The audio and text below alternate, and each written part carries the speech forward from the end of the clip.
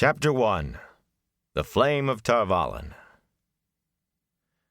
The wheel of time turns, and ages come and pass, leaving memories that become legend, then fade to myth and are long forgot when that age comes again. In one age, called the Third Age by some, an age yet to come, an age long past, a wind rose in the mountains of doom. The wind was not the beginning. There are neither beginnings nor endings to the turning of the wheel of time. But it was a beginning. Born among black, knife-edged peaks, where death roamed the high passes, yet hid from things still more dangerous, the wind blew south across the tangled forest of the Great Blight, a forest tainted and twisted by the touch of the Dark One. The sickly, sweet smell of corruption faded by the time the wind crossed that invisible line men called the border of Shinar, where spring flowers hung thick in the trees. It should have been summer by now, but spring had been late in coming, and the land had run wild to catch up. New-come pale green bristled on every bush, and red new growth tipped every tree branch. The wind rippled farmers' fields like verdant ponds, solid with crops that almost seemed to creep upward visibly. The smell of death was all but gone long before the wind reached the stone-walled town of Fal Dara on its hills, and whipped around a tower of the fortress in the very center of the town, a tower atop which two men seemed to dance. Hard-walled and high, Fal Dara both keep and town, never taken, never betrayed. The wind moaned across wood-shingled rooftops, around tall stone chimneys and taller towers, moaned like a dirge. Stripped to the waist, Randolph Thor shivered at the wind's cold caress, and his fingers flexed on the long hilt of the practice sword he held. The hot sun had slicked his chest, and his dark reddish hair clung to his head in a sweat-curled mat. A faint odor in the swirl of air made his nose twitch, but he did not connect the smell with the image of an old grave, fresh opened, that flashed through his head. He was barely aware of odor or image at all. He strove to keep his mind empty, but the other man sharing the tower top with him kept intruding on the emptiness. 10 paces across, the tower top was, encircled by a chest-high crenellated wall. Big enough, and more, not to feel crowded, except when shared with a warder. Young as he was, Rand was taller than most men, but Lan stood just as tall and more heavily muscled, if not quite so broad in the shoulders. A narrow band of braided leather held the warder's long hair back from his face, a face that seemed made from stony planes and angles, a face unlined as if to belie the tinge of gray at his temples. Despite the heat and exertion, only a light coat of sweat glistened on his chest and arms. Rand searched Lan's icy blue eyes, hunting for some hint of what the other man intended.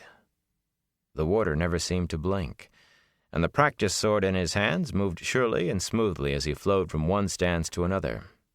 With a bundle of thin, loosely bound staves in place of a blade, the practice sword would make a loud crack when it struck anything, and leave a welt where it hit flesh. Rand knew all too well. 3 thin red lines stung on his ribs, and another burned his shoulder.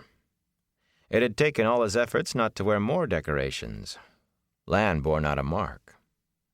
As he had been taught, Rand formed a single flame in his mind and concentrated on it, trying to feed all emotion and passion into it, to form a void within himself, with even thought outside.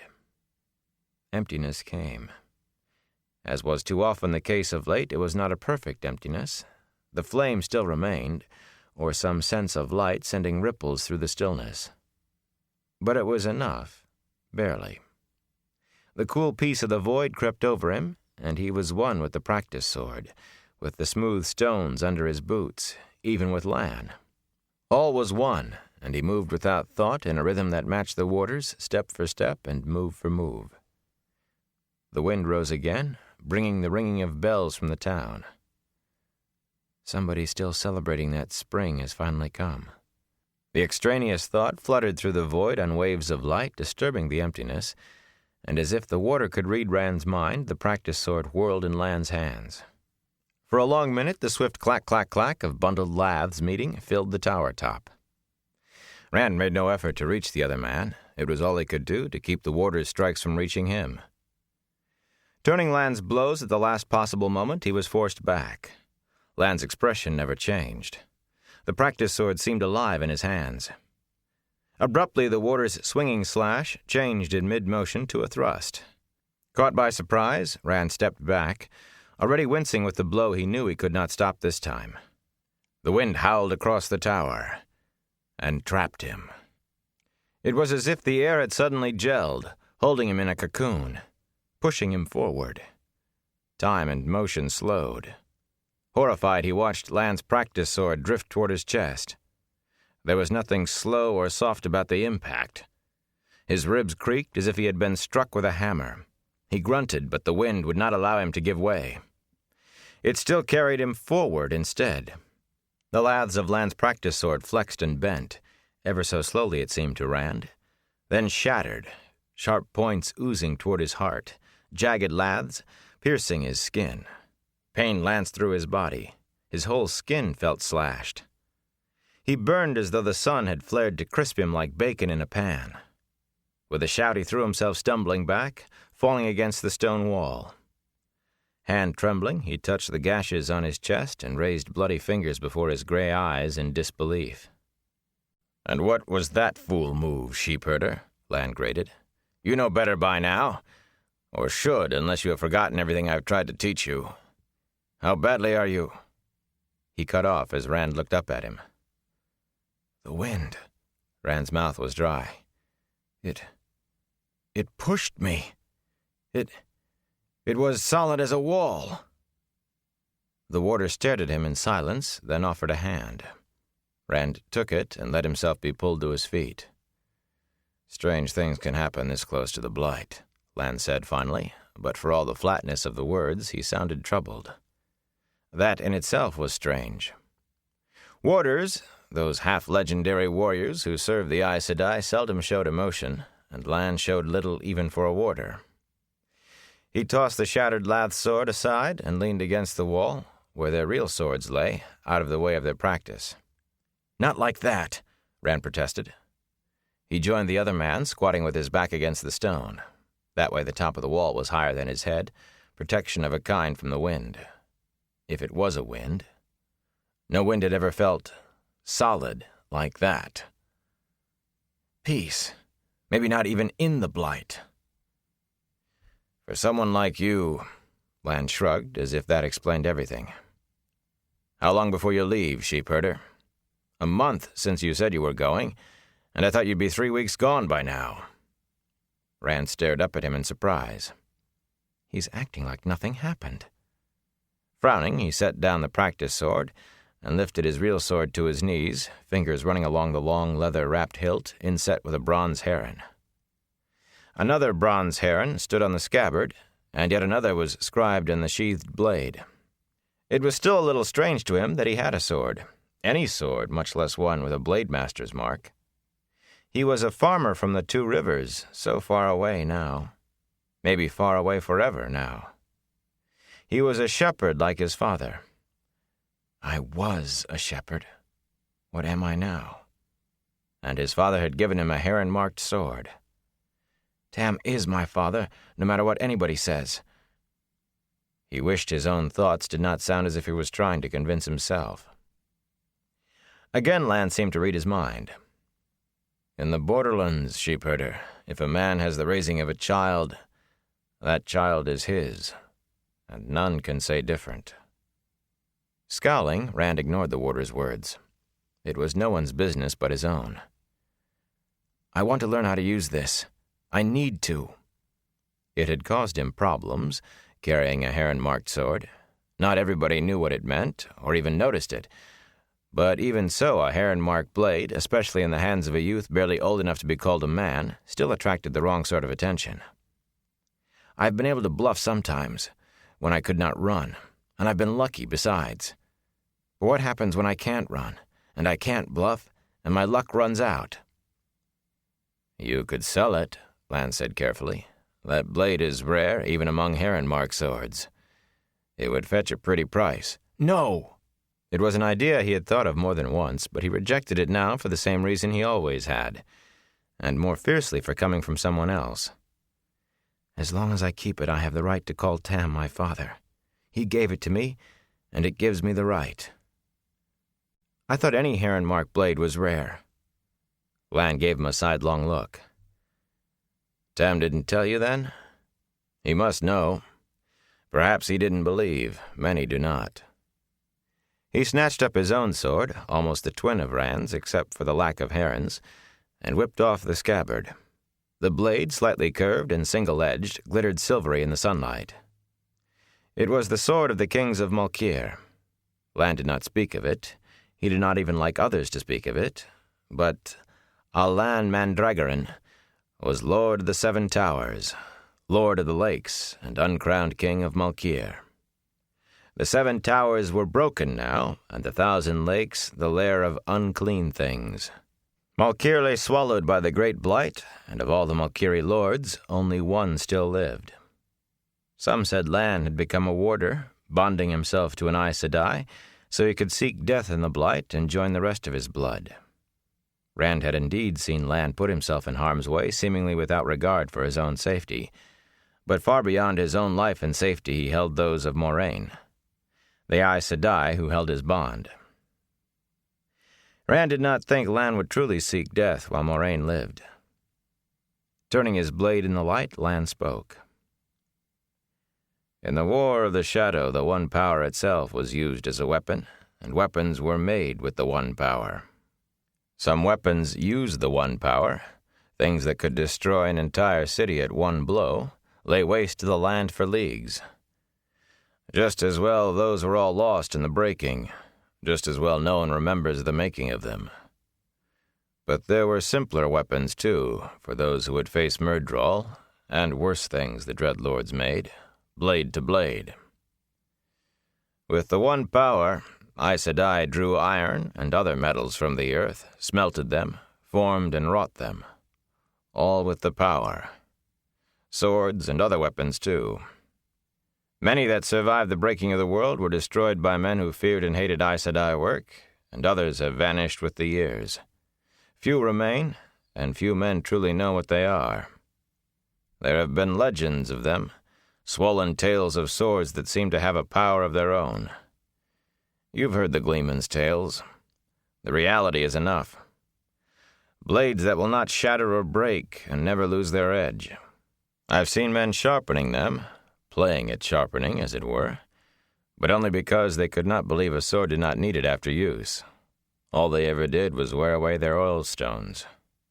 Those weapons the Aes Sedai made, and there will never be others. When it was done, war and age ended together, with the world shattered, with more dead unburied than were alive, and those alive fleeing, trying to find some place, any place, of safety, with every second woman weeping because she'd never see her husband or sons again.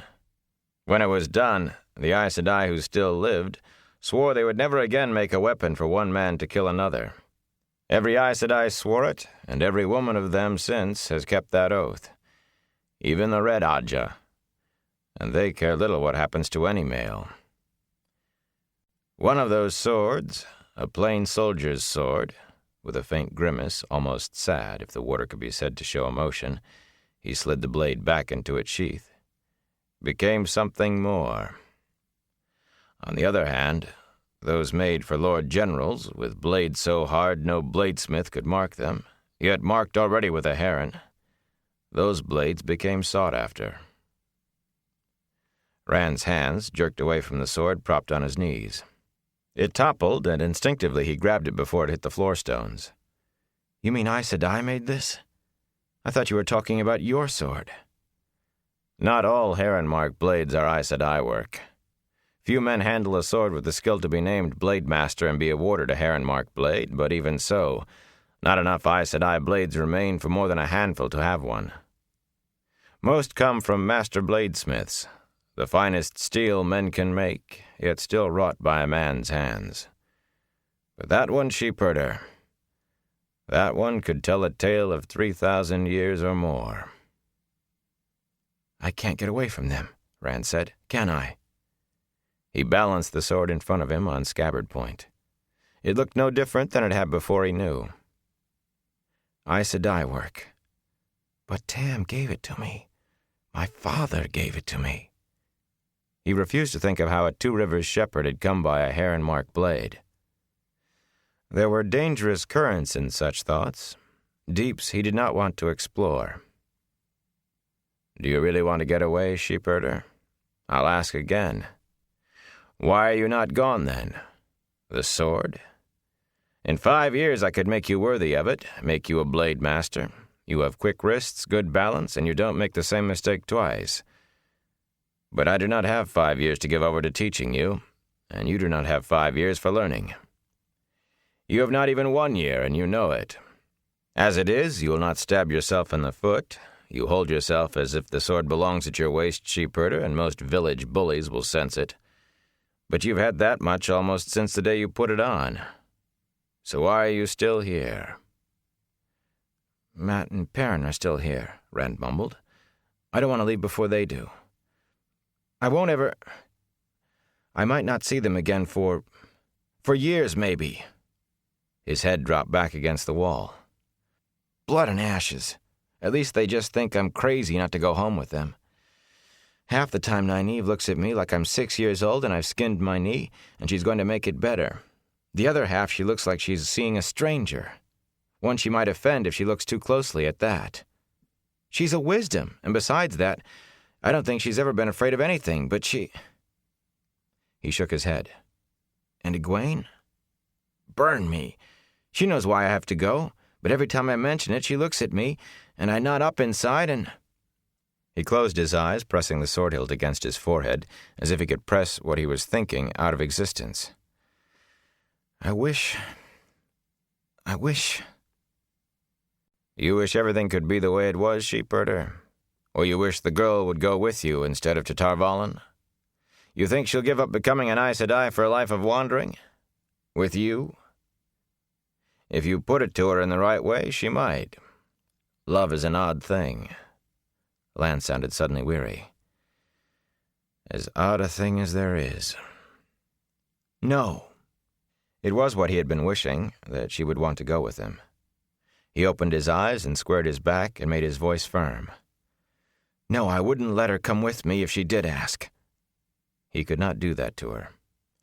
But Light, wouldn't it be sweet, just for a minute, if she said she wanted to? She gets muley stubborn if she thinks I'm trying to tell her what to do, but I can still protect her from that. He wished she were back home in Emond's Field, but all hope of that had gone the day Moraine came to the Two Rivers. Even if it means she does become an Aes Sedai. The corner of his eye caught Lan's raised eyebrow, and he flushed. And that is all the reason? You want to spend as much time as you can with your friends from home before they go? That's why you're dragging your feet. You know what's sniffing at your heels. Rand surged angrily to his feet. All right, it's Moraine. I wouldn't even be here if not for her, and she won't as much as talk to me. You'd be dead if not for her, sheepherder, Lan said flatly. But Rand rushed on. She tells me horrible things about myself. His knuckles whitened on the sword. That I'm going to go mad and die. And then suddenly she won't even say 2 words to me. She acts as if I'm no different from the day she found me, and that smells wrong too. You want her to treat you like what you are? No, I don't mean that. Burn me, I don't know what I mean half the time. I don't want that. And I'm scared of the other. Now she's gone off somewhere, vanished. I told you she needs to be alone sometimes. It isn't for you or anyone else to question her actions. Without telling anybody where she was going, or when she'd be back, or even if she would be back. She has to be able to tell me something to help me, Lan. Something. She has to. If she ever comes back. She's back, sheepherder. Last night. But I think she has told you all she can. Be satisfied. You've learned what you can from her. With a shake of his head, Lan's voice became brisk. You certainly aren't learning anything standing there. Time for a little balance work. Go through parting the silk, beginning from heron waiting in the rushes. Remember that heron form is only for practicing balance. Anywhere but doing forms, it leaves you wide open. You can strike home from it if you wait for the other man to move first, but you'll never avoid his blade. She has to be able to tell me something, Lan. That wind, it wasn't natural, and I don't care how close to the Blight we are. Heron waiting in the rushes, sheepherder. And mind your wrists. From the south came a faint peal of trumpets, a rolling fanfare suddenly growing louder, accompanied by the steady thrum-thrum-thrum-thrum of drums. For a moment, Rand and Lan stared at each other. Then the drums drew them to the tower wall to stare southward. The city stood on high hills, the land around the city walls cleared to ankle height for a full mile in all directions, and the keep covered the highest hill of all. From the tower top, Rand had a clear view across the chimneys and roofs to the forest. The drummers appeared first from the trees, a dozen of them, drums lifting as they stepped to their own beat, mallets whirling. Next came trumpeters, long, shining horns raised, still calling the flourish. At that distance, Rand could not make out the huge square banner whipping in the wind behind them. Lan grunted, though. The warder had eyes like a snow eagle. Rand glanced at him, but the warder said nothing, his eyes intent on the column emerging from the forest. Mounted men in armor rode out of the trees, and women a horseback, too. Then a palanquin borne by horses, one before and one behind, its curtains down, and more men on horseback. Ranks of men afoot, pikes rising above them like a bristle of long thorns, and archers with their bows held slanted across their chests, all stepping to the drums. The trumpets cried again. Like a singing serpent, the column wound its way toward Faldara. The wind flapped the banner, taller than a man, straight out to one side. As big as it was close enough now for Rand to see clearly. A swirl of colors that meant nothing to him, but at the heart of it, a shape like a pure white teardrop. His breath froze in his throat. The flame of Tar Valon. Ingtar's with them. Lan sounded as if his thoughts were elsewhere. Back from his hunting at last. Been gone long enough. I wonder if he had any luck. Aes Sedai, Rand whispered when he finally could. All those women out there. Moiraine was Aes Sedai, yes, but he had traveled with her. And if he did not entirely trust her, at least he knew her. Or thought he did. But she was only one. So many Aes Sedai together and coming like this was something else again. He cleared his throat. When he spoke, his voice grated. Why so many, Lan? Why any at all? And with drums and trumpets and a banner to announce them. Aes Sedai were respected in Shinar, at least by most people, and the rest respectfully feared them. But Rand had been in places where it was different, where there was only the fear and often hate. Where he had grown up, some men at least spoke of Tar Valon witches as they would speak of the Dark One. He tried to count the women, but they kept no ranks or order, moving their horses around to converse with one another or with whoever was in the palanquin. Goosebumps covered him. He had traveled with Moiraine, and met another Aes Sedai, and he had begun to think of himself as worldly. Nobody ever left the Two Rivers, or almost nobody, but he had. He had seen things no one back in the Two Rivers had ever laid eyes on, done things they had only dreamed of, if they had dreamed so far. He had seen a queen and met the daughter heir of Andor, faced a Myrddraal and traveled the ways, and none of it had prepared him for this moment. Why so many? He whispered again. The Amyrlin seats come in person. Lan looked at him, his expression as hard and unreadable as a rock. Your lessons are done, sheepherder. He paused then, and Rand almost thought there was sympathy on his face. That could not be, of course. Better for you if you were a week gone. With that, the warder snatched up his shirt and disappeared down the ladder into the tower. Rand worked his mouth, trying to get a little moisture. He stared at the column approaching Faldara as if it really were a snake, a deadly viper. The drums and trumpets sang loud in his ears. The Amyrlin seat who ordered the Aes Sedai. She's come because of me. He could think of no other reason. They knew things, had knowledge that could help him, he was sure. and he did not dare ask any of them. He was afraid they had come to gentle him. And afraid they haven't, too, he admitted reluctantly.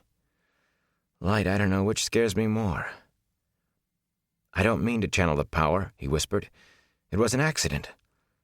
Light, I don't want anything to do with it. I swear I'll never touch it again, I swear it.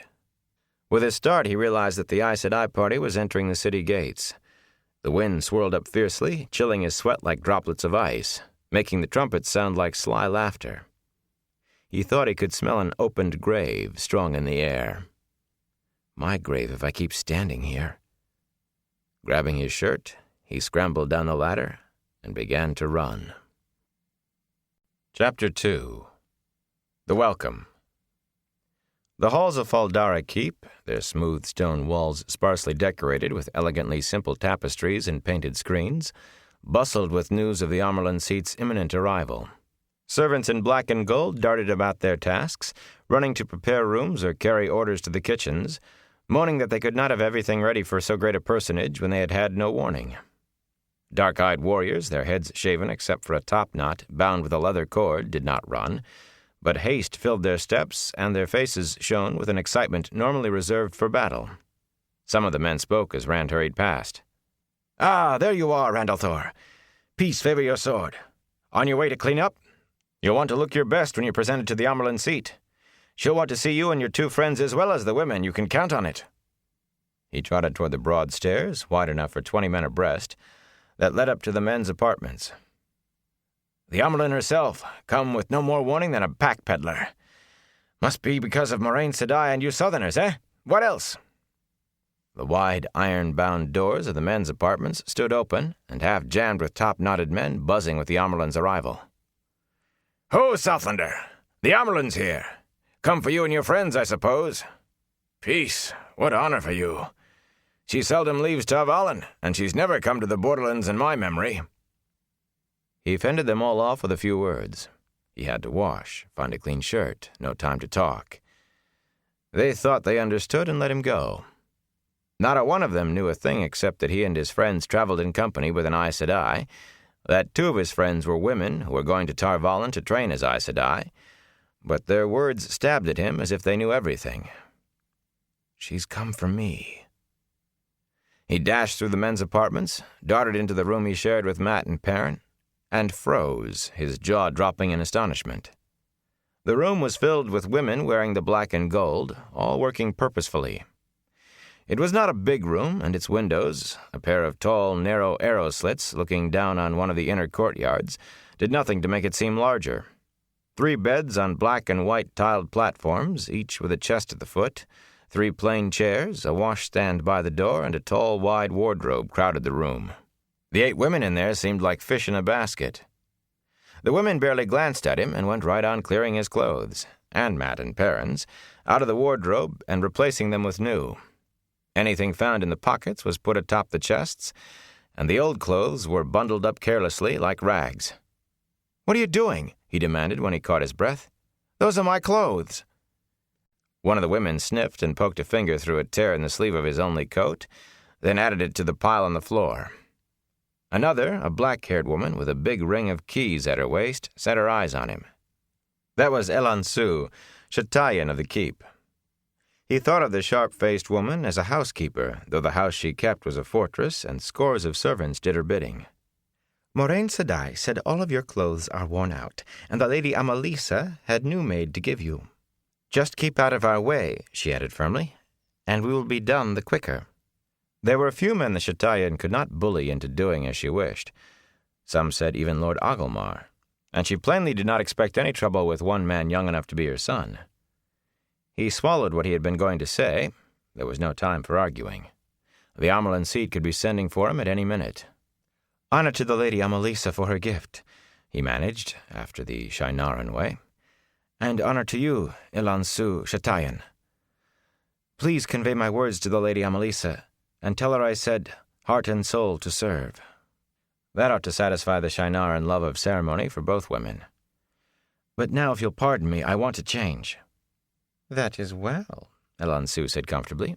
"Moraine Sedai said to remove all the old, every stitch. Small clothes, too." Several of the women eyed him sideways. None of them made a move toward the door. He bit his cheek to keep from laughing hysterically. Many ways were different in Shinar from what he was used to, and there were some to which he would never become accustomed if he lived forever. He had taken to bathing in the small hours of the morning, when the big, tiled pools were empty of people, after he discovered that at any other time a woman might climb into the water with him. It could be a scullion or the Lady Amalisa, Lord Agelmar's sister herself. The baths were one place in Shinar where there was no rank. Expecting him to scrub her back in return for the same favor, asking him why his face was so red, had he taken too much sun? They had soon learned to recognize his blushes for what they were, and not a woman in the keep but seemed fascinated by them. I might be dead or worse in another hour, and they're waiting to see me blush. He cleared his throat. If you'll wait outside, I'll pass the rest out to you. On my honor. One of the women gave a soft chortle, and even Elansu's lips twitched, but the Chatayan nodded and directed the other women to gather up the bundles they had made. She was the last to leave, and she paused in the doorway to add, "The boots, too. Moraine Sedai said everything." He opened his mouth, then closed it again. His boots, at least, were certainly still good, made by Alwyn Alvan, the cobbler back in Emmons Field, and well broken in and comfortable. But if giving up his boots would make the Chatayan leave him alone so he could go, he would give her the boots and anything else she wanted. He had no time. Yes, of course. On my honor." He pushed on the door, forcing her out. Alone, he dropped onto his bed to tug off his boots. They were still good, a little worn, the leather cracked here and there, but still wearable and well broken in to fit his feet.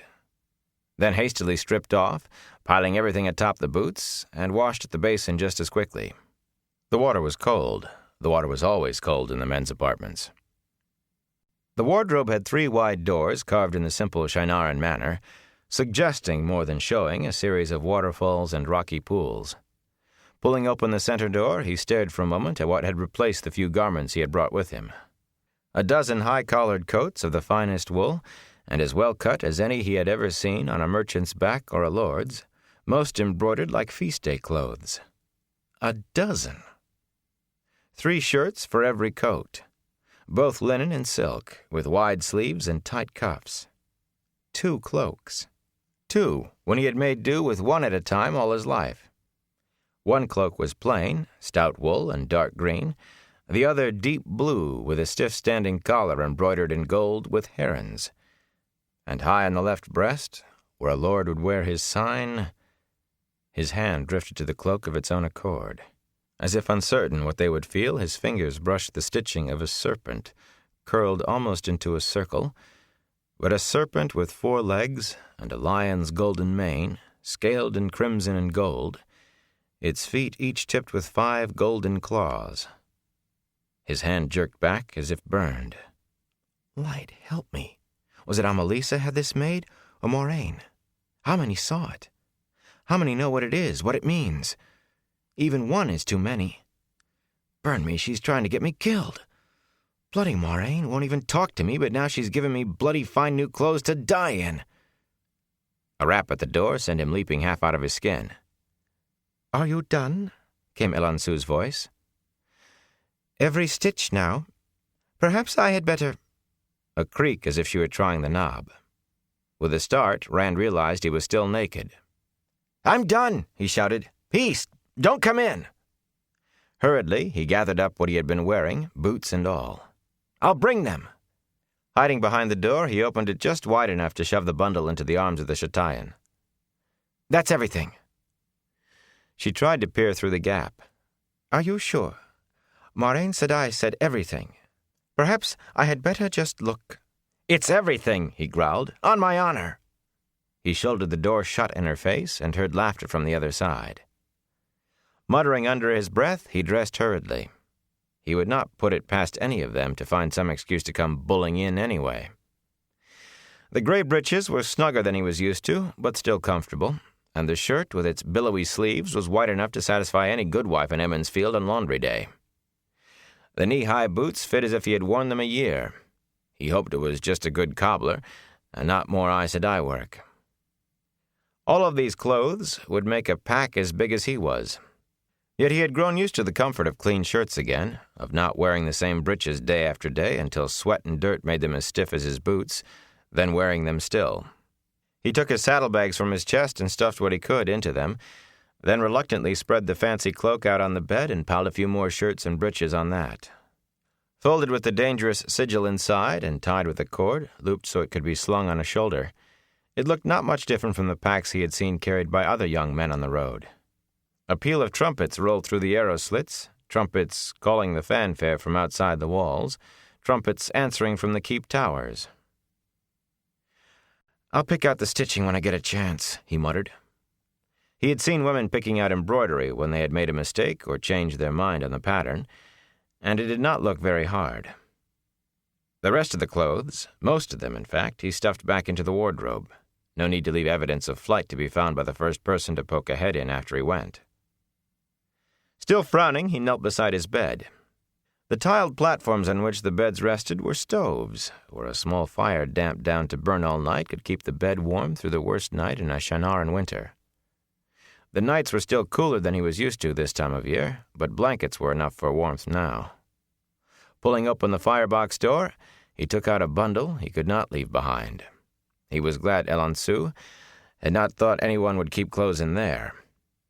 Setting the bundle atop the blankets, he untied one end and partially unfolded it. A gleeman's cloak turned inside out to hide the hundreds of patches that it covered, patches in every size and color imaginable. The cloak itself was sound enough. The patches were a gleeman's badge. Had been a gleeman's badge. Inside nestled two hard leather cases. The larger held a harp, which he never touched. The harp was never meant for a farmer's clumsy fingers, boy. The other, long and slim, contained the gold and silver chased flute he had used to earn his supper and bed more than once since leaving home. Tom Maryland had taught him to play that flute before the gleeman died. Rand could never touch it without remembering Tom, with his sharp blue eyes and his long white mustaches, shoving the bundled cloak into his hands and shouting for him to run. And then Tom had to run himself, knives appearing magically in his hands as if he were performing, to face the Myrddraal that was coming to kill them. With a shiver, he redid the bundle. "That's all over with." Thinking of the wind on the tower top, he added, "Strange things happen this close to the Blight." He was not sure he believed it, not the way Lan had apparently meant it. In any case, even without the Amyrlin seat, it was past time for him to be gone from Fal Dara. Shrugging into the coat he had kept out, it was a deep, dark green and made him think of the forests at home, Tam's Westwood farm where he had grown up, and the Waterwood where he had learned to swim. He buckled the heron-marked sword to his waist and hung his quiver, bristling with arrows, on the other side. His unstrung bow stood propped in the corner with mats and parens, the stave 2 hands taller than he was.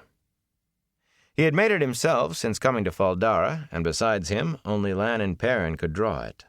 Stuffing his blanket roll and his new cloak through the loops on his bundles, he slung the pair from his left shoulder, tossed his saddlebags atop the cords, and grabbed the bow. "Leave the sword arm free," he thought. "Make them think I'm dangerous. Maybe somebody will." Cracking the door revealed the hall all but empty. One liveried servant dashed by, but he never so much as glanced at Rand. As soon as the man's rapid footfalls faded, Rand slipped out into the corridor. He tried to walk naturally, casually, but with saddlebags on his shoulder and bundles on his back, he knew he looked like what he was, a man setting out on a journey and not meaning to come back. He tried to walk naturally, casually, but with saddlebags on his shoulder and bundles on his back, he knew he looked like what he was, a man setting out on a journey and not meaning to come back. The trumpets called again, sounding fainter here inside the keep. He had a horse, a tall bay stallion, in the north stable, called the Lord's Stable, close by the Sally Gate that Lord Agelmar used when he went riding. Neither the Lord of Fal Dara nor any of his family would be riding today, though, and the stable might be empty except for the stable boys. There were 2 ways to reach the Lord's Stable from Rand's room. One would take him all the way around the keep, behind Lord Agelmar's private garden, then down the far side and through the farrier's smithy, likewise certainly empty now, to the stable yard. Time enough that way for orders to be given for a search to start before he reached his horse. The other was far shorter. First across the outer courtyard, or even now the Amyrlin's seat was arriving, with another dozen or more Aes Sedai. His skin prickled at the thought. He had had more than enough of Aes Sedai for any sane lifetime. One was too many.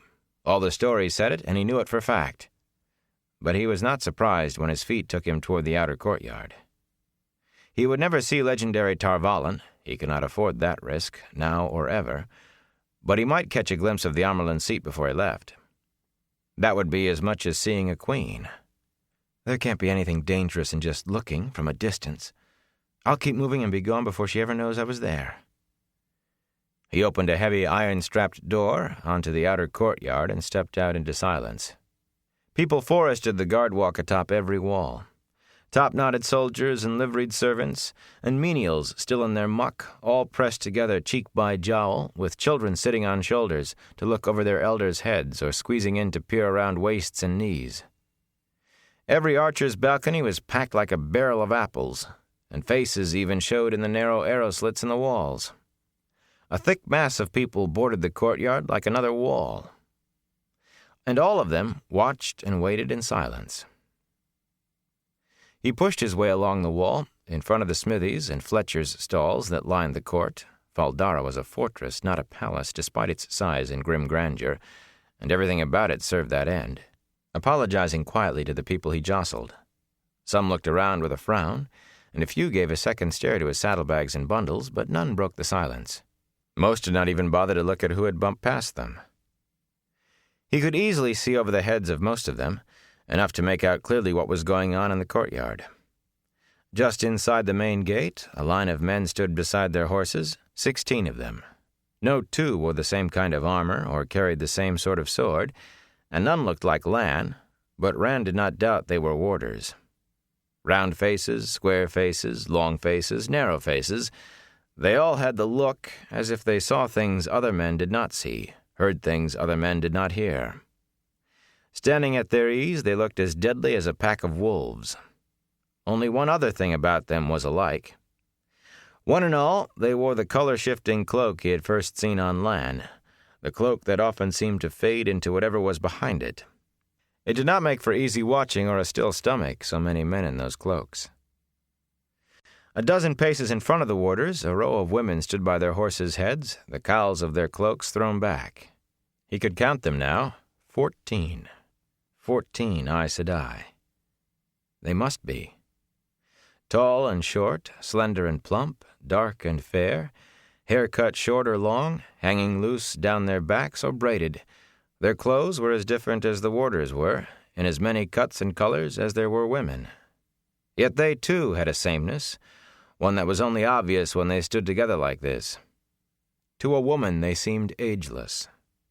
From this distance he would have called them all young, but closer he knew they would be like Moiraine. Young-seeming, yet not, smooth-skinned but with faces too mature for youth, eyes too knowing. Closer? Fool! I'm too close already. Burn me, I should have gone the long way. He pressed on toward his goal, another iron-bound door at the far end of the court, but he could not stop looking. Calmly the Aes Sedai ignored the onlookers and kept their attention on the curtained palanquin, now in the center of the courtyard. The horses bearing it held as still as if ostlers stood at their harness, but there was only one tall woman beside the palanquin, her face an Aes Sedai's face, and she paid no mind to the horses. The staff she held upright before her with both hands was as tall as she, the gilded flame capping it standing above her eyes. Lord Agelmar faced the palanquin from the far end of the court, bluff and square and face unreadable.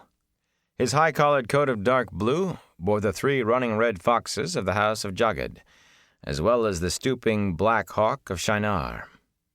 Beside him stood Ronan, age-withered but still tall. 3 foxes carved from red avatine topped the tall staff the Shambayan bore. Ronan was Elansu's equal in ordering the keep, Shambayan and Chatayan, but Elansu left little for him except ceremonies and acting as Lord Agelmar's secretary.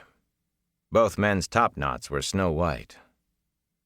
All of them, the warders, the Aes Sedai, the Lord of Fal Dara, and his Shambayan, stood as still as stone. The watching crowd seemed to hold its breath. Despite himself, Rand slowed. Suddenly Ronan rapped his staff loudly 3 times in the broad paving stones, calling into the silence, "Who comes here? Who comes here? Who comes here?" The woman beside the palanquin tapped her staff 3 times in reply.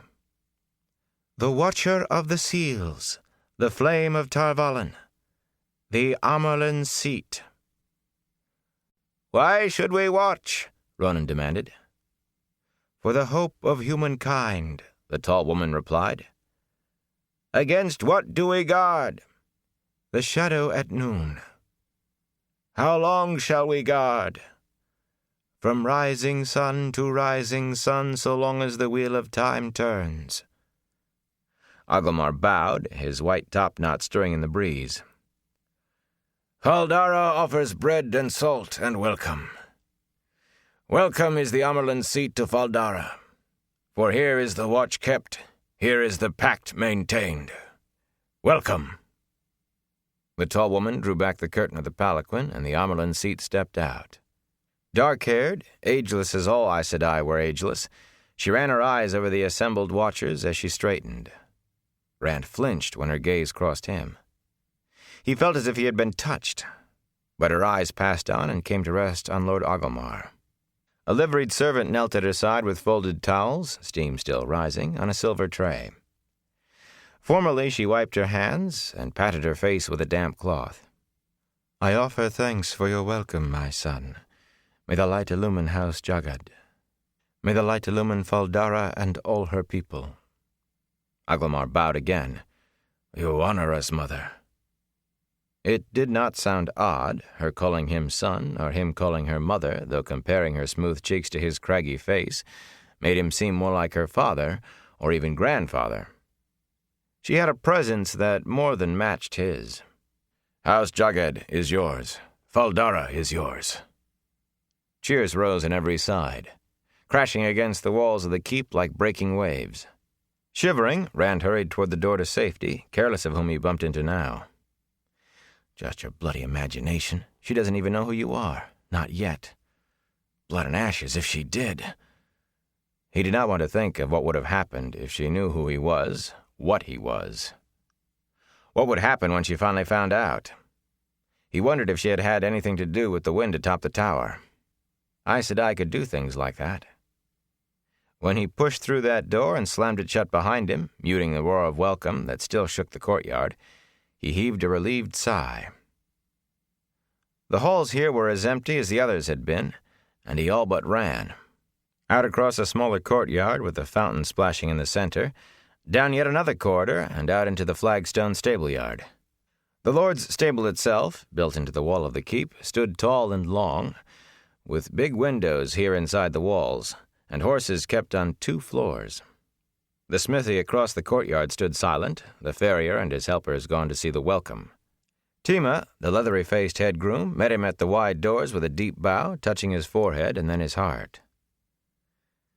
"Spirit and heart to serve you, my lord. How may Tima serve, my lord?" No warrior's topknot here. Tima's hair sat on his head like an inverted gray bowl. Rand sighed. "For the 100th time, Tima, I am not a lord." "As my lord wishes."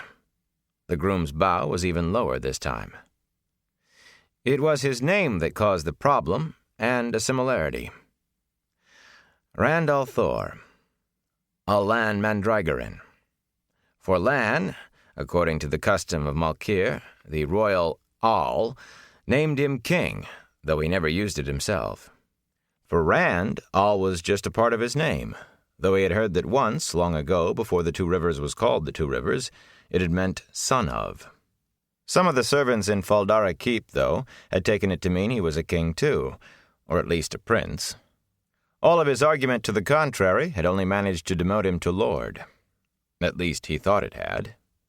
He had never seen quite so much bowing and scraping, even with Lord Agelmar. "I need red saddled, Tima." He knew better than to offer to do it himself. Tima would not let Rand soil his hands. I thought I'd spend a few days seeing the country around the town. Once he was on the big bay stallion's back, a few days would see him at the river Erinon, or across the border into Arafel. They'll never find me then. The groom bent himself almost double and stayed bent. "Forgive, my lord," he whispered hoarsely. "Forgive. But Tima cannot obey." Flushing with embarrassment, Rand took an anxious look around. There was no one else in sight, then grabbed the man's shoulder and pulled him upright. He might not be able to stop Tima and a few others from acting like this, but he could try to stop anyone else from seeing it. "Why not, Tima? Tima, look at me, please. Why not?" "It is commanded, my lord," Tima said, still whispering. He kept dropping his eyes, not afraid, but ashamed that he could not do what Rand asked. Shienarans took shame the way other people took being branded a thief. "No horse may leave this stable until the order is changed. Nor any stable in the keep, my lord." Rand had his mouth open to tell the man it was all right, but instead he licked his lips. "No horse from any stable?" "Yes, my lord. The order came down only a short time ago. Only moments." Tima's voice picked up strength. "All the gates are closed as well, my lord. None may enter or leave without permission. Not even the city patrol, so Tima has been told." Rand swallowed hard, but it did not lessen the feeling of fingers clutching his windpipe. "The order, Tima. It came from Lord Agomar?" "Of course, my lord. Who else? Lord Agomar did not speak the command to Tima, of course, nor even to the man who did speak it to Tima, but, my lord, who else could give such a command in Fal Dara?" Who else? Rand jumped as the biggest bell in the keep bell tower let out a sonorous peal. The other bells joined in, then bells from the town. "If Tima may be bold," the groom called above the reverberations, "my lord must be very happy." Rand had to shout back to be heard. "Happy? Why?" "The welcome is finished, my lord." Tima's gesture took in the bell tower. "The Amerlin seat will be sending for my lord and my lord's friends to come to her now." Rand broke into a run. He just had time to see the surprise on Tima's face, and then he was gone. He did not care what Tima thought. She will be sending for me now. Chapter 3. Friends and Enemies. Rand did not run far, only as far as the Sally gate around the corner from the stable. He slowed to a walk before he got there, trying to appear casual and unhurried. The arched gate was closed tight. It was barely big enough for two men to ride through abreast, but like all the gates in the outer wall, it was covered with broad strips of black iron and locked shut with a thick bar. Two guards stood before the gate in plain conical helmets and plate and mail armor with long swords on their backs. Their golden surcoats bore the black hawk on the chest. He knew one of them slightly, Ragan. The scar from a Trolloc arrow made a white triangle against Ragan's dark cheek behind the bars of his face guard. The puckered skin dimpled with a grin when he saw Rand. "Peace favor you, Rand al'Thor." Ragan almost shouted to be heard over the bells. "Do you intend to hit rabbits over the head, or do you still insist that club is a bow?" The other guard shifted to stand more in front of the gate. "Peace favor you, Ragan," Rand said, stopping in front of them. It was an effort to keep his voice calm. "You know it's a bow. You've seen me shoot it." "No good from a horse," the other guard said sourly. Rand recognized him now, with his deep-set, almost black eyes that never seemed to blink. They peered from his helmet like twin caves inside another cave. He supposed there could be worse luck for him than Masema guarding the gate, but he was not sure how, short of a red Aes Sedai. "It's too long," Masema added. "I can shoot 3 arrows with a horse bow while you loose 1 with that monster." Rand forced a grin, as if he thought it was a joke. Masema had never made a joke in his hearing, nor laughed at one. Most of the men at Fal Dara accepted Rand. He trained with Lan, and Lord Agomar had him at table, and most important of all, he had arrived at Fal Dara in company with Moraine, an Aes Sedai. Some seemed unable to forget his being an outlander, though, barely saying 2 words to him, and then only if they had to. Masema was the worst of those. "It's good enough for me," Rand said. Speaking of rabbits, Ragan, how about letting me out? All this noise and bustle is too much for me. Better to be out hunting rabbits even if I never see one." Ragan half turned to look at his companion, and Rand's hopes began to lift. Ragan was an easy-going man, his manner belying his grim scar, and he seemed to like Rand. But Masema was already shaking his head. Ragan sighed. "It cannot be, Randall Thor." He gave a tiny nod toward Masema as if to explain. If it were up to him alone. "No one is to leave without a written pass. Too bad you did not ask a few minutes ago. The command just came down to bar the gates." "But why would Lord Oglomar want to keep me in?" Masema was eyeing the bundles on Rand's back and his saddlebags. Rand tried to ignore him. "I'm his guest," he went on to Ragan. "By my honor, I could have left any time these past weeks. Why would he mean this order for me? It is Lord Oglomar's order, isn't it?" Masema blinked at that, and his perpetual frown deepened. He almost appeared to forget Rand's packs. Ragan laughed. "Who else could give such an order, Randall Thor? Of course it was Uno who passed it to me, but whose order could it have been?" Masema's eyes, fixed on Rand's face, did not blink. "I just want to go out by myself, that's all," Rand said. "I'll try one of the gardens, then. No rabbits, but at least there won't be a crowd. The light illumine you, and peace favor you." He walked away without waiting for an answering blessing, resolving not to go near any of the gardens on any account. Burn me. Once the ceremonies are done, there could be Aes Sedai in any of them. Aware of Masema's eyes on his back, he was sure it was Masema, he kept his pace normal. Suddenly the bells stopped ringing, and he skipped a step. Minutes were passing, a great many of them. Time for the Amyrlin seat to be shown to her chambers. Time for her to send for him, to start a search when he was not found. As soon as he was out of sight of the Sally Gate, he began to run again. Near the barracks kitchens, the Carter's Gate, where all the foodstuffs for the keep were brought in, stood closed and barred behind a pair of soldiers. He hurried past across the kitchen yard as if he had never meant to stop.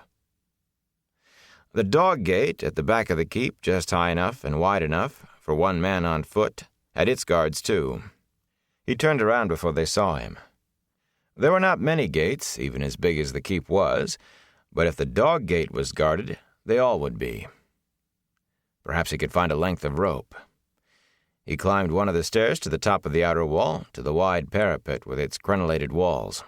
It was not comfortable for him being so high and exposed if that wind came again, but from there he could see across the tall chimneys and sharp roofs of the town all the way to the city wall. Even after nearly a month, the houses still looked odd to his Two Rivers eyes, eaves reaching almost to the ground, as if the houses were all wood-shingled roof, and chimneys angled to let heavy snow slide past. A broad paved square surrounded the keep, but only 100 paces from the wall lay streets full of people going about their daily business, aproned shopkeepers out under the awnings in front of their shops, rough-clothed farmers in town to buy and sell, hawkers and tradesmen and townspeople gathered in knots, no doubt to talk about the surprise visit from the Amyrlin seat. He could see carts and people flowing through one of the gates in the town wall. Apparently the guards there had no orders about stopping anyone. He looked up at the nearest guard tower. One of the soldiers raised a gauntleted hand to him. With a bitter laugh, he waved back. Not a foot of the wall but was under the eyes of guards. Leaning through an embrasure, he peered down past the slots in the stone for setting hoardings, down the sheer expanse of stone to the dry moat far below. 20 paces wide and 10 deep, faced with stone polished slippery smooth. A low wall slanted to give no hiding place, surrounded it to keep anyone from falling in by accident, and its bottom was a forest of razor-sharp spikes. Even with a rope to climb down and no guards watching, he could not cross that. What served to keep Trollocs out in the last extreme served just as well to keep him in. Suddenly he felt weary to the bone, drained. The Amyrlin seat was there, and there was no way out. No way out, and the Amyrlin seat there. If she knew he was there, if she had sent the wind that had seized him, then she was already hunting him, hunting with an Aes Sedai's powers. Rabbits had more chance against his bow. He refused to give up, though. There were those who said Two Rivers folk could teach stones and give lessons to mules. When there was nothing else left, Two Rivers people hung on to their stubbornness. Leaving the wall, he wandered through the keep. He paid no mind to where he went, so long as it was nowhere he would be expected. Not anywhere near his room, nor any of the stables, nor any gate. Masema might risk Uno's tongue to report him trying to leave, nor garden. All he could think of was keeping away from any Aes Sedai. Even Moraine. She knew about him. Despite that, she had done nothing against him. So far as you know. What if she's changed her mind? Maybe she sent for the Amerlin seat. For a moment, feeling lost, he leaned against the corridor wall, the stone hard under his shoulder. Eyes blank, he stared at a distant nothing and saw things he did not want to see. Gentled. Would it be so bad to have it all over? Really over? He closed his eyes, but he could still see himself huddling like a rabbit with nowhere left to run, and Aes Sedai closing around him like ravens. They almost always die soon after, men who've been gentled. They stop wanting to live. He remembered Tom Merlin's words too well to face that. With a brisk shake, he hurried on down the hall. No need to stay in one place until he was found. How long till they find you anyway? You're like a sheep in a pen. How long? He touched the sword hilt at his side. No, not a sheep. Not for Aes Sedai or anybody else. He felt a little foolish, but determined. People were returning to their tasks. A din of voices and clattering pots filled the kitchen that lay nearest the great hall, where the Amerlin seat and her party would feast that night. Cooks and scullions and potboys all but ran at their work. The spit dogs trotted in their wicker wheels to turn the spitted meats. He made his way quickly through the heat and steam, through the smells of spices and cooking. No one spared him a second glance. They were all too busy.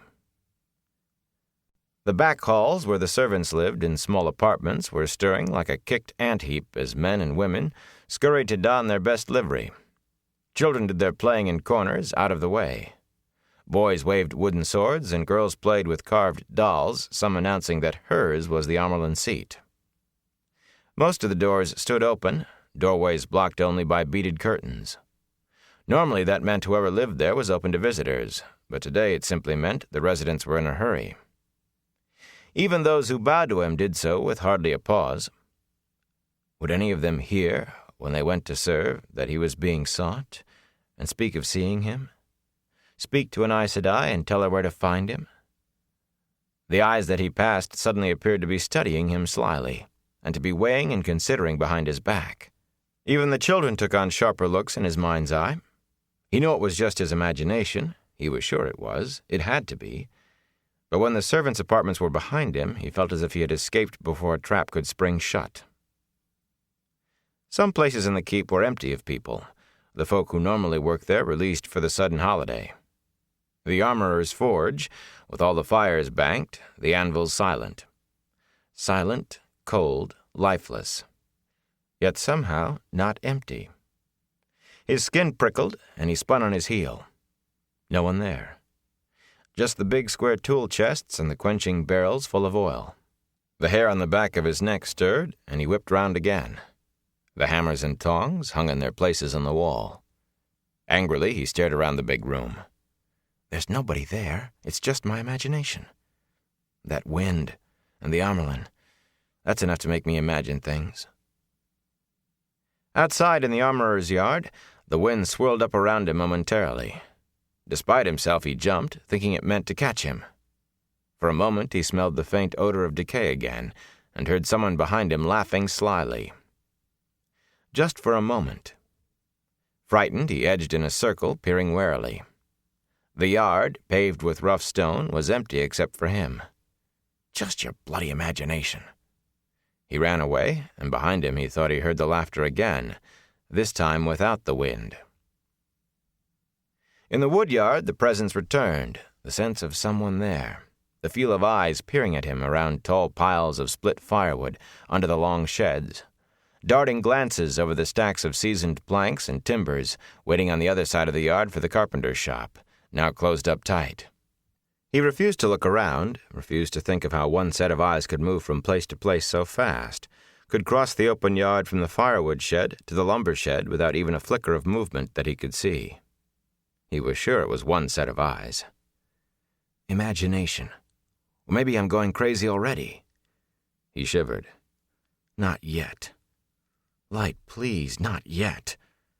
Stiff-backed, he stalked across the woodyard, and the unseen watcher followed.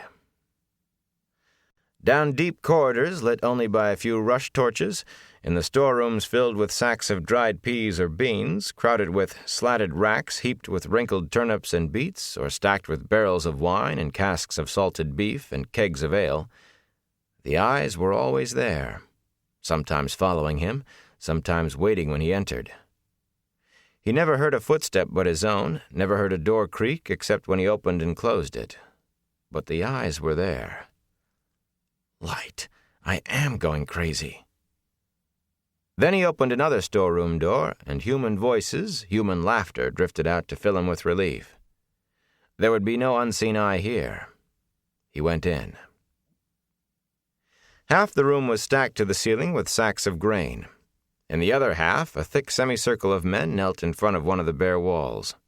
They all seemed to wear the leather jerkins and bowl-cut hair of menials. No warrior's top-knots, no livery. No one who might betray him accidentally. What about on purpose? The rattle of dice came through their soft murmurs, and somebody let out a raucous laugh at the throw. Loyal was watching them dice, rubbing his chin thoughtfully with a finger thicker than a big man's thumb, his head almost reaching the rafters nearly 2 spans up. None of the dicers gave him a glance. Ogier were not exactly common in the borderlands, or anywhere else, but they were known and accepted here, and Loyal had been in Faldara long enough to excite little comment. The Ogier's dark, stiff-collared tunic was buttoned up to his neck and flared below the waist over his high boots, and one of the big pockets bulged and sagged with the weight of something. Books, if Rand knew him. Even watching men gamble, Loyal would not be far from a book. In spite of everything, Rand found himself grinning. Loyal often had that effect on him. The Ogier knew so much about some things, so little about others, and he seemed to want to know everything. Yet Rand could remember the first time he ever saw Loyal, with his tufted ears and his eyebrows that dangled like long mustaches and his nose almost as wide as his face. Saw him and thought he was facing a Trolloc. It still shamed him. Ogier and Trollocs. Myrddraal and things from the dark corners of midnight tales. Things out of stories and legends. That was how he had thought of them before he left Emond's Field. But since leaving home, he had seen too many stories walking in the flesh ever to be so sure again. Aes Sedai and unseen watchers, and a wind that caught and held. His smile faded. All the stories are real, he said softly. Loyal's ears twitched, and his head turned toward Rand. When he saw who it was, the Ogier's face split in a grin, and he came over. "Ah, there you are." His voice was a deep bumblebee rumble. "I did not see you at the welcome. That was something I had not seen before. 2 things. The Shienaran welcome and the Amaran seat. She looks tired, don't you think? It cannot be easy being Amyrlin. Worse than being an elder, I suppose." He paused with a thoughtful look, but only for a breath. "Tell me, Rand, do you play at dice too? They play a simpler game here with only 3 dice. We use 4 in the steading. They won't let me play, you know. They just say glory to the builders and will not bet against me. I don't think that's fair, do you? The dice they use are rather small." He frowned at one of his hands, big enough to cover a human head. "But I still think—" Rand grabbed his arm and cut him off. The builders. Loyal. Ogier built Faldara, didn't they? Do you know any way out except by the gates? A crawl hole, a drain pipe, anything at all, if it's big enough for a man to wiggle through. Out of the wind would be good, too.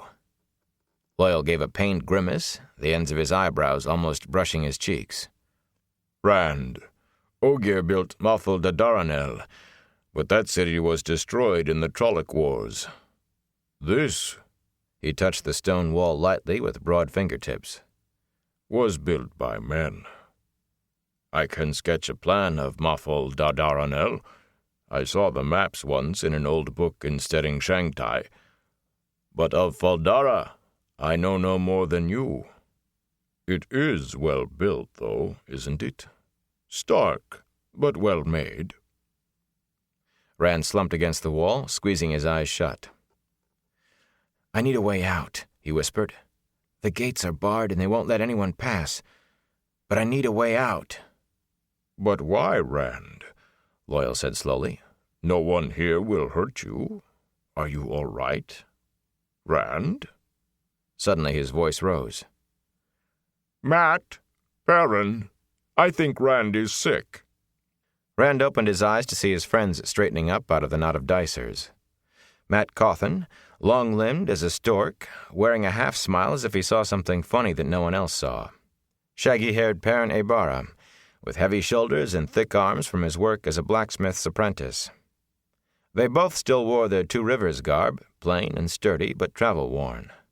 Mat tossed the dice back into the semicircle as he stepped out, and one of the men called, Here, Southlander, you can't quit while you're winning. Better than when I'm losing, Mat said with a laugh. Unconsciously, he touched his coat at the waist, and Rand winced. Mat had a dagger with a ruby in its hilt under there, a dagger he was never without, a dagger he could not be without. It was a tainted blade from the dead city of Shadar Logoth, tainted and twisted by an evil almost as bad as the Dark One, the evil that had killed Shadar Logoth 2,000 years before, yet still lived among the abandoned ruins. That taint would kill Mat if he kept the dagger. It would kill him even faster if he put it aside. You'll have another chance to win it back. Wry snorts from the kneeling men indicated they did not think there was much chance of that. Perrin kept his eyes down as he followed Mat across to Rand. Perrin always kept his eyes down these days, and his shoulders sagged as if he carried a weight too heavy even for their width. What's the matter, Rand? Mat asked. You're as white as your shirt. Hey, where did you get those clothes? You turning Shienaran? Maybe I'll buy myself a coat like that and a fine shirt. He shook his coat pocket, producing a clink of coins. I seem to have luck with the dice. I can hardly touch them without winning. You don't have to buy anything, Rand said tiredly. Moraine had all our clothes replaced. They're burned already for all I know. All but what you two are wearing. Elan Sue will probably be around to collect those too, so I'd change fast if I were you, before she takes them off your back. Perrin still did not look up, but his cheeks turned red. Mat's grin deepened, though it looked forced. They too had had encounters in the baths, and only Mat tried to pretend it did not matter. And I'm not sick. I just need to get out of here. The Amerlin seat is here. Lan said... He said with her here it would be better for me if I were gone a week. I need to leave, and all the gates are barred. He said that? Mat frowned. I don't understand. He'd never say anything against an Aes Sedai. Why now? Look, Rand, I don't like Aes Sedai any more than you do, but they aren't going to do anything to us. He lowered his voice to say that, and looked over his shoulder to see if any of the gamblers was listening. Feared the Aes Sedai might be, but in the Borderlands they were far from being hated, and a disrespectful comment about them could land you in a fight or worse. Look at Moraine. She isn't so bad, even if she is Aes Sedai. You're thinking like old Sen Bui telling his tall tales back home in the Winespring Inn.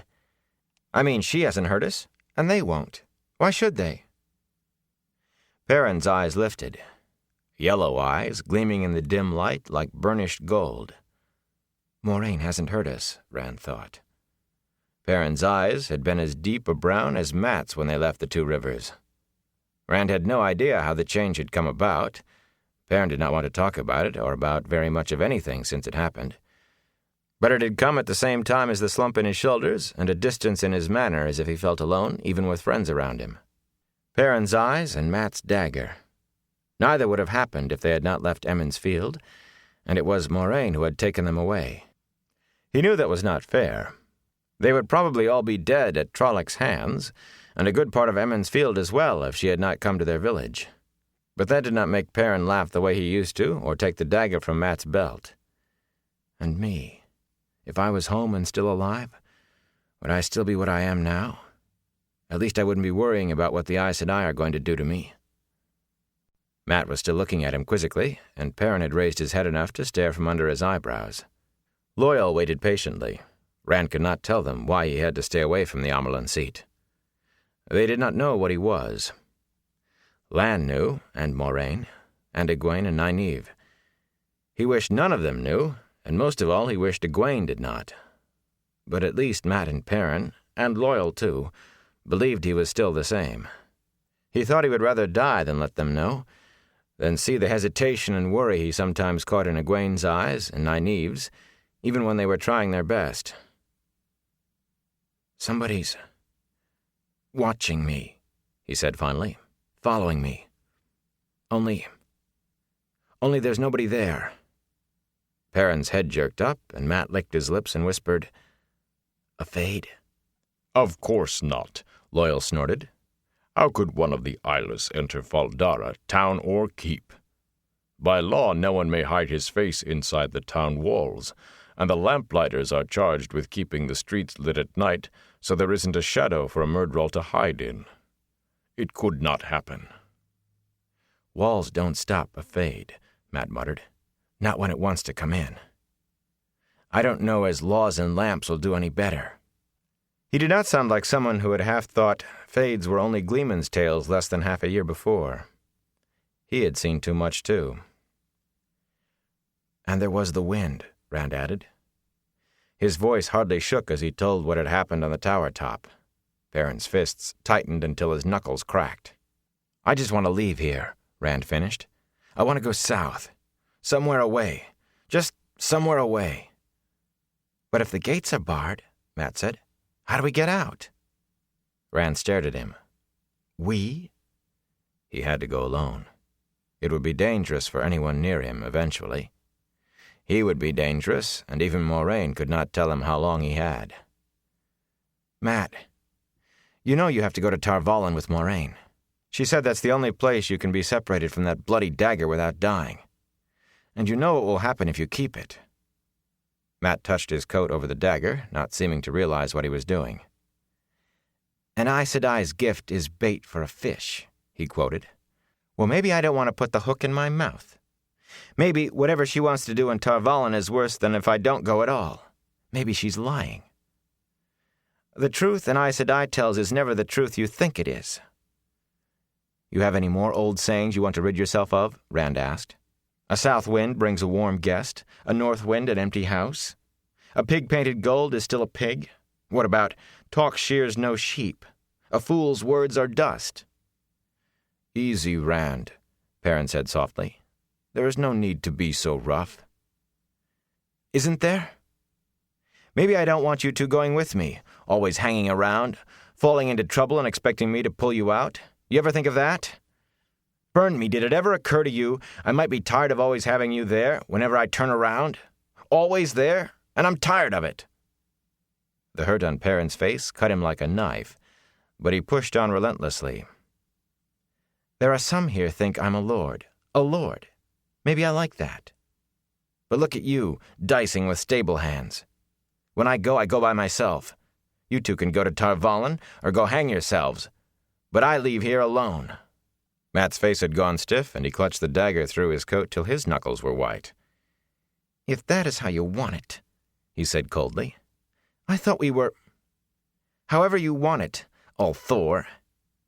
But if I decide to leave at the same time you do, I'll go. And you can stand clear of me." "Nobody is going anywhere," Perrin said, "if the gates are barred." He was staring at the floor again. Laughter rolled from the gamblers against the wall as someone lost. "Go or stay," Loial said. "Together or apart, it doesn't matter. You are all three ta'veren. Even I can see it, and I don't have that talent, just by what happens around you. And Moraine Sedai says it too." Matt threw up his hands.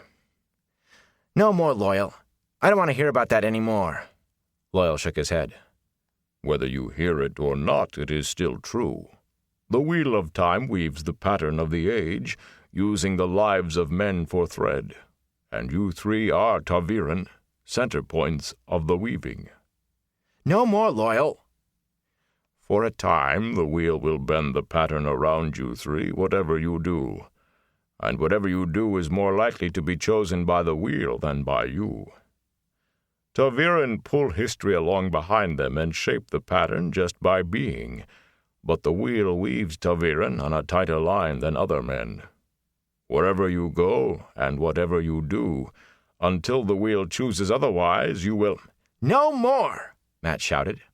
The men dicing looked around, and he glared at them until they bent back to their game. "I am sorry, Matt," Loyal rumbled. "I know I talk too much, but I did not mean—" "I'm not staying here," Matt told the rafters, "with a big-mouthed Ogier and a fool whose head is too big for a hat. You coming, Perrin?" Perrin sighed, and glanced at Rand, then nodded. Rand watched them go with a stick caught in his throat. "I must go alone. Light help me, I have to." Loyal was staring after them too, eyebrows drooping worriedly. "Rand, I really didn't mean to." Rand made his voice harsh. "What are you waiting for? Go on with them. I don't see why you're still here. You are no use to me if you don't know a way out. Go on. Go find your trees and your precious groves, if they haven't all been cut down, and good riddance to them if they have." Loyal's eyes, as big as cups, looked surprised and hurt at first, but slowly they tightened into what almost might be anger. Rand did not think it could be. Some of the old stories claimed Ogier were fierce, though they never said how exactly, but Rand had never met anyone as gentle as Loyal. "If you wish it so, Rand al'Thor," Loyal said stiffly. He gave a rigid bow and stalked away after Matt and Perrin. Rand slumped against the stacked sacks of grain. "Well," a voice in his head taunted, "you did it, didn't you?" "I had to," he told it. "I will be dangerous just to be around. Blood and ashes. I'm going to go mad and—" No, I won't. I will not use the power, and then I won't go mad, and— But I can't risk it. I can't, don't you see?" But the voice only laughed at him. The gamblers were looking at him, he realized. All of them, still kneeling against the wall, had turned to stare at him. Shienarans of any class were almost always polite and correct, even to blood enemies, and Ogier were never any enemies of Shienar. Shock filled the gamblers' eyes. Their faces were blank, but their eyes said what he had done was wrong. Part of him thought they were right, and that drove their silent accusation deep. They only looked at him, but he stumbled out of the storeroom as if they were chasing him. Numbly, he went down through the storerooms, hunting a place to secret himself until some traffic was allowed through the gates again. Then he could hide in the bottom of a victualler's cart, maybe, if they did not search the carts on the way out. If they did not search the storerooms, search the whole keep for him. Stubbornly, he refused to think about that. Stubbornly concentrated on finding a safe place. But every place he found, a hollow in a stack of grain sacks, a narrow alley along the wall behind some wine barrels, an abandoned storeroom half filled with empty crates and shadows, he could imagine searchers finding him there. He could imagine that unseen watcher, whoever it was, or whatever, finding him there too. So he hunted on, thirsty and dusty and with cobwebs in his hair. And then he came out into a dimly torchlit corridor, and Egwene was creeping along it, pausing to peer into the storerooms she passed.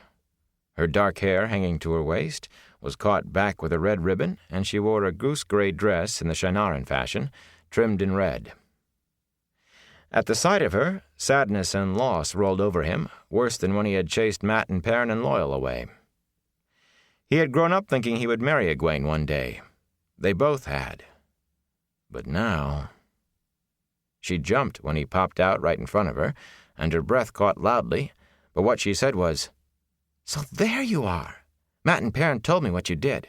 And loyal. I know what you're trying to do, Rand, and it is plain foolish." She crossed her arms under her breasts, and her big, dark eyes fixed him sternly. He always wondered how she managed to seem to be looking down at him. She did it at will, although she was only as tall as his chest, and 2 years younger besides. "Good," he said. Her hair suddenly made him angry. He had never seen a grown woman with her hair unbraided until he left the Two Rivers. There, every girl waited eagerly for the women's circle of her village to say she was old enough to braid her hair. Egwene certainly had. And here she was with her hair loose except for a ribbon. "I want to go home and can't, and she can't wait to forget Emond's Field." "You go away and leave me alone, too. You don't want to keep company with a shepherd anymore. There are plenty of Aes Sedai here for you to moon around now. And don't tell any of them you saw me. They're after me, and I don't need you helping them." Bright spots of color bloomed in her cheeks. "Do you think I would—" He turned to walk away, and with a cry she threw herself at him, flung her arms around his legs. They both tumbled to the stone floor, his saddlebags and bundles flying. He grunted when he hit, sword hilt digging into his side, and again when she scrabbled up and plopped herself down on his back as if he were a chair. "My mother," she said firmly, "always told me the best way to learn to deal with a man was to learn to ride a mule. She said they have about equal brains most of the time. Sometimes the mule is smarter." He raised his head to look over his shoulder at her. "Get off me, Egwene. Get off! Egwene, if you don't get off—" He lowered his voice ominously. "I'll do something to you. You know what I am." He added a glare for good measure. Egwene sniffed. "You wouldn't if you could. You would not hurt anybody. But you can't anyway. I know you cannot channel the one power whenever you want. It just happens, and you cannot control it. So you are not going to do anything to me or anybody else. I, on the other hand, have been taking lessons with Moiraine. So if you don't listen to some sense, Rand al'Thor, I might just set your britches on fire. I can manage that much. You keep on as you are and see if I cannot." Suddenly, for just a moment, the torch nearest them on the wall flared up with a roar. She gave a squeak and stared at it, startled. Twisting around, he grabbed her arm, pulled her off his back, and sat her against the wall. When he sat up himself, she was sitting there across from him, rubbing her arm furiously. "You really would have, wouldn't you?" he said angrily. "You're fooling with things you don't understand. You could have burned both of us to charcoal." Men. When you cannot win an argument, you either run away or resort to force. "Hold on there. Who tripped who? Who sat on who? And you tried to—" He raised both hands. "No, you don't. You do this to me all the time. Whenever you realize the argument isn't going the way you want, suddenly we are arguing about something else completely. Not this time." "I am not arguing," she said calmly, "and I am not changing the subject either. What is hiding except running away? And after you hide, you'll run away for true. And what about hurting Matt and Perrin and Loyal? And me? I know why. You're afraid you will hurt somebody even worse if you let them stay near you. If you don't do what you shouldn't, then you don't have to worry about hurting anybody. All this running around and striking out, and you don't even know if there's a reason. Why should the Amyrlin, or any Aes Sedai but Moiraine, even know you exist?" For a moment, he stared at her. The longer she spent with Moiraine and Nynaeve, the more she took on their manner, at least when she wanted to. They were much alike at times, the Aes Sedai and the Wisdom, distant and knowing. It was disconcerting coming from Egwene. Finally, he told her what Lan had said. "What else could he mean?" Her hand froze on his arm, and she frowned with concentration. "Moiraine knows about you, and she hasn't done anything. So why should she now? But if Lan—" Still frowning, she met his eyes. "The storerooms are the first place they will look, if they do look. Until we find out if they are looking, we need to put you somewhere they would never think of searching." "I know. The dungeon." He scrambled to his feet. "The dungeon? Not in a cell, silly. I go there some evenings to visit Padan Fain. Nynaeve does too. No one will think it odd if I go early today. In truth, with everybody looking to the Armelin, no one will even notice us. But Moraine, she doesn't go to the dungeons to question Master Fane. She has him brought to her. And she has not done that very much for weeks. Believe me, you'll be safe there. Still he hesitated. Padan Fane. Why do you visit the peddler anyway? He's a dark friend, admitted out of his own mouth, and a bad one. Burn me, Egwene, he brought the Trollocs to Emond's Field. The Dark One's hound, he called himself, and he has been sniffing on my trail since winter night. Well, he is safe behind iron bars now, Rand. It was her turn to hesitate, and she looked at him, almost pleading. Rand, he has brought his wagon into the Two Rivers every spring since before I was born. He knows all the people I know, all the places. It's strange, but the longer he has been locked up, the easier in himself he has become. It's almost as if he is breaking free of the Dark One. He laughs again and tells funny stories about Emond's Field folk, and sometimes about places I never heard of before. Sometimes he is almost like his old self. I'd just like to talk to somebody about home. Since I've been avoiding you, he thought, and since Perrin's been avoiding everybody, and Matt's been spending all his time gambling and carousing. I shouldn't have kept to myself so much, he muttered, then sighed. Well, if Moraine thinks it's safe enough for you, I suppose it is safe enough for me. But there's no need for you to be mixed in it. Egwene got to her feet and concentrated on brushing off her dress, avoiding his eye. Moraine has said it's safe. Egwene? Moraine Sedai has never told me I could not visit Master Fane, she said carefully. He stared at her, then burst out. You never asked her. She doesn't know. Egwene, that's stupid. Padan Fane's a dark friend, and as bad as ever a dark friend was. He is locked in a cage, she said stiffly, and I do not have to ask Moraine's permission for everything I do. It is a little late for you to start worrying about doing what an Aes Sedai thinks, isn't it? Now, are you coming? I can find the dungeon without you. They are looking for me, or will be, and it won't do any good to be found with me. Without me, she said dryly, you'll likely trip over your own feet and fall on the Amerlin seat's lap, then confess everything while trying to talk your way out of it. Blood and ashes. You ought to be in the women's circle back home. If men were all as fumble-footed and helpless as you seem to think, we'd never... Are you going to stand here talking until they do find you? Pick up your things, Rand, and come with me. Not waiting for an answer, she spun around and started off down the hall. Muttering under his breath, he reluctantly obeyed. There were a few people, servants mainly, in the back ways they took, but Rand had the feeling that they all took special notice of him. Not notice of a man burdened for a journey, but of him, Randolph Thor in particular. He knew it was his imagination, he hoped it was, but even so he felt no relief when they stopped in a passageway, deep beneath the keep, before a tall door with a small iron grill set in it, as thickly strapped with iron as any in the outer wall. A clapper hung below the grill. Through the grill, Rand could see bare walls and two top-knotted soldiers sitting bareheaded at a table with a lamp on it. One of the men was sharpening a dagger with long, slow strokes of a stone. His strokes never faltered when Egwene rapped with the clapper, a sharp clang of iron on iron. The other man, his face flat and sullen, looked at the door as if considering, before he finally rose and came over. He was squat and stocky, barely tall enough to look through the cross-hatched bars. "What do you want?" "Oh, it's you again, girl. Come to see your dark friend? Who's that?" He made no move to open the door. "He's a friend of mine, Changu. He wants to see Master Fane, too." The man studied Rand, his upper lip quivering back to bare teeth. Rand did not think it was supposed to be a smile. "Well," Changu said finally. "Well, tall, aren't you? Tall, and fancy dressed for your kind. Somebody catch you young on the eastern marches and tame you?" He slammed back the bolts and yanked open the door. "Well, come in if you're coming." He took on a mocking tone. "Take care not to bump your head, my lord."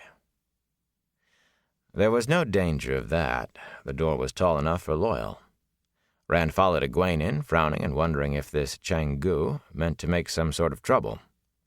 He was the first rude Shienaran Rand had met, and even Massimo was only cold, not really rude. But the fellow just banged the door shut and rammed the heavy bolts home, then went to some shelves beyond the end of the table and took one of the lamps there. The other man never ceased stropping his knife, never even looked up from it. The room was bare except for the table and benches and shelves, with straw on the floor, and another iron-bound door leading deeper in. "You'll want some light, won't you?" Chang-Gu said. "In there in the dark with your dark friend. He laughed, coarse and humorless, and lit the lamp. "He's waiting for you." He thrust the lamp at Egwene and undid the inner door almost eagerly. "Waiting for you. In there. In the dark." Rand paused uneasily at the blackness beyond, and Chang-Gu grinning behind, but Egwene caught his sleeve and pulled him in. The door slammed, almost catching his heel. The latch bars clanged shut. There was only the light of the lamp, a small pool around them in the darkness. "Are you sure he'll let us out?" he asked. The man had never even looked at his sword or bow, he realized, never asked what was in his bundles. "They aren't very good guards. We could be here to break Fane free for all he knows." "They know me better than that," she said, but she sounded troubled, and she added, "They seem worse every time I come. All the guards do. Meaner and more sullen. Chang-Gu told jokes the first time I came, and Adao never even speaks anymore. But I suppose working in a place like this can't give a man a light heart. Maybe it's just me. This place does not do my heart any good either." Despite her words, she drew him confidently into the black. He kept his free hand on his sword. The pale lamplight showed a wide hall, with flat iron grills to either side, fronting stone-walled cells. Only 2 of the cells they passed held prisoners. The occupants sat up on their narrow cots as the light struck them, shielding their eyes with their hands, glaring between their fingers.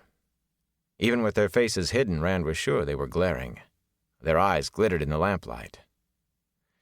"That one likes to drink and fight," Egwene murmured, indicating a burly fellow with sunken knuckles. "This time he wrecked the common room of an inn in the town single-handed and hurt some men badly." The other prisoner wore a gold-embroidered coat with wide sleeves and low, gleaming boots. "He tried to leave the city without settling his inn bill." She sniffed loudly at that. Her father was an innkeeper as well as mayor of Emond's Field. "Nor paying 6 shopkeepers and merchants what he owed." The men snarled at them, guttural curses as bad as any Rand had heard from merchants' guards. "They grow worse every day, too," she said in a tight voice, and quickened her step. She was enough ahead of him when they reached Padan Fane's cell at the very end that Rand was out of the light entirely. He stopped there, in the shadows behind her lamp. Fane was sitting on his cot, leaning forward expectantly as if waiting, just as Chang-Gu had said. He was a bony, sharp-eyed man with long arms and a big nose, even more gaunt now than Rand remembered. Not gaunt from the dungeon. The food here was the same as the servants ate, and not even the worst prisoner was shorted. But from what he had done before coming to Fal Dara. The sight of him brought back memories Rand would just as soon have done without. Fane on the seat of his big peddler's wagon, wheeling across the wagon bridge, arriving in Emond's Field the day of winter night. And on winter night the Trollocs came, killing and burning, hunting. Hunting 3 young men, Moraine had said. Hunting me, if they only knew it, and using Fane for their trailhound. Fane stood at Egwene's approach, not shielding his eyes or even blinking at the light. He smiled at her, a smile that touched only his lips, then raised his eyes above her head. Looking straight at Rand, hidden in the blackness behind the light, he pointed a long finger at him. "I feel you there, hiding, Rand al'Thor," he said, almost crooning. "You can't hide.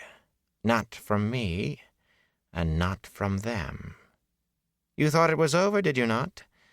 But the battle's never done, al'Thor.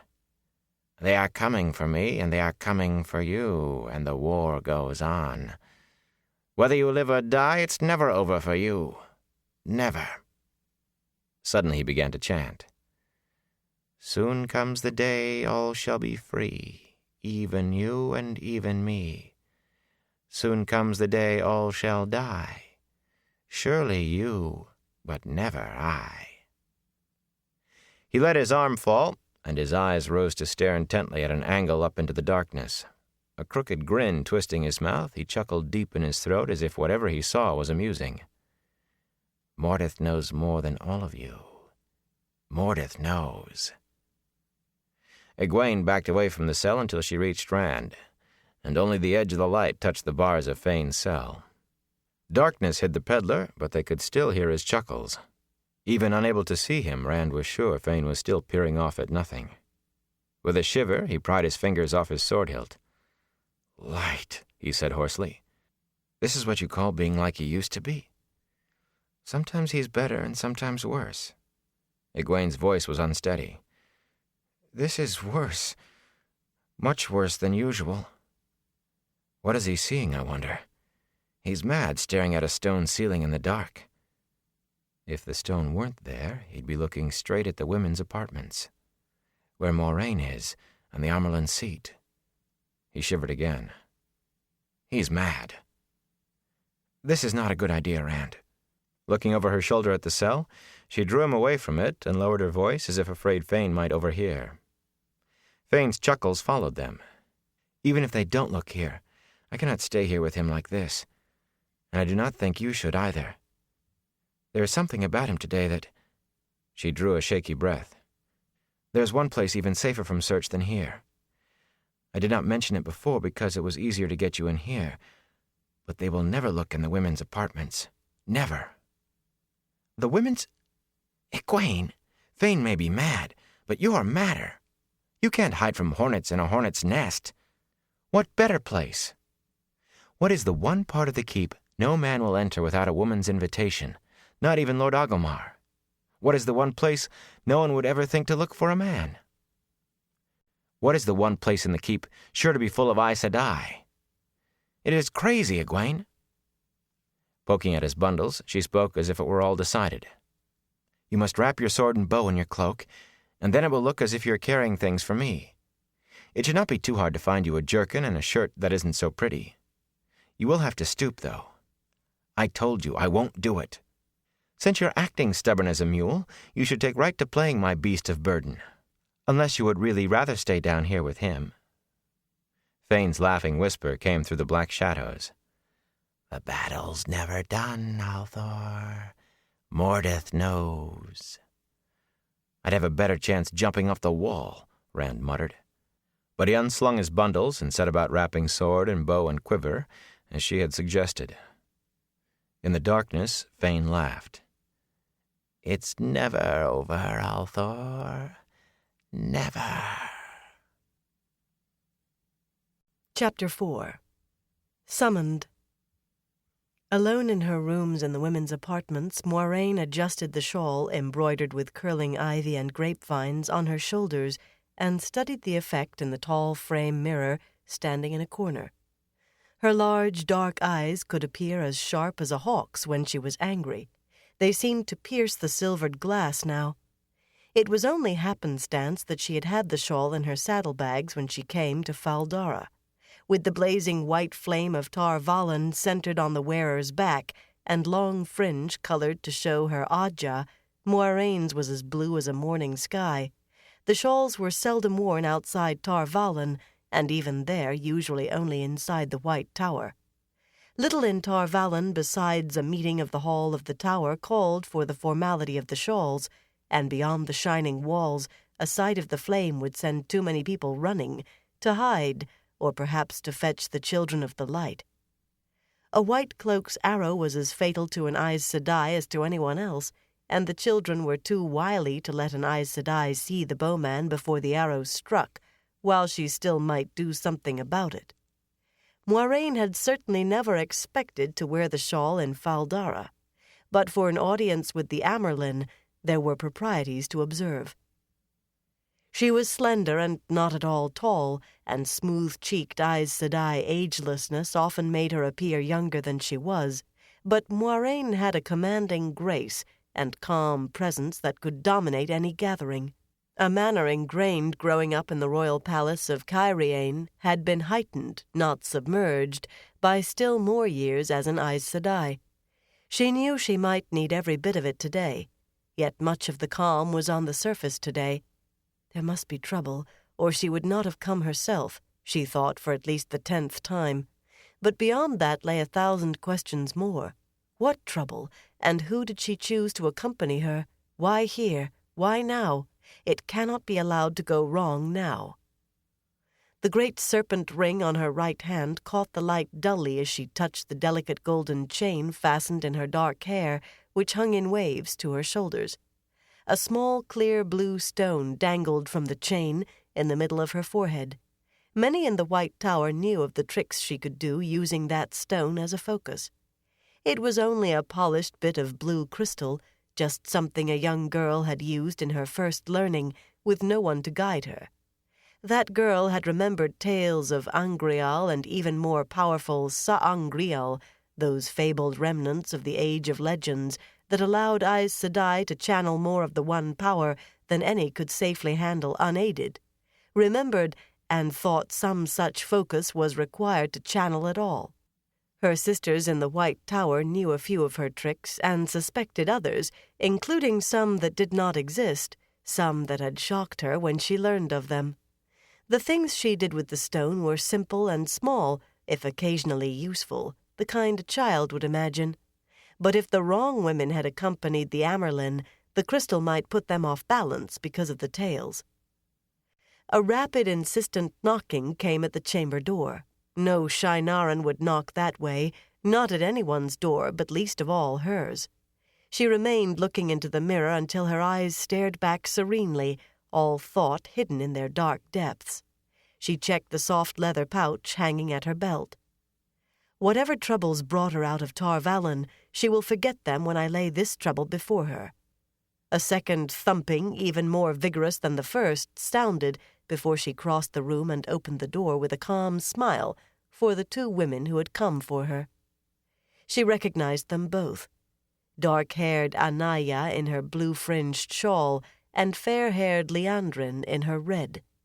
Liandrin, not only young-seeming, but young and pretty, with a doll's face and a small, petulant mouth, had her hand raised to pound again. Her dark brows and darker eyes were a sharp contrast to the multitude of pale honey braids brushing her shoulders, but the combination was not uncommon in Tarabon. Both women were taller than Moiraine, though Liandrin by less than a hand. Anaya's blunt face broke into a smile as soon as Moiraine opened the door. That smile gave her the only beauty she would ever have, but it was enough. Almost everyone felt comforted, safe, and special when Anaya smiled at them. "The lights shine on you, Moiraine. It's good to see you again. Are you well? It has been so long." "My heart is lighter for your presence, Anaya." That was certainly true. It was good to know she had at least one friend among the Aes Sedai who had come to Fal Dara. "The light illumine you." Liandrin's mouth tightened, and she gave her shawl a twitch. "The Amyrlin's seat. She requires your presence, sister." Her voice was petulant, too, and cold-edged. Not for Moiraine's sake, or not solely. Liandrin always sounded dissatisfied with something. Frowning, she tried to look over Moiraine's shoulder into the room. "This chamber. It is warded.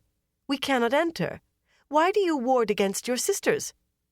"Against all," Moiraine replied smoothly. "Many of the serving women are curious about Aes Sedai, and I do not want them pawing through my rooms when I am not here. There was no need to make a distinction until now." She pulled the door shut behind her, leaving all 3 of them in the corridor. "Shall we go? We must not keep the Amyrlin waiting." She started down the hallway with Anaya chatting at her side. Liandrin stood for a moment staring at the door as if wondering what Moiraine was hiding, then hurried to join the others. She bracketed Moiraine, walking as stiffly as a guard. Anaya merely walked, keeping company. Their slippered footsteps fell softly on thick-woven carpets with simple patterns. Liveried women curtsied deeply as they passed, many more deeply than they would have for the Lord of Fal Dara himself. Aes Sedai, 3 together, and the Amyrlin's seat herself in the keep. It was more honor than any woman of the keep had ever expected in her lifetime. A few women of noble houses were out in the halls, and they curtsied too, which they most certainly would not have done for Lord Agilmar. Moiraine and Anaiah smiled and bowed their heads to acknowledge each reverence, from servant or noble equally. Liandrin ignored them all. There were only women here, of course, no men. No Shienaran male above the age of 10 would enter the women's rooms without permission or invitation, although a few small boys ran and played in the halls here. They knelt on one knee, awkwardly, when their sisters dropped deep curtsies. Now and then Anaiah smiled and ruffled a small head as she passed. "This time, Moiraine," Anaiah said, "you have been gone from Tar Valon too long, much too long. Tar Valon misses you, your sisters miss you, and you are needed in the White Tower." "Some of us must work in the world," Moiraine said gently. "I will leave the hall of the tower to you, Anaiah.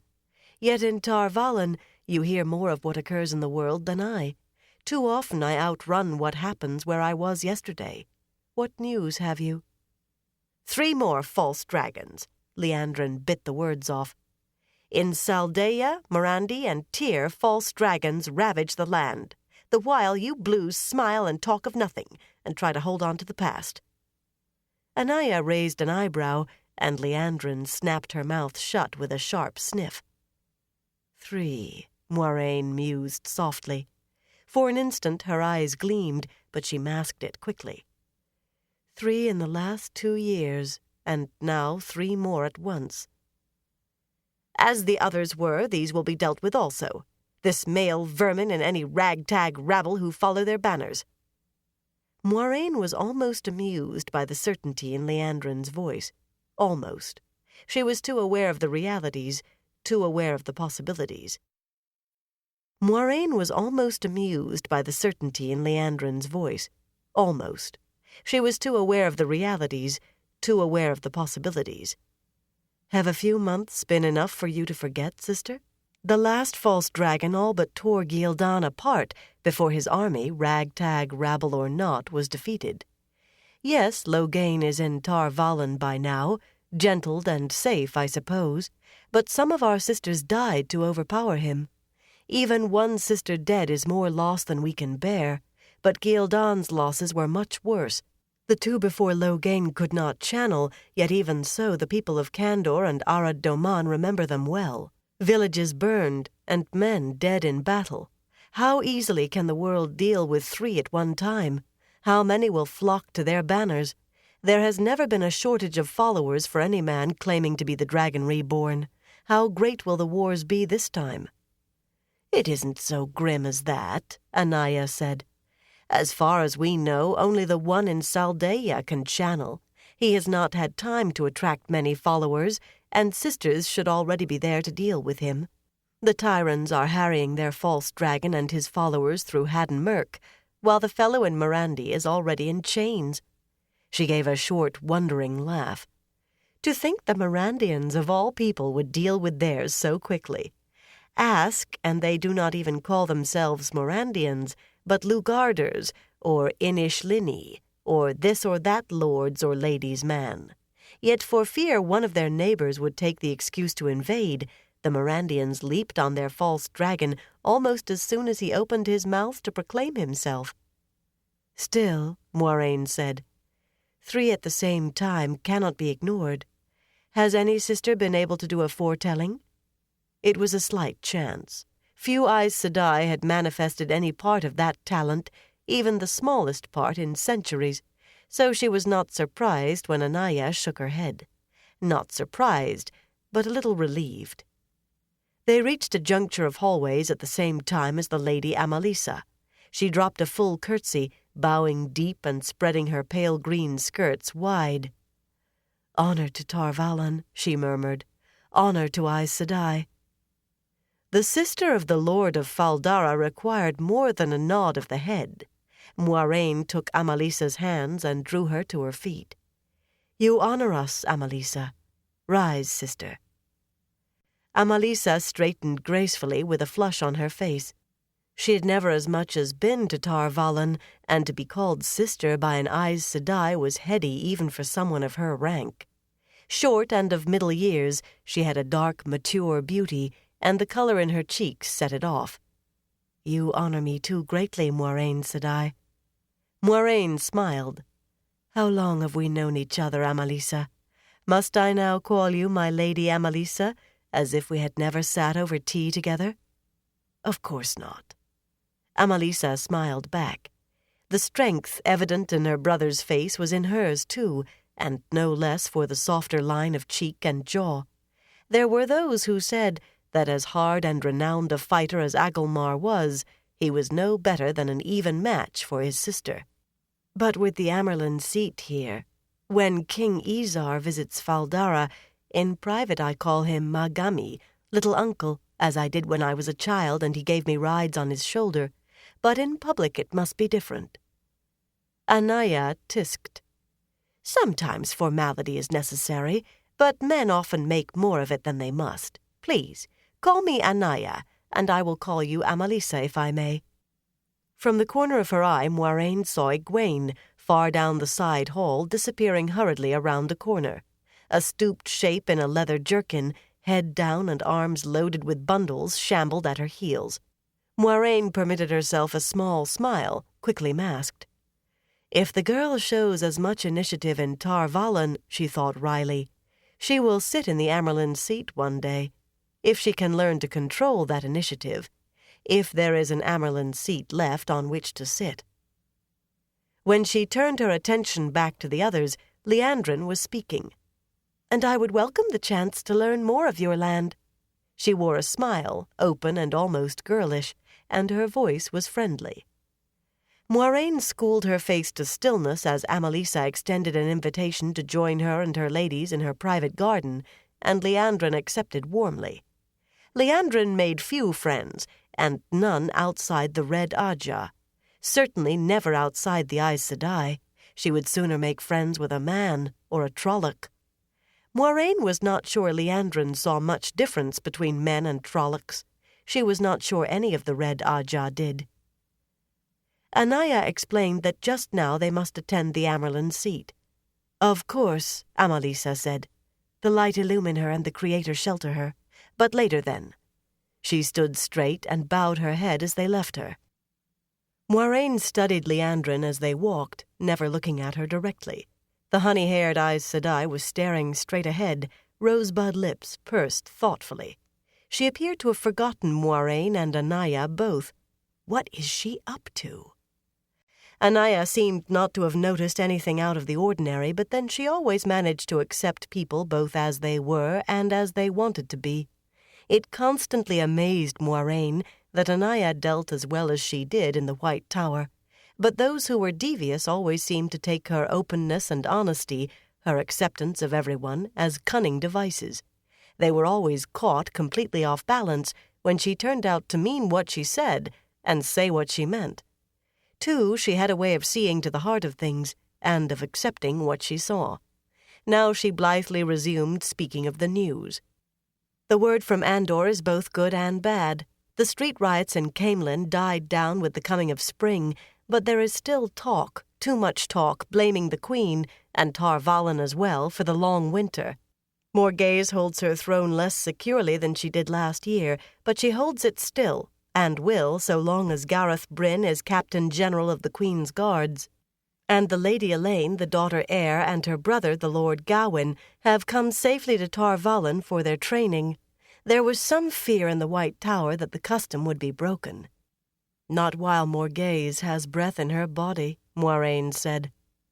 Liandrin gave a little start, as if she had just awakened. "Pray that she continues to have breath. The daughter heir's party was followed to the river Erinnen by the Children of the Light, to the very bridges of Tar Valon. More still camp outside Caemlyn for the chance of mischief, and inside Caemlyn still are those who listen." "Perhaps it is time Morghese learned a little caution," Anaya sighed. "The world is becoming more dangerous every day, even for a queen, perhaps especially for a queen. She was ever headstrong. I remember when she came to Tar Valon as a girl. She did not have the ability to become a full sister, and it rankled in her. Sometimes I think she pushes her daughter because of that, whatever the girl chooses." Moiraine sniffed disdainfully. Elaine was born with the spark in her. It was not a matter of choosing. Morghese would not risk letting the girl die from lack of training if all the white cloaks in Amadisia were camped outside Camelin. She would command Gareth Bryn and the Queen's guards to cut a path through them to Tar Valon, and Gareth Bryn would do it if he had to do it alone. But she still must keep the full extent of the girl's potential secret.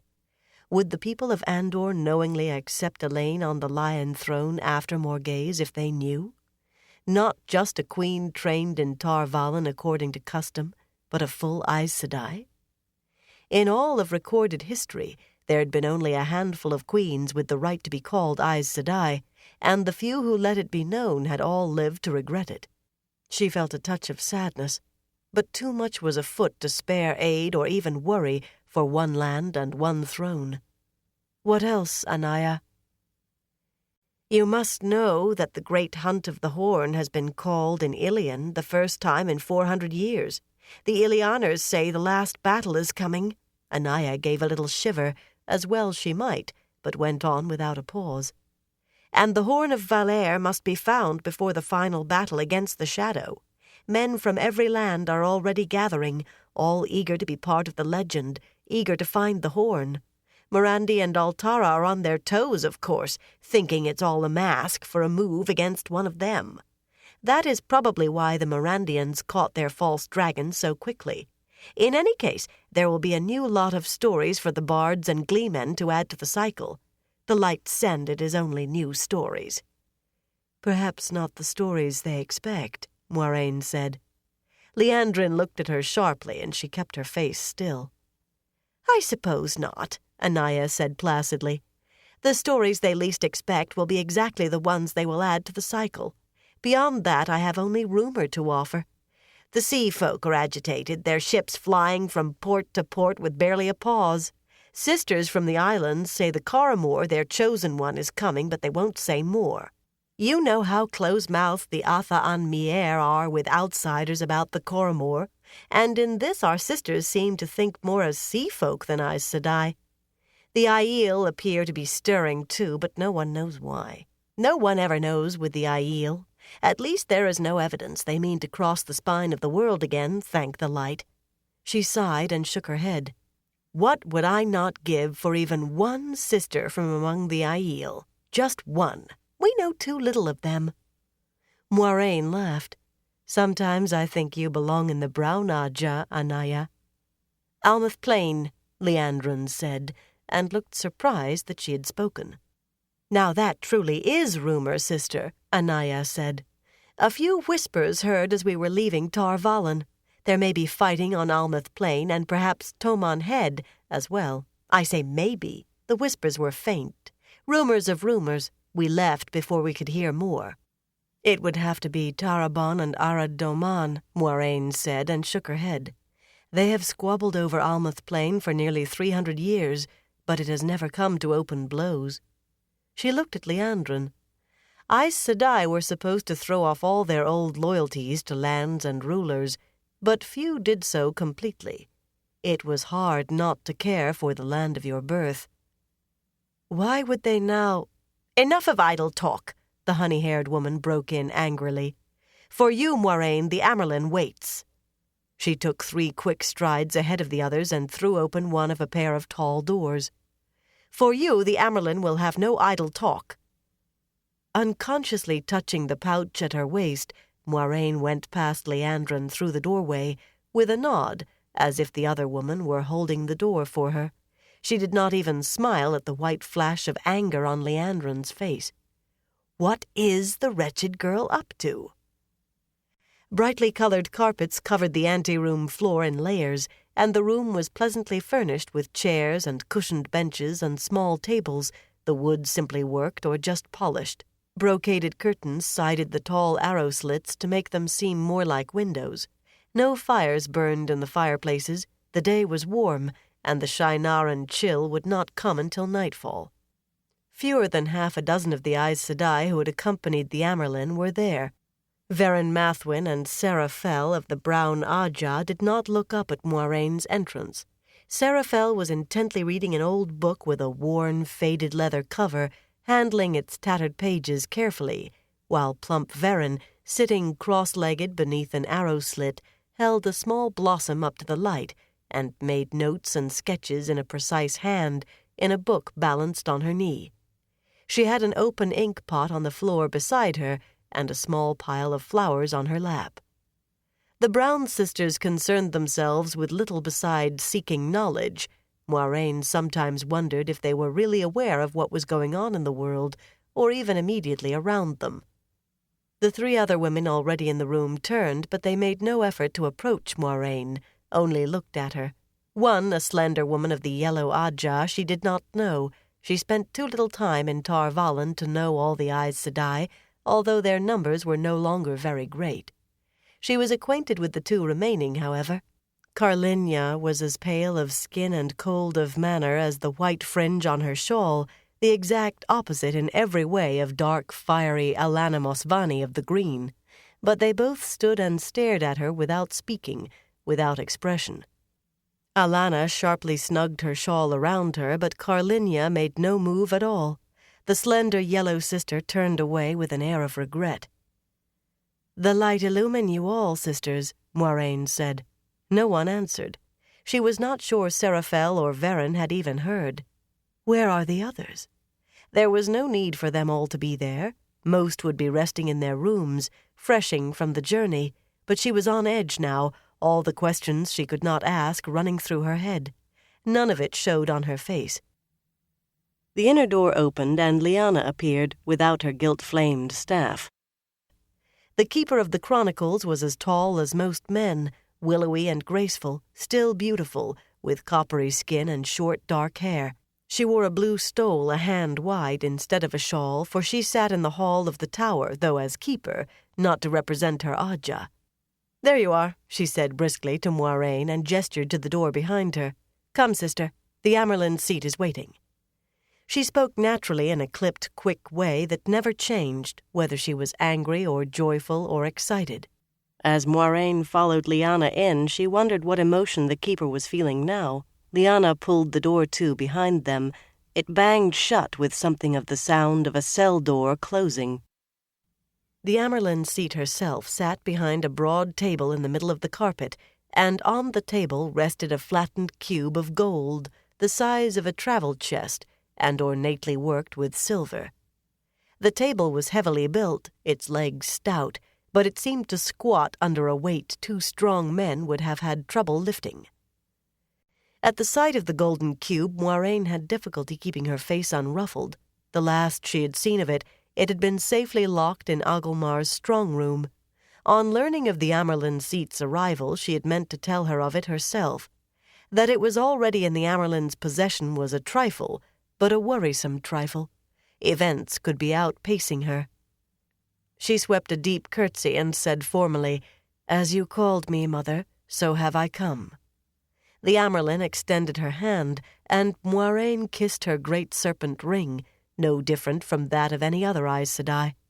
Rising, she made her tone more conversational, but not too much so.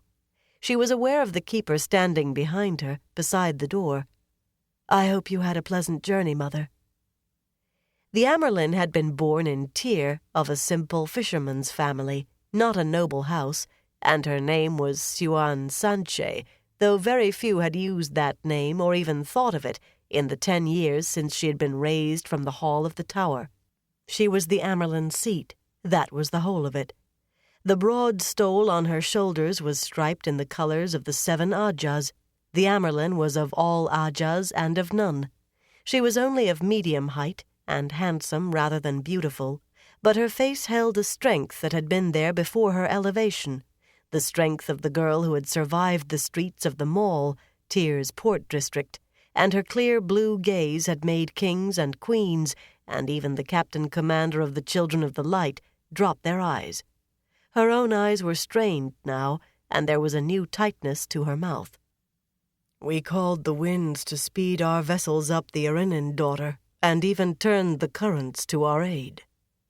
The Amyrlin's voice was deep and sad. "I have seen the flooding we caused in villages along the river, and the light only knows what we have done to the weather. We will not have endeared ourselves by the damage we've done and the crops we may have ruined. all to reach here as quickly as possible. Her eyes strayed to the ornate golden cube, and she half lifted a hand as if to touch it, but when she spoke it was to say, "Elaida is in Tar Valon, daughter. She came with Elaine and Gawain." Moiraine was conscious of Lyanna standing to one side, quiet as always in the presence of the Amyrlin, but watching and listening. "I am surprised, Mother," she said carefully. "This is no time for Morghese to be without Aes Sedai counsel." Morghese was one of the few rulers to openly admit to an Aes Sedai counselor. Almost all had one, but few admitted it. "Elaida insisted, daughter, and queen or not, I doubt Morghese is a match for Elaida in a contest of wills. In any case, perhaps this time she did not wish to be. Elaine has potential, more than I have ever seen before. Already she shows progress. The Red Sisters are swollen up like puff fish with it. I don't think the girl leans to their way of thinking, but she is young and there is no telling. Even if they don't manage to bend her, it will make little difference. Elaine could well be the most powerful Aes Sedai in 1,000 years, and it is the Red Ajah who found her. They have gained much status in the hall from the girl." "I have 2 young women with me in Fal Dara, Mother," Moiraine said. "Both from the 2 rivers, where the blood of Manetheren still runs strong, though they do not even remember there was once a land called Manetheren. The old blood sings, Mother, and it sings loudly in the 2 rivers. Egwene, a village girl, is at least as strong as Elaine. I have seen the daughter heir, and I know. As for the other, Nynaeve was the wisdom in their village, yet she is little more than a girl herself. It says something of her that the women of her village chose her wisdom at her age. Once she gains conscious control of what she now does without knowing, she will be as strong as any in Tar Valon. With training she will shine like a bonfire beside the candles of Elaine and Egwene. And there is no chance these 2 will choose the Red. They are amused by men, exasperated by them, but they do like them. They will easily counter whatever influence the Red Ajah gains in the White Tower from finding Elaine." The Amyrlin nodded as if it were all of no consequence. Moiraine's eyebrows lifted in surprise before she caught herself and smoothed her features. Those were the 2 main concerns in the hall of the tower, that fewer girls who could be trained to channel the one power were found every year, or so it seemed, and that fewer of real power were found. Worse than the fear in those who blamed Aes Sedai for the breaking of the world, worse than the hatred from the Children of the Light, worse even than the workings of Dark Friends, were the sheer dwindling of numbers and the lessening of abilities. The corridors of the White Tower were sparsely populated, where once they had been crowded, and what could once be done easily with the one power could now be done only with difficulty or not at all. "Elaida had another reason for coming to Tar Valon, daughter. She sent the same message by 6 different pigeons to make sure I received it, and to whom else in Tar Valon she sent pigeons I can only guess. Then came herself. She told the hall of the tower that you are meddling with a young man who is Tarviran and dangerous. He was in Caemlyn, she said, but when she found the inn where he had been staying, she discovered you had spirited him away." "The people at that inn served us well and faithfully, Mother. If she harmed any of them—" Moiraine could not keep the sharpness out of her voice, and she heard Lyanne shift. One did not speak to the Amyrlin's seat in that tone. Not even a king on his throne did. "You should know, daughter," the Amyrlin said dryly, "that Elaida harms no one except those she considers dangerous, dark friends, or those poor fool men who try to channel the one power, or one who threatens Tar Valon. Everyone else who isn't Aes Sedai might as well be pieces on a stone's board as far as she is concerned.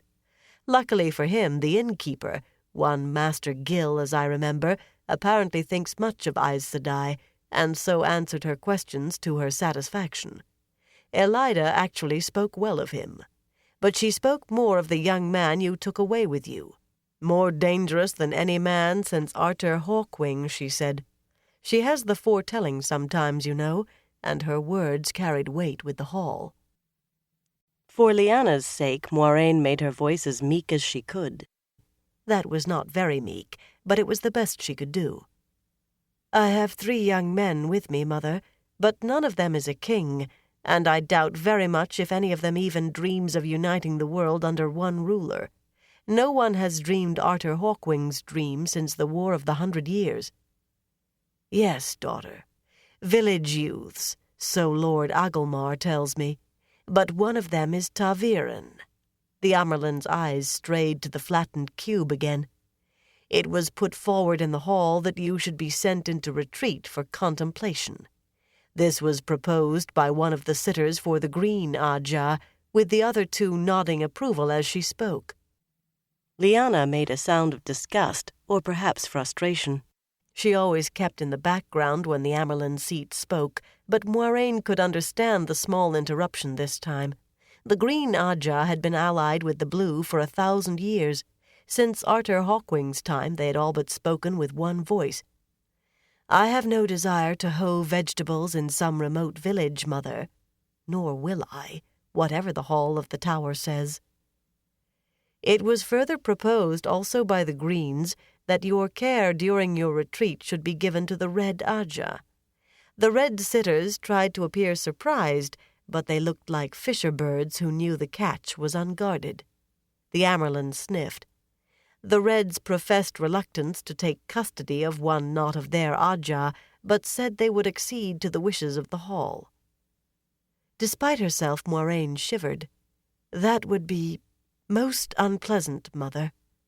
It would be worse than unpleasant, much worse. The Reds were never gentle.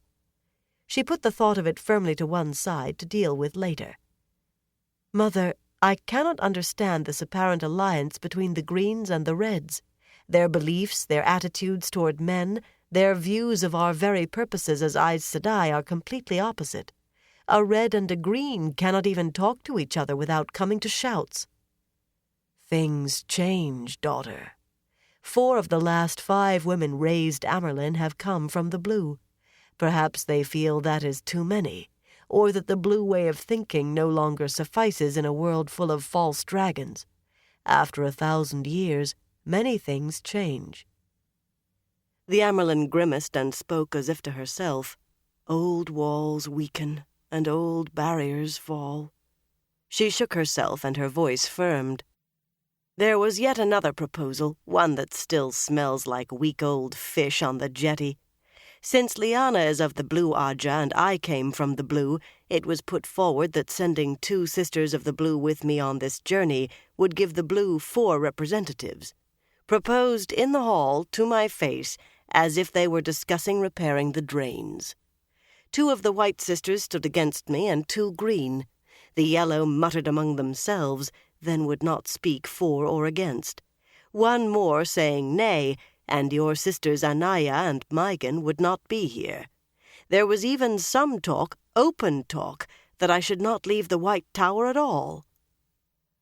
Moiraine felt a greater shock than on hearing that the Red Ajah wanted her in their hands. Whatever Ajah she came from, the Keeper of the Chronicles spoke only for the Amyrlin, and the Amyrlin spoke for all Aes Sedai and all Ajahs. That was the way it had always been, and no one had ever suggested otherwise, not in the darkest days of the Trolloc Wars, not when Arthur Hawkwing's armies had penned every surviving Aes Sedai inside Tar Valon. Above all, the Amyrlin seat was the Amyrlin seat. Every Aes Sedai was pledged to obey her. No one could question what she did or where she chose to go. This proposal went against 3,000 years of custom and law. "Who would dare, Mother?" The Amyrlin seat's laugh was bitter. "Almost anyone, daughter. Riots in Caemlyn, the great hunt called without any of us having a hint of it until the proclamation, false dragons popping up like red bells after a rain, nations fading, and more nobles playing at the game of houses than at any time since Arthur Hawkwing cut all their plottings short. And worst of all, every one of us knows the Dark One is stirring again. Show me a sister who does not think the White Tower is losing its grip on events, and if she is not Brown Ajah, she is dead. Time may be growing short for all of us, daughter. Sometimes I think I can almost feel it growing shorter. As you say, Mother, things change, but there are still worse perils outside the shining walls than within. For a long moment the Amyrlin met Moiraine's gaze, then nodded slowly. Leave us, Lyanna. I would talk to my daughter Moiraine alone. There was only a moment's hesitation before Lyanna said, As you wish, Mother. Moiraine could feel her surprise. The Amyrlin gave few audiences without the keeper present, especially not to a sister she had reason to chastise. The door opened and closed behind Lyanna. She would not say a word in the anteroom of what had occurred inside, but the news that Moiraine was alone with the Amyrlin would spread through the Aes Sedai and Fal Dara like wildfire through a dry forest, and the speculation would begin. As soon as the door closed, the Amyrlin stood, and Moiraine felt a momentary tingle in her skin as the other woman channeled the one power. For an instant, the Amyrlin's seat seemed to her to be surrounded by a nimbus of bright light. I don't know that any of the others have your old trick, the Amyrlin seat said, lightly touching the blue stone on Moiraine's forehead with one finger. But most of us have some small tricks remembered from childhood. In any event, no one can hear what we say now. Suddenly she threw her arms around Moiraine, a warm hug between old friends. Moiraine hugged back as warmly. You are the only one, Moiraine, with whom I can remember who I was. Even Lyanna always acts as if I had become the stole and the staff, even when we are alone, as if we'd never giggled together as novices. Sometimes I wish we still were novices, you and I, still innocent enough to see it all as a gleeman's tale come true, still innocent enough to think we would find men. They would be princes, remember, handsome and strong and gentle, who could bear to live with women of an Aes Sedai's power. Still innocent enough to dream of the happy ending to the gleeman's tale, of living our lives as other women do, just with more than they. We are Aes Sedai, Siuan. We have our duty. Even if you and I had not been born to channel, would you give it up for a home and a husband, even a prince? I do not believe it. That is a village goodwife's dream. Not even the Greens go so far. The Amyrlin stepped back. No, I would not give it up. Most of the time, no. But there have been times I envied that village goodwife. At this moment I almost do. Moiraine, if anyone, even Lyanna, discovers what we plan, we will both be stilled. And I can't say they would be wrong to do it. Chapter 5. The Shadow in Shinar. Stilled. The word seemed to quiver in the air, almost visible. When it was done to a man who could channel the power, who must be stopped before madness drove him to the destruction of all around him, it was called gentling. But for Aes Sedai it was stilling. Stilled. No longer able to channel the flow of the one power. Able to sense saidar, the female half of the true source, but no longer having the ability to touch it. Remembering what was gone forever. So seldom had it been done that every novice was required to learn the name of each Aes Sedai since the breaking of the world who had been stilled, and her crime, but none could think of it without a shudder. Women bore being stilled no better than men did being gentled. Moiraine had known the risk from the first, and she knew it was necessary. That did not mean it was pleasant to dwell on. Her eyes narrowed, and only the gleam in them showed her anger and her worry. Lyanna would follow you to the slopes of Shayol Ghul, Siuan, and into the pit of doom. You cannot think she would betray you. No. But then would she think it betrayal? Is it betrayal to betray a traitor? Do you never think of that? Never. What we do, Siuan, is what must be done. We have both known it for nearly 20 years. The wheel weaves as the wheel wills, and you and I were chosen for this by the pattern. We are a part of the prophecies, and the prophecies must be fulfilled. Must. The prophecies must be fulfilled. We were taught that they will be and must be, and yet that fulfillment is treason to everything else we were taught. Some would say to everything we stand for. Rubbing her arms, the Amerlin Seat walked over to peer through the narrow arrow slit at the garden below. She touched the curtains. Here in the women's apartments they hang draperies to soften the rooms, and they plant beautiful gardens, but there is no part of this place not purpose-made for battle, death, and killing. She continued in the same pensive tone. Only twice since the breaking of the world has the Amerlin Seat been stripped of stole and staff. Tetsuan, who betrayed Manetheren for jealousy of Elisande's powers, and Bonwyn, who tried to use Arthur Hawkwing for a puppet to control the world, and so nearly destroyed Tar Valon. The Amerlin continued her study of the garden. Both of the red, and both replaced by Amerlin from the blue. The reason there has not been an Amerlin chosen from the red since Bonwyn, and the reason the red Aja will take any pretext to pull down an Amerlin from the blue, all wrapped neatly together. I have no wish to be the third to lose the stole and the staff, Moiraine. For you, of course, it would mean being stilled and put outside the shining walls. Elida, for one, would never let me off so easily. Moiraine watched her friend's back intently. Light! What has come over her? She has never been like this before. Where is her strength, her fire? But it will not come to that, Siuan. The other woman went on as if she had not spoken. For me, it would be different. Even stilled, an Amerlin who has been pulled down cannot be allowed to wander about loose. She might be seen as a martyr, become a rallying point for opposition. Tetsuan and Bonwyn were kept in the White Tower as servants, scullery maids, who could be pointed to as cautions as to what can happen to the mightiest. No one can rally around a woman who must scrub floors and pots all day. Pity her, yes, but not rally to her. Eyes blazing, Moiraine leaned her fists on the table. Look at me, Siuan, look at me. Are you saying that you want to give up after all these years, after all we have done? Give up and let the world go? And all for fear of a switching for not getting the pots clean enough. She put into it all the scorn she could summon, and was relieved when her friend spun to face her. The strength was still there, strained, but still there. Those clear blue eyes were as hot with anger as her own. I remember which of the two of us squealed the loudest when we were switched as novices. You had lived a soft life in Cairhien, Moiraine, not like working a fishing boat. Abruptly, Siuan slapped the table with a loud crack. No, I am not suggesting giving up, but neither do I propose to watch everything slide out of our hands while I can do nothing.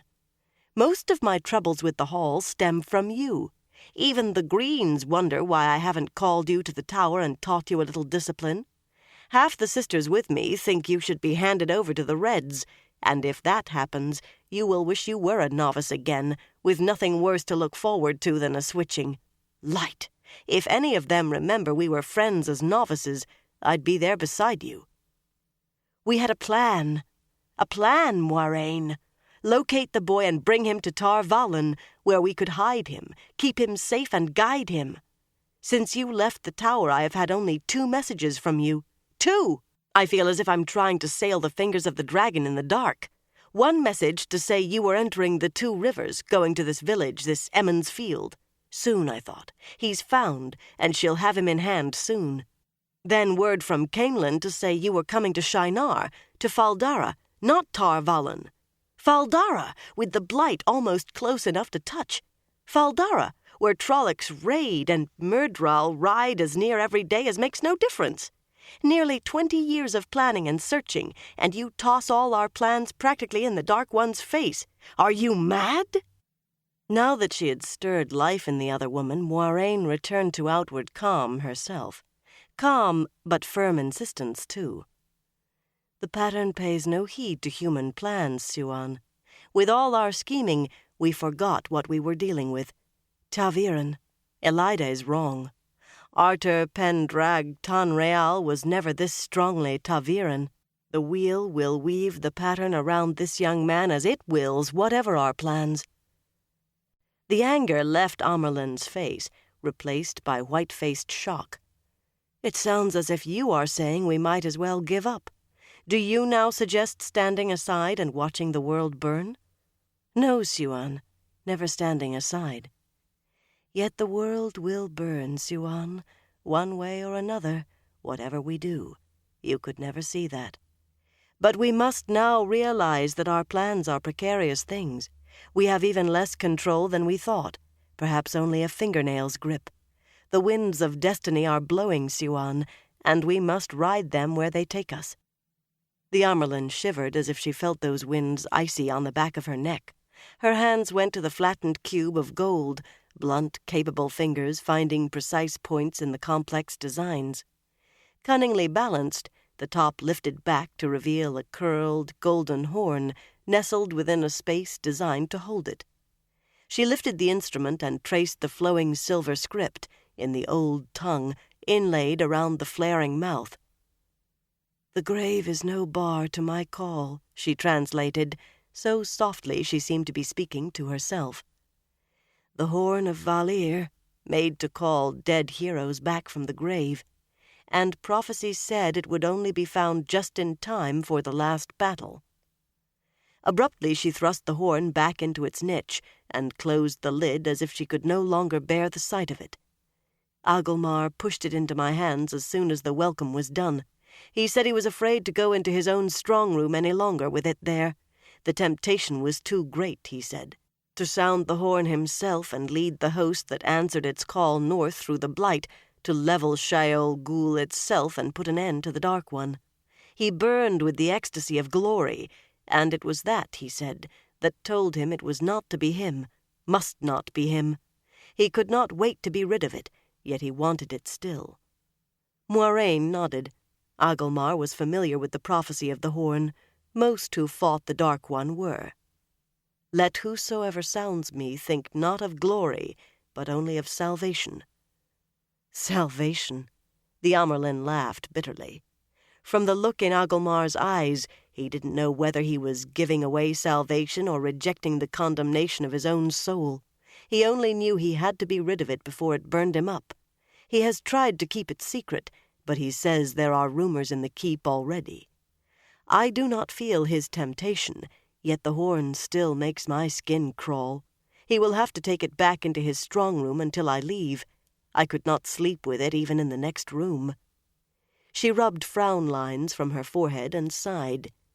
And it was not to be found until just before the last battle. Can it be that close? I hoped we would have more time. The Kariathon cycle. Yes, Moiraine, you do not have to remind me. I've lived with the prophecies of the dragon as long as you. The Amyrlin shook her head. Never more than one false dragon in a generation since the breaking, and now 3 loose in the world at one time, and 3 more in the past 2 years. The pattern demands a dragon because the pattern weaves toward Tarmon Gai'dan. Sometimes doubt fills me, Moiraine. She said it musingly, as if wondering at it, and went on in the same tone. What if Loghain was the one? He could channel before the Reds brought him to the White Tower and we gentled him. So can Mazrim Taim, the man in Saldaea. What if it is him? There are sisters in Saldaea already. He may be taken by now. What if we have been wrong since the start? What happens if the dragon reborn is gentled before the last battle even begins? Even prophecy can fail if the one prophesied is slain or gentled, and then we face the Dark One naked to the storm. Neither of them is the one, Siuan. The pattern does not demand a dragon, but the one true dragon. Until he proclaims himself, the pattern will continue to throw up false dragons, but after that there will be no others. If Loghain or the other were the one, there would be no others. For he shall come like the breaking dawn, and shatter the world again with his coming and make it anew. Either we go naked in the storm or cling to a protection that will scourge us. The light help us all. The Amyrlin shook herself as if to throw off her own words. Her face was set, as though bracing for a blow. You could never hide what you were thinking from me as you do from everyone else, Moiraine. You have more to tell me, and nothing good. For answer, Moiraine took the leather pouch from her belt and upended it, spilling the contents on the table. It appeared to be only a heap of fragmented pottery, shiny black and white. The Amerlin's seat touched one bit curiously, and her breath caught. Quaindiar. Heartstone, Moiraine agreed. The making of Quaindiar had been lost at the breaking of the world, but what had been made of Heartstone had survived the cataclysm. Even those objects swallowed by the earth or sunk in the sea had survived. They must have. No known force could break Quaindiar once it was complete. Even the one power directed against Heartstone only made it stronger, except that some power had broken this. The Amerlin hastily assembled the pieces. What they formed was a disk the size of a man's hand, half blacker than pitch and half whiter than snow, the colors meeting along a sinuous line, unfaded by age. The ancient symbol of Aes Sedai, before the world was broken, when men and women wielded the power together. Half of it was now called the Flame of Tar Valon. The other half was scrawled on doors, the Dragon's Fang, to accuse those within of evil. Only 7 like it had been made. Everything ever made of Heartstone was recorded in the White Tower, and those 7 were remembered above all. Siuan Sanche stared at it as she would have at a viper on her pillow. "One of the seals on the Dark One's prison," she said finally, reluctantly. It was those 7 seals over which the Amerlin's seat was supposed to be watcher. The secret hidden from the world, if the world ever thought of it, was that no Amerlin's seat had known where any of the seals were since the Trolloc Wars. "We know the Dark One is stirring, Siuan. We know his prison cannot stay sealed forever. Human work can never match the Creator's. We knew he has touched the world again, even if thank the light only indirectly. Dark friends multiply, and what we called evil but 10 years ago seems almost caprice compared with what now is done every day. If the seals are already breaking, we may have no time at all. Little enough. But that little may be enough. It will have to be." The Amerlin touched the fractured seal, and her voice grew tight, as if she were forcing herself to speak. "I saw the boy, you know, in the courtyard during the welcome. It is one of my talents, seeing ta'veren. A rare talent these days, even more rare than ta'veren, and certainly not of much use. A tall boy, a fairly handsome young man, not much different from any young man you might see in any town." She paused to draw breath. "Moiraine, he blazed like the sun. I've seldom been afraid in my life, but the sight of him made me afraid right down to my toes. I wanted to cower, to howl. I could barely speak. Agelmar thought I was angry with him, I said so little. That young man, he's the one we have sought these 20 years? There was a hint of question in her voice. Moiraine answered it. "He is." "Are you certain? Can he channel the one power?" Her mouth strained around the words, and Moiraine felt the tension too, a twisting inside, a cold clutching at her heart. She kept her face smooth, though. "He can." A man wielding the one power. That was a thing no Aes Sedai could contemplate without fear. It was a thing the whole world feared, and I will loose it on the world. Rand al'Thor will stand before the world as the dragon reborn. The Amerlin shuddered. Rand al'Thor. It does not sound like a name to inspire fear and set the world on fire. She gave another shiver and rubbed her arms briskly, but her eyes suddenly shone with a purposeful light. "If he is the one, then we truly may have time enough. But is he safe here? I have 2 red sisters with me, and I can no longer answer for green or yellow either. The light consume me, I can't answer for any of them, not with this. Even Varen and Seraphel would leap on him the way they would a scarlet adder in a nursery." "He is safe, for the moment." The Amerlin waited for her to say more. The silence stretched until it was plain she would not. Finally the Amerlin said, "You say our old plan is useless. What do you suggest now?" "I have purposely let him think I no longer have any interest in him, that he may go where he pleases for all of me." She raised her hands as the Amerlin opened her mouth. It was necessary, Siwan. Rand al'Thor was raised in the Two Rivers, where Manetherin's stubborn blood flows in every vein, and his own blood is like rock beside clay compared to Manetherin's. He must be handled gently, or he will bolt in any direction but the one we want. Then we'll handle him like a newborn babe. We'll wrap him in swaddling clothes and play with his toes if that's what you think we need. But to what immediate purpose? His two friends, Matrim Cawthon and Perrine Barra, are ripe to see the world before they sink back into the obscurity of the Two Rivers. If they can sink back, they are ta'veren too, if lesser than he. I will induce them to carry the horn of Valir to Ilion. She hesitated, frowning. There is a problem with Mat. He carries a dagger from Shadar Logoth. Shadar Logoth? Light! Why did you ever let them get near that place? Every stone of it is tainted. There isn't a pebble safe to carry away. Light help us, if Mordeth touched the boy. The Amyrlin sounded as though she were strangling. If that happened, the world would be doomed. But it did not, Siwan. We do what we must from necessity, and it was necessary. I have done enough so that Mat will not infect others, but he had the dagger too long before I knew. The link is still there. I had thought I must take him to Tar Valon to cure it, but with so many sisters present, it might be done here. So long as there are a few you can trust not to see dark friends, where there are none.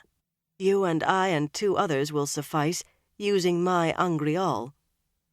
Lyanna will do for one, and I can find another. Suddenly the Amyrlin's seat gave a wry grin. The Hall wants that Angreal back, Moiraine. There are not very many of them left, and you are now considered unreliable. Moiraine smiled, but it did not touch her eyes. They will think worse of me before I am done.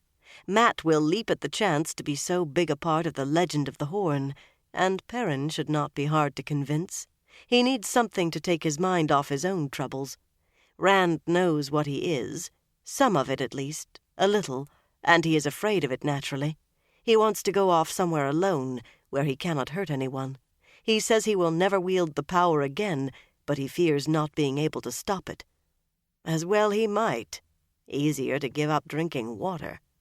Exactly. And he wants to be free from Aes Sedai. Moiraine gave a small, mirthless smile.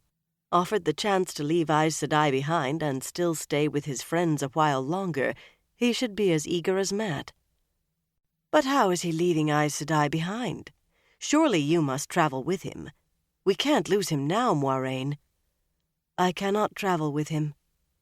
It is a long way from Fal Dara to Ilion, but he has traveled almost as far already. He must be let off the leash for a time. There is no help for it.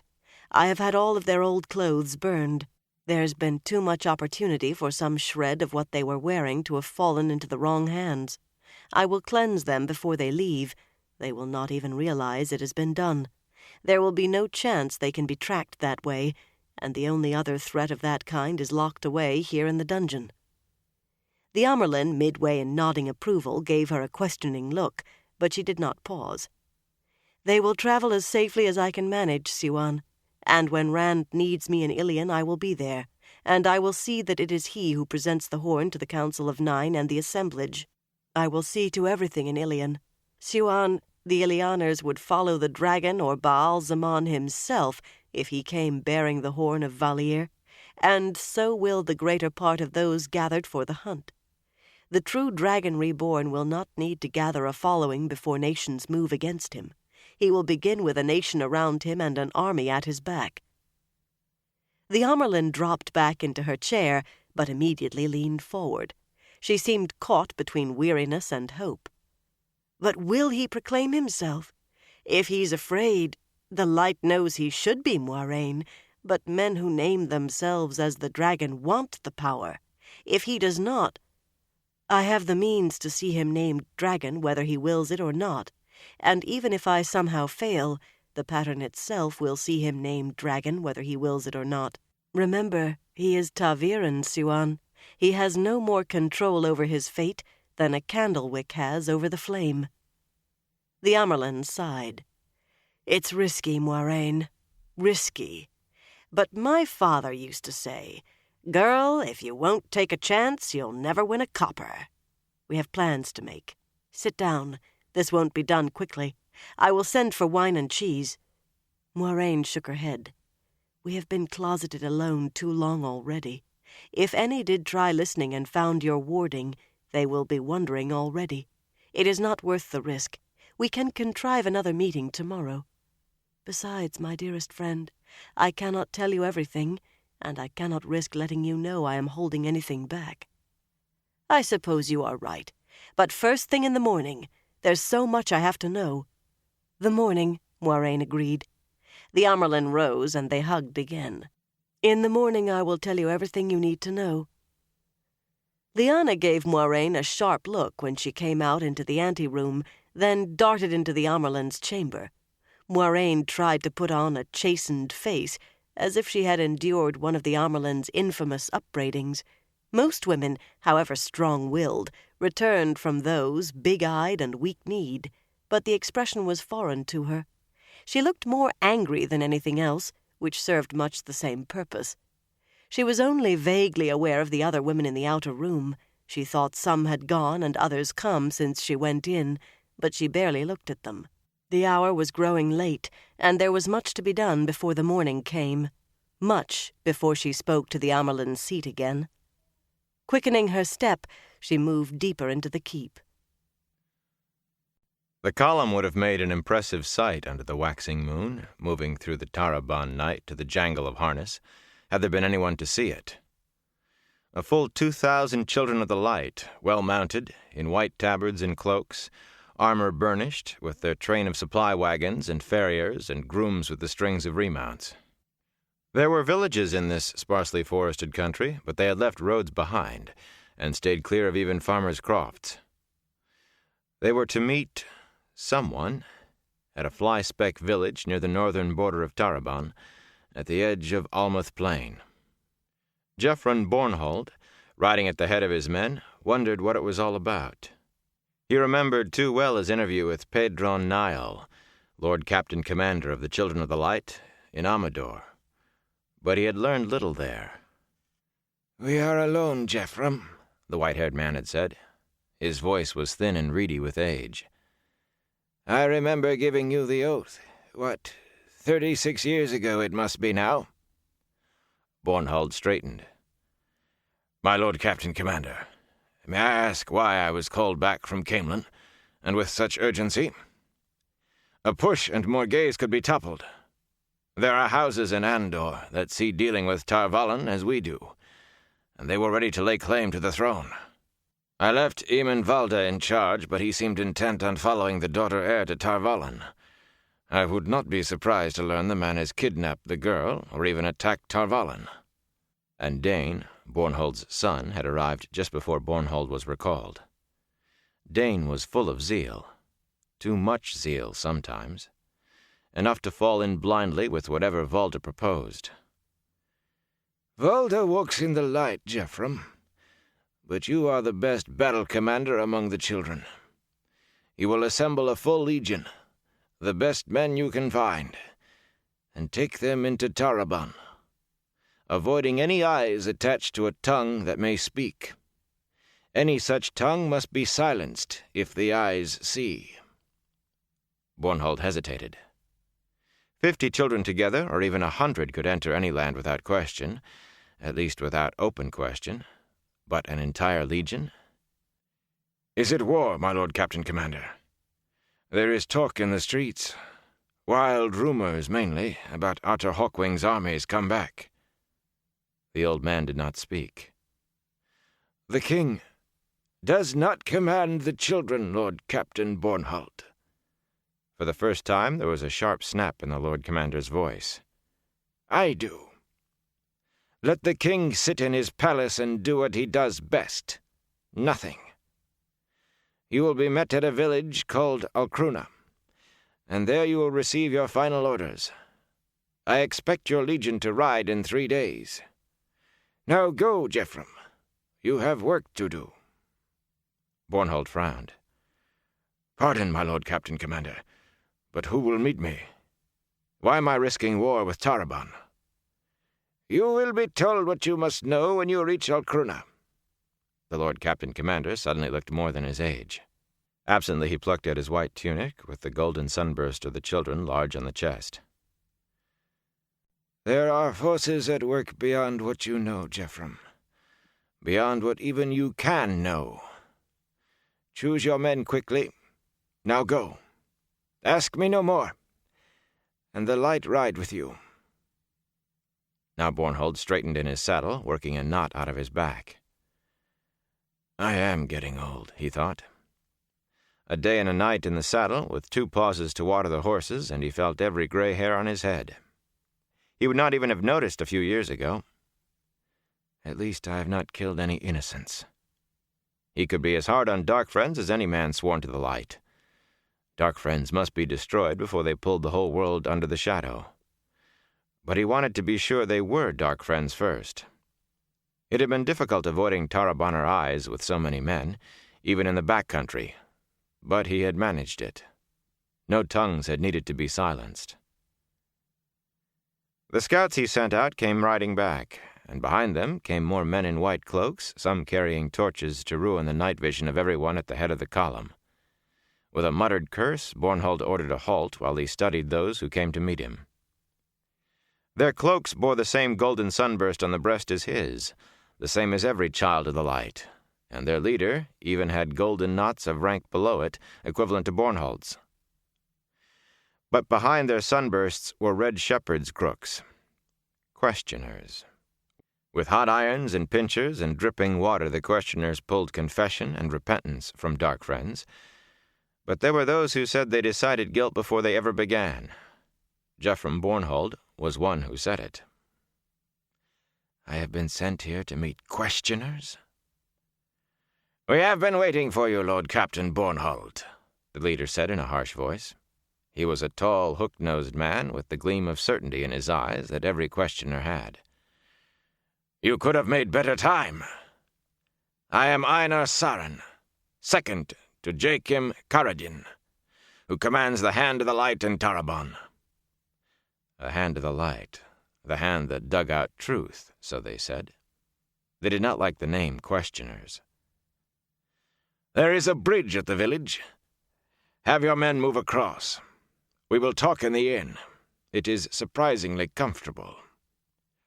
"I was told by the Lord Captain Commander himself to avoid all eyes."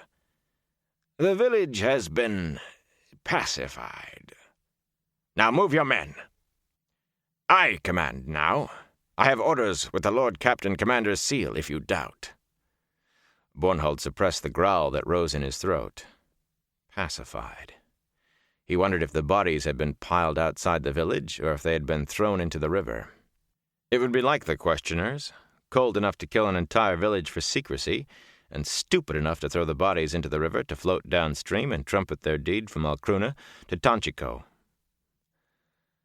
"What I doubt is why I am in Taraban with 2,000 men, questioner."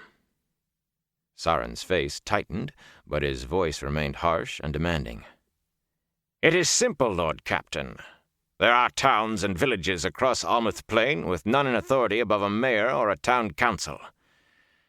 It is past time they were brought to the light. There will be many Dark Friends in such places." Bornhold's horse stamped. "Are you saying, Saren, that I've brought an entire legion across most of Taraban in secrecy to root a few Dark Friends out of some grubby villages? You are here to do as you are told, Bornhold. To do the work of the light. Are you sliding from the light?" Saren's smile was a grimace. "If battle is what you seek, you may have your chance. The strangers have a great force on Toman Head. More than Taraban and Arad Doman together may be able to hold, even if they can stop their own bickering long enough to work together. If the strangers break through, you will have all the fighting you can handle.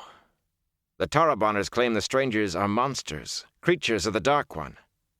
Some say they have Aes Sedai to fight for them. If they are Dark Friends, these strangers, they will have to be dealt with too, in their turn." For a moment, Bornhold stopped breathing.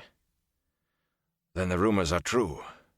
Artur Hawkwing's armies have returned. Strangers, Sauron said flatly. He sounded as if he regretted having mentioned them. Strangers and probably dark friends from wherever they came. That is all we know and all you need to know. They do not concern you now. We are wasting time. Move your men across the river, Bornhold. I will give you your orders in the village. He whirled his horse and galloped back the way he had come, his torchbearers riding at his heels.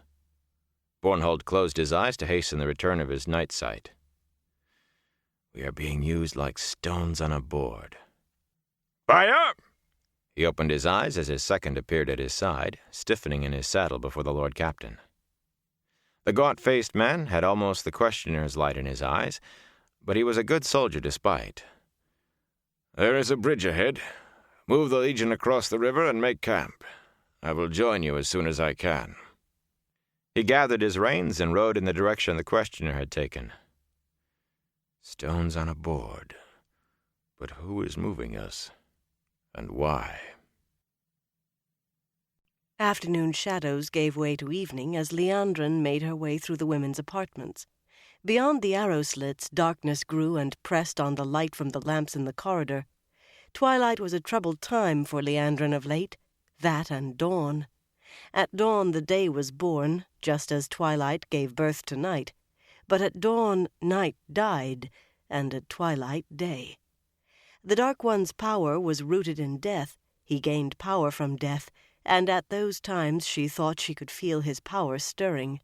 Something stirred in the half-dark at least, something she almost thought she could catch if she turned quickly enough, something she was sure she could see if she looked hard enough. Serving women in black and gold curtsied as she passed, but she did not respond. She kept her eyes fixed straight ahead and did not see them. At the door she sought, she paused for a quick glance up and down the hall. The only women in sight were servants. There were no men, of course. She pushed open the door and went in without knocking. The outer room of the Lady Amalisa's chambers were brightly lit, and a blazing fire on the hearth held back the chill of the Shienaran night. Amalisa and her ladies sat about the room in chairs and on the layered carpets, listening while one of their number, standing, read aloud to them. It was The Dance of the Hawk and the Hummingbird by Tevin Erwin, which purported to set forth the proper conduct of men toward women and women toward men. Liandrin's mouth tightened. She certainly had not read it, but she had heard as much as she needed about it. Amalisa and her ladies greeted each pronouncement with gales of laughter, falling against each other and drumming their heels on the carpets like girls. The reader was the first to become aware of Liandrin's presence. She cut off with a surprised widening of her eyes. The others turned to see what she was staring at, and silence replaced laughter.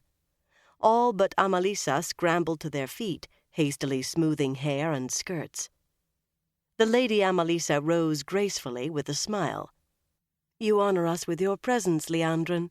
This is a most pleasant surprise. I did not expect you until tomorrow. I thought you would want to rest after your long journey." Liandrin cut her off sharply, addressing the air. "I will speak to the Lady Amalisa alone. All of you will leave. Now." There was a moment of shocked silence. Then the other women made their goodbyes to Amalisa.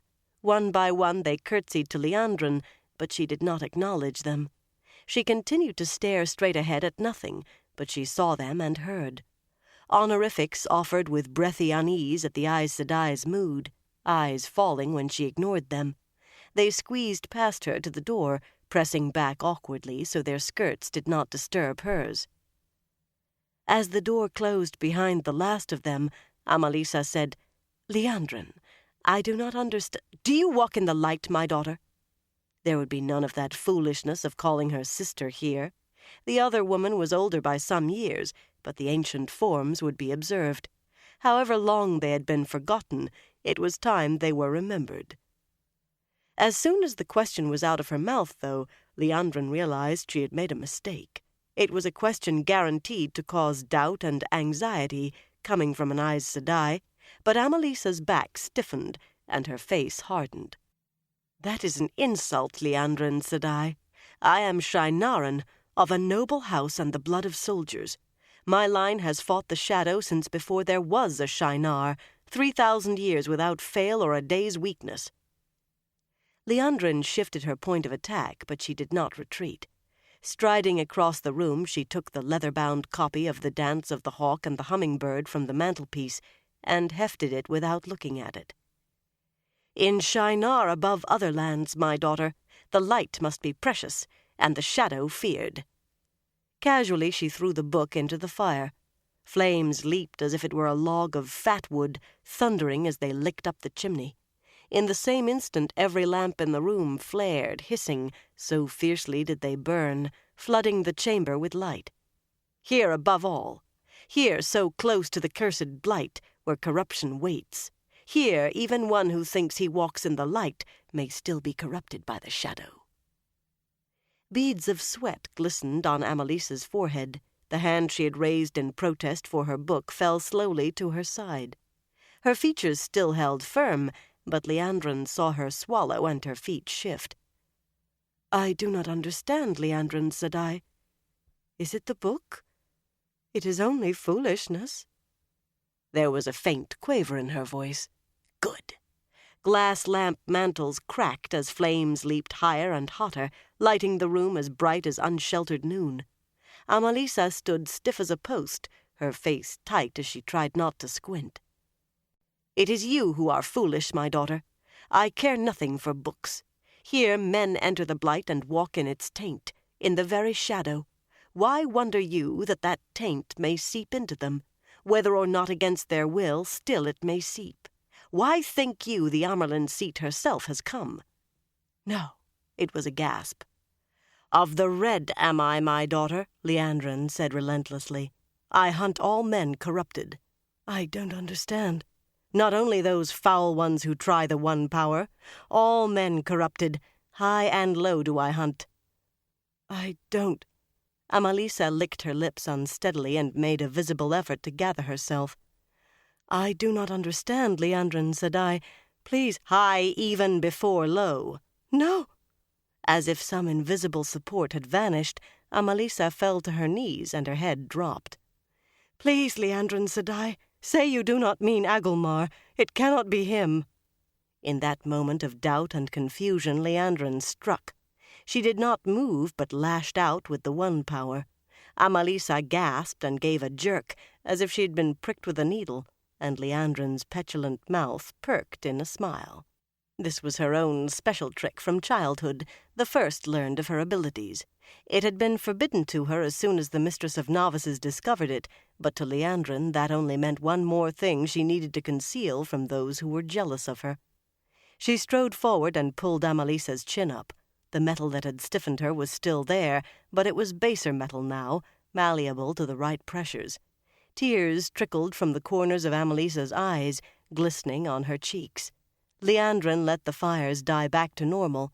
There was no longer any need for such. She softened her words, but her voice was as unyielding as steel. "Daughter, no one wants to see you and Agelmar thrown to the people as dark friends. I will help you, but you must help."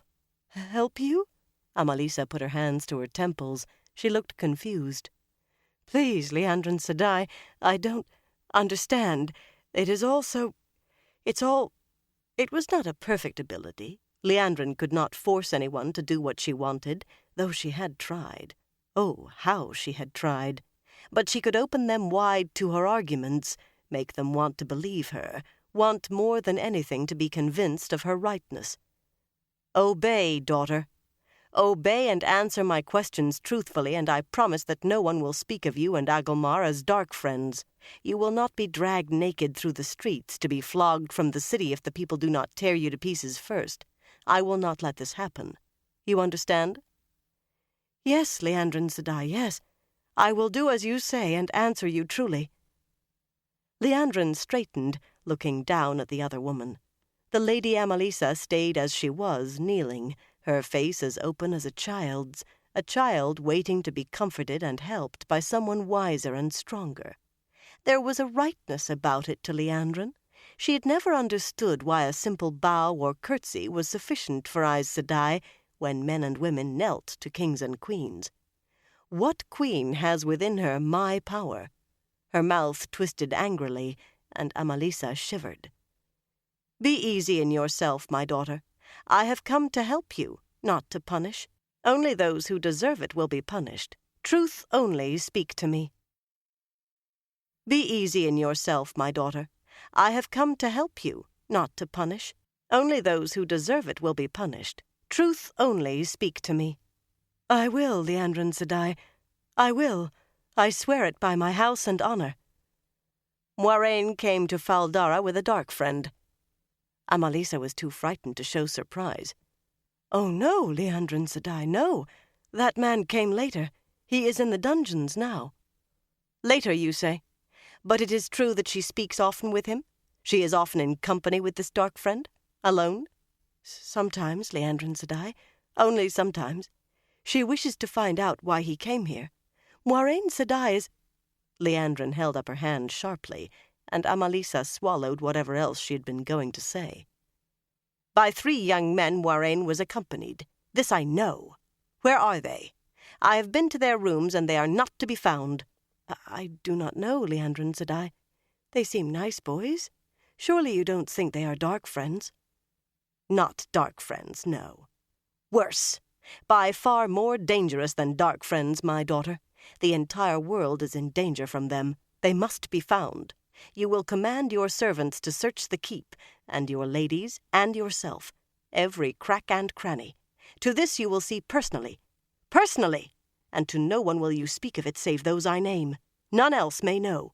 None. From Fal Dara in secrecy these young men must be removed, and to Tar Valon taken. In utter secrecy.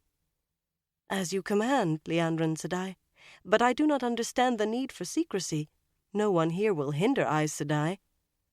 Of the Black Ajah you have heard? Amalisa's eyes bulged, and she leaned back away from Liandrin, raising her hands as though to shield herself from a blow.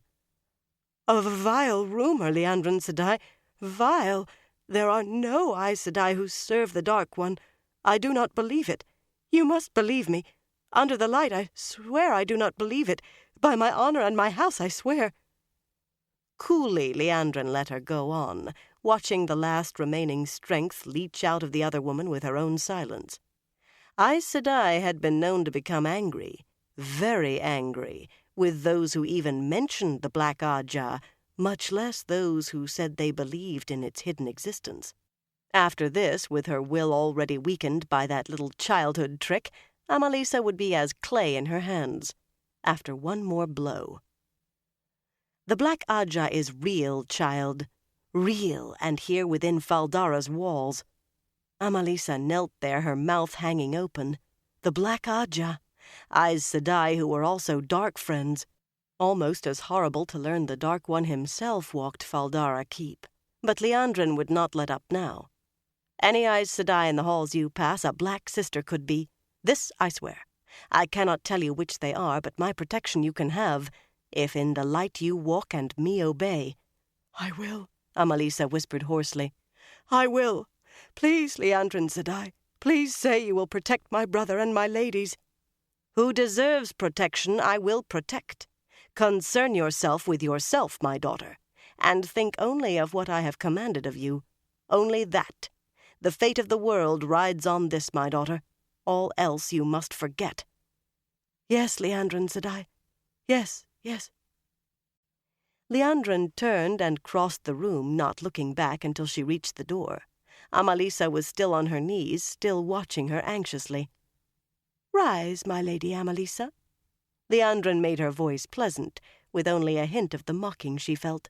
Sister, indeed. Not one day as a novice would she last, and power to command she has. Rise. Amalisa straightened in slow, stiff jerks, as if she had been bound hand and foot for hours. As she finally came upright, Liandrin said, the steel back in full strength, And if you fail the world, if you fail me, that wretched dark friend in the dungeon will be your envy. From the look on Amalisa's face, Liandrin did not think failure would come from any lack of effort on her part. Pulling the door shut behind her, Liandrin suddenly felt a prickling across her skin. breath catching, she whirled about, looking up and down the dimly lit hall. Empty. It was full night beyond the arrow slits. The hall was empty, yet she was sure there had been eyes on her. The vacant corridor, shadowy between the lamps on the walls, mocked her. She shrugged uneasily, then started down the hall determinedly. Fancies take me, nothing more. Full night already, and there was much to do before dawn. Her orders had been explicit. Pitch blackness covered the dungeons, whatever the hour, unless someone brought in a lantern. But Padan Fain sat on the edge of his cot, staring into the dark with a smile on his face. He could hear the other two prisoners grumbling in their sleep, muttering in nightmares. Padan Fain was waiting for something he had been awaiting for a long time.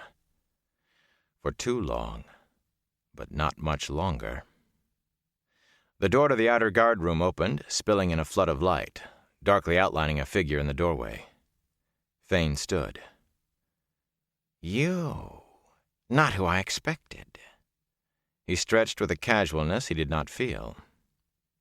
Blood raced through his veins. He thought he could leap over the keep if he tried. "Surprises for everyone, eh? Well, come on. The night's getting old, and I want some sleep sometime." As a lamp came into the cell chamber, Fain raised his head, grinning at something unseen yet felt, beyond the dungeon's stone ceiling. "It isn't over yet," he whispered. "The battle's never over." Chapter 6. Dark Prophecy. The farmhouse door shook under furious blows from outside. The heavy bar across the door jumped in its brackets. Beyond the window next to the door moved the heavy-muzzled silhouette of a Trolloc. There were windows everywhere, and more shadowy shapes outside. Not shadowy enough, though. Rand could still make them out. The windows, he thought desperately. He backed away from the door, clutching his sword before him in both hands. Even if the door holds, they can break in the windows. Why aren't they trying the windows? With a deafening metallic screech, one of the brackets pulled partly away from the doorframe, hanging loose on nails, ripped a finger's width out of the wood. The bar quivered from another blow, and the nails squealed again. "We have to stop them!" Rand shouted. "Only we can't. We can't stop them." He looked around for a way to run, but there was only the one door. The room was a box. Only one door and so many windows. "We have to do something! Something!" "It's too late," Matt said. "Don't you understand?" His grin looked odd on a bloodless pale face, and the hilt of a dagger stood out from his chest, the ruby that capped it blazing as if it held fire. The gem had more life than his face. "It's too late for us to change anything." "I've finally gotten rid of them," Perrin said, laughing. Blood streamed down his face like a flood of tears from his empty sockets. He held out red hands, trying to make Rand look at what he held.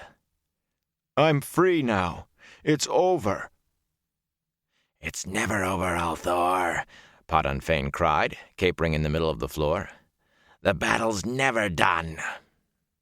The door exploded in splinters, and Rand ducked away from the flying shards of wood. Two red-clad Aes Sedai stepped through, bowing their master in.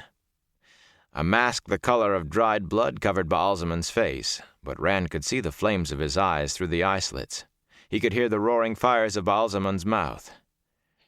"It is not yet done between us, Althor," Baalzaman said, and he and Fain spoke together as one. "For you, the battle is never done." With a strangled gasp, Rand sat up on the floor, clawing his way awake. It seemed he could still hear Fain's voice, as sharp as if the peddler were standing beside him. "It's never over. The battle's never done." Bleary-eyed, he looked around to convince himself that he was still hidden away where Egwene had left him, bedded down on a pallet in a corner of her room. The dim light of a single lamp suffused the room, and he was surprised to see Nynaeve knitting in a rocking chair on the other side of the lone bed, its covers still in place. It was night outside. Dark-eyed and slender, Nynaeve wore her hair in a fat braid, pulled over one shoulder and hanging almost to her waist. She had not given up on home. Her face was calm, and she seemed aware of nothing except her knitting as she rocked gently. The steady click-click of her knitting needles was the only sound. The rug silenced the rocking chair. There had been nights of late when he had wished for a carpet on the cold stone floor of his room, but in Shinar, men's rooms were always bare and stark. The walls here had 2 tapestries, mountain scenes with waterfalls, and flower-embroidered curtains alongside the arrow slits. Cut flowers, white morning stars, stood in a flat round vase on the table by the bed, and more knotted in glazed white sconces on the walls. A tall mirror stood in a corner, and another hung over the washstand, with its blue-striped pitcher and bowl. He wondered why Egwene needed 2 mirrors. There was none in his room, and he did not miss it. There was only 1 lamp lit, but 4 more stood around the room, which was nearly as large as the one he shared with Mat and Perrin. Egwene had it alone. Without looking up, Nynaeve said, "If you sleep in the afternoon, you can't expect to sleep at night." He frowned, though she could not see it. At least, he thought she could not. She was only a few years older than he, but being wisdom added 50 years of authority. "I needed a place to hide and I was tired," he said, then quickly added, "I didn't just come here. Egwene invited me into the women's apartments." Nynaeve lowered her knitting and gave him an amused smile. She was a pretty woman. That was something he would never have noticed back home. One just did not think of a wisdom that way. "The light help me, Rand. You are becoming more Shinaran every day. Invited into the women's apartments, indeed." She sniffed. "Any day now you'll start talking about your honor and asking peace to favor your sword." He colored and hoped she did not notice in the dim light. She eyed his sword, its hilt sticking out of the long bundle beside him on the floor. He knew she did not approve of the sword, of any sword, but she said nothing about it for once. "Egwene told me why you need a place to hide. Don't worry, we'll keep you hidden from the Amyrlin, or from any other Aes Sedai, if that is what you want." She met his eyes and jerked hers away, but not before he saw her uneasiness. Her doubt. "That's right, I can channel the power. A man wielding the one power. You ought to be helping the Aes Sedai hunt me down and gentle me." Scowling, he straightened the leather jerkin Egwene had found for him and twisted around so he could lean back against the wall. "As soon as I can, I will hide in a cart or sneak out. You won't have to hide me long." Nynaeve did not say anything.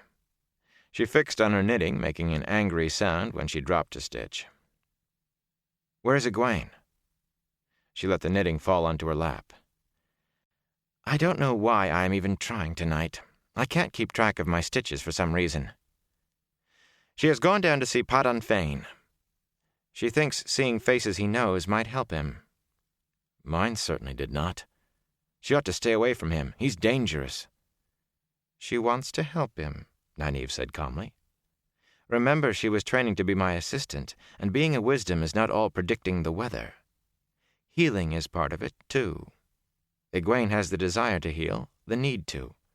And if Padan Fain is so dangerous, Moiraine would have said something." He barked a laugh. "You didn't ask her. Egwene admitted it, and I can just see you asking permission for anything." Her raised eyebrow wiped the laugh off his face. He refused to apologize, though. They were a long way from home, and he did not see how she could go on being wisdom of Emond's Field if she was going to Tar Valon. "Have they started to search for me yet?" "Egwene is not sure they will, but Lance says the Amyrlin seed is here because of me, and I think I'll take his opinion over hers." For a moment, Nynaeve did not answer. Instead, she fussed with her skeins of yarn. Finally, she said, "I am not sure. One of the serving women came a little while ago to turn down the bed, she said, as if Egwene would be going to sleep already, with the feast for the Amyrlin tonight. I sent her away. She didn't see you. Nobody turns your bed down for you in the men's quarters." She gave him a level look, one that would have set him stammering a year ago. He shook his head. "They wouldn't use the maids to look for me, Nynaeve. When I went to the buttery for a cup of milk earlier, there were too many women in the halls. Those who are attending the feast should have been getting dressed, and the others should either have been helping them or getting ready to serve, or to—" She frowned worriedly. "There's more than enough work for everybody with the Amerlin here, and they were not just here in the women's apartments. I saw the Lady Amalisa herself coming out of a storeroom near the buttery with her face all over dust. That's ridiculous. Why would she be a part of a search? Or any of the women, for that matter. They'd be using Lord Agilmar's soldiers, and the warders, and the Aes Sedai. They must just be doing something for the feast. Burn me if I know what a Shienaran feast takes." "You are a woolhead sometimes, Rand. The men I saw didn't know what the women were doing either. I heard some of them complaining about having to do all the work by themselves. I know it makes no sense that they were looking for you. None of the Aes Sedai seemed to be taking any interest, but Amalisa was not readying herself for the feast by dirtying her dress in a storeroom. They were looking for something important. Even if she began right after I saw her, she would barely have time to bathe and change. Speaking of which, if Egwene doesn't come back soon, she'll have to choose between changing and being late." For the first time he realized that Nynaeve was not wearing the Two Rivers woolens he was used to. Her dress was pale blue silk, embroidered in snowdrop blossoms around the neck and down the sleeves. Each blossom centered on a small pearl, and her belt was tooled in silver with a silver buckle set with pearls. He had never seen her in anything like that. Even feast day clothes back home might not match it. "You're going to the feast?" "Of course. Even if Moiraine had not said I should, I would never let her think I was—" Her eyes lit up fiercely for a moment, and he knew what she meant.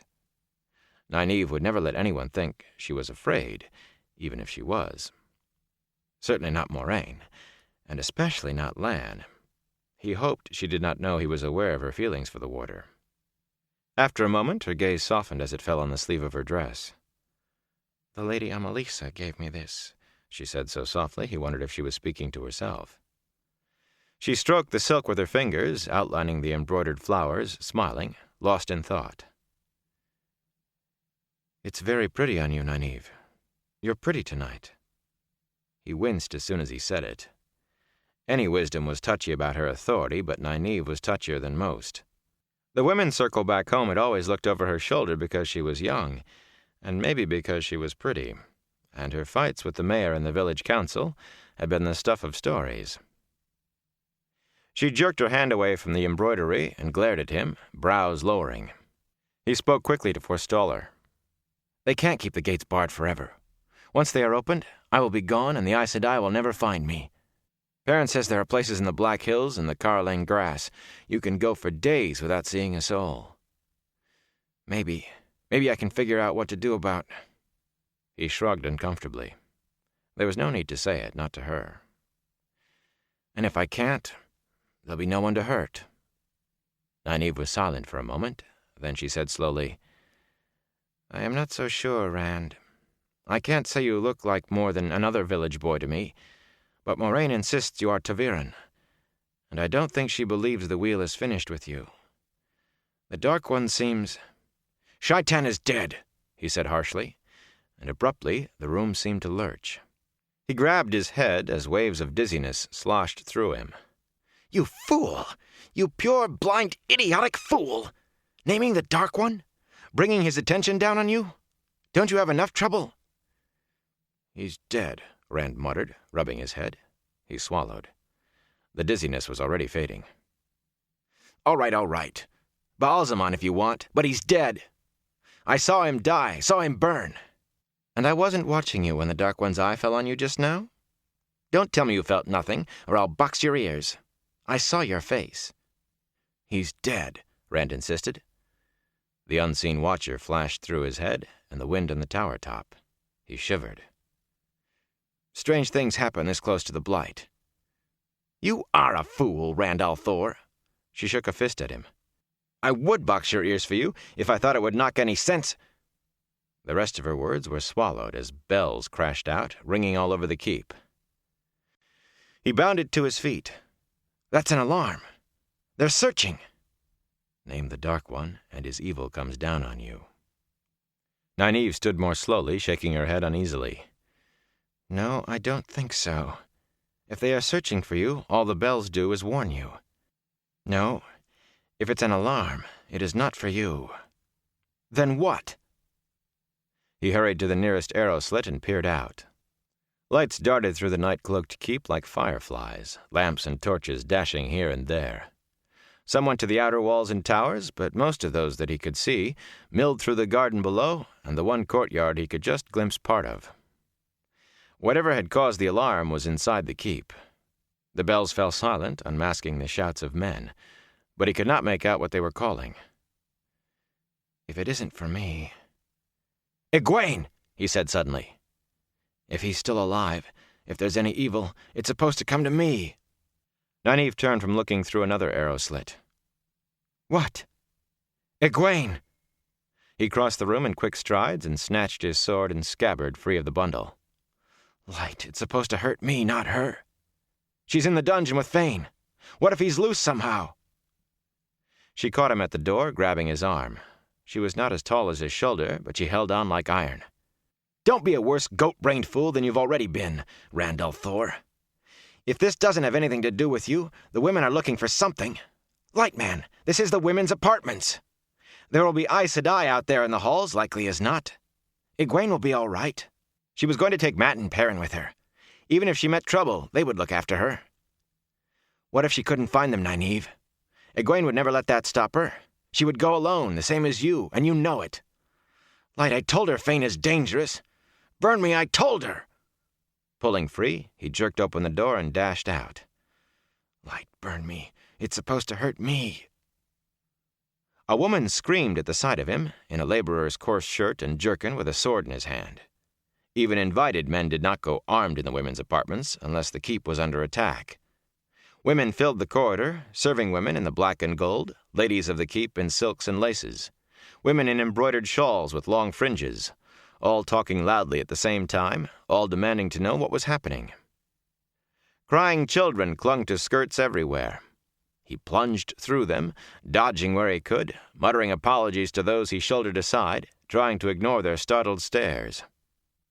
One of the women in a shawl turned to go back into her room, and he saw the back of her shawl, saw the gleaming white teardrop in the middle of her back. Suddenly he recognized faces he had seen in the outer courtyard. Aes Sedai staring at him in alarm now. Who are you? What are you doing here? Is the keep under attack? Answer me, man! He's no soldier. Who is he? What's happening? It's the young Southland Lord. Someone stop him! Fear pushed his lips back, baring his teeth, but he kept moving and tried to move faster. Then a woman came out into the hall, face to face with him, and he stopped in spite of himself. He recognized that face above the rest. He thought he would remember it if he lived forever. The Amyrlin seat. Her eyes widened at the sight of him, and she started back. Another Aes Sedai, the tall woman he had seen with the staff, put herself between him and the Amyrlin, shouting something at him that he could not make out over the increasing babble. She knows. Light, help me, she knows. Moiraine told her. Snarling, he ran on. Light, just let me make sure Egwene's safe before they... He heard shouting behind him, but he did not listen. There was enough turmoil around him out in the keep. Men running for the courtyards with swords in hand, never looking at him. Over the clamor of alarm bells, he could make out other noises now. Shouts, screams, metal ringing on metal. He had just time to realize that they were the sounds of battle. Fighting? Inside Valdara? When 3 Trollocs came dashing around a corner in front of him. Hairy snouts distorted otherwise human faces, and one of them had ram's horns. They bared teeth, raising scythe-like swords as they sped toward him. The hallway that had been full of running men a moment before was empty now except for the 3 Trollocs and himself. Caught by surprise, he unsheathed his sword awkwardly, tried hummingbird kisses the honey rose. Shaken at finding Trollocs in the heart of Valdara Keep, he did the form so badly, Lan would have stalked off in disgust. A bare-snouted Trolloc evaded it easily, bumping the other 2 off stride for just an instant.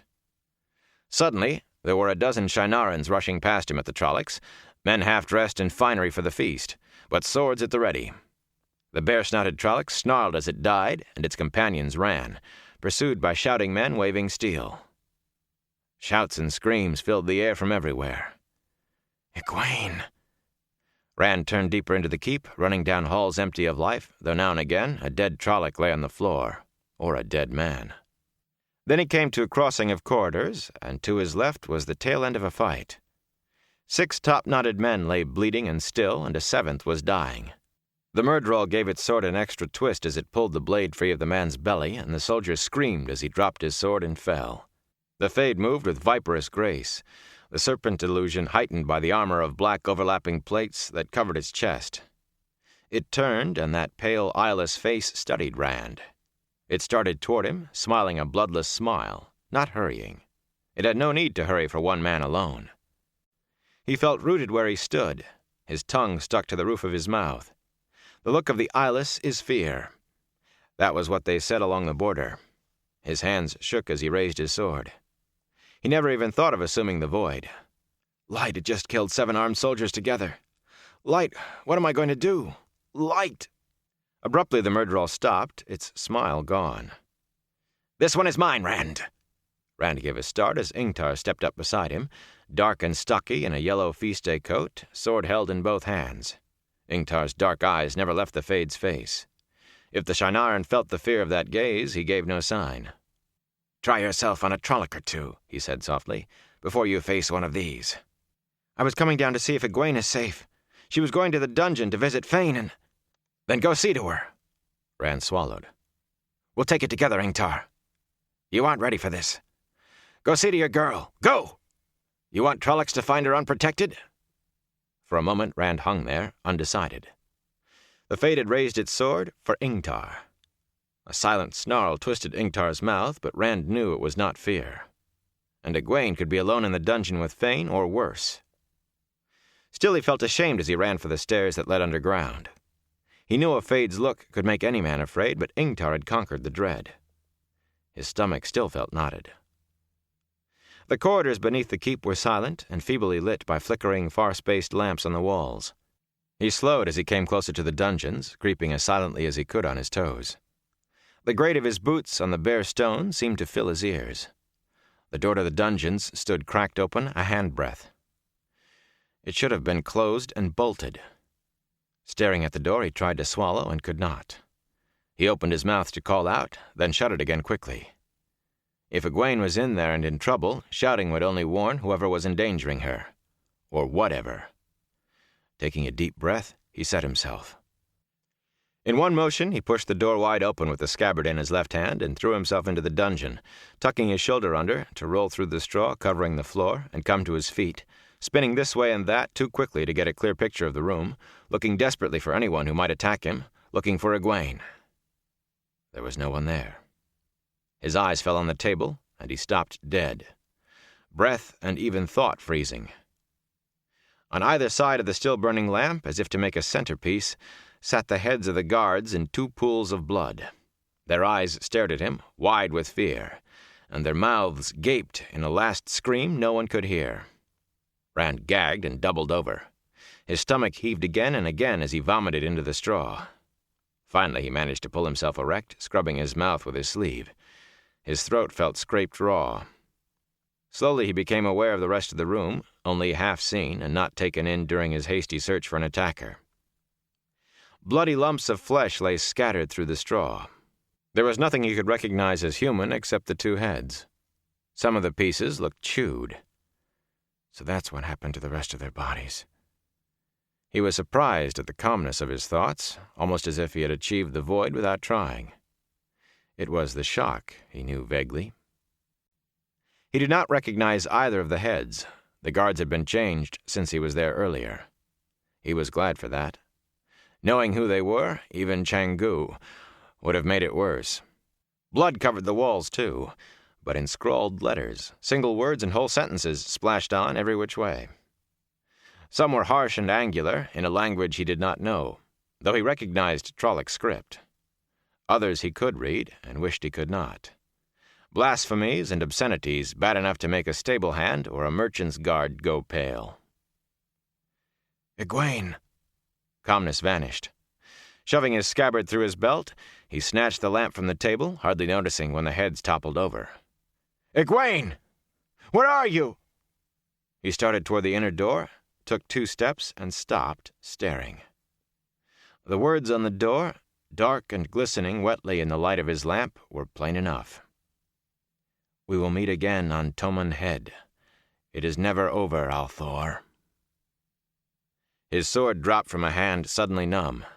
Never taking his eyes off the door, he bent to pick it up. Instead, he grabbed a handful of straw and began scrubbing furiously at the words on the door. Panting, he scrubbed until it was all one bloody smear, but he could not stop. "What do you do?" At the sharp voice behind him, he whirled, stooping to seize his sword. A woman stood in the outer doorway, back stiff with outrage. Her hair was like pale gold in a dozen or more braids, but her eyes were dark and sharp on his face. She looked not much older than he, and pretty in a sulky way, but there was a tightness to her mouth he did not like. Then he saw the shawl she had wrapped tightly around her, with its long red fringe. "Aes Sedai, and light help me, she's Red Ajah. I was just... It's filthy stuff, vile!" "Everything must be left exactly as it is for us to examine. Touch nothing." She took a step forward, peering at him, and he took one back. Yes, as I thought. One of those with Moraine. What do you have to do with this?" Her gesture took in the heads on the table and the bloody scrawl on the walls. For a minute he goggled at her. "Me? Nothing. I came down here to find... Egwene!" He turned to open the inner door, and the Aes Sedai shouted, "No! You will answer me!" Suddenly it was all he could do to stand up, to keep holding the lamp and his sword. Icy cold squeezed at him from all sides. He felt his head caught in a frozen vice. He could barely breathe for the pressure on his chest. "Answer me, boy. Tell me your name." Involuntarily, he grunted, trying to answer against the chill that seemed to be pressing his face back into his skull, constricting his chest like frozen iron bands. He clenched his jaws to keep the sound in. Painfully, he rolled his eyes to glare at her through a blur of tears. "The light burn you, Aes Sedai. I won't say a word. The shadow take you." "Answer me, boy. Now!" Frozen needles pierced his brain with agony, grated into his bones. The void formed inside him before he even realized he had thought of it. But it could not hold out the pain. Dimly he sensed light and warmth somewhere in the distance. It flickered queasily, but the light was warm, and he was cold. Distant beyond knowing, but somehow just within reach. Light so cold, I have to reach. What? She's killing me. I have to reach it, or she'll kill me. Desperately, he stretched toward the light. What is going on here? Abruptly, the cold and the pressure and the needles vanished. His knees sagged, but he forced them stiff. He would not fall to his knees. He would not give her the satisfaction. The void was gone, too, as suddenly as it had come. She was trying to kill me. Panting, he raised his head. Moraine stood in the doorway. "I asked what is going on here, Liandrin," she said. "I found this boy here," the Red Aes Sedai replied calmly. "The guards are murdered, and here he is. One of yours. And what are you doing here, Moraine? The battle is above, not here." "I could ask the same of you, Liandrin." Moraine looked around the room with only a slight tightening of her mouth for the charnel. "Why are you here?" Rand turned away from them awkwardly, shoved back the bolts on the inner door, and pulled it open. "Egwene came down here," he announced for anyone who cared, and went in, holding his lamp high. His knees kept wanting to give way. He was not sure how he stayed on his feet, only that he had to find Egwene. "Egwene!" A hollow gurgle and a thrashing sound came from his right, and he thrust the lamp that way. The prisoner in the fancy coat was sagging against the iron grill of his cell, his belt looped around the bars, and then around his neck. As Rand looked, he gave one last kick, scraping across the straw-covered floor, and was still, tongue and eyes bulging out of a face gone almost black. His knees almost touched the floor. He could have stood any time he wanted to. Shivering, Rand peered into the next cell. The big man, with the sunken knuckles, huddled in the back of his cell, eyes as wide as they could open. At the sight of Rand, he screamed and twisted around, clawing frantically at the stone wall. "I won't hurt you," Rand called. The man kept on screaming and digging. His hands were bloody, and his scrabblings streaked across dark, congealed smears. This was not his first attempt to dig through the stone with his bare hands. Rand turned away, relieved that his stomach was already empty, but there was nothing he could do for either of them. "Egwene!" His light finally reached the end of the cells. The door to Fane's cell stood open, and the cell was empty, but it was the two shapes on the stone in front of the cell that made Rand leap forward and drop to his knees between them. Egwene and Mat lay sprawled, bonelessly, unconscious, or dead. With a flood of relief, he saw their chests rise and fall. There did not seem to be a mark on either of them. "Egwene? Mat?" Setting the sword down, he shook Egwene gently. "Egwene." She did not open her eyes. "Moiraine! Egwene's hurt! And Mat!" Mat's breathing sounded labored, and his face was deathly pale. Rand felt almost like crying. "It was supposed to hurt me. I named the Dark One me." "Do not move them." Moiraine did not sound upset or even surprised. The chamber was suddenly flooded with light as the two Aes Sedai entered. Each balanced a glowing ball of cool light floating in the air above her hand. Liandrin marched straight down the middle of the wide hall, holding her skirts up out of the straw with her free hand, but Moiraine paused to look at the two prisoners before following. "There is nothing to do for the one," she said, "and the other can wait." Liandrin reached Rand first and began to bend toward Egwene, but Moiraine darted in ahead of her and laid her free hand on Egwene's head. Liandrin straightened with a grimace. "She is not badly hurt," Moiraine said after a moment. "She was struck here." She traced an area on the side of Egwene's head, covered by her hair. Rand could see nothing different about it. "That is the only injury she has taken. She will be all right." Rand looked from one Aes Sedai to the other. "What about Mat?" Liandrin arched an eyebrow at him and turned to watch Moiraine with a wry expression. "Be quiet," Moiraine said. Fingers still lying on the area where she said Egwene had been hit, she closed her eyes. Egwene murmured and stirred, then lay still. "Is she?" "She is sleeping, Rand. She will be well, but she must sleep." Moiraine shifted to Mat, but here she only touched him for a moment before drawing back. "This is more serious," she said softly. She fumbled at Mat's wrist, pulling his coat open, and made an angry sound. "The dagger is gone." "What dagger?" Liandrin asked. Voices suddenly came from the outer room, men exclaiming in disgust and anger. "In here," Moiraine called. "Bring 2 litters. Quickly!" Someone in the outer room raised a cry for litters. "Thane is gone," Rand said. The two Aes Sedai looked at him. He could read nothing on their faces. Their eyes glittered in the light. "So I see," Moiraine said in a flat voice. "I told her not to come. I told her he was dangerous." "When I came," Liandrin said in a cold voice, "he was destroying the writing in the outer chamber." He shifted uneasily on his knees. The Aes Sedai's eyes seemed alike now, measuring and weighing him, cool and terrible. It was filth," he said. "Just filth." They still looked at him, not speaking. "You don't think Moiraine, you can't think I had anything to do with what happened out there." "Light, did I? I named the Dark One." She did not answer, and he felt a chill that was not lessened by men rushing in with torches and lamps. Moiraine and Liandrin let their glowing balls wink out. The lamps and torches did not give as much light. Shadows sprang up in the depths of the cells. Men with litters hurried to the figures lying on the floor. Ingtar led them. His topknot almost quivered with anger, and he looked eager to find something on which to use his sword. "So the Dark Friend is gone too," he growled. "Well, it's the least of what has happened this night." "The least even here," Moiraine said sharply. She directed the men putting Egwene and Mat on the litters. "The girl is to be taken to her room. She needs a woman to watch in case she wakes in the night. She may be frightened, but more than anything else, she needs sleep now. The boy—" She touched Mat as 2 men lifted his litter and pulled her hand back quickly. "Take him to the Amyrlin Seats chambers.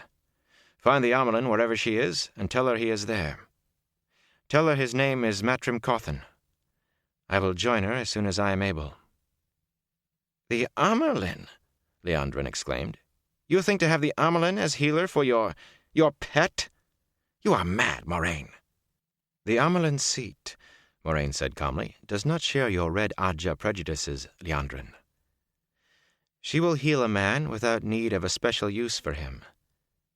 Go ahead," she told the litter-bearers.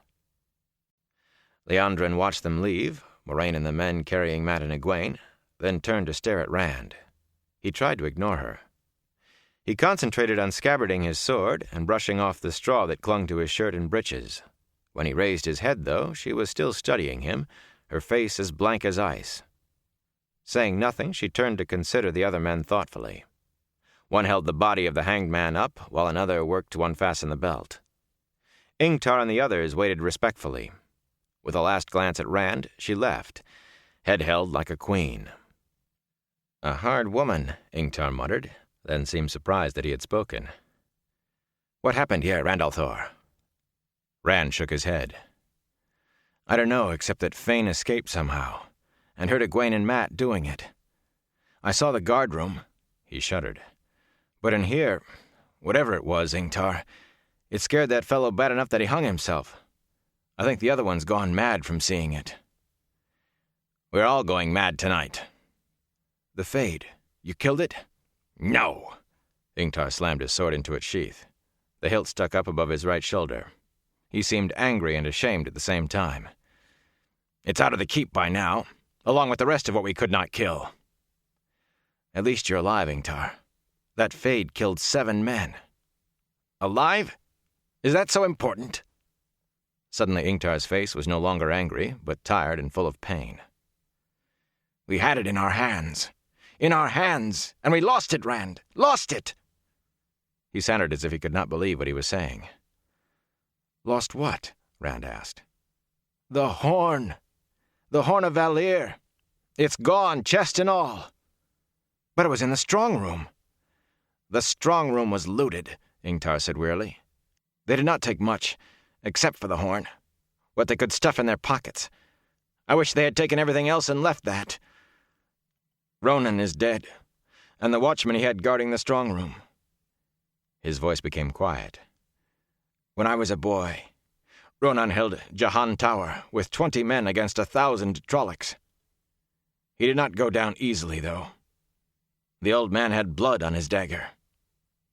No man can ask more than that." He was silent for a moment. "They came in through the dog gate and left the same way. We put an end to 50 or more, but too many escaped. Trollocs! We've never before had Trollocs inside the keep. Never!" "How could they get in through the dog gate, Ingtar? One man could stop 100 there. And all the gates were barred." He shifted uneasily, remembering why. "The guards would not have opened it to let anybody in." "Their throats were cut," Ingtar said. "Both good men, and yet they were butchered like pigs. It was done from inside. Someone killed them, then opened the gate. Someone who could get close to them without suspicion. Someone they knew." Rand looked at the empty cell where Padan Fain had been. "But that means—" "Yes, there are dark friends inside Fal Dara. Or were. We will soon know if that's the case. Kadjin is checking now to see if anyone is missing. Peace. Treachery in Fal Dara Keep." Scowling, he looked around the dungeon, at the men waiting for him. They all had swords, worn over feast day clothes, and some had helmets. "We aren't doing any good here. Out, everyone!" Rand joined the withdrawal. Ingtar tapped Rand's jerkin. "What is this? Have you decided to become a stableman?" "It's a long story," Rand said. "Too long to tell here. Maybe some other time. Maybe never if I'm lucky. Maybe I can escape in all this confusion. No, I can't. Not until I know Egwene's all right, and Mat. Light, what will happen to him without the dagger?" "I suppose Lord Agelmar's doubled the guard on all the gates." "Tripled," Ingtar said, in tones of satisfaction. "No one will pass those gates from inside or out." As soon as Lord Ogelmar heard what had happened, he ordered that no one was to be allowed to leave the keep without his personal permission. As soon as he heard. Ingtar, what about before? What about the earlier order keeping everyone in? Earlier order? What earlier order? Rand, the keep was not closed until Lord Ogelmar heard of this. Someone told you wrong. Rand shook his head slowly. Neither Ragan nor Tima would have made up something like that. And even if the Amerlin seat had given the order, Ingtar would have to know of it. So who and how? He glanced sideways at Ingtar, wondering if the Shienaran was lying. You really are going mad if you suspect Ingtar. They were in the dungeon guard room now. The severed heads and the pieces of the guards had been removed, though there were still red smears in the table and damp patches in the straw to show where they had been. 2 Aes Sedai were there, placid-looking women with brown-fringed shawls studying the words scrawled on the walls, careless of what their skirts dragged through in the straw. Each had an inkpot in a writing case hung at her belt and was making notes in a small book with a pen. They never even glanced at the men trooping through. "Look here, Varen," one of them said, pointing to a section of stone covered with lines of Trolloc script. "This looks interesting." The other hurried over, picking up reddish stains on her skirt. "Yes, I see. A much better hand than the rest. Not a Trolloc. Very interesting." She began writing in her book, looking up every so often to read the angular letters on the wall. Rand hurried out. Even if they had not been Aes Sedai, he would not have wanted to remain in the same room with anyone who thought reading Trolloc script written in human blood was interesting. Ingtar and his men stalked on ahead, intent on their duties. Rand dawdled, wondering where he could go now. Getting back into the women's apartments would not be easy without Egwene to help. Light let her be all right. Moiraine said she'd be all right. Lan found him before he reached the first stairs leading up. You can go back to your room if you want, sheepherder. Moiraine had your things fetched from Egwene's room and taken to yours. How did she know? Moiraine knows a great many things, sheepherder. You should understand that by now. You had better watch yourself. The women are all talking about you running through the walls waving a sword. Staring down the Amerlin, so they say. Light, I am sorry they're angry, Lan, but I was invited in. And when I heard the alarm... Burn me, Egwene was down here. Lan pursed his lips thoughtfully. It was the only expression on his face. Oh, they're not angry exactly, though most of them think you need a strong hand to settle you down some. Fascinated is more like it. Even the Lady Amalisa can't stop asking questions about you. Some of them are starting to believe the servants' tales. They think you're a prince in disguise, sheepherder. Not a bad thing. There is an old saying here in the Borderlands. Better to have 1 woman on your side than 10 men. The way they are talking among themselves, they're trying to decide whose daughter is strong enough to handle you. If you don't watch your step, sheepherder, you will find yourself married into a Shienaran house before you realize what has happened. Suddenly he burst out laughing. It looked odd, like a rock laughing. Running through the halls of the women's apartments in the middle of the night wearing a laborer's jerkin and waving a sword. If they don't have you flogged at the very least, they'll talk about you for years. They have never seen a male as peculiar as you. Whatever wife they chose for you, she'd probably have you the head of your own house in 10 years, and have you thinking you had done it yourself besides. It is too bad you have to leave. Rand had been gaping at the warder, but now he growled. I have been trying. The gates were guarded and no one can leave. I tried while it was still daylight. I couldn't even take Red out of the stable. No matter now. Moiraine sent me to tell you. You can leave any time you want to, even right now. Moiraine had Ogelmar exempt you from the order. Why now and not earlier? Why couldn't I leave before? Was she the one who had the gates barred then? Ingtar said he knew nothing about any order to keep people in before tonight. Rand thought the warder looked troubled, but all he said was, When someone gives you a horse, sheepherder, don't complain that it isn't as fast as you'd like. What about Egwene and Mat? Are they really all right? I can't leave until I know they're all right. The girl is fine, She'll wake in the morning and probably not even remember what happened. Blows to the head are like that. What about Matt? The choice is up to you, sheepherder. You can leave now, or tomorrow, or next week. It's up to you. He walked away, leaving Rand standing there in the corridor deep under Faldara Keep. Chapter 7. Blood Calls Blood. As the litter carrying Matt left the Amerlin seat's chambers, Moiraine carefully rewrapped the Angreal, a small, age-darkened ivory carving of a woman in flowing robes, in a square of silk, and put it back into her pouch. Working together with the other Aes Sedai, merging their abilities, channeling the flow of the one power to a single task, was tiring work under the best conditions, even with the aid of an Angreal. And working through the night without sleep was not the best conditions. And the work they had done on the boy had not been easy. Lyanna directed the litter-bearers out with sharp gestures and a few crisp words. The two men kept ducking their heads, nervous at being around so many Aes Sedai at once, and one of them the Amerlin herself, never mind that the Aes Sedai had been using the power. They had waited in the corridor, squatting against the wall while the work was done, and they were anxious to be gone from the women's apartments. Matt lay with his eyes closed and his face pale, but his chest rose and fell in the even rhythm of a deep sleep. How will this affect matters? Moiraine wondered. He is not necessary with the horn gone, and yet... The door closed behind Lyanna and the litter-bearers, and the Amerlin drew an unsteady breath.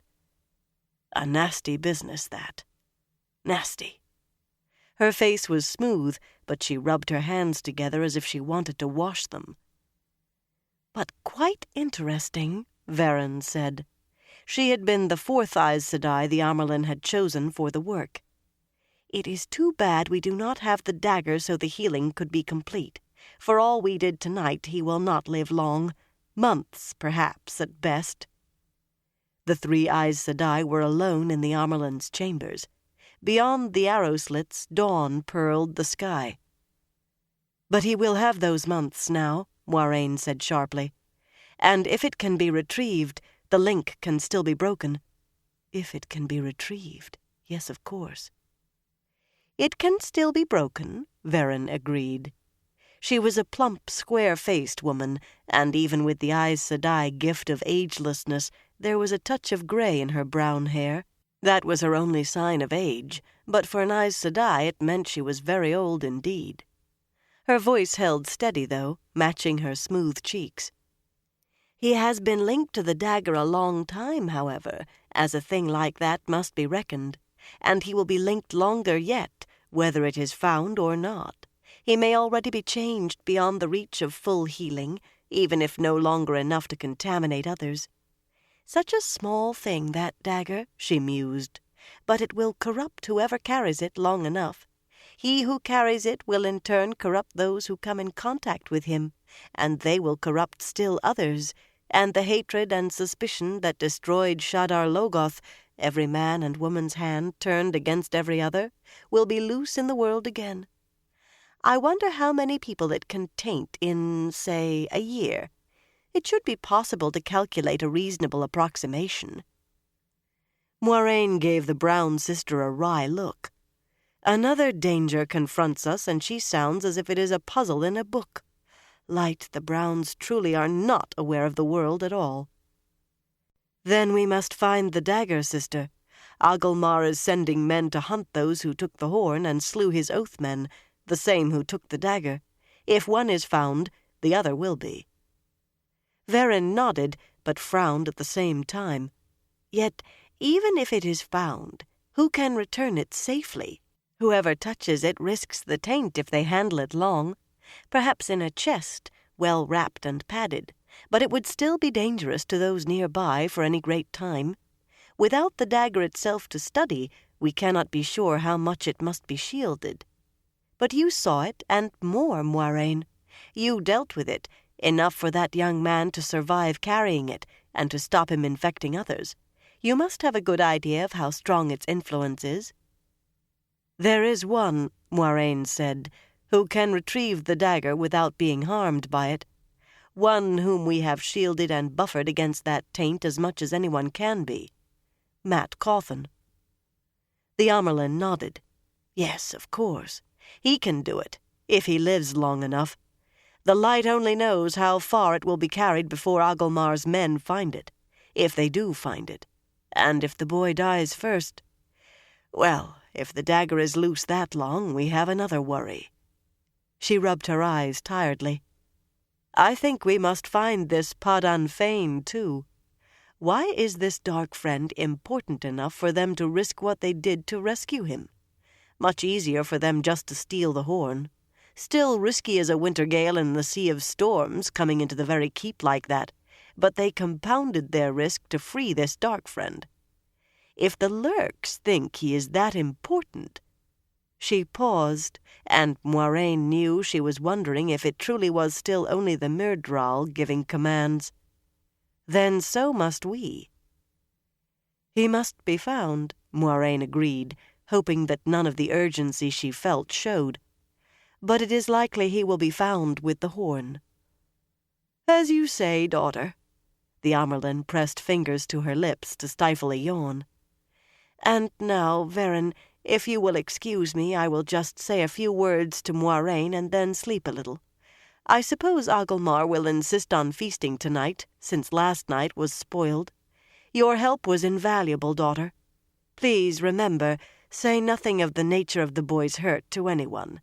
There are some of your sisters who would see the shadow in him instead of a thing men made on their own. There was no need to name the Red Ajah. And perhaps, Moiraine thought, the Reds were no longer the only ones of whom it was necessary to be wary.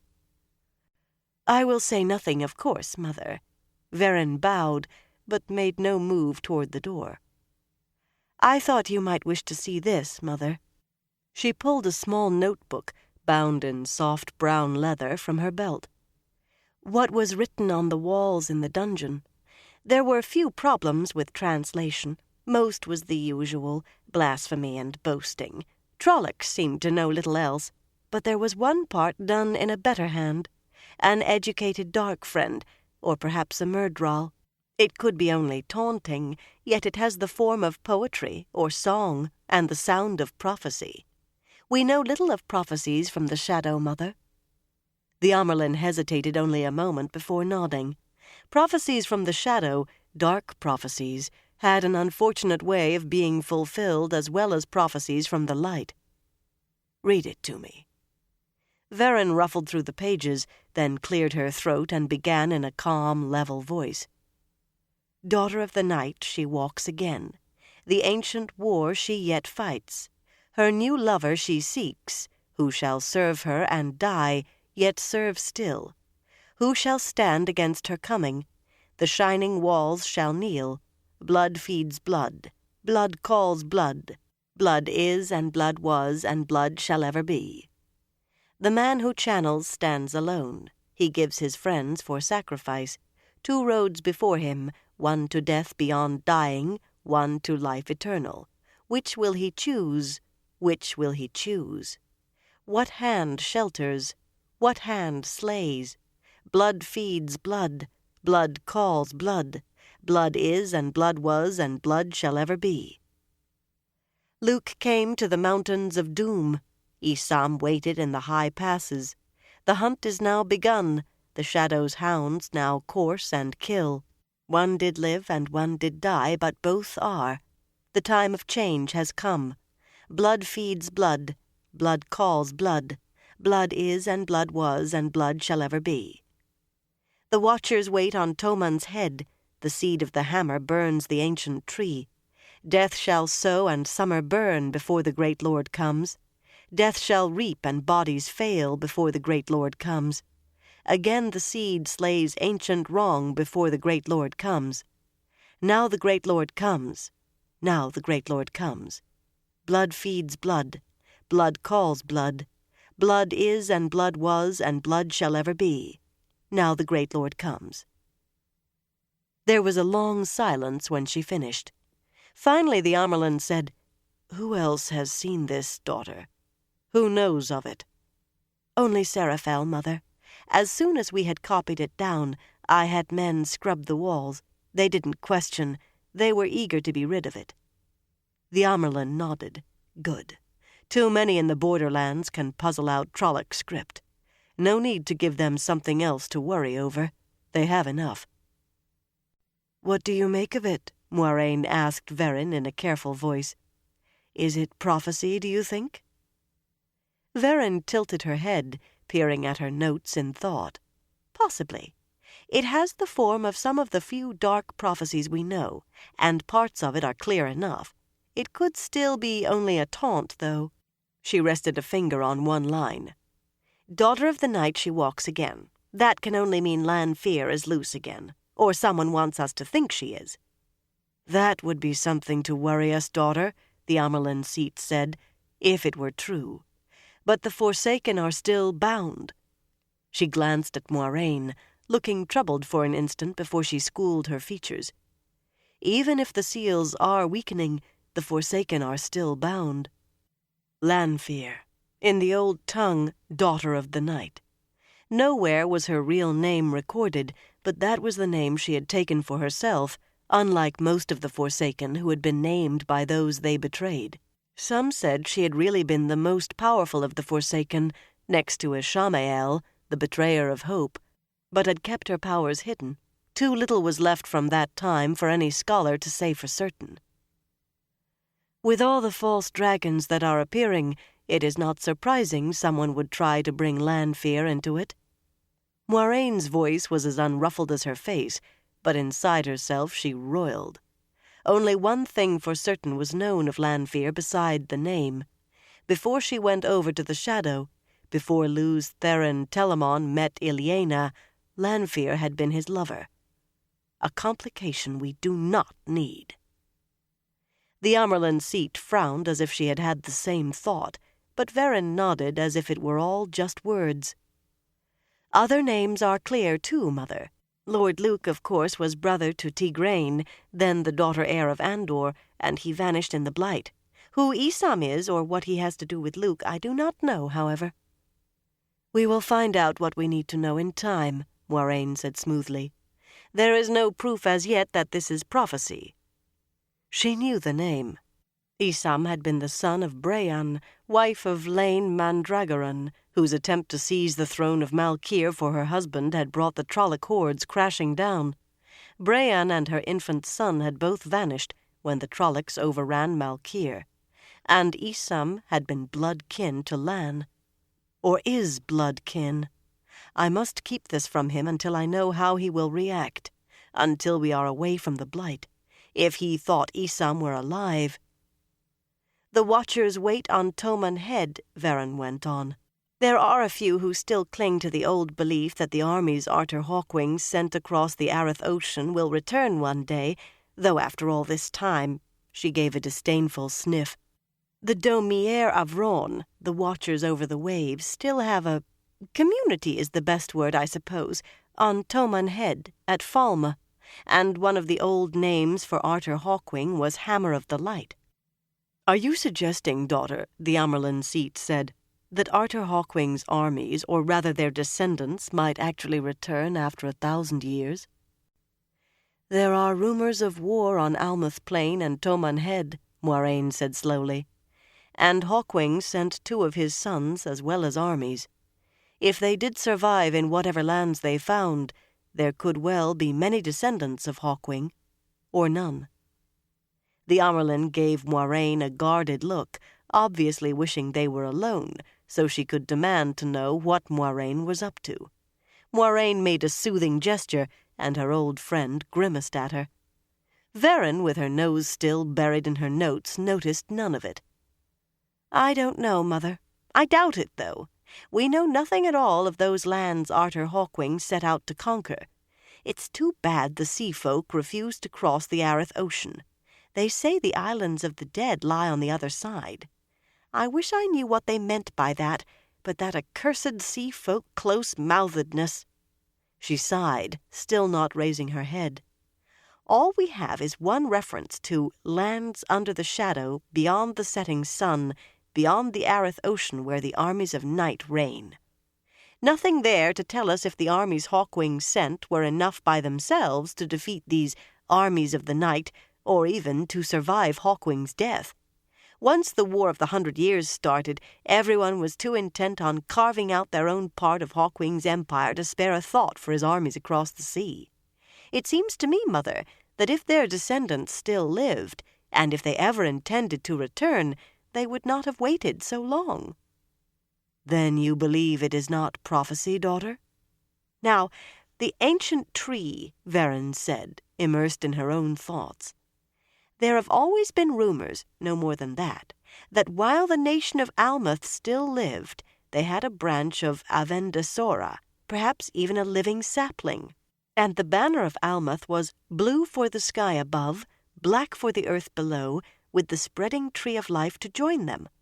Of course, Taraboners call themselves the Tree of Man, and claim to be descended from rulers and nobles in the Age of Legends. And Domani claim descent from those who made the Tree of Life in the Age of Legends. There are other possibilities, but you will note, Mother, that at least 3 center around Almuth Plain and Toman Head. The Amerlin's voice became deceptively gentle. Will you make up your mind, daughter? If Arthur Hawkwing's seed is not returning, then this is not prophecy, and it doesn't matter a rotted fish head what ancient tree is meant. I can only give you what I know, Mother, Varen said, looking up from her notes, and leave the decision in your hands. I believe the last of Arthur Hawkwing's foreign armies died long ago, but because I believe it does not make it so. The time of change, of course, refers to the end of an age, and the great lord— The Amerlin slapped the tabletop like a thunderclap. I know very well who the great lord is, daughter. I think you had better go now. She took a deep breath and took hold of herself visibly. Go, Varen. I do not want to become angry with you. I do not want to forget who it was had the cooks leave sweet cakes out at night when I was a novice. Mother, Moiraine said, there is nothing in this to suggest prophecy. Anyone with a little wit and a little knowledge could put together as much, and no one has ever said Myrddraal do not have a sly wit. And, of course, Varen said calmly, the man who channels must be one of the 3 young men traveling with you, Moiraine. Moiraine stared in shock. Not aware of the world? I am a fool. Before she realized what she was doing, she had reached out to the pulsing glow she always felt there waiting, to the true source. The one power surged along her veins, charging her with energy, muting the sheen of the power from the Amerlin seat as she did the same. Moiraine had never before even thought of wielding the power against another Aes Sedai. We live in perilous times, and the world hangs in the balance, and what must be done must be done. It must. Oh, Varen, why did you have to put your nose in where it does not belong? Varen closed her book and slipped it back behind her belt, then looked from one woman to the other. She could not but be aware of the nimbus surrounding each of them, the light that came from touching the true source. Only someone trained in channeling herself could see the glow, but there was no chance of any Aes Sedai missing it in another woman. A hint of satisfaction settled on Varen's face, but no sign that she realized she had hurled a lightning bolt. She only looked as if she had found another piece that fit in a puzzle. Yes, I thought it must be so. Moiraine could not do this alone, and who better to help than her girlhood friend who used to sneak down with her to snitch sweet cakes? She blinked. Forgive me, Mother. I should not have said that. Varen. Varen. The Amerlin shook her head wonderingly. You accuse your sister and me of— I won't even say it. And you are worried that you've spoken too familiarly to the Amerlin seat? You bore a hole in the boat and worry that it's raining. Think what you are suggesting, daughter. It is too late for that, Siuan, Moiraine thought. If we had not panicked and reached for the source, perhaps then— but she is sure now. Why are you telling us this, Varen? She said aloud. If you believe what you say, you should be telling it to the other sisters, to the Reds in particular." Veren's eyes widened in surprise. "Yes? Yes, I suppose I should. I hadn't thought of that. But then, if I did, you would be stilled, Moiraine, and you, Mother, and the man gentled. No one has ever recorded the progression in a man who wields the power. When does the madness come, exactly? And how does it take him? How quickly does it grow? Can he still function with his body rotting around him? For how long? Unless he is gentled, what will happen to the young man, whichever he is, will happen whether or not I am there to put down the answers. If he is watched and guided, we should be able to keep some record with reasonable safety, for a time at least. And, too, there is the Careathon cycle." She calmly returned their startled looks. "I assume, Mother, that he is the dragon reborn. I cannot believe you would do this, leave walking free a man who can channel, unless he was the dragon." "She thinks only of the knowledge," Moiraine thought wonderingly. "The culmination of the direst prophecy the world knows, perhaps the end of the world, and she cares only about the knowledge. But she is still dangerous for that." "Who else knows of this?" The Amyrlin's voice was faint, but still sharp. "Seraphel, I suppose. Who else, Veren?" "No one, Mother. Seraphel is not really interested in anything that someone hasn't already set down in a book, preferably as long ago as possible. She thinks there are enough old books and manuscripts and fragments scattered about, lost or forgotten, to equal 10 times what we have gathered in Tar Valon. She feels certain there is enough of the old knowledge still there to be found for—" "Enough, sister," Moiraine said. She loosed her hold on the true source, and after a moment felt the Amyrlin do the same. It was always a loss to feel the power draining away, like blood and life pouring from an open wound. A part of her wanted to hold on, but unlike some of her sisters, she made it a point of self-discipline not to grow too fond of the feeling. "Sit down, Veren, and tell us what you know and how you found it out. Leave out nothing." As Veren took a chair, with a look to the Amyrlin for permission to sit in her presence, Moiraine watched her sadly. "It is unlikely," Veren began, "that anyone who hasn't studied the old records thoroughly would notice anything except that you were behaving oddly. Forgive me, Mother. It was nearly 20 years ago, with Tar Valon besieged, that I had my first clue, and that was only— Light help me, Veren, how I loved you for those sweet cakes, and for your bosom to weep on. But I will do what I must do. I will. I must." Perrin peered around the corner at the retreating back of the Aes Sedai. She smelled of lavender soap, though most would not have scented it even close up. Perrin peered around the corner at the retreating back of the Aes Sedai. She smelled of lavender soap, though most would not have scented it even close up. As soon as she turned out of sight, he hurried for the infirmary door. He had already tried to see Mat once, and that Aes Sedai, Lyanna he had heard somebody call her, had nearly snapped his head off without even looking around to see who he was. He felt uneasy around Aes Sedai, especially if they started looking at his eyes. Pausing at the door to listen, he could hear no footsteps down the corridor either way, and nothing on the other side of the door. He went in and closed it softly behind him. The infirmary was a long room with white walls, and the entrances to archers' balconies at either end let in lots of light. Mat was in one of the narrow beds that lined the walls. After last night, Perrin had expected most of the beds to have men in them, but in a moment he realized the keep was full of Aes Sedai. The only thing an Aes Sedai could not cure by healing was death. To him, the room smelled of sickness anyway. Perrin grimaced when he thought of that. Mat lay still, eyes closed, hands unmoving atop his blankets. He looked exhausted.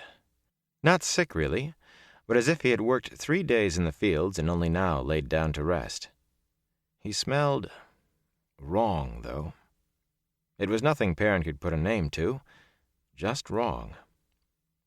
Perrin sat down carefully on the bed next to Mat's. He always did things carefully. He was bigger than most people, and had been bigger than the other boys as long as he could remember. He had had to be careful so he would not hurt someone accidentally or break things. Now it was second nature to him. He liked to think things through, too, and sometimes talk them over with somebody. With Rand thinking he's a lord, I can't talk to him, and Matt certainly isn't going to have much to say. He had gone into one of the gardens the night before to think things through. The memory still made him a little ashamed. If he had not gone, he would have been in his room to go with Egwene and Matt, and maybe he could have kept them from being hurt. More likely, he knew, he would be in one of those beds like Matt, or dead, but that did not change the way he felt. Still, he had gone to the garden, and it was nothing to do with the Trolloc attack that was worrying him now. Serving women had found him sitting there in the dark, and one of the Lady Amalisa's attendants, the Lady Tamora. As soon as they came upon him, Tamora sent one of the others running, and he had heard her say, "Find Liandrin Sedai, quickly." They had stood there watching him as if they had thought he might vanish in a puff of smoke like a gleeman. That had been when the first alarm bell rang and everybody in the keep started running. "Liandrin," he muttered now. "Red Adja. About all they do is hunt for men who channel. You don't think she believes I'm one of those, do you?" Matt did not answer, of course. Perrin rubbed his nose ruefully. "Now I'm talking to myself. I don't need that on top of everything else." Matt's eyelids fluttered. "Who? Perrin? What happened?" His eyes did not open all the way, and his voice sounded as if he were still mostly asleep. "Don't you remember, Matt?" "Remember?" Matt sleepily raised a hand toward his face, and then let it fall again with a sigh. His eyes began to drift shut. "Remember, Egwene asked me, go down, see Fane." He laughed, and it turned into a yawn. "She didn't ask. Told me. Don't know what happened after." He smacked his lips and resumed the deep, even breathing of sleep. Perrin leaped to his feet as his ears caught the sound of approaching footsteps, but there was nowhere to go. He was still standing there beside Matt's bed when the door opened, and Lyanna came in. She stopped, put her fists on her hips, and looked him slowly up and down. She was nearly as tall as he was. "Now you," she said, in tones quiet yet brisk, "are almost a pretty enough boy to make me wish I was a green. Almost. But if you've disturbed my patient, well, I dealt with brothers almost as big as you before I went to the tower, so you needn't think those shoulders will help you any." Perrin cleared his throat. Half the time he did not understand what women meant when they said things. Not like Rand. He always knows what to say to the girls. He realized he was scowling and wiped it away.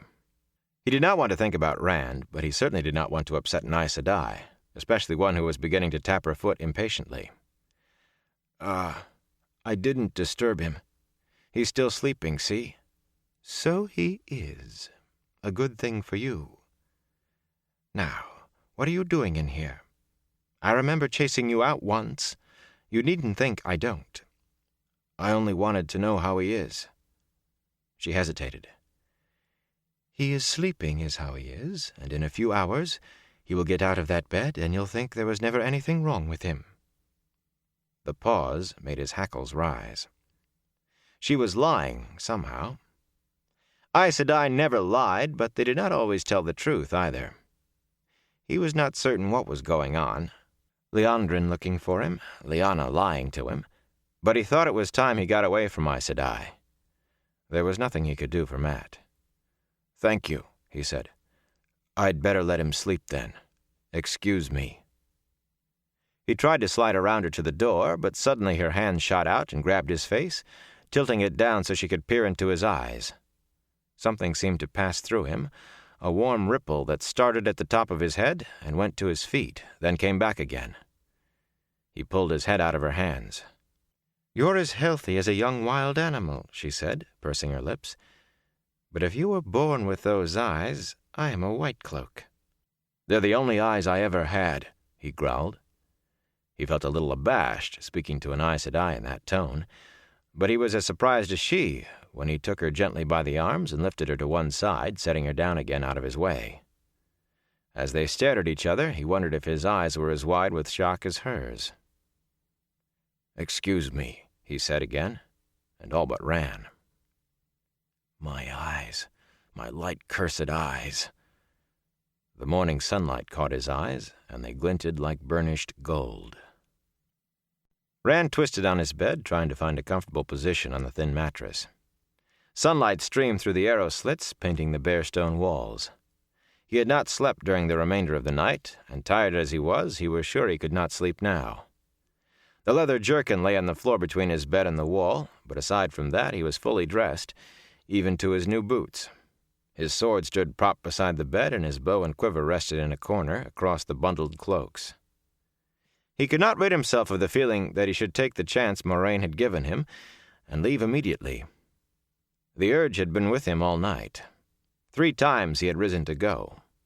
Twice he had gone as far as opening the door. The halls had been empty except for a few servants doing late chores. The way had been clear. But he had to know.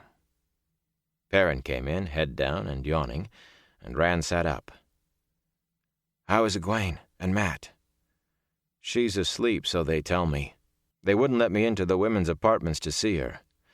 Mat is—" Suddenly Perrin scowled at the floor. "If you're so interested, why haven't you gone to see him yourself? I thought you were not interested in us anymore.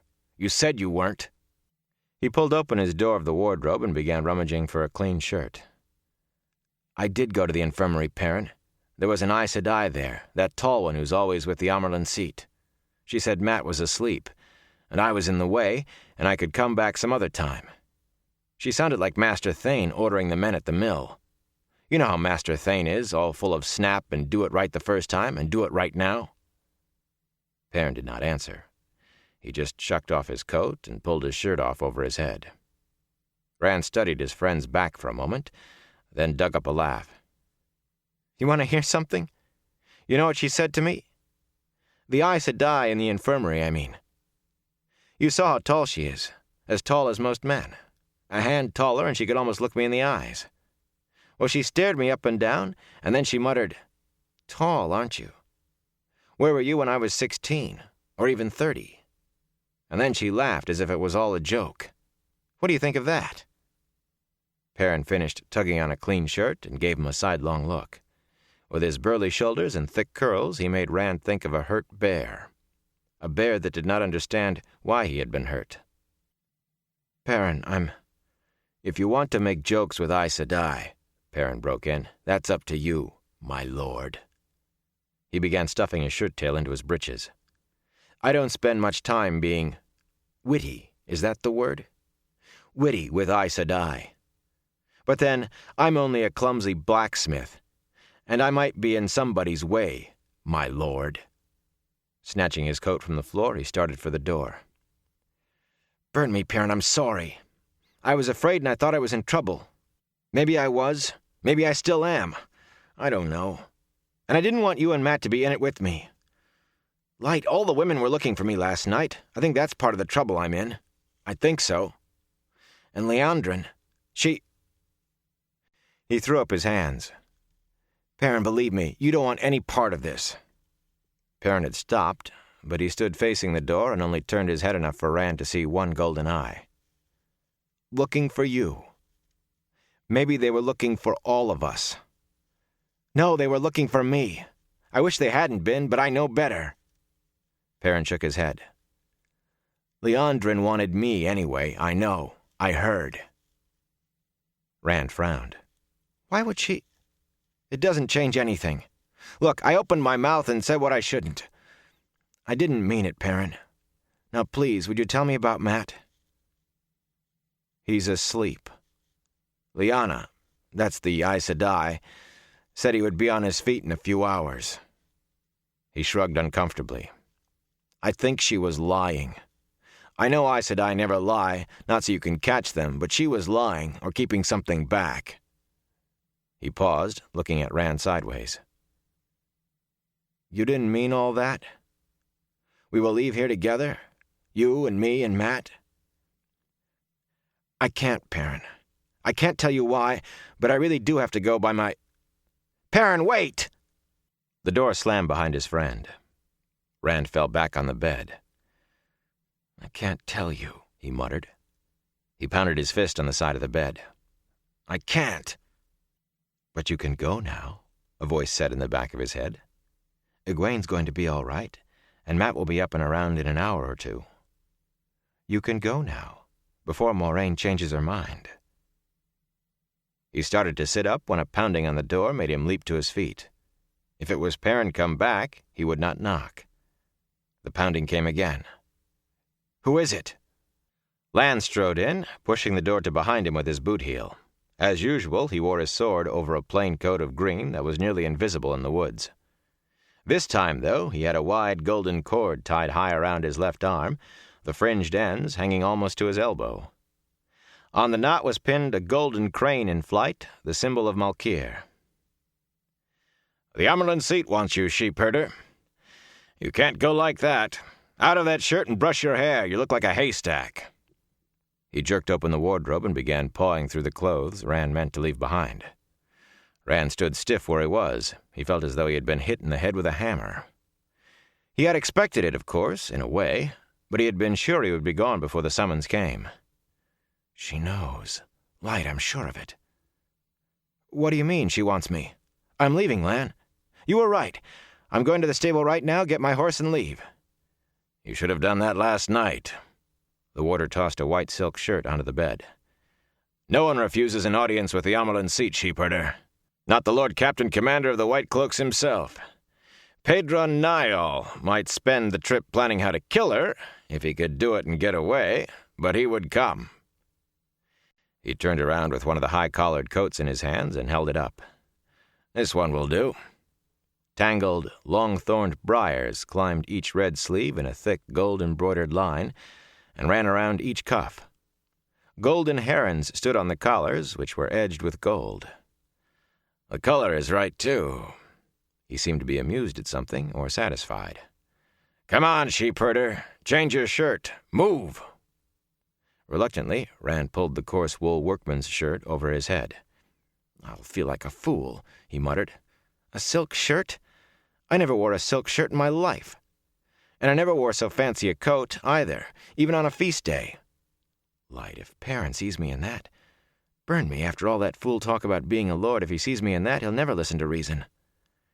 "You can't go before the Amyrlin Seat dressed like a groom fresh out of the stable, sheepherder. Let me see your boots. They'll do. Well, get on with it. Get on with it. You don't keep the Amyrlin waiting. Wear your sword." "My sword?" The silk shirt over his head muffled Rand's yelp. He yanked it the rest of the way on. "In the women's apartments? Lan, if I go for an audience with the Amyrlin Seat, wearing a sword, she'll—" "Do nothing," Lan cut him off dryly. "If the Amyrlin is afraid of you, and it's smarter for you to think she isn't because I don't know anything that could frighten that woman, it won't be for a sword. Now remember, you kneel when you go before her. One knee only, mind," he added sharply. "You're not some merchant caught giving short weight. Maybe you had better practice it." "I know how I think. I saw how the Queen's guards knelt to Queen Morgase." The ghost of a smile touched the warder's lips. "Yes, you'd do it just as they did. That will give them something to think about." Rand frowned. "Why are you telling me this, Lan? You're a warder. You're acting as if you are on my side." "I am on your side, sheepherder. A little. Enough to help you a bit." The warder's face was stone, and sympathetic words sounded strange in that rough voice. "What training you've had I gave you, and I'll not have you groveling and sniveling. The wheel weaves us all into the pattern as it wills. You have less freedom about it than most, but by the light you can still face it on your feet. You remember who the Amyrlin Seat is, sheepherder, and you show her proper respect, but you do what I tell you, and you look her in the eye. Well, don't stand there gaping. Tuck in your shirt." Rand shut his mouth and tucked in his shirt. Remember who she is? Burn me what I wouldn't give to forget who she is. Lan kept up a running flow of instructions while Rand shrugged into the red coat and buckled on his sword. What to say and to whom, and what not to say.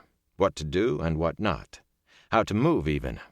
He was not sure he could remember it all, Most of it sounded odd and easy to forget, and he was sure whatever he forgot would be just the thing to make the Aes Sedai angry with him. If they aren't already.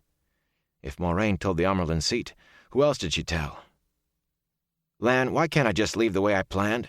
By the time she knew I was not coming, I'd be a league outside the walls and galloping. And she'd have trackers after you before you had gone too. What the Amyrlin wants, sheepherder, she gets. He adjusted Rand's sword belt so the heavy buckle was centered. What I do is the best I can for you, believe it. But why all this? What does it mean? Why do I put my hand over my heart if the Amyrlin Seat stands up? Why refuse anything but water? Not that I want to eat a meal with her. Then dribble some on the floor and say, "The land thirsts." And if she asks how old I am, why tell her how long it is since I was given the sword? I don't understand half of what you've told me. 3 drops, sheepherder. Don't pour it. You sprinkle 3 drops only.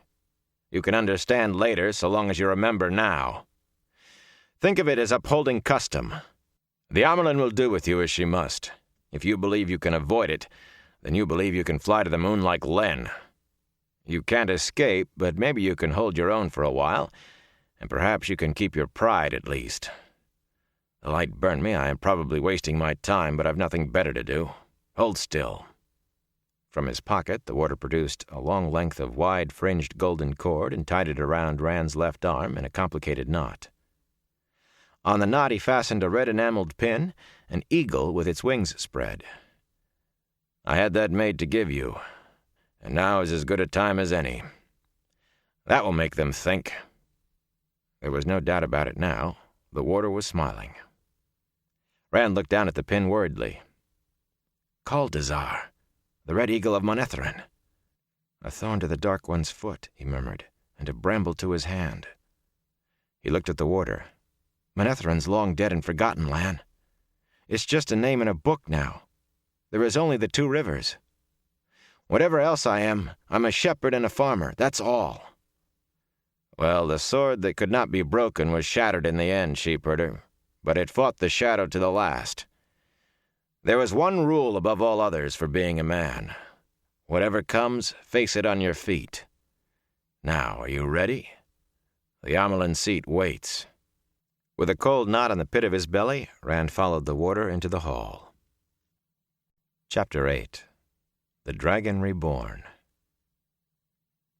Rand walked stiff-legged and nervous at first beside the warder. Face it on your feet. It was easy for Lan to say. He had not been summoned by the Amyrlin Seat. He was not wondering if he would be gentled before the day was done, or worse. Rand felt as if he had something caught in his throat. He could not swallow, and he wanted to badly. The corridors bustled with people, servants going about their morning chores, warriors wearing swords over lounging robes. A few young boys carrying small practice swords stayed near their elders, imitating the way they walked. No sign remained of the fighting, but an air of alertness clung even to the children. Grown men looked like cats waiting for a pack of rats. Ingtar gave Rand and Lan a peculiar look, almost troubled, opening his mouth, then saying nothing as they passed him. Kadjin, tall and lean and sallow, pumped his fists over his head and shouted, "Taishar, Malkir! Taishar, Manetheren!" True blood of Malkir, true blood of Manetheren. Rand jumped. Light. Why did he say that? Don't be a fool, he told himself. They all know about Manetheren here. They know every old story, if it has fighting in it. Burn me, I have to take a rein on myself. Lan raised his fists in reply. Taishar Shinar! If he made a run for it, could he lose himself in the crowd long enough to reach his horse? If she sends trackers after me. With every step, he grew more tense. As they approached the women's apartments, Lan suddenly snapped. Cat crosses the courtyard. Startled, Rand instinctively assumed the walking stance, as he had been taught. Back straight, but every muscle loose, as if he hung from a wire at the top of his head. It was a relaxed, almost arrogant saunter.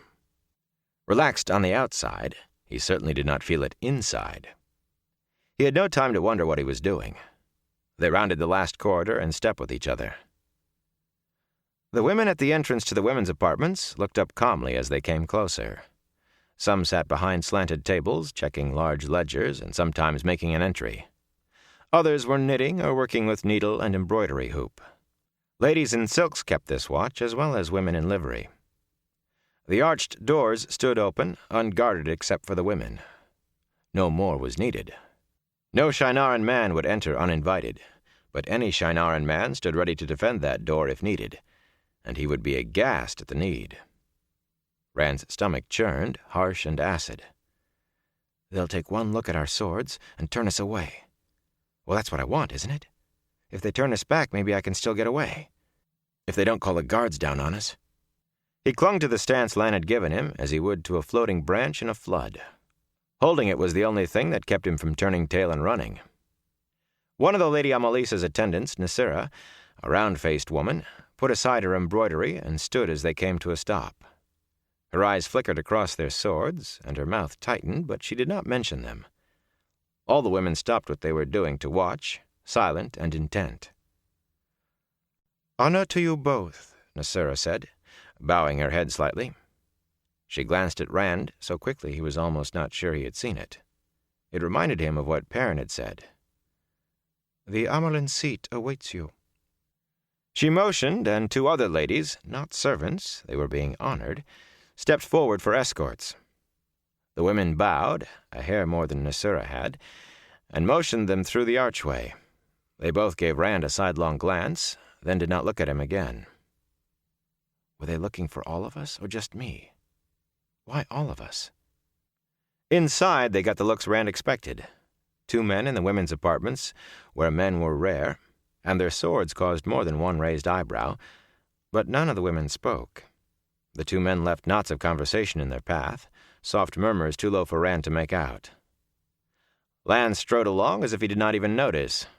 Rand kept pace behind their escorts and wished he could hear. And then they reached the Amerlin seat's chambers, with 3 Aes Sedai in the hall outside the door. The tall Aes Sedai, Lyanna, held her gold-flamed staff. Rand did not know the other two, one of the white Ajah, and one yellow by their fringe. He remembered their faces, though, staring at him as he had run through these same halls. Smooth Aes Sedai faces with knowing eyes. They studied him with arched eyebrows and pursed lips. The women who had brought Lan and Rand curtsied, handing them over to the Aes Sedai. Lyanna looked Rand over with a slight smile. Despite the smile, her voice had a snap to it. "What have you brought the Amerlin seat today, Lan Gaidin? A young lion? Better you don't let any greens see this one, or one of them will bond him before he can take a breath. Greens like to bond them young." Rand wondered if it was really possible to sweat inside your skin. He felt as if he was. He wanted to look at Lan, but he remembered this part of the warder's instructions. "I am Rand al'Thor, son of Tam al'Thor, of the Two Rivers, which once was Manetheren. As I have been summoned by the Amerlin seat, Lyanna Sedai, so do I come. I stand ready." He was surprised that his voice did not shake once. Lyanna blinked, and her smile faded to a thoughtful look. "This is supposed to be a shepherd, Lan Gaidin.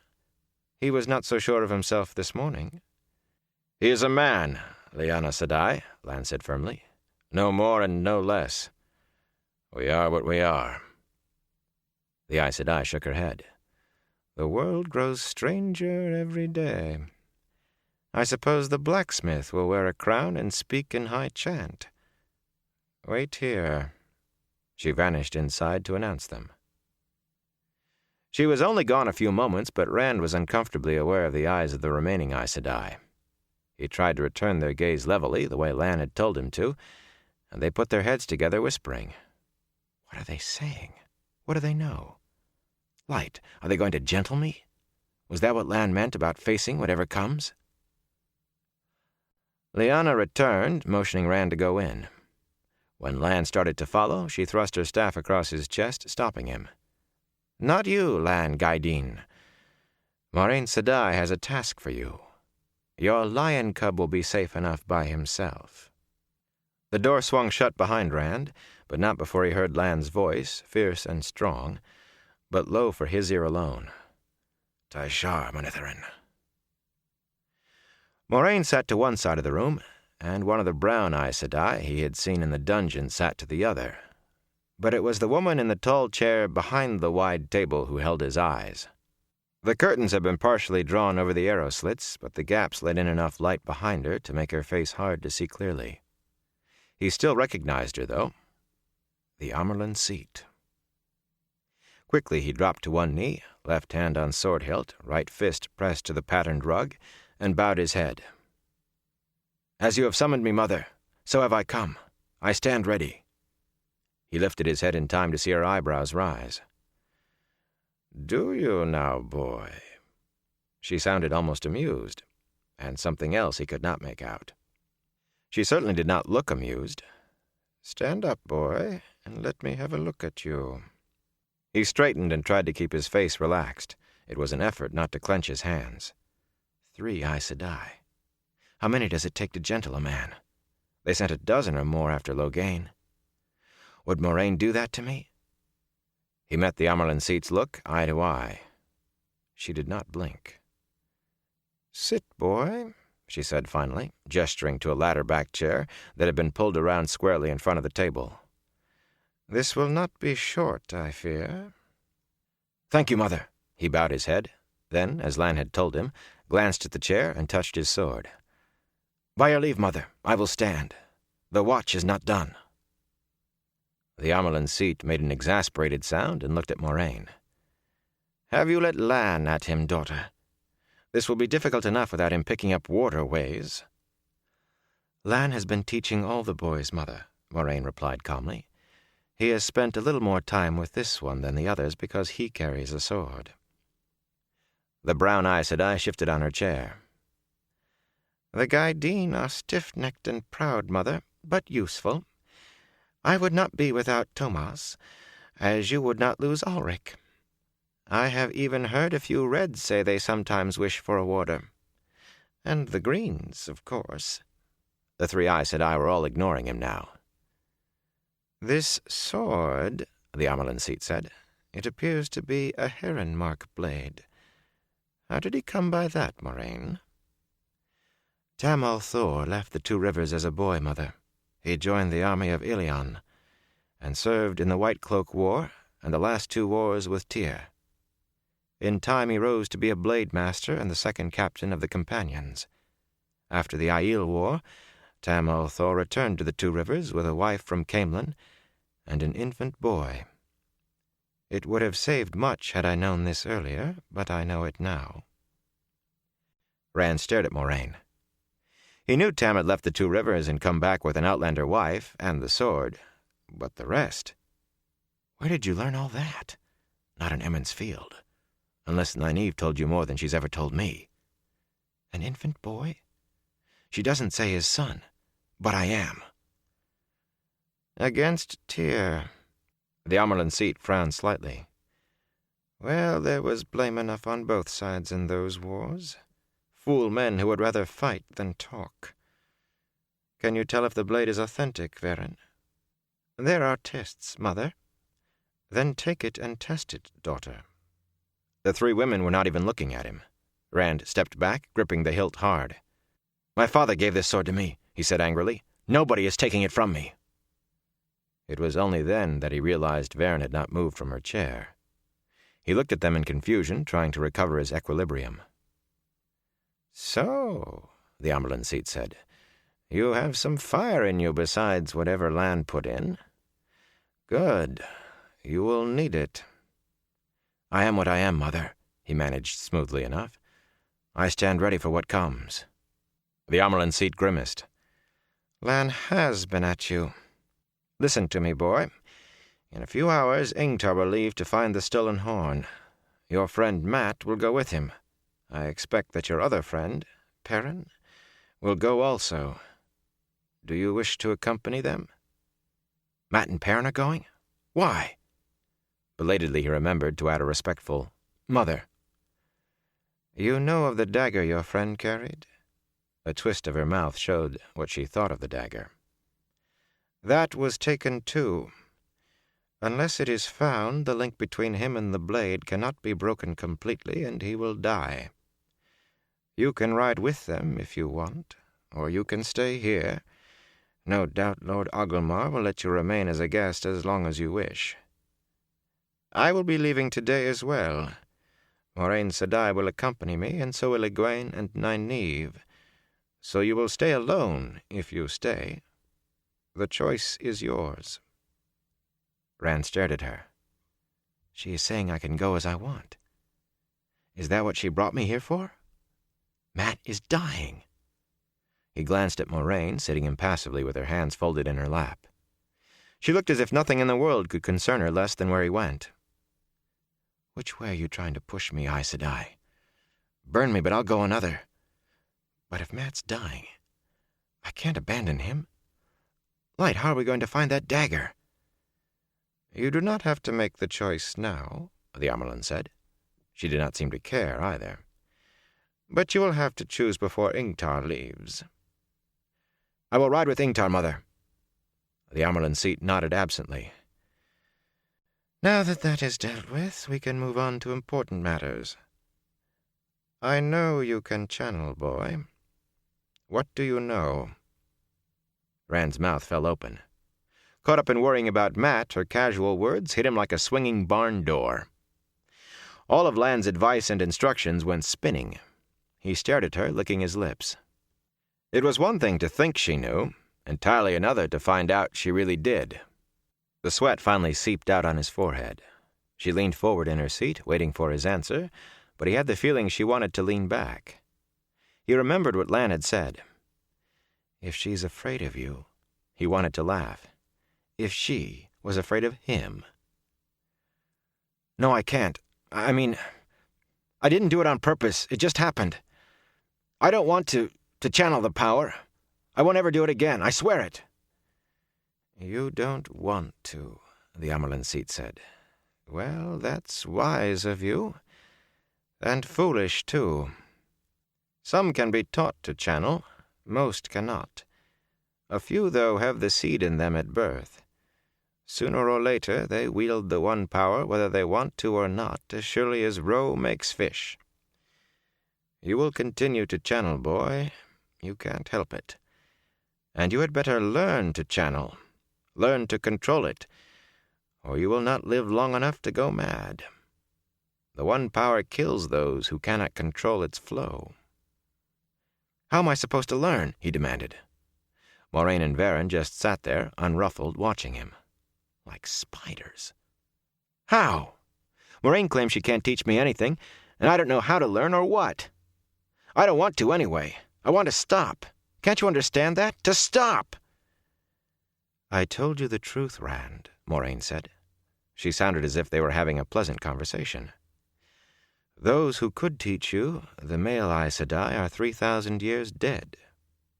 No Aes Sedai living can teach you to touch saidin any more than you could learn to touch saidar. A bird cannot teach a fish to fly, nor a fish teach a bird to swim. I have always thought that was a bad saying, Varen said suddenly. There are birds that dive and swim, and in the sea of storms are fish that fly, with long fins that stretch out as wide as your outstretched arms, and beaks like swords that can pierce. Her words trailed off, and she became flustered. Moraine and the Amyrlin seat were staring at her without expression. Rand took the interruption to try to regain some control of himself. As Tam had taught him long ago, he formed a single flame in his mind and fed his fears into it, seeking emptiness, the stillness of the void. The flame seemed to grow until it enveloped everything, until it was too large to contain or imagine any longer. With that, it was gone, leaving in its place a sense of peace. At its edges, emotions still flickered, fear and anger like black blotches, but the void held. Thought skimmed across its surface like pebbles across ice. The Aes Sedai's attention was only off him for a moment, but when they turned back, his face was calm. "Why are you talking to me like this, Mother?" he asked. "You should be gentling me." The Amyrlin seat frowned and turned to Moraine. "Did Lan teach him this?" "No, Mother. He had that from Tam al'Thor." "Why?" Rand demanded again. The Amyrlin seat looked him straight in the eye and said, Because you are the dragon reborn. The void rocked. The world rocked. Everything seemed to spin around him. He concentrated on nothing, and the emptiness returned. The world steadied. "No, Mother. I can channel the light, help me, but I am not Rowland Darksbane, nor Gwer Amalasan, nor Urien Stonebow. You can gentle me or kill me, or let me go. But I will not be a tame false dragon on a Tarvalin leash." He heard Varen gasp, and the Amerlin's eyes widened, a gaze as hard as blue rock. It did not affect him. It slid off the void within. "Where did you hear those names?" the Amerlin demanded. "Who told you Tarvalin pulls the lines on any false dragon?" "A friend, Mother," he said. "A gleeman. His name was Tom Merlin. He's dead now." Moraine made a sound, and he glanced at her. She claimed Tom was not dead, but she had never offered any proof, and he could not see how any man could survive grappling hand-to-hand with a Fade. The thought was extraneous, and it faded away. There was only the void and the oneness now. "You are not a false dragon," the Amerlin said firmly. "You are the true dragon reborn." "I am a shepherd from the Two Rivers, Mother." "Daughter, tell him the story. A true story, boy. Listen well." Moraine began speaking. Rand kept his eyes on the Amerlin's face, but he heard. "Nearly 20 years ago, the Aiel crossed the spine of the world, the Dragon Wall, the only time they have ever done so. They ravaged through Cairhien, destroyed every army sent against them, burned the city of Cairhien itself, and fought all the way to Tarvalin. It was winter and snowing, but cold or heat mean little to an Aiel. The final battle, the last that counted, was fought outside the Shining Walls in the shadow of Dragonmount. In 3 days and nights of fighting, the Aiel were turned back. Or rather, they turned back, for they had done what they came to do, which was to kill King Laman of Cairhien for his sin against the tree. It is then that my story begins, and yours. They came over the Dragon Wall like a flood, all the way to the Shining Walls. Rand waited for the memories to fade, but it was Tam's voice he heard, Tam sick and raving, pulling up secrets from his past. The voice clung outside the void, clamoring to get in. "I was one of the accepted then," Moraine said, "as was our mother, the Amerlin Seat. We were soon to be raised to sisterhood, and that night we stood attendance on the then Amerlin. Her keeper of the chronicles, Gitara Moroso, was there. Every other full sister in Tarvalin was out healing as many wounded as she could find, even the Reds. It was dawn. The fire on the hearth could not keep the cold out. The snow had finally stopped, and in the Amerlin's chambers in the White Tower, we could smell the smoke of outlying villages burned in the fighting. Battles are always hot, even in the snow. Had to get away from the stink of death." Tam's delirious voice clawed at the empty calm inside Rand. The void trembled and shrank, steadied, then wavered again. The Amerlin's eyes bored at him. He felt sweat on his face again. "It was all a fever dream," he said. "He was sick." He raised his voice. "My name is Rand al'Thor. I am a shepherd. My father is Tam al'Thor, and my mother was—" Moraine had paused for him, but now her unchanging voice cut him off, soft and relentless. "The Cariathon cycle, the prophecies of the dragon, says that the dragon will be reborn on the slopes of Dragonmount, where he died during the breaking of the world. Gitara Sedai had the foretelling sometimes. She was old, her hair as white as the snow outside. But when she had the foretelling, it was strong. The morning light through the windows was strengthening as I handed her a cup of tea. The Amerlin Seat asked me what news there was from the field of battle. And Gitara Sedai started up out of her chair, her arms and legs rigid, trembling, her face as if she looked into the pit of doom at Sheol Ghul, and she cried out, 'He is born again. I feel him. The dragon takes his first breath on the slope of Dragonmount. He is coming. He is coming. Light help us. Light help the world. He lies in the snow and cries like the thunder. He burns like the sun." And she fell forward into my arms, dead. Slope of the mountain. Heard a baby cry. Gave birth there alone before she died. Child blue with the cold. Rand tried to force Tam's voice away. The void grew smaller. "A fever dream," he gasped. "I couldn't leave a child. I was born in the Two Rivers. Always knew you wanted children, Kari." He pulled his eyes away from the Amerlin's gaze. He tried to force the void to hold. He knew that was not the way, but it was collapsing in him. "Yes, lass. Rand is a good name." "I am Rand al'Thor." His legs trembled. "And so we knew the dragon was reborn," Moraine went on. "The Amerlin swore us to secrecy, we two, for she knew not all the sisters would see the rebirth as it must be seen. She set us to searching. There were many fatherless children after that battle, too many. But we found a story that one man had found an infant on the mountain. That was all. A man and an infant boy. So we searched on. For years we searched, finding other clues, poring over the prophecies. He will be of the ancient blood, and raised by the old blood. That was one. There were others. But there are many places where the old blood, descended from the age of legends, remains strong. Then in the Two Rivers, where the old blood of Manetheren seethes still like a river in flood, in Emond's Field, I found 3 boys whose name days were within weeks of the battle at Dragonmount, and one of them can channel. Do you think Trollocs came after you just because you are ta'veren? You are the dragon reborn." Rand's knees gave way. He dropped to a squat, hands slapping the rug to catch himself from falling on his face. The void was gone, the stillness shattered. He raised his head, and they were looking at him, the 3 Aes Sedai. Their faces were serene, smooth as unruffled ponds, but their eyes did not blink. "My father is Tam al'Thor, and I was born—" They stared at him unmoving. "They're lying. I am not what they say. Some way, somehow, they're lying, trying to use me." "I will not be used by you." "An anchor is not demeaned by being used to hold a boat," the Amerlin said. "You were made for a purpose, Rand al'Thor.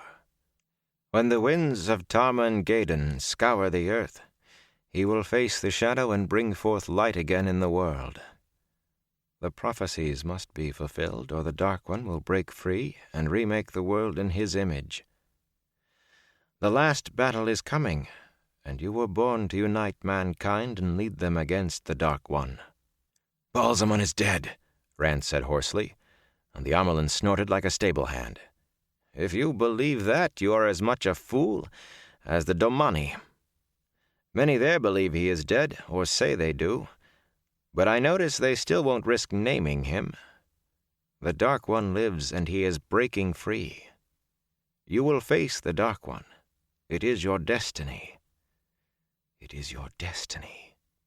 He had heard that before, in a dream, that had maybe not been entirely a dream.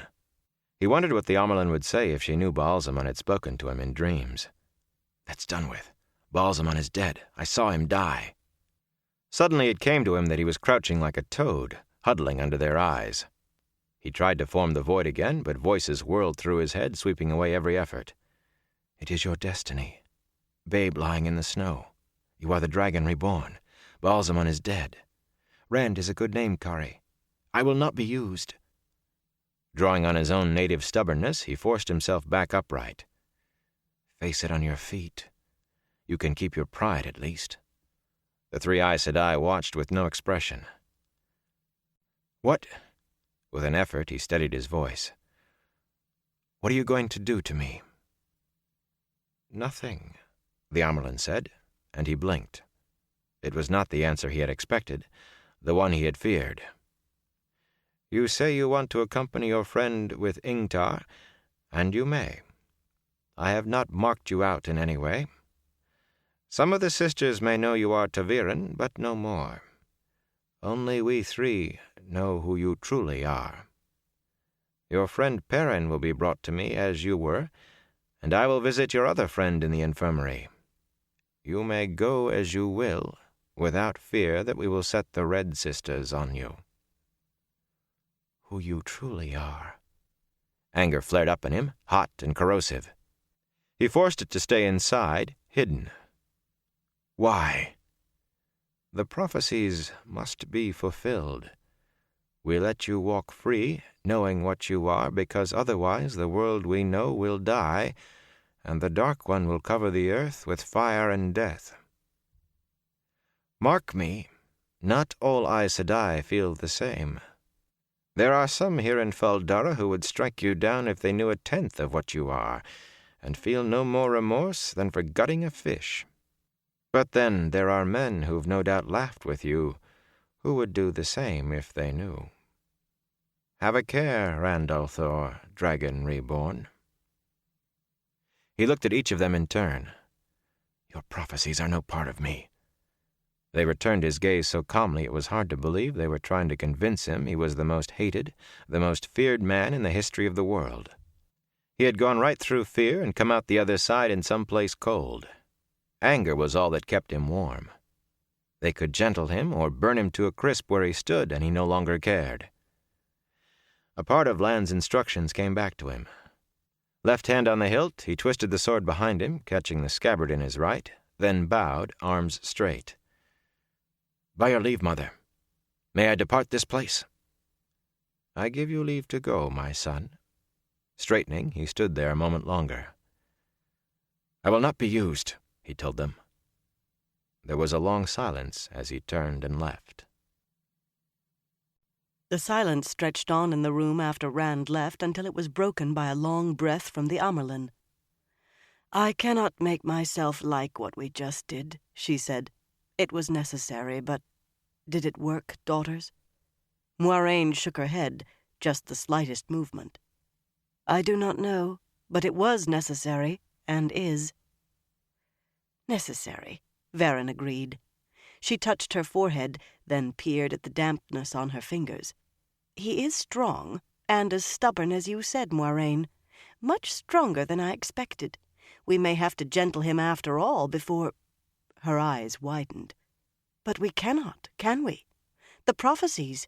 The light forgive us for what we are loosing on the world. The prophecies, Moiraine said, nodding. Afterwards we will do as we must, as we do now. As we must, the Amyrlin said. Yes, but when he learns to channel, the light help us all. The silence returned. There was a storm coming. Nynaeve felt it. A big storm, worse than she had ever seen. She could listen to the wind and hear what the weather would be. All wisdoms claimed to be able to do that, though many could not. Nynaeve had felt more comfortable with the ability before learning it was a manifestation of the power. Any woman who could listen to the wind could channel, though most were probably as she had been, unaware of what she was doing, getting it only in fits and starts. This time, though, something was wrong. Outside, the morning sun was a golden ball in a clear blue sky, and birds sang in the gardens, but that was not it.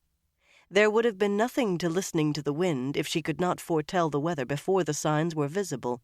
There was something wrong with the feeling this time, something not quite the way it usually was. The storm felt distant, too far off for her to feel at all. Yet it felt as if the sky above should have been pouring down rain and snow and hail all at the same time, with winds howling to shake the stones of the keep. And she could feel the good weather, too, lasting for days yet, but that was muted under the other. A bluefinch perched in an arrow slit, like a mockery of her weather sense, peering into the hallway. When it saw her, it vanished in a flash of blue and white feathers. She stared at the spot where the bird had been. There is a storm, and there isn't. It means something, but what? Far down the hall, full of women and small children, she saw Rand striding away, his escort of women half running to keep up. Nynaeve nodded firmly. If there was a storm that was not a storm, he would be the center of it. Gathering her skirts, she hurried after him. Women with whom she had grown friendly since coming to Fal Dara tried to speak to her. They knew Rand had come with her and that they were both from the Two Rivers, and they wanted to know why the Amyrlin had summoned him. The Amyrlin's seat. Ice in the pit of her belly, she broke into a run, but before she left the women's apartments, she had lost him around too many corners and beyond too many people. "Which way did he go?" she asked Nisura. There was no need to say who. She heard Rand's name in the conversation of the other women clustered around the arched doors. "I don't know, Nynaeve. He came out as fast as if he had Heartsbane himself at his heels. As well he might, coming here with a sword at his belt. The Dark One should be the least of his worries after that. What is the world coming to? And him presented to the Amyrlin in her chambers, no less. Tell me, Nynaeve, is he really a prince in your land?" The other women stopped talking and leaned closer to listen. Nynaeve was not sure what she answered, something that made them let her go on. She hurried away from the women's apartments, head swiveling at every crossing corridor to look for him, fists clenched. "Light, what have they done to him? I should have gotten him away from Moiraine somehow, the light blind her. I'm his wisdom." "Are you?" a small voice taunted. "You've abandoned Emond's Field to fend for itself. Can you still call yourself their wisdom?" "I did not abandon them," she told herself fiercely. "I brought Mavra Malin up from Devon Ride to look after matters till I get back. She can deal well enough with the mayor and the village council, and she gets on well with the women's circle." "Mavra will have to get back to her own village. No village can do without its wisdom for long." Nynaeve cringed inside. She had been gone months from Emond's Field. "I am the wisdom of Emond's Field," she said aloud. A liveried servant carrying a bolt of cloth blinked at her, then bowed low before scurrying off. By his face he was eager to be anywhere else. Blushing, Nynaeve looked around to see if anyone had noticed. There were only a few men in the hall, engrossed in their own conversations, and some women in black and gold going about their business, giving her a bow or curtsy as she passed. She had had that argument with herself 100 times before, but this was the first time it had come to talking to herself out loud. She muttered under her breath, then pressed her lips firmly together when she realized what she was doing.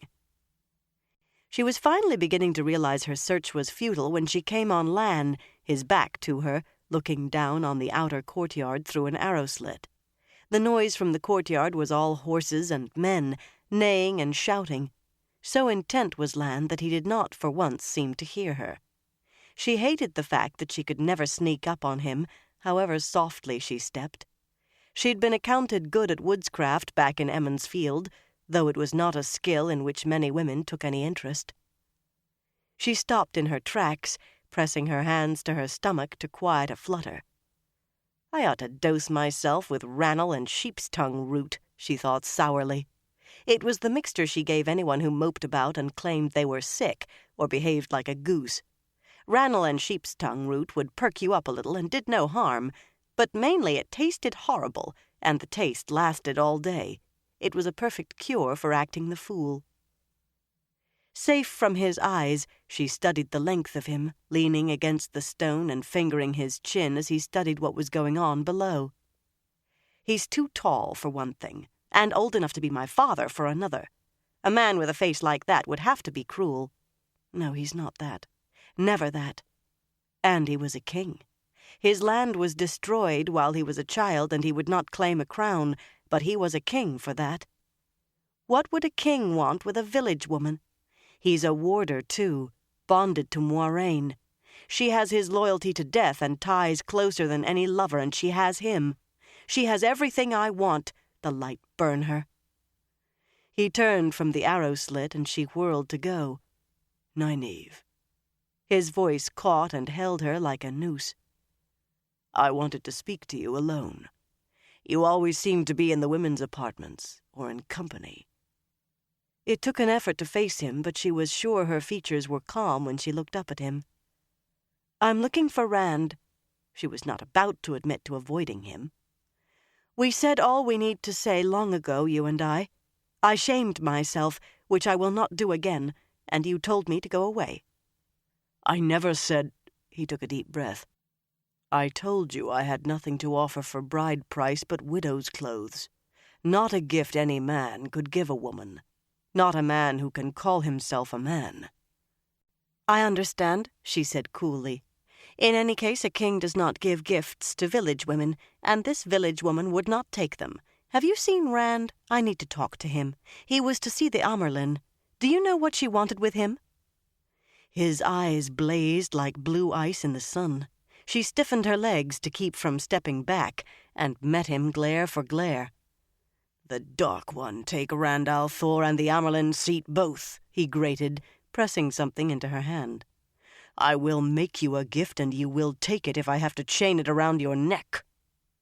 She pulled her eyes away from his. He had a stare like a blue-eyed hawk when he was angry.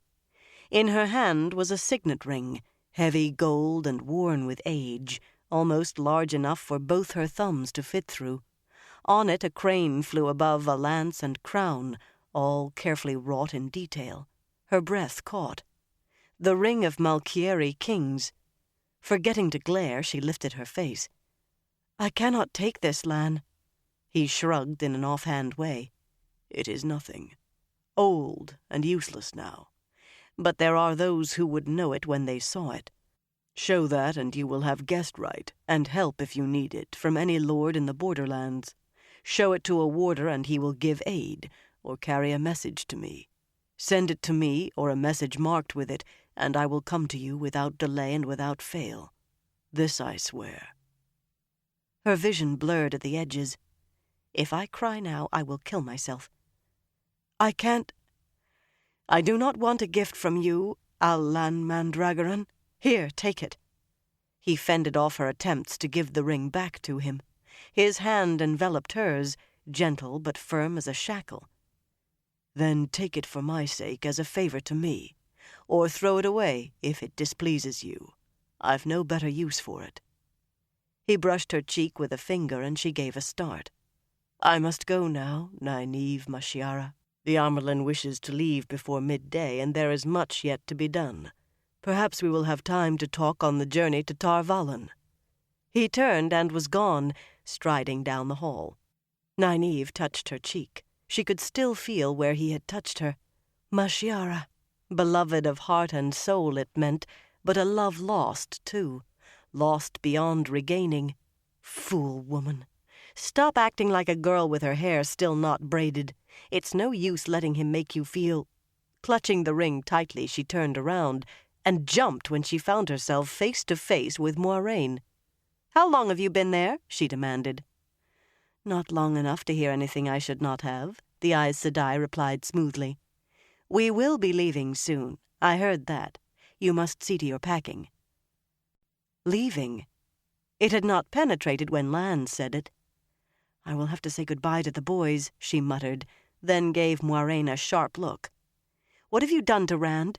He was taken to the Amyrlin. Why? Did you tell her about...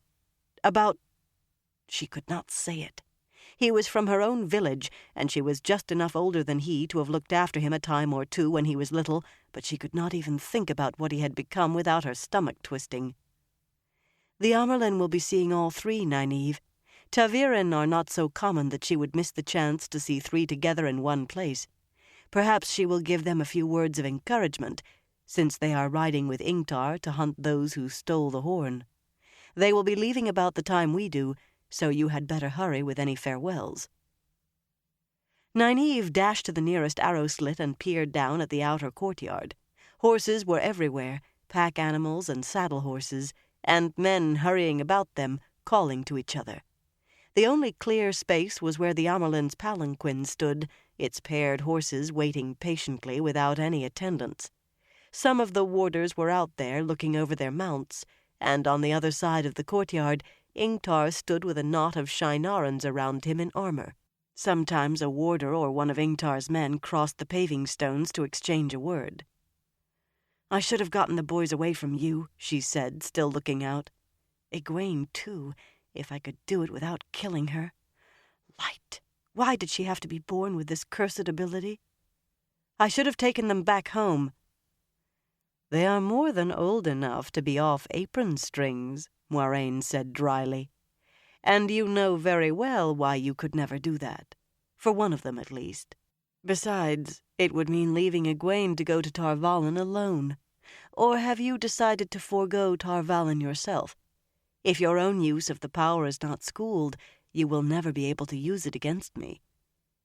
Nynaeve spun to face the Aes Sedai, her jaw dropping. She could not help it. "I don't know what you are talking about." "Did you think I did not know, child? Well, as you wish it. I take it that you are coming to Tar Valon? Yes, I thought so." Nynaeve wanted to hit her, to knock away the brief smile that flashed across the Aes Sedai's face. Aes Sedai had not been able to wield power openly since the breaking, much less the One Power, but they plotted and manipulated, pulled strings like puppet masters, used thrones and nations like stones on a stone's board. She wants to use me, too, somehow. If a king or a queen, why not a wisdom?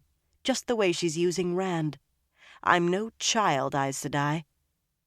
What are you doing with Rand now? Have you not used him enough? I don't know why you have not had him gentled, now the Amyrlin's here with all those other Aes Sedai, but you must have a reason. It must be some plot you're hatching. If the Amyrlin knew what you were up to, I wager she'd— Moiraine cut her off. What possible interest could the Amyrlin have in a shepherd? Of course, if he were brought to her attention in the wrong way, he might be gentled or even killed. He is what he is, after all. And there is considerable anger about last night. Everyone is looking for whom to blame. The Aes Sedai fell silent and let the silence stretch. Nynaeve stared at her, grinding her teeth. "Yes," Moiraine said finally. "Much better to let a sleeping lion sleep. Best you see to your packing now." She moved off in the direction Lan had gone, seeming to glide across the floor. Grimacing, Nynaeve swung her fist back against the wall. The ring dug at her palm. She opened her hand to look at it. The ring seemed to heat her anger, focus her hate. "I will learn. You think because you know you can escape me, but I will learn better than you think, and I will pull you down for what you've done to Mat and to Perrin, for Rand, the light help him and the Creator shelter him, especially for Rand," her hand closed around the heavy circlet of gold, "and for me."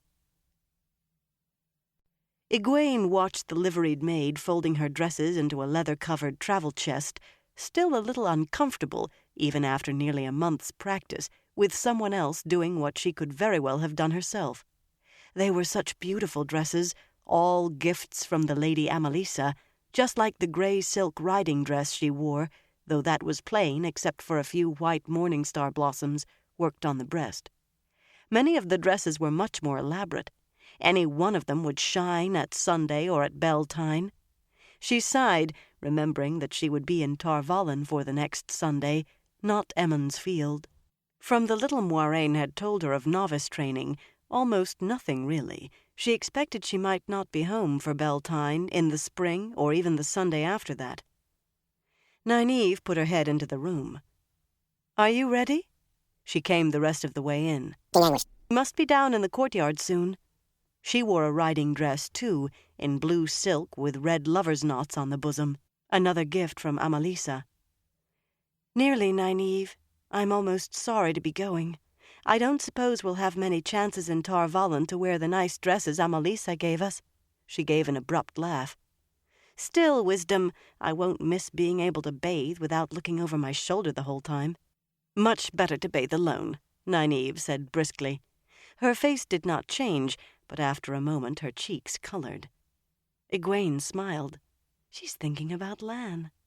It was still odd to think of Nynaeve, the Wisdom, mooning after a man. She did not think it would be wise to put it to Nynaeve in quite that way, but of late sometimes the Wisdom acted as strangely as any girl who had set her heart on a particular man. And one who doesn't have enough sense to be worthy of her at that. She loves him, and I can see he loves her, so why can't he have sense enough to speak up? "I don't think you should call me Wisdom any longer," Nynaeve said suddenly.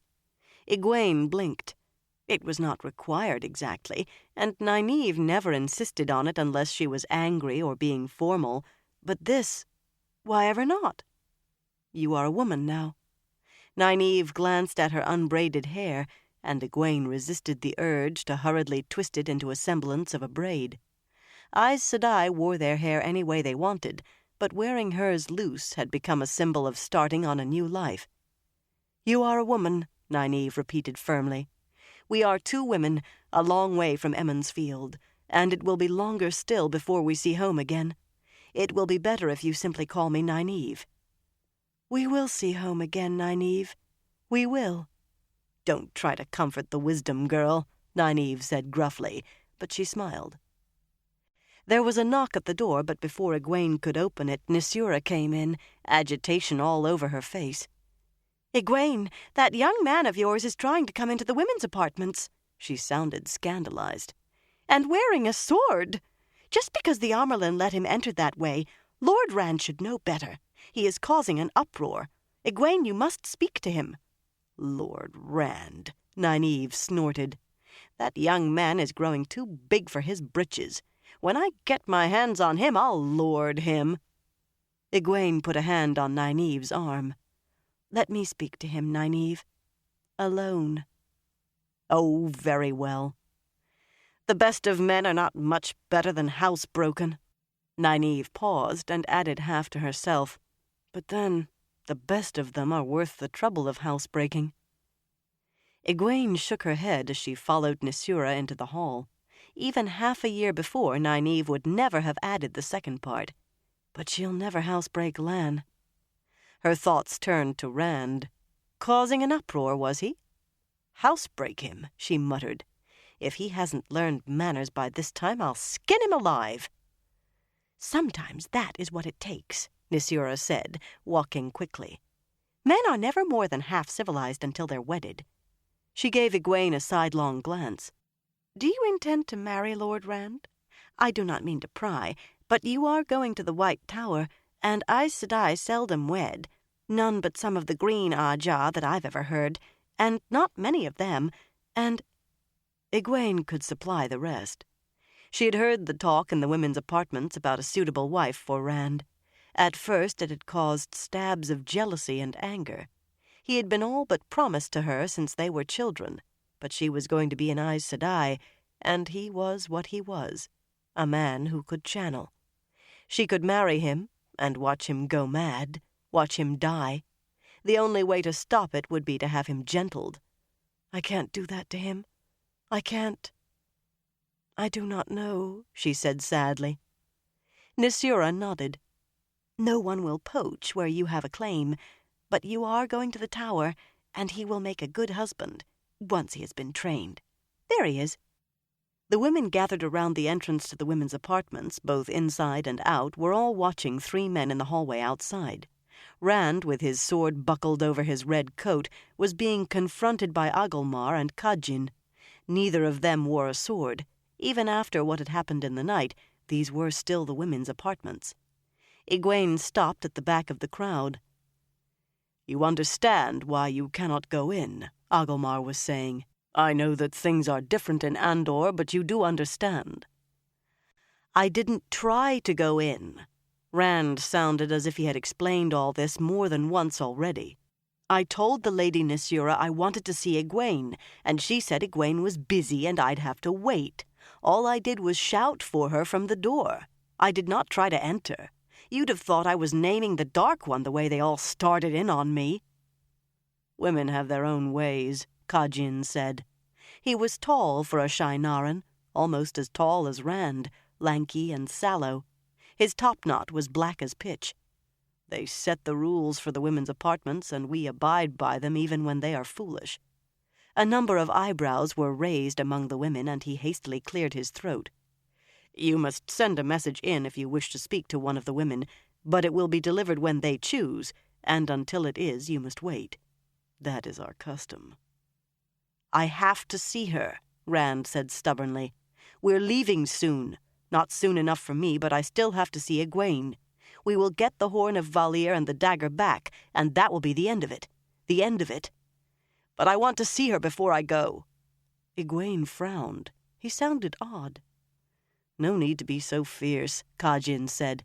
"You and Ingtar will find the horn or not, and if not, then another will retrieve it. The wheel weaves as the wheel wills, and we are but threads in the pattern." "Do not let the horn seize you, Rand," Agelmar said. "It can take hold of a man. I know how it can, and that is not the way. A man must seek duty, not glory. What will happen will happen. If the horn of Valir is meant to be sounded for the light, then it will be." "Here is your Egwene," Kajin said, spotting her. Agelmar looked around and nodded when he saw her with Nisura. "I will leave you in her hands, Rand al'Thor. Remember, here, her words are law, not yours.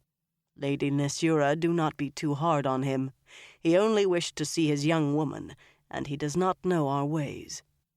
Egwene followed Nisura as the Shienaran woman threaded her way through the watching women. Nisura inclined her head briefly to Agelmar and Kajin. She pointedly did not include Rand. Her voice was tight.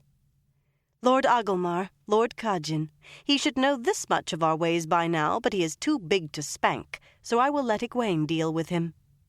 Agelmar gave Rand a fatherly pat on the shoulder. "You see, you will speak with her, if not exactly in the way you wished. Come, Kajin, we have much to see to yet.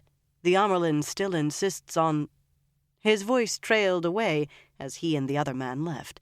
Rand stood there, looking at Egwene. The women were still watching, Egwene realized, watching her as well as Rand, waiting to see what she would do. The women were still watching, Egwene realized, watching her as well as Rand, waiting to see what she would do. "So I'm supposed to deal with him, am I?" Yet she felt her heart going out to him. His hair needed brushing. His face showed anger, defiance, and weariness. "Walk with me," she told him. A murmur started up behind them as he walked down the hall beside her, away from the women's apartments. Rand seemed to be struggling with himself, hunting for what to say. "I've heard about your exploits," she said finally. "Running through the women's apartments last night with a sword, wearing a sword to an audience with the Amyrlin seat." He still said nothing, only walked along frowning at the floor. "She didn't hurt you, did she?" She could not make herself ask if he had been gentled. He looked anything but gentle, but she had no idea what a man looked like afterwards. He gave a jerk. "No, she didn't. Egwene, the Amyrlin—" He shook his head. "She didn't hurt me." She had the feeling he had been going to say something else entirely. Usually she could ferret out whatever he wanted to hide from her, but when he really wanted to be stubborn, she could more easily dig a brick out of a wall with her fingernails. By the set of his jaw, he was at his most stubborn right now. "What did she want with you, Rand?" "Nothing important. ta'veren. She wanted to see ta'veren." His face softened as he looked down at her. "What about you, Egwene? Are you all right? Moiraine said you would be, but you were so still. I thought you were dead at first." "Well, I'm not," she laughed. She could not remember anything that had happened after she had asked Mat to go to the dungeons with her, not until waking in her own bed that morning. From what she had heard of the night, she was almost glad she could not remember. "Moiraine said she would have left me a headache for being foolish if she could have healed the rest and not that, but she couldn't." "I told you Fain was dangerous," he muttered. "I told you, but you wouldn't listen." "If that's the way you are going to talk," she said firmly, "I will give you back to Nisura. She won't talk to you the way I am. The last man who tried to push his way into the women's apartments spent a month up to his elbows in soapy water, helping with the women's laundry, and he was only trying to find his betrothed and make up an argument. At least he knew enough not to wear his sword. The light knows what they do to you." "Everybody wants to do something to me," he growled. "Everybody wants to use me for something. Well, I won't be used. Once we find the horn and Mat's dagger, I'll never be used again." With an exasperated grunt, she caught his shoulders and made him face her. She glared up at him. "If you don't start talking sense, Rand al'Thor, I swear I will box your ears." "Now you sound like Nynaeve."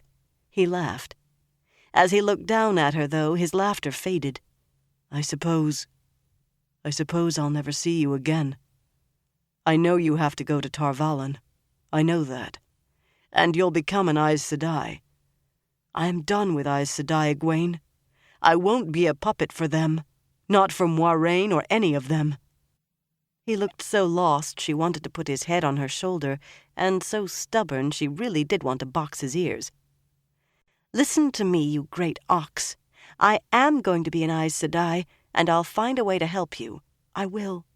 The next time you see me, you will likely want to gentle me. She looked around hastily. They were alone in their stretch of the hall. If you don't watch your tongue, I will not be able to help you. Do you want everyone to know? Too many know already, he said. Egwene, I wish things were different, but they aren't. Take care of yourself, and promise me you won't choose the Red Ajah. Tears blurred her vision as she threw her arms around him. You take care of yourself, she said fiercely into his chest. If you don't, I'll... She thought she heard him murmur, I love you. And then he was firmly unwrapping her arms, gently moving her away from him. He turned and strode away from her, almost running. She jumped when Nisura touched her arm. He looks as if you set him a task he won't enjoy, but you mustn't let him see you cry over it. That negates the purpose. Come, Nynaeve wants you. Scrubbing her cheeks, Egwene followed the other woman. Take care of yourself, you wool-headed lummox. Light, take care of him. Chapter 9. Leave-takings. The outer courtyard was in ordered turmoil when Rand finally reached it with his saddlebags and the bundle containing the harp and flute. The sun climbed toward midday. Men hurried around the horses, tugging at saddle girths and pack harness, voices raised. Others darted with last-minute additions to the pack saddles, or water for the men working, or dashed off to fetch something just remembered. But everyone seemed to know exactly what they were doing and where they were going. The guard walks and archers' balconies were crowded again, and excitement crackled in the morning air. Hooves clattered on the paving stones. One of the pack horses began kicking, and stablemen ran to calm it. The smell of horses hung thick. Rand's cloak tried to flap in the breeze that rippled the swooping hawk banners on the towers, but his bow, slung across his back, held it down. From outside the open gates came the sounds of the Amerlin's pikemen and archers forming up in the square. They had marched around from a side gate. One of the trumpeters tested his horn. Some of the warders glanced at Rand as he walked across the courtyard. A few raised eyebrows when they saw the heron-marked sword, but none spoke. Half wore the cloaks that were so queasy-making to look at. Mondarb, Lan's stallion, was there, tall and black and fierce-eyed, but the man himself was not, and none of the Aes Sedai, none of the women, were in evidence yet either. Moraine's white mare, Aldib, stepped daintily beside the stallion. Rand's bay stallion was with the other group on the far side of the courtyard with Ingtar, and a bannerman holding Ingtar's grey owl banner, and 20 other armored men with lances tipped with 2 feet of steel, all mounted already. The bars of their helmets covered their faces, and golden surcoats with the black hawk on the chest hid their plate and mail. Only Ingtar's helmet had a crest, a crescent moon, above his brow, points up. Rand recognized some of the men. Rough-tongued Uno with a long scar down his face and only one eye. Ragan and Masima. Others who had exchanged a word or played a game of stones. Ragan waved to him, and Uno nodded. But Masima was not the only one who gave him a cold stare and turned away. Their pack horses stood placidly, tails swishing. The big bay danced as Rand tied his saddlebags and bundle behind the high-cantled saddle. He put his foot in the stirrup and murmured, "Easy, Red," as he swung into the saddle. But he let the stallion frisk away some of his stable-bound energy. To Rand's surprise, Loyal appeared from the direction of the stables, riding to join them. The Ogier's hairy fetlocked mount was as big and heavy as a prime Duran stallion. Beside it, all the other animals looked the size of Bella. But with Loyal in the saddle, the horse seemed almost a pony. Loyal carried no weapon that Rand could see. He had never heard of any Ogier using a weapon. Their steading were protection enough. And Loyal had his own priorities, his own ideas of what was needed for a journey. The pockets of his long coat had a telltale bulge, and his saddlebag showed the square imprints of books. The Ogier stopped his horse a little way off and looked at Rand, his tufted ears twitching uncertainly. "I didn't know you were coming," Rand said. "I think you would have had enough of traveling with us. This time there's no telling how long it will be, or where we will end up." Loyal's ears lifted a little. "There was no telling when I first met you, either. Besides, what held then holds now. I can't let the chance pass to see history actually weave itself around ta'Veren. And to help find the horn." Mat and Perrin rode up behind Loyal and paused. Mat looked a little tired around the eyes, but his face wore a bloom of health. "Mat," Rand said, "I'm sorry for what I said. Perrin, I didn't mean it. I was being stupid." Mat only glanced at him, then shook his head and mouthed something to Perrin that Rand could not hear. Mat had only his bow and quiver, but Perrin also wore his axe at his belt, with its big half-moon blade balanced by a thick spike. "Mat? Perrin? Really, I didn't—" They rode on toward Ingtar. "That is not a coat for traveling, Rand," Loyal said. Rand glanced down at the golden thorns climbing his crimson sleeve and grimaced. Small wonder Mat and Perrin still think I'm putting on airs. On returning to his room, he had found everything already packed and sent on. All of the plain coats he had been given were on the pack horses, so the servants said. Every coat left in the wardrobe was at least as ornate as the one he wore. His saddlebags held nothing in the way of clothes but a few shirts, some wool stockings, and a spare pair of breeches. At least he had removed the golden cord from his sleeve, though he had the red eagle pin in his pocket. Lan had meant it for a gift, after all. "I'll change when we stop tonight," he muttered. He took a deep breath. "Loyal, I said things to you I should not have, and I hope you'll forgive me. You have every right to hold them against me, but I hope you won't." Loyal grinned, and his ears stood up. He moved his horse closer. "I say things I should not all the time. The elders always said I spoke an hour before I thought." Suddenly Lan was at Rand's stirrup, in his gray-green scaled armor that would make him all but disappear in forest or darkness. "I need to talk to you, sheepherder." He looked at Loyal. "Alone, if you please, builder." Loyal nodded and moved his big horse away. "I don't know if I should listen to you," Rand told the warder. "These fancy clothes and all those things you told me, they didn't help much." "When you can't win a big victory, sheepherder, learn to settle for small ones. If you made them think of you as something more than a farm boy who'll be easy to handle, then you won a small victory. Now be quiet and listen. I've only time for one last lesson, the hardest. Sheathing the sword." "You spent an hour every morning making me do nothing but draw this bloody sword and put it back in the scabbard. Standing, sitting, lying down. I think I can manage to get it back in the sheath without cutting myself." "I said listen, sheepherder," the warder growled. "There will come a time when you must achieve a goal at all costs. It may come in attack or in defense, and the only way will be to allow the sword to be sheathed in your own body." "That's crazy," Rand said. "Why would I ever—" The warder cut him off.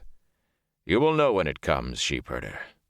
When the price is worth the gain and there is no other choice left to you. That is called sheathing the sword. Remember it." The Amyrlin appeared, striding across the crowded courtyard with Lyanna and her staff, and Lord Oghlamar at her shoulder. Even in the green velvet coat, the Lord of Fal Dara did not look out of place among so many armored men. There was still no sign of the other Aes Sedai. As they went by, Rand caught part of their conversation. "But, Mother," Oghlamar was protesting, "you've had no time to rest from your journey here. Stay at least a few days more. I promise you a feast tonight such as you could hardly get in Tar Valon." The Amyrlin shook her head without breaking stride. "I cannot, Oghlamar. You know I would if I could. I had never planned to remain so long, and matters urgently require my presence in the White Tower. I should be there now." "Mother, it shames me that you come one day and leave the next. I swear to you, there will be no repetition of last night." I have tripled the guard in the city gates as well as the keep. I have tumblers in from the town, and a bard coming from Moshirara. Why, King Esau will be on his way from Falmoran. I sent word as soon as—" Their voices faded as they crossed the courtyard, swallowed up by the din of preparation. The Amyrlin never as much as glanced in Rand's direction. When Rand looked down, the warder was gone and nowhere to be seen. Loial brought his horse back to Rand's side. "That is a hard man to catch and hold, isn't he, Rand? He's not here, then he's here, then he's gone, and you don't see him coming or going." Sheathing the sword. Rand shivered. Warders must all be crazy. The warder the Amyrlin was speaking to suddenly sprang into his saddle. He was at a dead gallop before he reached the wide-standing gates. She stood watching him go, and her stance seemed to urge him to go faster. Where is he headed in such a hurry? Rand wondered aloud. "I heard," Loial said, "that she was sending someone out today, all the way to Arad Doman. There is word of some sort of trouble on Almuth Plain, and the Amyrlin seat wants to know exactly what. What I don't understand is why now. From what I hear, the rumors of this trouble came from Tar Valon with the Aes Sedai." Rand felt cold. Egwene's father had a big map back at home, a map Rand had pored over more than once, dreaming before he found out what the dreams were like when they came true. It was old, that map, showing some lands and nations the merchants from outside said no longer existed. But Almuth Plain was marked, butting against Tomon Head. "We will meet again on Tomon Head." It was all the way across the world, he knew, on the Areth Ocean. "It has nothing to do with us," he whispered. "Nothing to do with me." Loial appeared not to have heard. Rubbing the side of his nose with a finger like a sausage, the Ogier was still peering at the gate where the warder had vanished. "If she wanted to know, why not send someone before she left Tar Valon? But you humans are always sudden and excitable, always jumping around and shouting." His ears stiffened with embarrassment. "I am sorry, Rand. You see what I mean about speaking before I think. I'm rash and excitable sometimes myself, as you know." Rand laughed. It was a weak laugh, but it felt good to have something to laugh at. "Maybe if we lived as long as you Ogier, we'd be more settled." Loial was 90 years old. By Ogier standards, not old enough by 10 years to be outside the steading alone. That he had gone anyway was proof, he maintained, of his rashness. If Loial was an excitable Ogier, Rand thought most of them must be made of stone. "Perhaps so," Loial mused. "But you humans do so much with your lives. We do nothing but huddle in our steading. Planting the groves, and even the building, were all done before the long exile ended." It was the groves Loial held dear, not the cities men remembered the Ogier for building. It was the groves planted to remind Ogier builders of the steading that Loial had left his home to see. "Since we found our way back to the steading, we—" His words trailed off as the Amyrlin approached. Ingtar and the other men shifted in their saddles, preparing to dismount and kneel, but she motioned them to stay as they were. Lyanna stood at her shoulder, and Agumar a pace back. From his glum face, he appeared to have given up trying to convince her to remain longer. The Amyrlin looked at them one by one before she spoke. Her gaze stayed on Rand no longer than on any other. "Peace favor your sword, Lord Ingtar," she said finally. "Glory to the builders, loyal Kisaran." "You honor us, Mother. May peace favor Tar Valon." Ingtar bowed in his saddle, and the other Shienarans did too. "All honor to Tar Valon," Loial said, bowing. Only Rand and his two friends on the other side of the party stayed upright. He wondered what she had said to them. Lyanna's frown took in all three of them, and Agumar's eyes widened, but the Amyrlin took no notice. "You ride to find the Horn of Valir," she said, "and the hope of the world rides with you.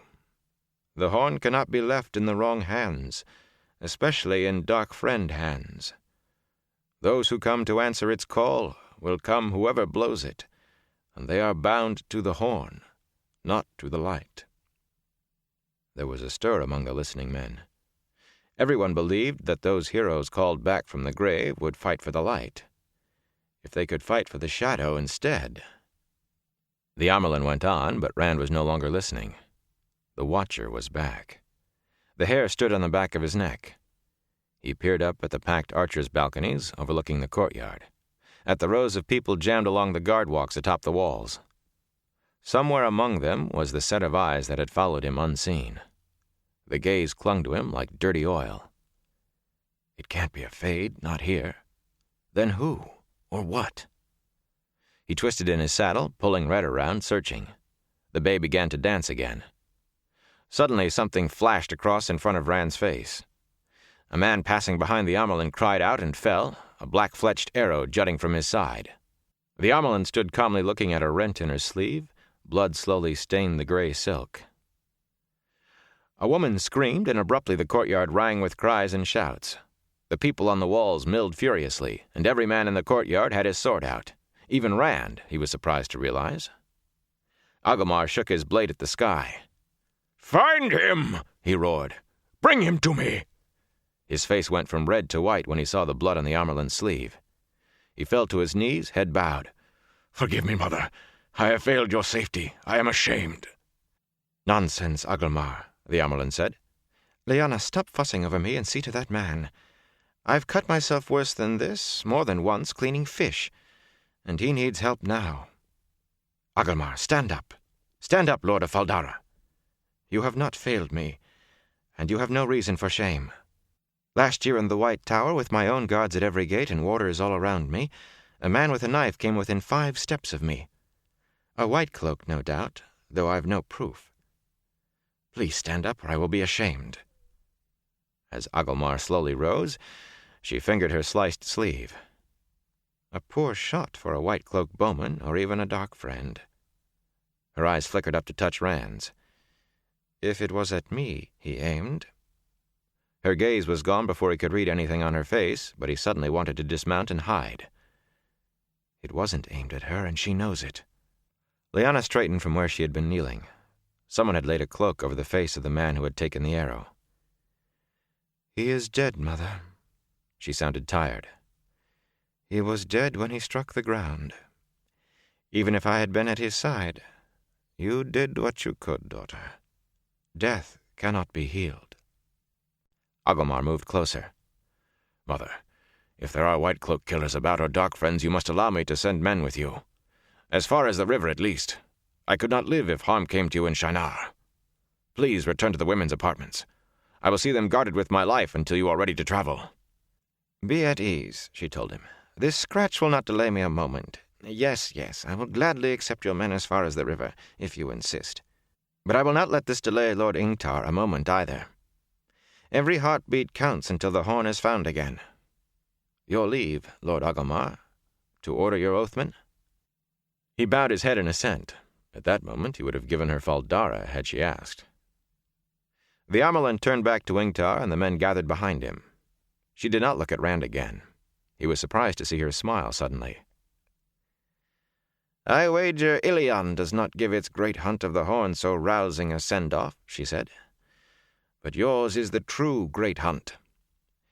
You are few, so you may travel quickly, yet enough to do what you must. I charge you, Lord Ingtar of House Shinoa. I charge all of you, find the Horn of Valir, and let nothing bar your way." Ingtar whipped his sword from his back and kissed the blade. "By my life and soul, by my house and honor, I swear it, Mother." "Then ride."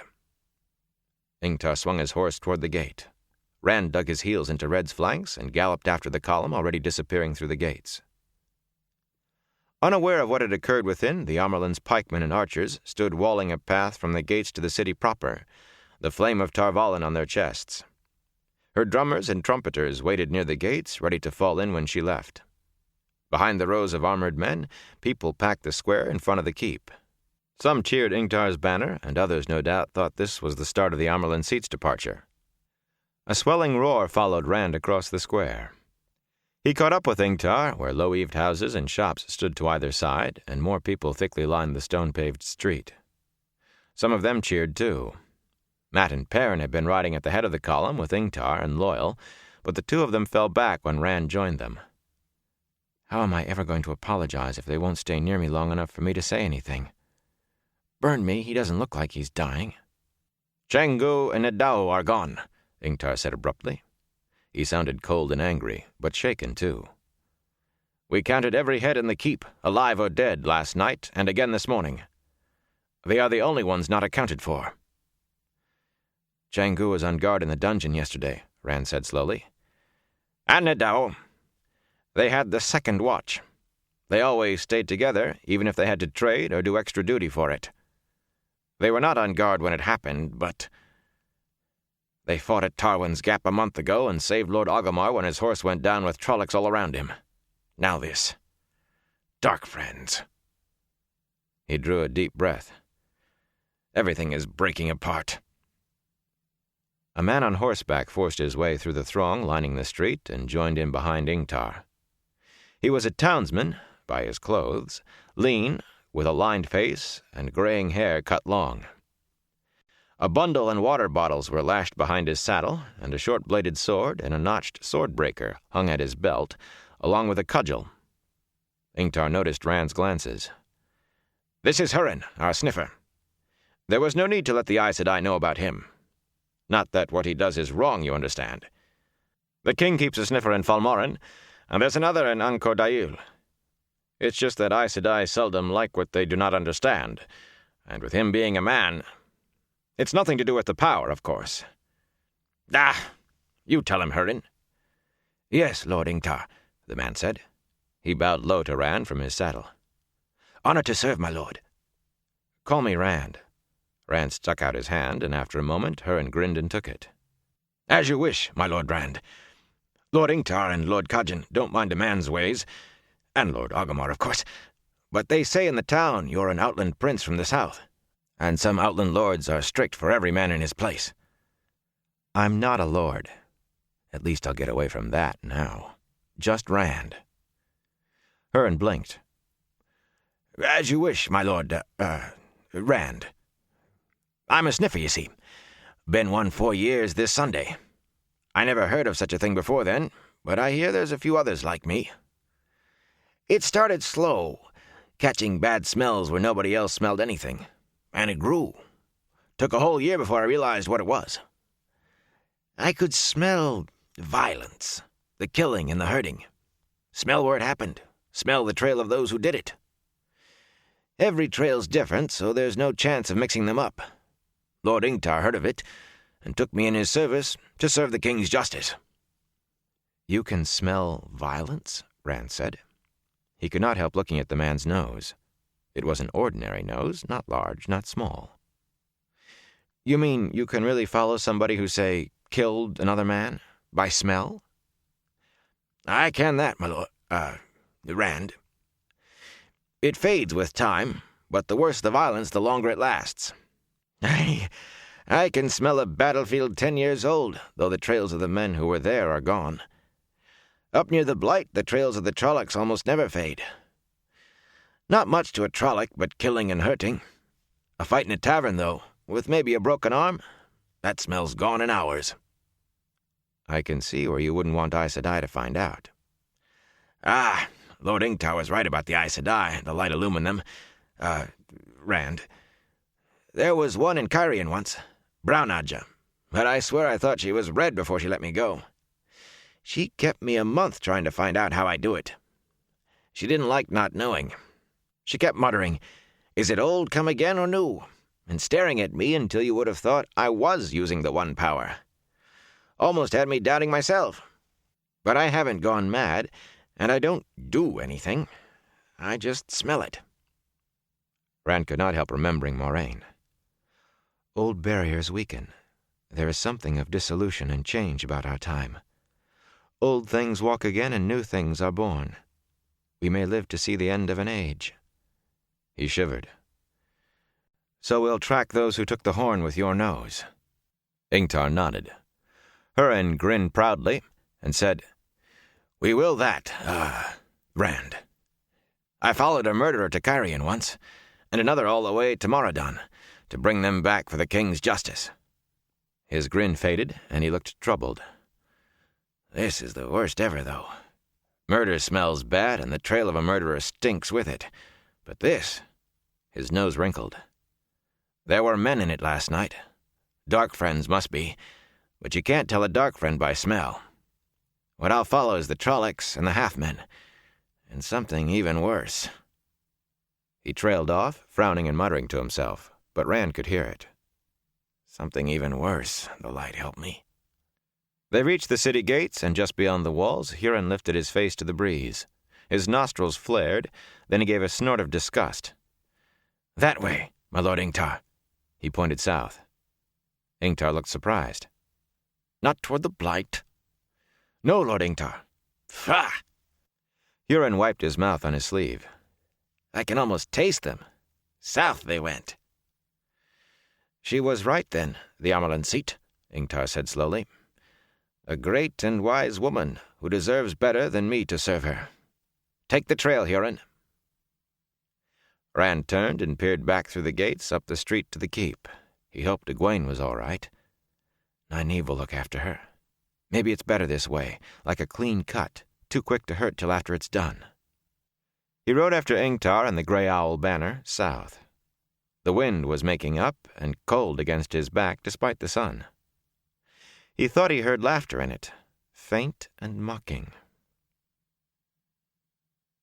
The waxing moon lit the humid, night-dark streets of Ilion, which still rang with celebration left over from daylight.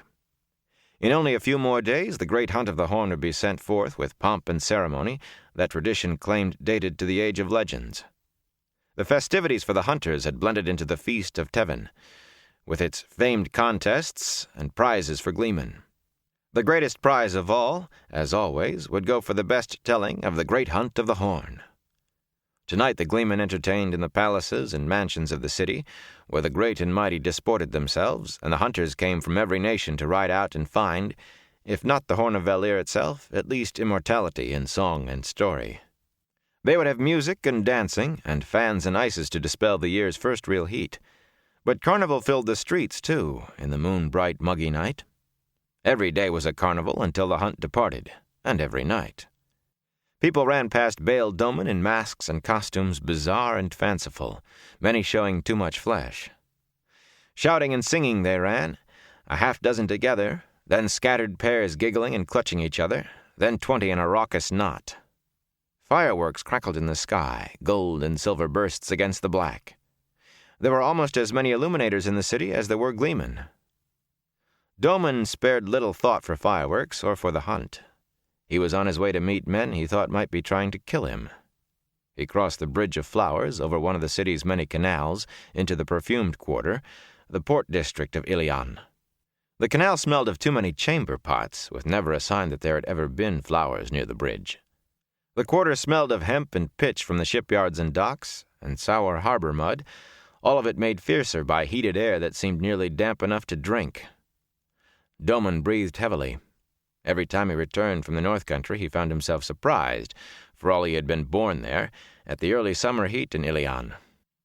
In one hand he carried a stout cudgel, and the other hand rested on the hilt of the short sword he had often used in defending the decks of his river trader from brigands.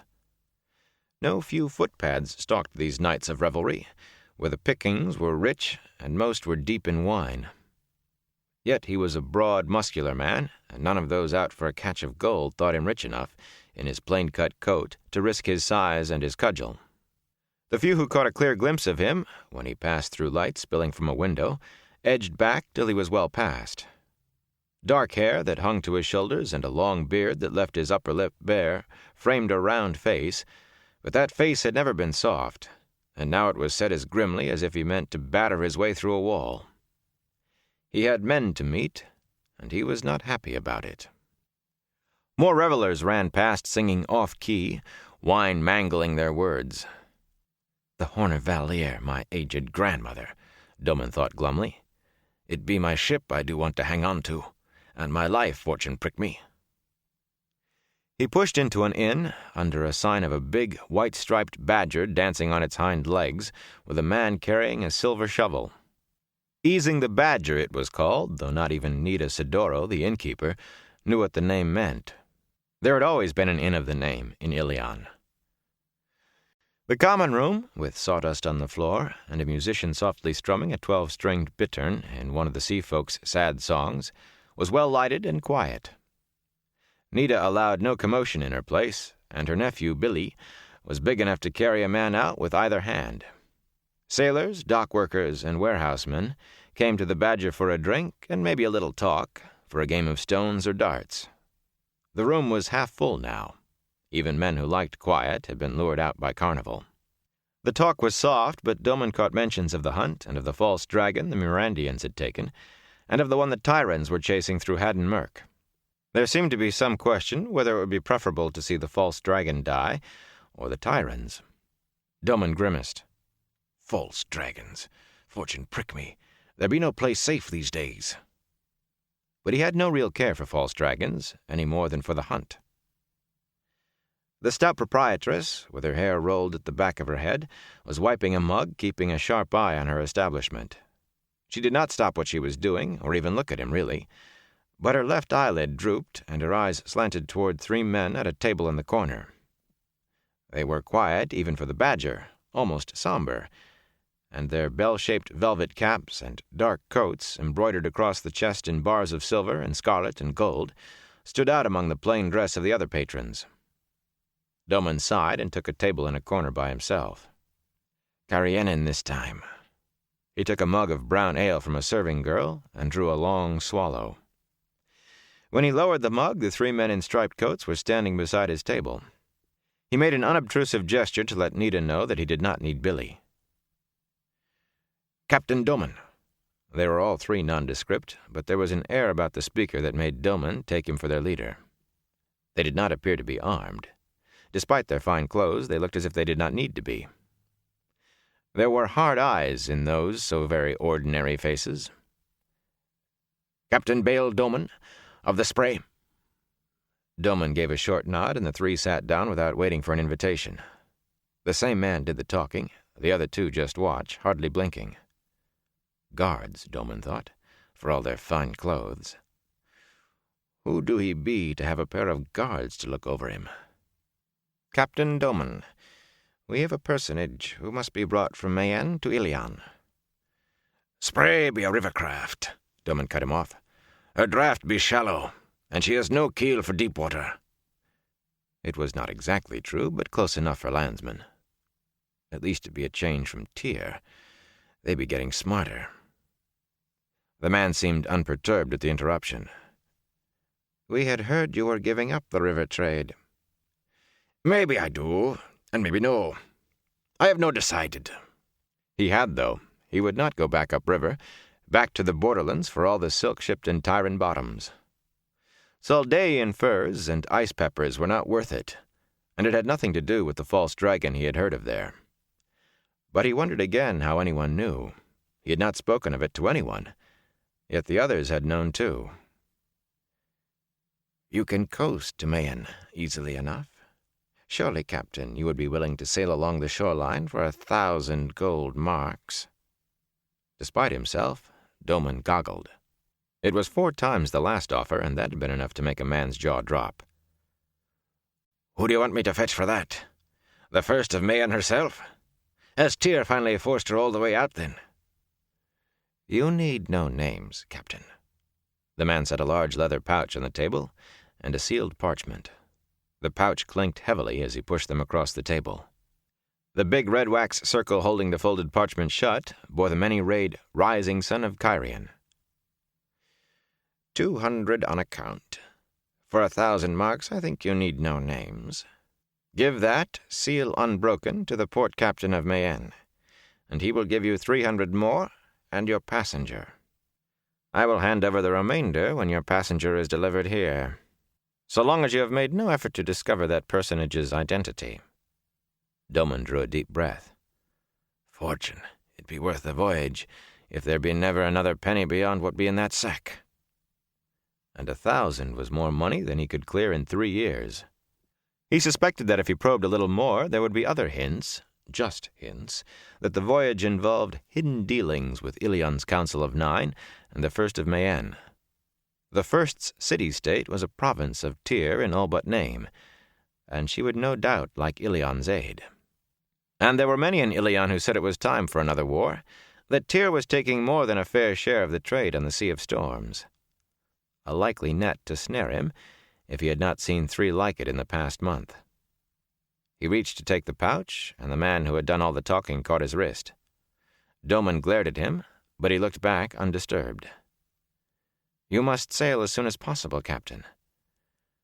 "At first light," Doman growled, and the man nodded and released his hold. "At first light, then, Captain Doman. Remember, discretion keeps a man alive to spend his money." Doman watched the 3 of them leave, then stared sourly at the pouch and the parchment on the table in front of him. Someone wanted him to go east. Tyr or Mayenne, it did not matter so long as he went east. He thought he knew who wanted it. And then again, I have no clue to them. Who could know who was a dark friend? But he knew that dark friends had been after him since before he left Maribon, to come back downriver. Dark friends and Trollocs, of that he was sure. The real question, the one he had not even a glimmer of an answer for, was why. "Trouble, Bale?" Nita asked. "You do look as if you had seen a Trolloc." She giggled, an improbable sound from a woman her size. Like most people who had never been to the borderlands, Nita did not believe in Trollocs. He had tried telling her the truth of it. She enjoyed his stories and thought they were all lies. She did not believe in snow, either. "No trouble, Nita." He untied the pouch, dug a coin out without looking, and tossed it to her. "Drinks for everyone till that do run out. Then I'll give you another." Nita looked at the coin in surprise. "A Tarvalin mark? Do you be trading with the witches now, Bale?" "No," he said hoarsely. "That I do not."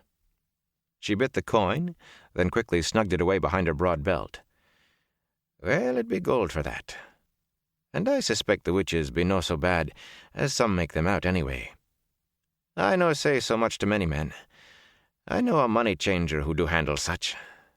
You'll no have to give me another with as few as be here tonight. More ale for you, Bale." He nodded numbly, though his mug was still almost full, and she trundled off. She was a friend and would not speak of what she had seen. He sat staring at the leather pouch. Another mug was brought before he could make himself open it enough to look at the coins inside. He stirred them with a calloused finger. Gold marks glittered up at him in the lamplight, every one of them bearing the damning flame of Tarvalin. Hurriedly, he tied the bag. Dangerous coins. 1 or 2 might pass, but so many would say to most people exactly what Nita thought. There were children of the light in the city, and although there was no law in Ilion against dealing with Aes Sedai, he would never make it to a magistrate if the White Cloaks heard of this. These men had made sure he would not simply take the gold and stay in Ilion. While he was sitting there worrying, Yaron Maladan, his brooding stork-like second on spray, came into the Badger with his brows pulled down to his long nose and stood over the captain's table. "Karn's dead, Captain." Doman stared at him, frowning. 3 others of his men had already been killed, 1 each time he refused a commission that would take him east. The magistrates had done nothing. The streets were dangerous at night, they said, and sailors a rough and quarrelsome lot. Magistrates seldom troubled themselves with what happened in the perfumed quarter, as long as no respectable citizens were injured. "But this time I did accept them," he muttered. "'Tisn't all, Captain," Yaron said. "They worked Karn with knives, like they wanted him to tell them something. And some more men tried to sneak aboard Spray not an hour gone. The dock watch ran them off. 3rd time in 10 days. And I never knew wharf rats to be so persistent. They like to let an alarm die down before they try again. And somebody tossed my room at the Silver Dolphin last night.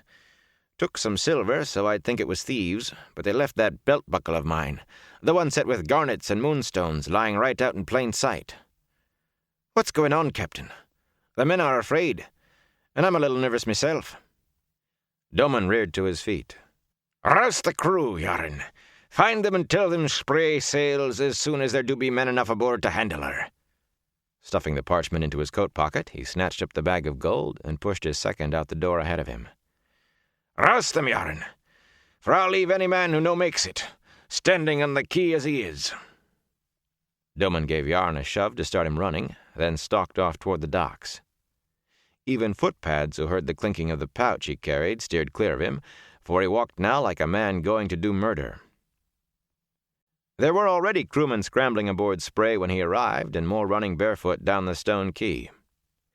They did not know what he feared was pursuing him, or even that anything did pursue him, but they knew he made good profits, and after the Ilianer way, he gave shares to the crew. Spray was 80 feet long, with 2 masts and broad in beam, with room for deck cargo as well as in the holds. Despite what Doman had told the Cairienin, if they had been Cairienin, he thought she could stand the open water. The Sea of Storms was quieter in the summer. "She'll have to," he muttered, and strode below to his cabin.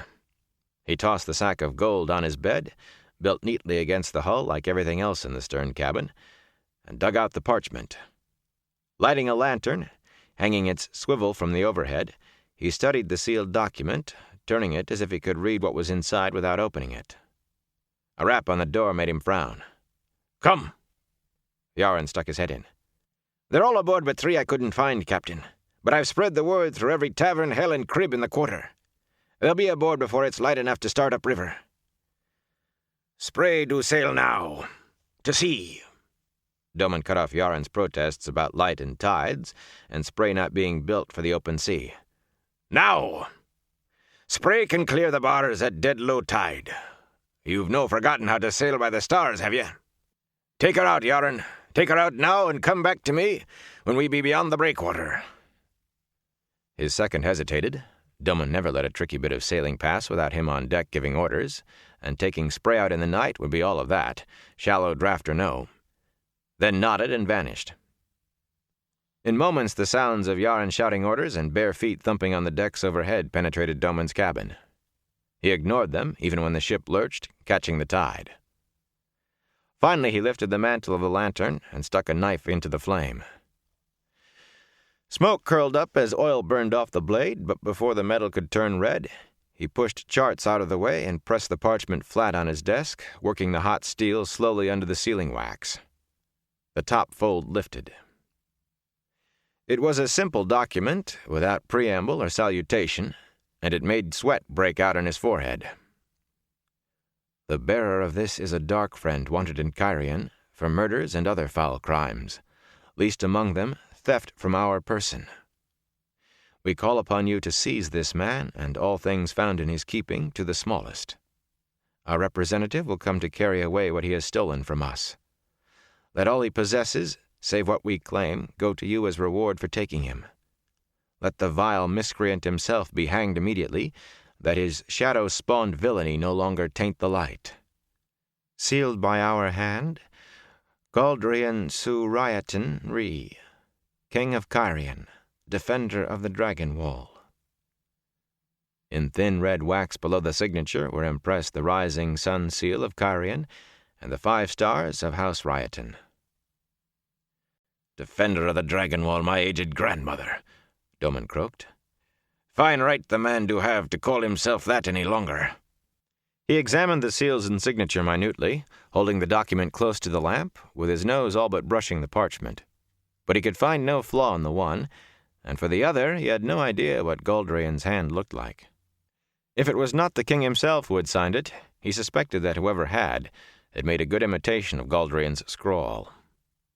In any case, it made no real difference. In Tyr, the letter would be instantly damning in the hands of any Ilianer. Or in Mayen, with tyrant influence so strong. There was no war now, and men from either port came and went freely, but there was as little love for Ilianers in Tyr as the other way round, especially with an excuse like this. For a moment he thought of putting the parchment into the lantern's flame. It was a dangerous thing to have, in Tyr or Ilion or anywhere he could imagine.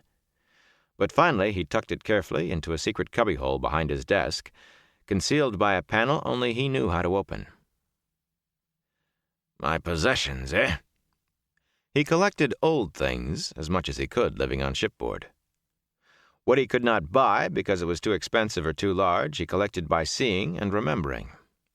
All those remnants of times gone, those wonders scattered around the world that had first pulled him aboard a ship as boy. He had added 4 to his collection in Maradan this last trip, and it had been then that the Dark Friend pursuit began. And Trollocs, too, for a time. He had heard that Whitebridge had been burned to the ground right after he sailed from there, and there had been rumors of Myrddraal as well as Trollocs. It was that, all of it together, that had first convinced him he was not imagining things, that had had him on guard when that first odd commission was offered, too much money for a simple voyage to Tyr, and a thin tale for a reason.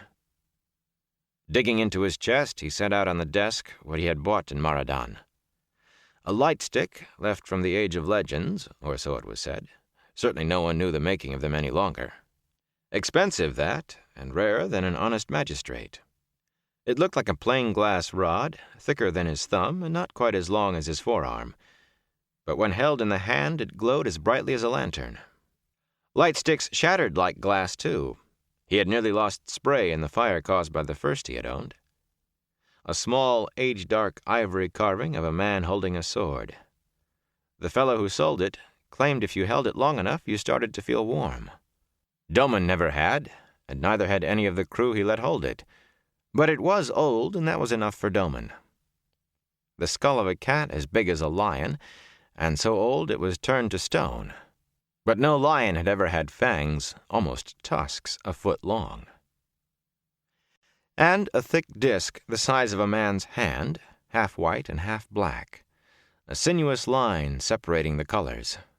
The shopkeeper in Maradan had said it was from the Age of Legends, thinking he lied. But Domon had haggled only a little before paying, because he recognized what the shopkeeper did not. The ancient symbol of Aes Sedai from before the breaking of the world. Not a safe thing to have, precisely, but neither a thing to be passed up by a man with a fascination for the old. And it was Heartstone. The shopkeeper had never dared add that to what he thought were lies. No riverfront shopkeeper in Maradan could afford even 1 piece of Cuendillar. The disc felt hard and smooth in his hand, and not at all valuable except for its age. But he was afraid it was what his pursuers were after. Light sticks and ivory carvings and even bones turned to stone he had seen other times, other places. Yet even knowing what they wanted, if he did know, he still had no idea why, and he could no longer be sure who his pursuers were. Tar Valon marks and an ancient Aes Sedai symbol. He scrubbed a hand across his lips. The taste of fear lay bitter on his tongue. A knock at the door. He set the disc down and pulled an unrolled chart over what lay on his desk. "Come!" Yaran entered. "We're beyond the breakwater, Captain." Domon felt a flash of surprise, then anger with himself. He should never have gotten so engrossed that he failed to feel spray lifting on the swells. "Make west, Yaran. See to it." "Ebou Dar, Captain." "No far enough. No by 500 leagues." "We'll put in long enough for me to get charts and top the water barrels. Then we do sail west." "West, Captain? Tremalking? The sea folk are tight with any traders but their own." "They are at ocean, Yaran. Plenty of trade between Tarban and Arad Doman, and hardly a Tarabaner or Domani bottom to worry about. They do not like the sea, I have heard.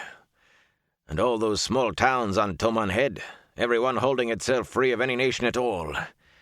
We can even pick up Saldaean furs and ice peppers brought down to Bandar Eban." Yaran shook his head slowly. He always looked at the dark side, but he was a good sailor. "Furs and peppers will cost more than running upriver for them, Captain. And I hear there's some kind of war. If Taraban and Arad Doman are fighting, there may be no trade. I doubt we'll make much off the towns on Toman Head alone, even if they are safe. Falm is the largest, and it is not big. The Tarabaners and the Domani have always squabbled over Almuth Plain and Toman Head. Even if it has come to blows this time, a careful man can always find trade. West, Yaran." When Yarn had gone topside, Domon quickly added the black and white disc to the cubbyhole and stowed the rest back in the bottom of his chest. "Dark friends or Aes Sedai, I'll no run the way they want me. Fortune prick me, I'll know. Feeling safe for the first time in months, Doman went on deck as Spray heeled to catch the wind and put her bow west into the night-dark sea. Chapter 10. The Hunt Begins. Ingtar set a fast pace for the beginning of a long journey, fast enough that Rand worried a little about the horses. The animals could keep up the trot for hours, but there was still most of the day ahead, and likely days more beyond that. The way Ingtar's face was set, though, Rand thought he might intend to catch those who had stolen the horn in the first day, in the first hour. Remembering his voice when he swore his oath to the Amerlin seat, Rand would not have been surprised. He kept his mouth shut, though. It was Lord Ingtar's command. As friendly as he had been to Rand, he still would not appreciate a shepherd giving advice. Huron rode a pace behind Ingtar, but it was the sniffer who led them south, pointing the way for Ingtar. The land was rolling, forested hills, thick with fir and leatherleaf and oak, but the path Huron set led almost straight as an arrow, never wavering except to go around a few of the taller hills, where the way was clearly quicker around than over. The gray owl banner rippled in the wind. Rand tried to ride with Mat and Perrin, but when Rand let his horse drop back to them, Mat nudged Perrin, and Perrin reluctantly galloped to the head of the column with Mat. Telling himself there was no point riding at the back by himself, Rand rode back to the front. They fell to the rear again, Mat again urging Perrin. "Burn them. I only want to apologize." He felt alone. It did not help that he knew it was his own fault. Atop one hill, Uno dismounted to examine ground churned by hooves. He poked at some horse droppings and grunted. "Bloody well moving fast, my lord." He had a voice that sounded as if he were shouting when he was just speaking. "We've not made up an hour on them. Burn me, we may have lost a flaming hour. They'll kill their bloody horses the way they're going." He fingered a hoofed track. "No horse, that. Bloody Trolloc. Some flaming goat feet over there." "We will catch them," Ingtar said grimly. "Our horses, my lord. Does no good to ride them into the bloody ground before we do catch up, my lord. Even if they do kill their horses, bloody Trollocs can keep going longer than horses." "We will catch them. Mount, Uno." Uno looked at Rand with his one eye, then shrugged and climbed into his saddle. Ingtar took them down the far slope at a run, half sliding all the way to the bottom, and galloped up the next. Why did he look at me that way? Rand wondered. Uno was one of those who had never shown much friendliness toward him. It was not like Massima's open dislike. Uno was not friendly with anyone except a few veterans as grizzled as himself. Surely he doesn't believe that tale about me being a lord. Uno spent his time studying the country ahead, but when he caught Rand looking at him, he gave back stare for stare and never said a word. It did not mean much. He would stare Ingtar in the eye, too. That was Uno's way. The path chosen by the Dark Friends, and what else, Rand wondered. Huron kept muttering about something worse. Who had stolen the horn never came close to any village. Rand saw villages from one hilltop to another, with a mile or more of up and down country between, but there was never one close enough to make out the people in the streets, or close enough for those people to make out a party heading south. There were farms, too, with low-eaved houses and tall barns and smoking chimneys, on hilltops and on hillsides and in the bottoms, but never one close enough for the farmer to have seen their quarry. Eventually, even Ingtar had to realize that the horses could not keep on as they were going. Rand heard muttered curses, and Ingtar pounded his thigh with a gauntleted fist, but finally he ordered everyone to dismount. They trotted, leading their horses, uphill and down, for a mile, then mounted and rode again. Then it was down again and trot. Trot a mile, then ride a mile. Trot, then ride. Rand was surprised to see Loyal grinning when they were down on the ground, toiling up a hill. The Ogier had been uneasy about riding in horses when they first met, preferring to trust to his own feet, but Rand thought he had long gotten over that. "Do you like to run, Rand?" Loyal laughed. "I do. I was the fastest in steading Shanghai. I outran a horse once." Rand only shook his head. He did not want to waste breath on talk. He looked for Mat and Perrin, but they were still at the back. Too many men between for Rand to make them out. He wondered how the Shienarans could manage this in their armor. Not a one of them slowed or voiced a complaint. Uno did not even look as if he were breaking a sweat, and the bannerman never let the gray owl waver. It was a quick pace, but twilight began to close without any sight of those they hunted except their tracks. At last, reluctantly, Ingtar called a halt to make camp for the night in the forest. The Shienarans went about getting fires started and setting picket lines for the horses, with a smooth economy of effort born of long experience. Ingtar posted 6 guards in pairs for the first watch. Rand's first order of business was finding his bundle in the wicker panniers from the pack horses. It was not hard. There were few personal bundles among the supplies. But when he had it open, he let out a shout that brought every man in the camp erect with a sword in hand. Ingtar came running. "What is it? Peace, did someone get through? I did not hear the guards." "It's these coats," Rand growled, still staring at what he had unpacked. One coat was black, embroidered with silver thread, the other white, worked in gold. Both had herons on the collars, and both were at least as ornate as the scarlet coat he was wearing. "The servants told me I had 2 good serviceable coats in here. Look at them." Ingtar sheathed his sword over his shoulder. The other men began to settle back down. "Well, they are serviceable." "I can't wear these. I can't go around dressed like this all the time." "You can wear them. A coat's a coat. I understand Moraine Sedai herself saw to your packing. Maybe I, Sedai, do not exactly understand what a man wears in the field." Ingtar grinned. "After we catch these Trollocs, perhaps we'll have a feast. You will be dressed for it at least, even if the rest of us are not." He strolled back to where the cook fires were already burning. Rand had not moved since Ingtar mentioned Moraine. He stared at the coals. "What is she doing? Whatever it is, I will not be used." He bundled everything together again and stuffed the bundle back into the pannier. "I can always go naked," he thought bitterly. Shienarans took turns at the cooking when they were in the field, and Masema was stirring the kettle when Rand returned to the fires. The smell of a stew made from turnips, onions, and dried meat settled over the camp. Ingtar was served first and then Uno, but everyone else stood in line however they happened to come. Masema slopped a big ladle of stew on Rand's plate. Rand stepped back quickly to keep from getting the overflow on his coat, and made room for the next man while sucking a burned thumb. Masema stared at him with a fixed grin that never reached his eyes, until Uno stepped up and cuffed him. "We didn't bloody bring enough for you to be spilling it on the flaming ground." The one-eyed man looked at Rand and left. Masema rubbed his ear, but his glare followed Rand. Rand went to join Ingtar and Loial, sitting on the ground under a spreading oak. Ingtar had his helmet off, on the ground beside him, but otherwise he was fully armored.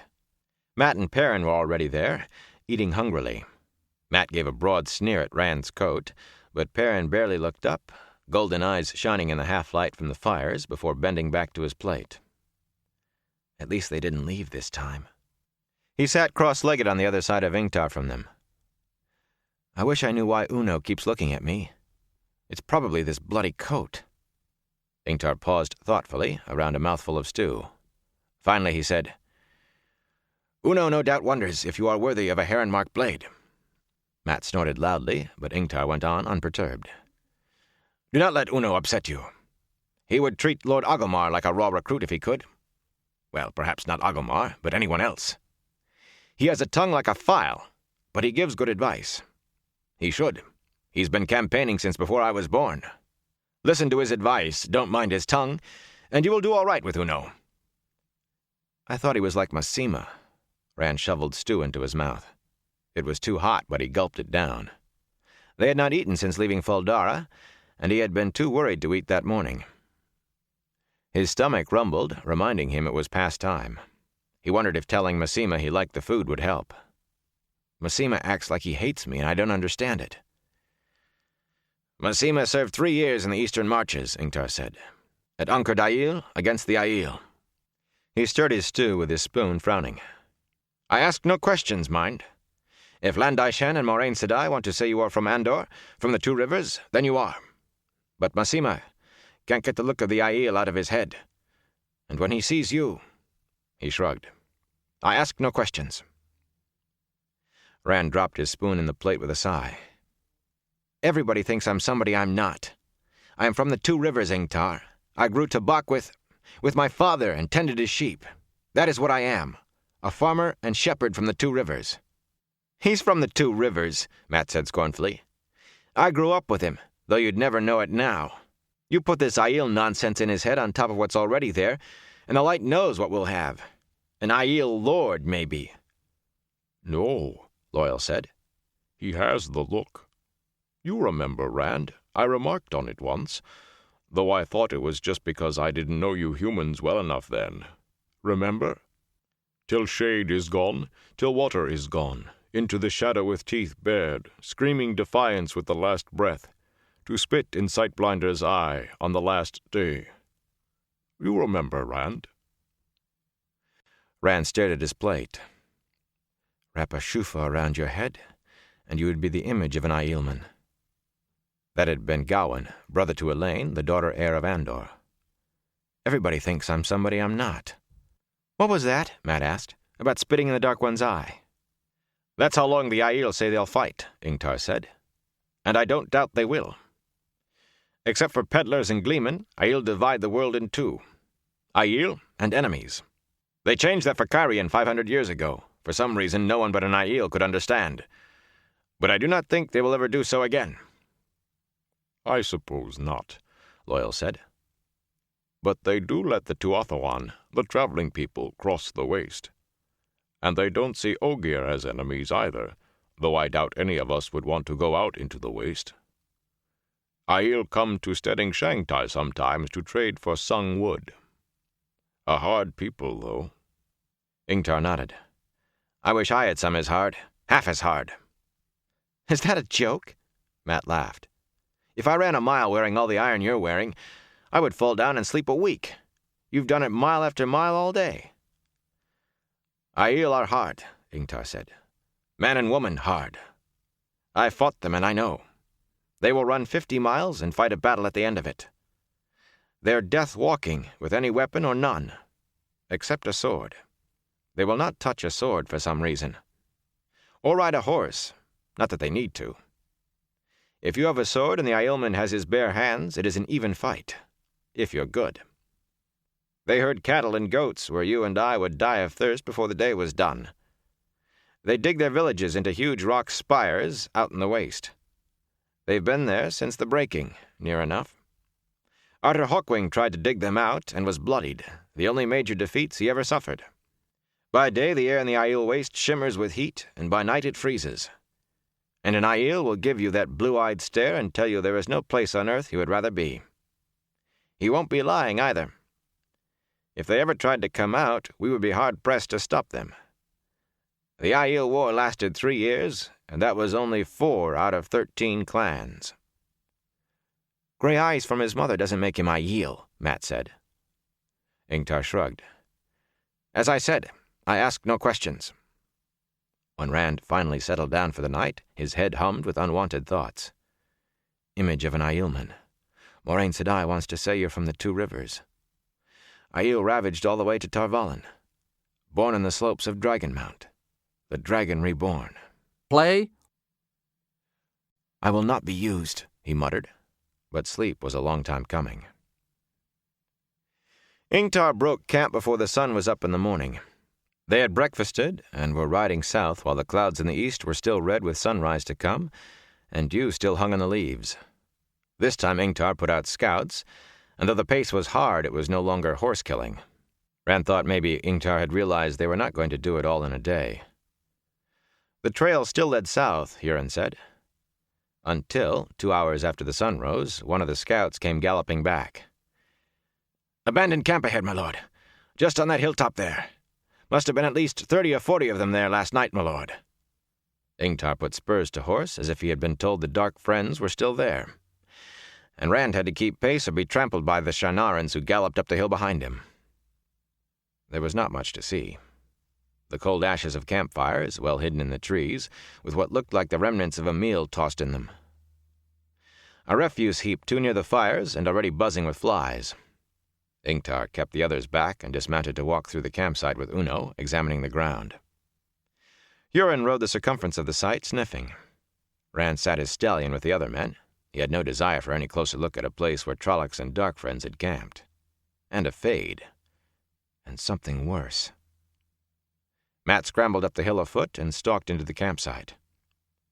Is this what a Dark Friend camp looks like? Smells a bit, but I can't say it looks any different from anybody else's. He kicked at one of the ash heaps, knocking out a piece of burned bone, and stooped to pick it up. What do Dark Friends eat? Doesn't look like a sheep bone, or a cow.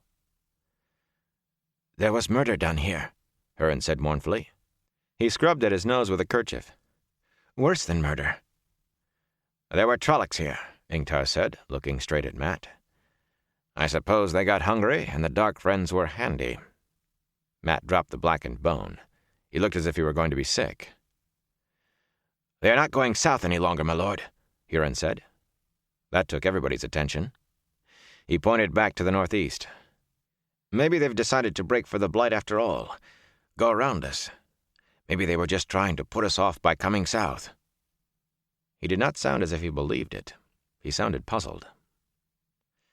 Whatever they were trying, Ingtar snarled, I'll have them now. Mount!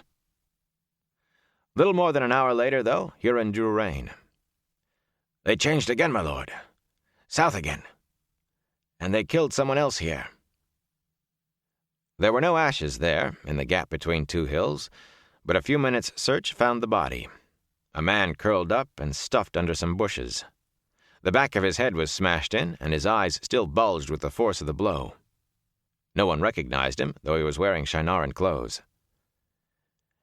We'll waste no time burying Dark Friends, Ingtar growled. We ride south. He suited his own words almost before they were out of his mouth. The day was the same as the day before had been, though. Uno studied tracks and droppings and said they had gained a little ground on their quarry. Twilight came with no sight of Trollocs or Dark Friends, and the next morning there was another abandoned camp and another murder done, so Huron said, and another change of direction, this time to the northwest. Less than 2 hours on that track found another body, a man with his skull split open by an axe, and another change of direction, south again. Again gaining ground by Uno's reading of the tracks. Again seeing nothing but distant farms until nightfall. And the next day was the same, changes in direction, murders and all. And the next. Every day make fun of you. A little closer behind their prey, but Ingtar fumed. He suggested cutting straight across when the trail changed direction of a morning. Surely they would come on the trail heading south again and gain more time. And before anyone could speak, he said it was a bad idea, in case this once the men they hunted did not turn south. He urged everyone to greater speed, to start earlier and ride till full dark. He reminded them of the charge the Amerlin seat had given them, to recover the Horn of Valere and let nothing bar their way. He spoke of the glory they would have, their names remembered in story and history, in gleemen's tales and bards' songs, the men who found the horn. He talked as if he could not stop, and he stared down the trail they followed as if his hope of the light lay at the end of it. Even Uno began to look at him askance.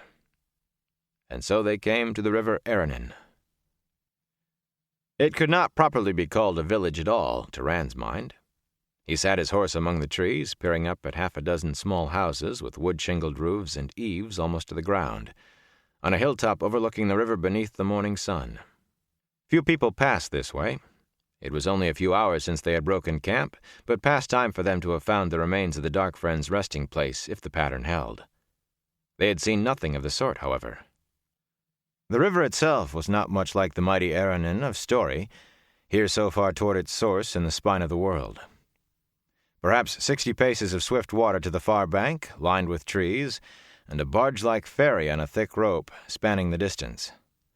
The ferry sat snugged against the other side. For once the trail had led straight to human habitation, straight to the houses on the hill. No one moved on the single dirt street around which the dwellings clustered. "Ambush, my lord," Uno said softly. Ingtar gave the necessary orders, and the Shienarans unlimbered their lances, sweeping around to encircle the houses. At a hand signal from Ingtar, they galloped between the houses from 4 directions, thundering in with eyes searching, lances ready, dust rising under their hooves. Nothing moved but them. They drew rein, and the dust began to settle. Rand returned to his quiver the arrow he had knocked, and slung his bow on his back again. Matt and Perrin did the same. Loyal and Huron had just waited there, where Ingtar had left them, watching uneasily. Ingtar waved, and Rand and the others rode up to join the Shienarans. "I don't like the smell of this place," Perrin muttered as they came among the houses. "I don't like the smell of this place," Perrin muttered as they came among the houses. Hurin gave him a look, and he stared back until Hurin dropped his eyes. "It smells wrong." "Bloody dark friends and Trollocs went straight through, my lord," Uno said, pointing to a few tracks not chopped to pieces by the Shienarans.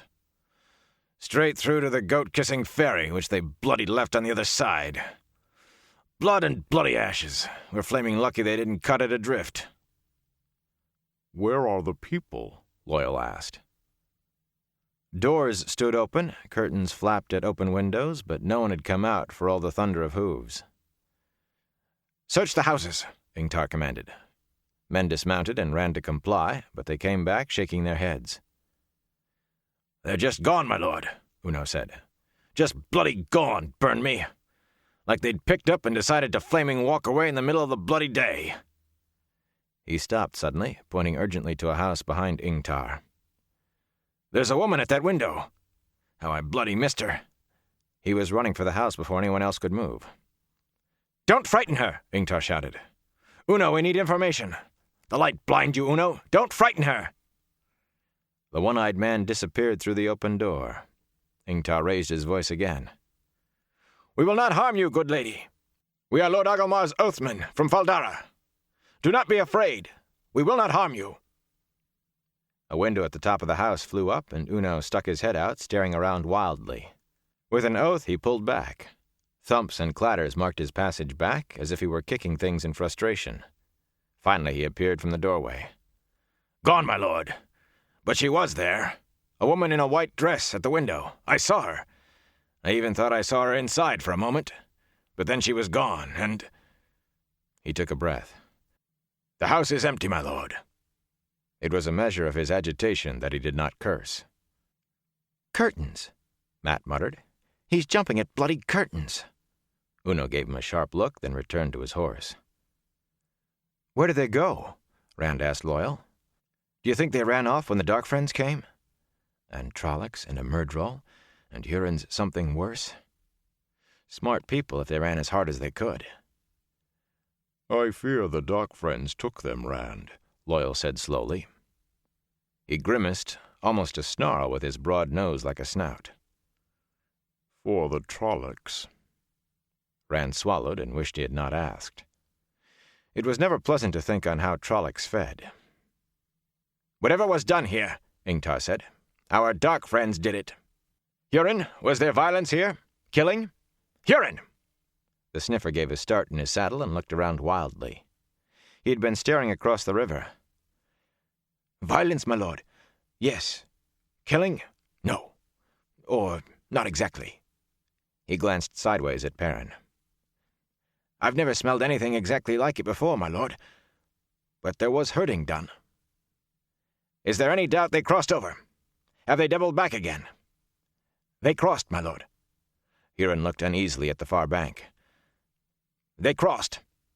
What they did on the other side, though—" He shrugged. Ingtar nodded. "Uno, I want that ferry back on this side, and I want the other side scouted before we cross. Just because there was no ambush here doesn't mean there will not be one when we are split by the river. That ferry does not look big enough to carry us all in one trip. See to it." Uno bowed, and in moments Ragan and Masema were helping each other out of their armor. Stripped down to breechclouts, with a dagger stuck behind in the small of the back, they trotted to the river on horsemen's bowed legs and waded in, beginning to work their way hand over hand along the thick rope along which the ferry ran. The cable sagged enough in the middle to put them in the river to their waists, and the current was strong, pulling them downstream. Yet in less time than Rand expected, they were hauling themselves over the slatted sides of the ferry. Drawing their daggers, they disappeared into the trees. After what seemed like forever, the two men reappeared and began pulling the ferry slowly across. The barge butted against the bank below the village, and Masema tied it off while Ragan trotted up to where Ingtar waited. His face was pale, the arrow scar on his cheek sharp, and he sounded shaken. "The far bank. There is no ambush on the far bank, my lord. But He bowed deeply, still wet and shivering from his excursion. "My lord, you must see for yourself. The big stone oak, 50 paces south from the landing. I cannot say the words. You must see it yourself." Ingtar frowned, looking from Ragan to the other bank. Finally he said, "You have done well, Ragan. Both of you have." His voice became more brisk. "Find these men something to dry themselves on from the houses, Uno, and see if anybody left water on for tea. Put something hot into them if you can. Then bring the second file and the pack animals over." He turned to Rand. "Well, are you ready to see the south bank of the Erinon?" He did not wait for an answer, but rode down to the ferry with Huron and half the Lancers. Rand hesitated only a moment before following. Loyal went with him. To his surprise, Perrin rode down ahead of them, looking grim. Some of the Lancers, making gruff jokes, dismounted to haul on the rope and walk the ferry over. Mat waited until the last minute, when one of the Shienarans was untying the ferry, before he kicked his horse and crowded aboard. "I have to come sooner or later, don't I?" he said, breathless, to no one in particular. "I have to find it." Rand shook his head. With Mat looking as healthy as he ever had, he had almost forgotten why he was along. To find the dagger. Let Ingtar have the horn. I just want the dagger for Mat. "We will find it, Mat." Mat scowled at him, with a sneering glance for his fine red coat, and turned away. Rand sighed. "It will all come out right, Rand," Loyal said quietly. "Somehow it will." The current took the ferry as it hauled out from the bank, tugging it against the cable with a sharp creak. The Lancers were odd ferrymen, walking the deck in helmets and armor, with swords on their backs, but they took the ferry out into the river well enough. "This is how we left home," Perrin said suddenly. "A Tauren ferry. The ferryman's boots clunking on the deck and the water gurgling around the ferry. This is how we left. It will be worse this time." "How can it be worse?" Rand asked. Perrin did not answer. He searched the far bank, and his golden eyes almost seemed to shine, but not with eagerness. After a minute, Mat asked, "How can it be worse?" "It will be. I can smell it," was all Perrin would say. Huron eyed him nervously, but then Huron seemed to be eyeing everything nervously since they had left Faldara. The ferry bumped against the south bank, with a hollow thud of stout planks against hard clay, almost under overhanging trees, and the Shienarans who had been hauling on the rope mounted their horses, except for 2 Ingtar told to take the ferry back over for the others. The rest followed Ingtar up the bank. 50 paces to the big stone oak, Ingtar said, as they rode into the trees. He sounded too matter-of-fact. If Ragan could not speak of it. Some of the soldiers eased the swords on their backs and held their lances ready. At first Rand thought the figures hanging by their arms from the thick gray limbs of the stone oak were scarecrows. Crimson scarecrows. Then he recognized the 2 faces. Changgu and the other man who had been on guard with him. Nidao. Eyes staring, teeth bared in a rictus of pain. They had lived a long time after it began. Perrin made a sound in his throat, nearly a growl. "As bad as ever I've seen, my lord," Huron said faintly. "As bad as ever I've smelled, excepting the dungeon at Faldara that night." Frantically, Rand sought the void. The flame seemed to get in the way, the queasy light fluttering in time with his convulsive swallows, but he pushed on until he had wrapped himself in emptiness. The queasiness pulsed in the void with him, though. Not outside for once, but inside. No wonder, looking at this. The thought skittered across the void like a drop of water on a hot griddle. What happened to them? "Skinned alive," he heard someone behind him say, and the sounds of somebody else retching. He thought it was Mat, but it was all far away from him, inside the void. But that nauseous flickering was in there, too. He thought he might throw up himself. "Cut them down," Ingtar said harshly. He hesitated a moment, then added, "Bury them. We cannot be sure they were dark friends.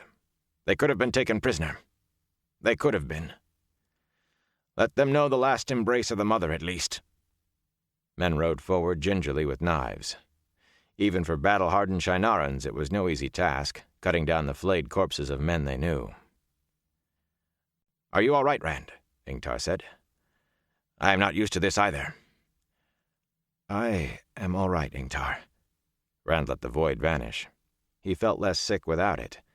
His stomach still curdled, but it was better. Ingtar nodded and turned his horse so he could watch the men working. The burial was simple. 2 holes dug in the ground, and the bodies laid in as the rest of the Shienarans watched in silence. The gravediggers began shoveling earth into the graves with no more ado. Rand was shocked, but Loial explained softly. Shienarans believe we all came from Earth and must return to Earth. They never use coffins or shrouds, and the bodies are never clothed. The Earth must hold the body. The last embrace of the mother, they call it. And there are never any words except, "The light shine on you, and the Creator shelter you. The last embrace of the mother welcome you home." Loial sighed and shook his huge head. "I do not think anyone will say them this time. No matter what Ingtar says, Rand, there cannot be much doubt that Changu and Nidao slew the guards at the Dog Gate and let the Dark Friends into the keep. It had to be they who were responsible for all of it." "Then who shot the arrow at the Amyrlin?" Rand swallowed. "Who shot at me?" Loial said nothing. Uno arrived with the rest of the men and the pack horses as the last earth was being shoveled onto the graves. Someone told him what they had found, and the one-eyed man spat. "Goat-kissing Trollocs do that along the Blight sometimes, when they want to shake your bloody nerve, or flaming warn you not to follow. Burn me if it works here, either." Before they rode away, Ingtar paused on his horse beside the unmarked graves, 2 mounds of bare earth that looked too small to hold men. After a moment he said, "The light shine on you, and the Creator shelter you. The last embrace of the mother welcome you home." When he raised his head, he looked at each man in turn. There was no expression on any face, least of all on Ingtar's. "They saved Lord Ogilmar at Tarwin's Gap," he said. Several of the lancers nodded. Ingtar turned his horse. "Which way, Huron?" "South, my lord." "Take the trail. We hunt." The forest soon gave way to gently rolling flatland, sometimes crossed by a shallow stream that had dug itself a high-banked channel, with never more than a low rise or a squat hill that barely deserved the name. Perfect country for the horses. Ingtar took advantage of it, setting a steady ground-covering pace. Occasionally Rand saw what might have been a farmhouse in the distance, and once what he thought was a village, with smoke rising from chimneys a few miles off and something flashing white in the sun. But the land near them stayed empty of human life. Long swaths of grass dotted with brush and occasional trees, with now and again a small thicket, never more than 100 paces across. Ingtar put out scouts, 2 men riding ahead, in sight only when they topped an occasional rise. He had a silver whistle hanging around his neck to call them back if Huron said the trail had veered, but it did not. South. Always south. "We will reach the field of Taladar in 3 or 4 days at this rate," Ingtar said as they rode. "Artur Hawkwing's greatest single victory, when the half-men led the Trollocs out of the Blight against him. 6 days and nights it lasted, and when it was done the Trollocs fled back into the Blight and never dared challenge him again. He raised a monument there to his victory, a spire 100 spans high. He would not let them put his own name on it, but rather the names of every man who fell, and a golden sun at the top, symbol that there the light had triumphed over the shadow." "I would like to see that," Loial said. "I have never heard of this monument." Ingtar was silent for a moment, and when he spoke, his voice was quiet. "It is not there any longer, Builder. When Hawkwing died, the ones who fought over his empire could not bear to leave a monument to a victory of his, even if it did not mention his name. There's nothing left but the mound where it stood. In 3 or 4 days we can see that, at least." His tone did not allow much conversation afterwards. With the sun hanging golden overhead, they passed a structure, square and made of plastered brick, less than a mile from their path. It was not tall, no more than 2 stories, still standing anywhere he saw, but it covered a good height of ground. An air of long abandonment hung about it, roofs gone except for a few stretches of dark tile clinging to bits of rafter, most of the once white plaster fallen to bare the dark, weathered brick beneath, walls fallen to show courtyards and decaying chambers inside. Brush and even trees grew in the cracks of what had once been courtyards. "A manor house," Ingtar explained. The little humor he had regained seemed to fade as he looked at the structure. "When Harad Dakar still stood, I expect the manormen farmed this land for a league around. Orchards, maybe. The Hardani loved their orchards." "Harad Dakar?" Rand said, and Ingtar snorted. "Does no one learn history any longer? Harad Dakar, the capital city of Harden, which nation this once was that we are riding across." "I've seen an old map," Rand replied in a tight voice. "I know about the nations that aren't there anymore, Marado and Goaban and Karalane. But there wasn't any Harden on it." "There were once others that are gone now, too," Loyal said. "Marhaden, which is now Haden Merk, and Almuth, Kintara. The War of the 100 Years cut Artur Hawkwing's empire into many nations, large and small. The small were gobbled up by the large, or else united, like Altara and Murundi. Forced together would be a better word than united, I suppose." "So what happened to them?" Matt demanded. Rand had not noticed Perrin and Matt ride up to join them. They had been at the rear, as far from Randall Thor as they could get, the last he had seen. "They could not hold together," the Ogier replied. "Crops failed or trade failed. People failed. Something failed in each case, and the nation dwindled. Once neighboring countries absorbed the land, when the nations were gone. But they never lasted, those annexations. In time the land truly was abandoned. Some villages hang on here and there, but mostly they have all gone to wilderness. It is nearly 300 years since Harad Dakar was finally abandoned, but even before that it was a shell, with a king who could not control what happened inside the city walls. Harad Dakar itself is completely gone now, I understand. All the towns and cities of Harden are gone, the stone carted away by farmers and villagers for their own use. Most of the farms and villages made with it are gone too. So I read, and I've seen nothing to change it." "It was quite a quarry, Harad Dakar, for almost 100 years, Ingtar said bitterly. "The people left finally, and then the city was hauled away stone by stone. All faded away, and what is not gone is fading. Everything, everywhere, fading. There is hardly a nation that truly controls the land it claims on a map, and there is hardly a land that claims today on a map what it did even 100 years ago. When the War of the 100 Years ended, a man rode from one nation into another without end from the Blight to the Sea of Storms. Now we ride through wilderness claimed by no nation for almost the whole of the land. We in the borderlands have our battle with the Blight to keep us strong and whole. Perhaps they did not have what they needed to keep them strong. You say they failed, Builder. Yes, they failed. And what nation standing whole today will fail tomorrow? We are being swept away, humankind.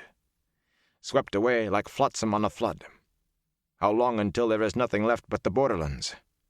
How long before we too go under, and there is nothing left but Trollocs and Myrddraal, all the way to the Sea of Storms?" There was a shocked silence. Not even Matt broke it. Ingtar rode lost in his own dark thoughts. After a time, the scouts came galloping back, straight in the saddles, lances erect against the sky. "A village ahead, my lord. We were not seen, but it lies directly in our line of march."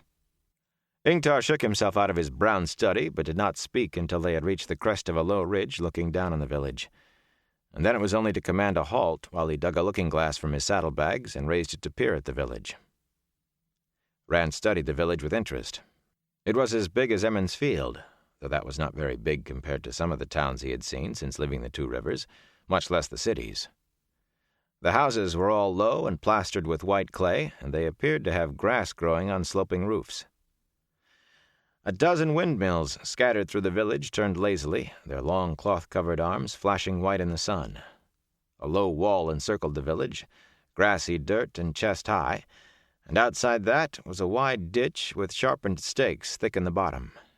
There was no gate in the one opening he could see in the wall, but he supposed it could be blocked easily enough with a cart or wagon. He could not see any people. "Not even a dog in sight," Ingtar said, returning the looking-glass to his saddlebags. "Are you sure they did not see you?" he asked the scouts. "Not unless they have the Dark One's own luck, my lord," one of the men replied. "We never crested the rise. We didn't see anyone moving then either, my lord." Ingtar nodded. "The trail, Huron." Huron drew a deep breath. "Toward the village, my lord. Straight to it, as near as I can tell from here." "Watch sharp," Ingtar commanded, gathering his reins. "And do not believe that they're friendly just because they smile. If there is anyone there." He led them down toward the village at a slow walk and reached up to loosen his sword in its scabbard. Rand heard the sounds of others behind him doing the same. After a moment, he eased his, too. Trying to stay alive was not the same as trying to be a hero, he decided. "You think these people would help Dark Friends?" Perrin asked Ingtar. The Shienaran was slow in answering. "They have no great love for Shienarans," he said finally. "They think we should protect them. Us or the Cairhienin. Cairhien did claim this land, once the last king of Harden died. All the way to the Erenin, they claimed it. They could not hold it, though. They gave up the claim nearly 100 years ago. The few people who still live here don't have to worry about Trollocs this far south. But there are plenty of human brigands. That's why they have the wall and the ditch. All their villages do. Their fields will be hidden in hollows around here. But no one will live outside the wall. They would swear fealty to any king who would give them his protection, but we have all we can do against the Trollocs. They do not love us for it, though." As they reached the opening in the low wall, he added again, "Watch sharp!" All the streets led toward a village square, but there was no one in the streets, no one peering from a window. Not even a dog moved, not so much as a chicken. Nothing living. Open doors swung, creaking in the wind, counterpoint to the rhythmic squeak of the windmills. The horses' hooves sounded loud on the packed dirt of the road. "Like at the ferry," Huron muttered, "but different." He rode hunched in his saddle, head down as if he were trying to hide behind his own shoulders. "Violence done, but I don't know. It was bad here. It smells bad." "Uno," Ingtar said. "Take one file and search the houses. If you find anyone, bring them to me in the square. Do not frighten them this time, though. I want answers, not people running for their lives." He led the other soldiers toward the center of the village as Uno got his 10 dismounted. Rand hesitated, looking around. The creaking doors, the squealing windmills, the horses' hooves all made too much noise, as if there were not another sound in the world. He scanned the houses. The curtains in an open window beat against the outside of the house. They all seemed lifeless. With a sigh, he got down and walked to the nearest house, then stopped, staring at the door. "It's just a door. What are you afraid of?" He wished he did not feel as if there was something waiting on the other side. He pushed it open. Inside was a tidy room, or had been. The table was set for a meal, ladder-back chairs gathered around, some plates already served. A few flies buzzed above bowls of turnips and peas, and more crawled on a cold roast, sitting in its own congealed grease. There was a slice half-carved from the roast, the fork still standing stuck in the meat, and the carving knife lying partway in a platter, as if dropped. Rand stepped inside. Blink. A smiling, bald-headed man in rough clothes laid a slice of meat on a plate held by a woman with a worn face. She was smiling too, though. She added peas and turnips to the plate and passed it to one of the children lining the table. There were 6 children, boys and girls, from nearly grown down to barely tall enough to look over the table. The woman said something, and the girl taking the plate from her laughed. The man started to cut another slice. Suddenly another girl screamed, pointing at the door to the street. The man dropped the carving knife and whirled, Then he screamed too, face tight with horror, and snatched up a child. The woman grabbed another and motioned desperately to the others, her mouth working frantically, silently. They all scrabbled toward a door in the back of the room. That door burst open and... blink. Rand could not move. The flies buzzing over the table sounded louder. His breath made a cloud in front of his mouth. Blink. A smiling, bald-headed man in rough clothes laid a slice of meat on a plate held by a woman with a worn face. She was smiling too, though. She added peas and turnips to the plate and passed it to one of the children lining the table. There were 6 children, boys and girls, from nearly grown down to barely tall enough to look over the table. The woman said something, and the girl taking the plate from her laughed. The man started to cut another slice.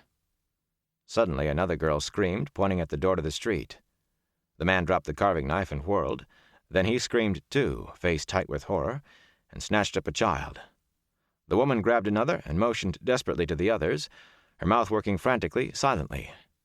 They all scrabbled toward the door in the back of the room. That door burst open and... blink. Rand struggled, but his muscles seemed frozen. The room was colder. He wanted to shiver, but he could not move even that much. Flies crawled all over the table. He groped for the void. The sour light was there, but he did not care. He had to... blink. A smiling, bald-headed man in rough clothes laid a slice of meat on a plate held by a woman with a worn face. She was smiling too, though. She added peas and turnips to the plate and passed it to one of the children lining the table. There were 6 children, boys and girls, from nearly grown down to barely tall enough to look over the table. The woman said something, and the girl taking the plate from her laughed. The man started to cut another slice. Suddenly another girl screamed, pointing at the door to the street. The man dropped the carving knife and whirled. Then he screamed too, face tight with horror, and snatched up a child. The woman grabbed another and motioned desperately to the others, her mouth working frantically, silently. They all scrabbled toward a door in the back of the room. That door burst open and... blink. The room was freezing. So cold. Flies blackened the table. The walls were a shifting mass of flies. The floor, the ceiling, all black with them. They crawled on Rand, covering him, crawled over his face, his eyes, into his nose, his mouth. Light, help me, cold. The flies buzzed like thunder. Cold. It penetrated the void, mocking the emptiness, encasing him in ice. Desperately he reached for the flickering light. His stomach twisted, but the light was warm. Warm. Hot. He was hot. Suddenly he was tearing at... something. He did not know what or how. Cobwebs made of steel. Moonbeams carved from stone. They crumbled at his touch, but he knew he had not touched anything. They shriveled and melted with the heat that surged through him. Heat like a forge fire. Heat like the world burning. Heat like... It was gone. Panting, he looked around with wide eyes. A few flies lay on the half-carved roast in the platter. Dead flies. 6 flies. Only 6. There were more in the bowls, 6 tiny black specks among the cold vegetables. All dead. He staggered out into the street. Matt was just coming out of a house across the street, shaking his head. "Nobody there," he told Perrin, still on his horse. "It looks like they just got up in the middle of supper and walked away." A shout came from the square. "They've found something," Perrin said, digging his heels into his horse's flanks. Matt scrambled into his saddle and galloped after him. Rand mounted Red more slowly. The stallion shied as if feeling his unease. He glanced at the houses as he rode slowly toward the square, but he could not make himself look at them for long. Matt went in one, and nothing happened to him. He resolved not to set foot inside another house in that village, no matter what. Booting Red, he quickened his pace. Everyone was standing like statues in front of a large building with wide double doors. Rand did not think it could be an inn. There was no sign, for one thing. Perhaps a village meeting place. He joined the silent circle and stared along with the rest. There was a man spread-eagled across the doors with thick spikes through wrists and shoulders. More spikes had been driven into his eyes to hold his head up. Dark, dried blood made fans down his cheeks. Scuff marks on the wood behind his boots showed that he had been alive when it was done. When it began, anyway. Rand's breath caught. Not a man. Those black clothes, blacker than black, had never been worn by any human. The wind flapped an end of the cloak caught behind the body, which it did not always, he knew too well. The wind did not always touch those clothes. But there had never been any eyes in that pale, bloodless face. "Myrddraal," he breathed, and it was as if his speaking released all the others. They began to move again and breathe. "Who?" Mat began, and had to stop to swallow. "Who could do this to a Fade?" His voice squeaked at the end. "I don't know," Ingtar said. "I do not know." He looked around, examining faces, or perhaps counting to be sure everyone was there. "And I do not think we will learn anything here. We ride. Mount! Huron, find the trail out of this place." "Yes, my lord. Yes, with pleasure. That way, my lord. They're still heading south." They rode away, leaving the dead Myrddraal where it hung, the wind stirring its black cloak. Huron was first beyond the wall, not waiting on Ingtar for a change, but Rand came close behind him. Chapter 11. Glimmers of the Pattern. For once Ingtar called a halt to the day's march with the sun still golden above the horizon. The toughened Shienarans were feeling the effects of what they had seen in the village. Ingtar had not stopped so early before, and the campsite he chose had the look of a place that could be defended. It was a deep hollow, almost round, and big enough to hold all the men and horses comfortably. A sparse thicket of scrub oak and leatherleaf covered the outer slopes. The rim itself stood more than high enough to hide anyone in the campsite, even without the trees. The height nearly passed for a hill in that country. "All I'm bloody saying," he heard Uno tell Ragan as they dismounted, "is that I bloody saw her burn you, just before we found the goat-kissing Hathman. The same flaming woman as at the Flaming Ferry. She was there, and then she bloody wasn't. You say what you bloody want to, but you watch how you flaming say it, or I'll bloody skin you myself, and burn the goat-kissing hide, you sheep-gutted milk-drinker." Rand paused with one foot on the ground and the other still on the stirrup. The same woman? But there wasn't any woman at the ferry. Just some curtains blowing in the wind. And she couldn't have gotten to that village ahead of us if there had been. The village. He shied away from the thought. Even more than the Fade nailed to the door, he wanted to forget that room, and the flies, and the people who were there and not there. The Hathman had been real. Everybody had seen that. But the room... Maybe I'm finally going mad. He wished Moraine was there to talk to. Wishing for an Aes Sedai. You are a fool. You're well out of that, now stay out. But am I out? What happened there? "Pack horses and supplies in the middle," Ingtar commanded, as the Lancers went about setting up camp. "Rub the horses down, then saddle them again in case we must move quickly. Every man sleeps by his mount, and there'll be no fires tonight. Watch changes every 2 hours. Uno, I want scouts out, as far as they can ride and return before dark. I want to know what is out there." He's feeling it, Rand thought. It isn't just some dark friends and a few Trollocs and maybe a Fade anymore. Just some dark friends and a few Trollocs and maybe a Fade? Even a few days before, there would not have been any just about it. Even in the borderlands, even with the blight less than a day's ride, dark friends and Trollocs and Myrddraal had been bad enough for a nightmare then. Before he had seen a Myrddraal nailed to a door. What in the light could have done that? What not in the light? Before he had walked into a room where a family had had their supper and their laughter cut off. I must have imagined it. I must have. Even in his own head, he did not sound very convincing. He had not imagined the wind on the tower top, or the Amyrlin saying, "Rand!" He jumped as Ingtar spoke at his shoulder. "Are you going to stay all night with one foot in the stirrup?" Rand put his other foot on the ground. "Ingtar, what happened back at that village?" "Trollocs took them. The same as the people at the ferry. That is what happened. The Fade..." Ingtar shrugged and stared down at a flat canvas-wrapped bundle, large and square in his arms. He stared at it as if he saw hidden secrets he would rather not know. The Trollocs took them for food.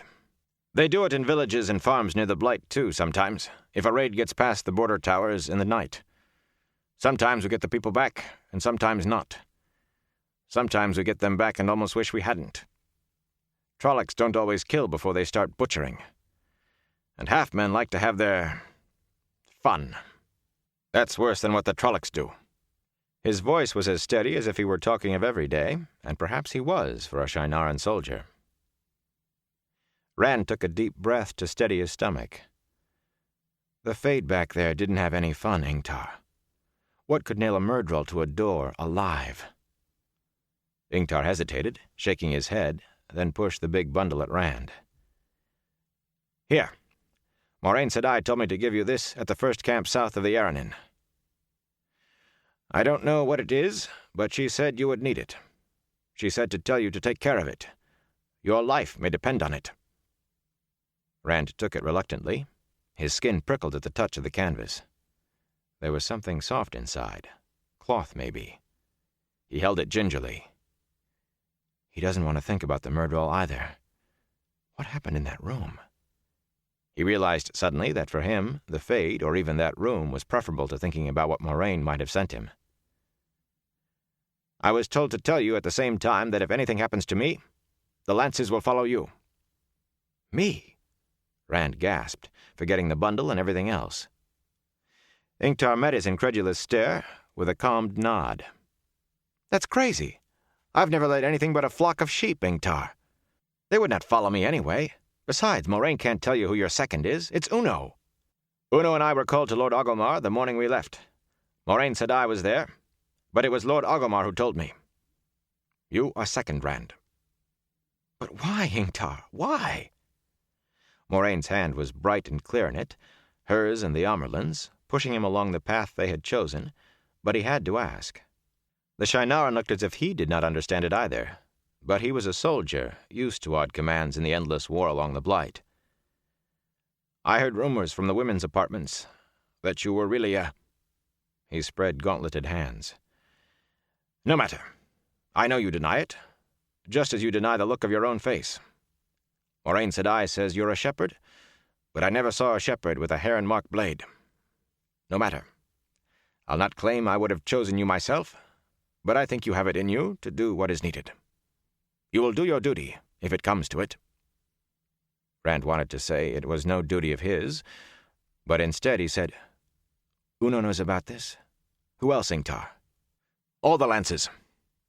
When we Shienarans ride, every man knows who is next in line if the man in command falls. A chain unbroken, right down to the last man left, even if he's nothing but a horse-holder. That way, you see, even if he is the last man, he is not just a straggler running and trying to stay alive. He has the command, and duty calls him to do what must be done. If I go to the last embrace of the mother, the duty is yours. You will find the horn, and you will take it where it belongs. You will. There was a peculiar emphasis in Ingtar's last words. The bundle in Rand's arms seemed to weigh 10 stone. Light. She could be 100 leagues off, and she still reaches out and tugs the leash. This way, Rand, that way. You're the Dragon Reborn, Rand. I don't want the duty, Ingtar. I will not take it. Light, I'm just a shepherd. Why won't anybody believe that? You will do your duty, Rand. When the man at the top of the chain fails, everything below him falls apart. Too much is falling apart. Too much already. Peace favor your sword, Rand al'Thor. Ingtar, But Ingtar was walking away, calling to see if Uno had the scouts out yet. Rand stared at the bundle in his arms and licked his lips. He was afraid he knew what was in it. He wanted to look, yet he wanted to throw it in a fire without opening it.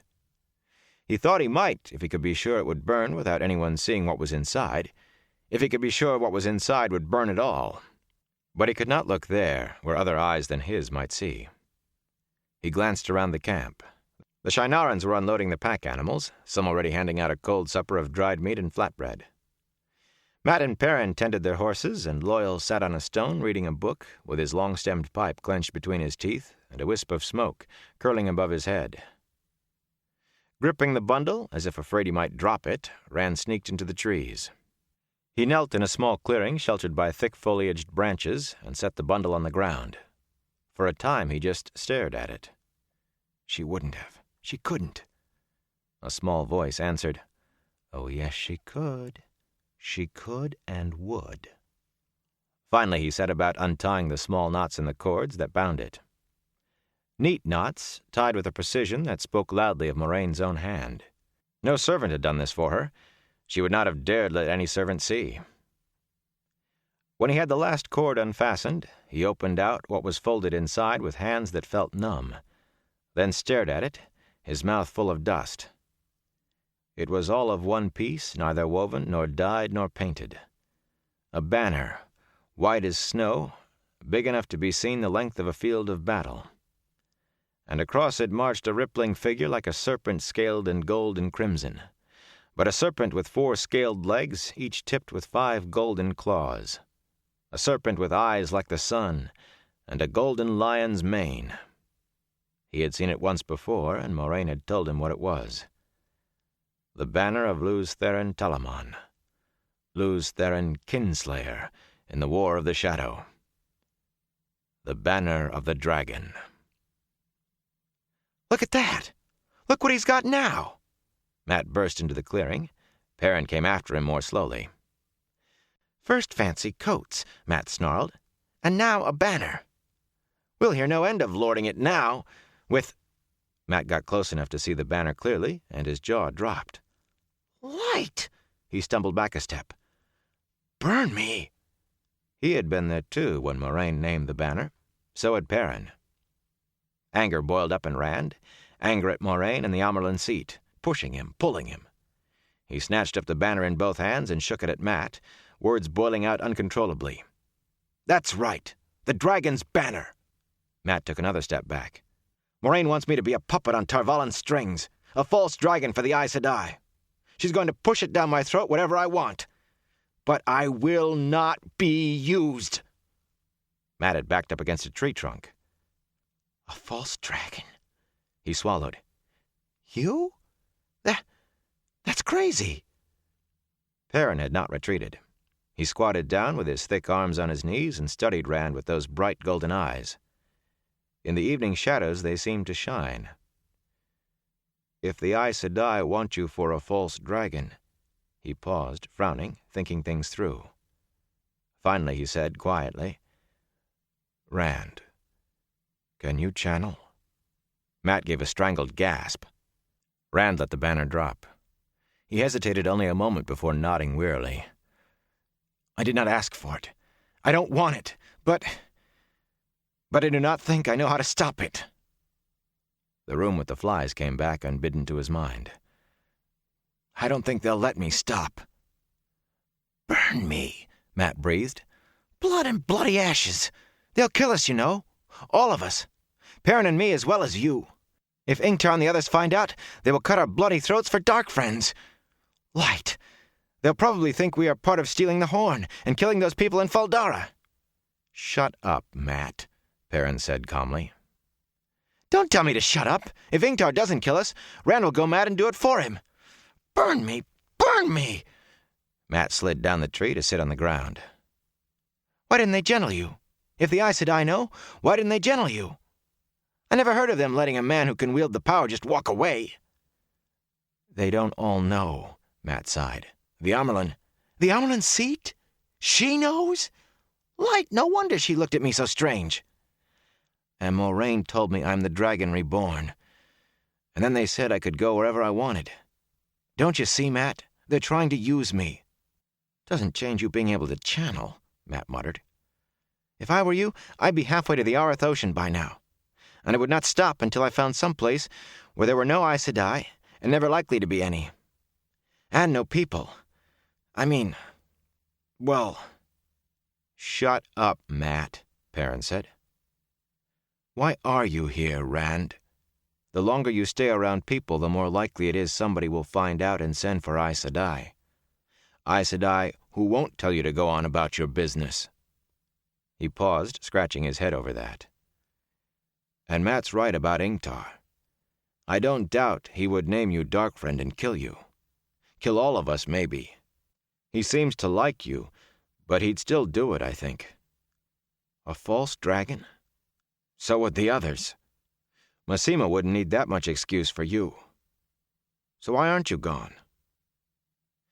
Rand shrugged. I was going, but first the Amyrlin came, and then the horn was stolen, and the dagger, and Moraine said Mat was dying, and... Light, I thought I could stay with you until we found the dagger, at least. I thought I could help with that. Maybe I was wrong. You came because of the dagger? Mat said quietly. He rubbed his nose and grimaced. I never thought of that. I never thought you wanted to... Are you feeling all right? I mean, you aren't going mad already, are you? Rand dug a pebble out of the ground and threw it at him. Ouch! Mat rubbed his arm. I was just asking. I mean, all those fancy clothes and all that talk about being a lord. Well, that isn't exactly right in the head. I was trying to get rid of you, fool. I was afraid I'd go mad and hurt you. His eyes dropped to the banner, and his voice lowered. I will eventually, if I don't stop it. Light, I don't know how to stop it. That is what I'm afraid of, Mat said, standing. No offense, Rand, but I think I will just sleep as far away from you as I can, if you don't mind. That's if you are staying. I heard about a fellow who could channel once. A merchant's guard told me. Before the Red Ajah found him, he woke one morning and his whole village was smashed flat. All the houses, all the people, everything but the bed he was sleeping in. Like a mountain had rolled over them. Perrin said, In that case, Mat, you should sleep cheek by jowl with him. I may be a fool, but I intend to be a live fool. Mat hesitated, looking sideways at Rand. Look, I know you came along to help me, and I am grateful. I really am. But you just are not the same anymore. You understand that, don't you? He waited as if he expected an answer. None came. Finally, he vanished into the trees, back toward the camp. What about you? Rand asked. Perrin shook his head, shaggy curls swinging. I don't know, Rand.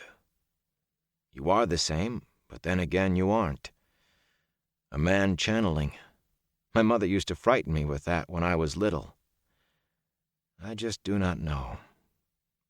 He stretched out his hand and touched a corner of the banner.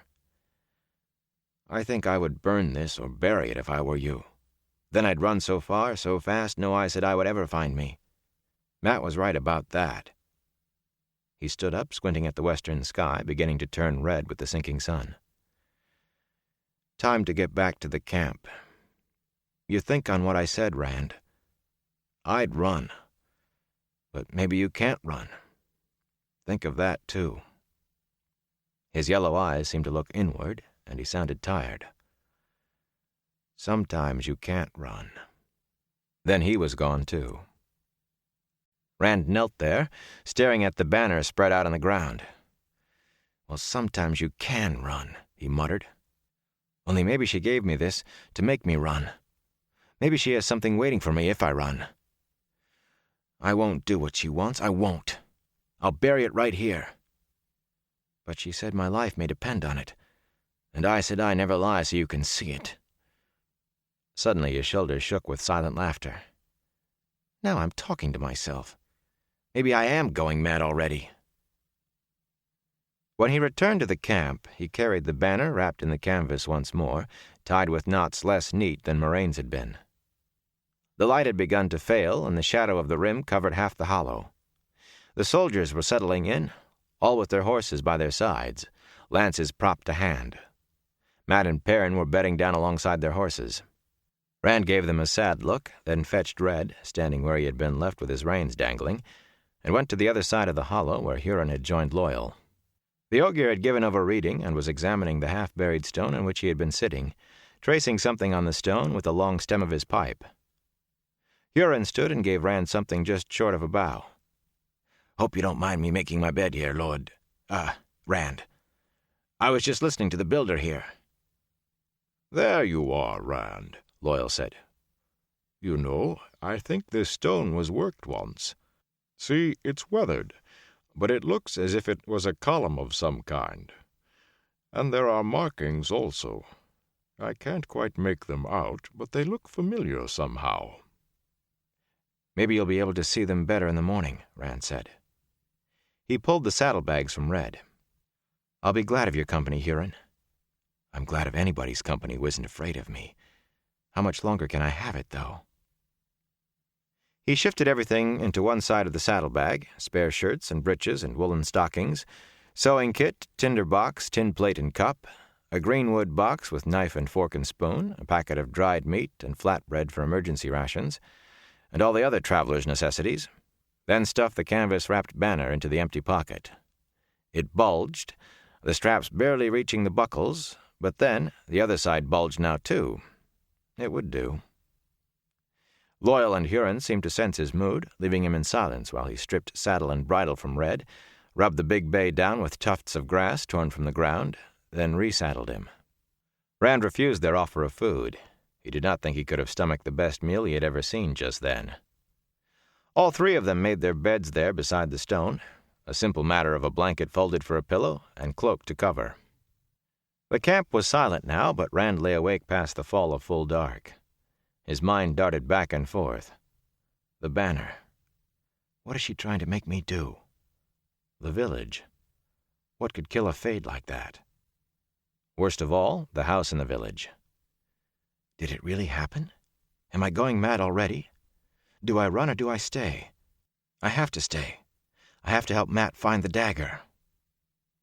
An exhausted sleep finally came, and with sleep, unbidden, the void surrounded him, flickering with an uneasy glow that disturbed his dreams. Padan Fain stared northward out into the night, past the only fire in his camp, smiling a fixed smile that never touched his eyes. He still thought of himself as Padan Fain. Padan Fain was the core of him, but he had been changed, and he knew it. He knew many things now, more than any of his old masters could suspect.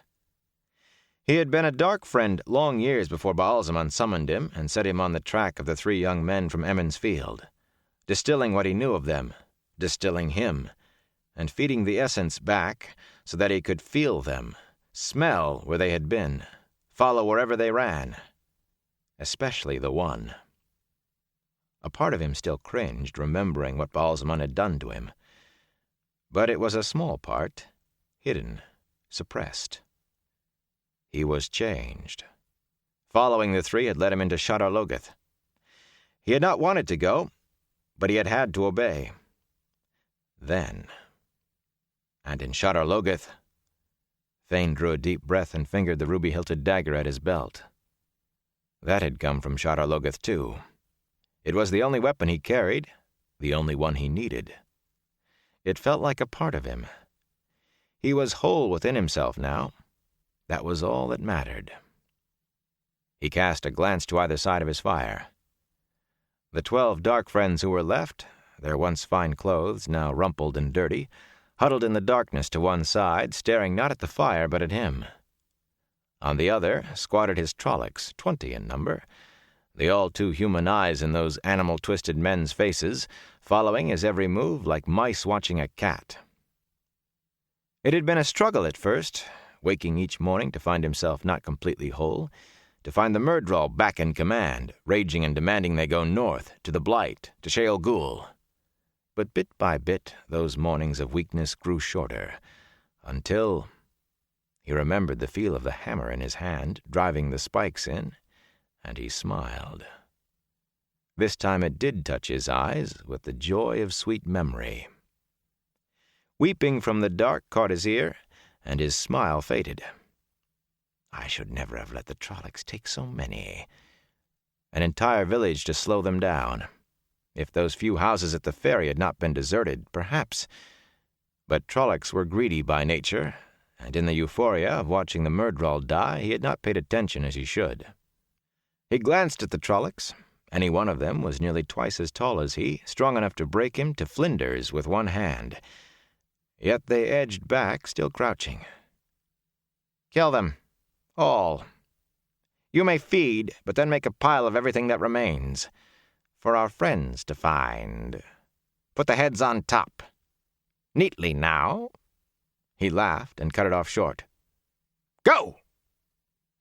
The Trollocs scrambled away, drawing scythe-like swords and raising spiked axes. In moments, shrieks and bellows rose from where the villagers were bound. Pleas for mercy and children's screams were cut off by solid thuds and unpleasant squishing noises, like melons being broken. Fane turned his back on the cacophony to look at his dark friends. They were his too, body and soul, such souls as they had left. Every one of them was as mired as deeply as he had been before he found his way out. Every one with nowhere to go except to follow him. Their eyes clung to fearful, pleading. "You think they will grow hungry again before we find another village or a farm? They may. You think I will be letting them have some more of you? Well, perhaps one or two. There aren't any more horses to spare." "The others were only commoners," one woman managed in an unsteady voice. Dirt streaked her face above a finely cut dress that marked her as a merchant and wealthy. Smears stained the good gray cloth, and a long tear marred her skirt. "They were peasants. We have served. I have served." Fane cut her off, his easy tone making his words all the harder. "What are you to me? Less than peasants. Herd cattle for the Trollocs, perhaps? If you want to live cattle, you must be useful." The woman's face broke. She sobbed, and suddenly all the rest were babbling, telling him how useful they were. Men and women who had had influence and position before they were called to fulfill their oaths at Fal Dara. They spilled out the names of important, powerful people whom they knew in the borderlands, in Cairhien, and other lands. They babbled of the knowledge they alone had of this land or that, of political situations, alliances, intrigues, all the things they could tell him if he let them serve him. The noise of them blended with the sound of the Trollocs' slaughter and fit right in. Fane ignored all of it. He had no fear of turning his back on them, not since they had seen the Fade dealt with, and went to his prize.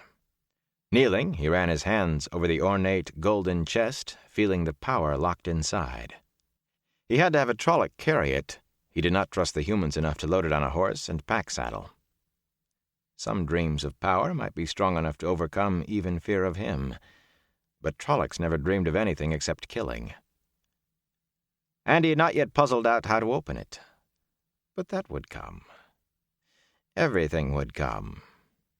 Everything. Unsheathing the dagger, he laid it atop the chest before settling himself down beside the fire. That blade was a better guard than Trolloc or human.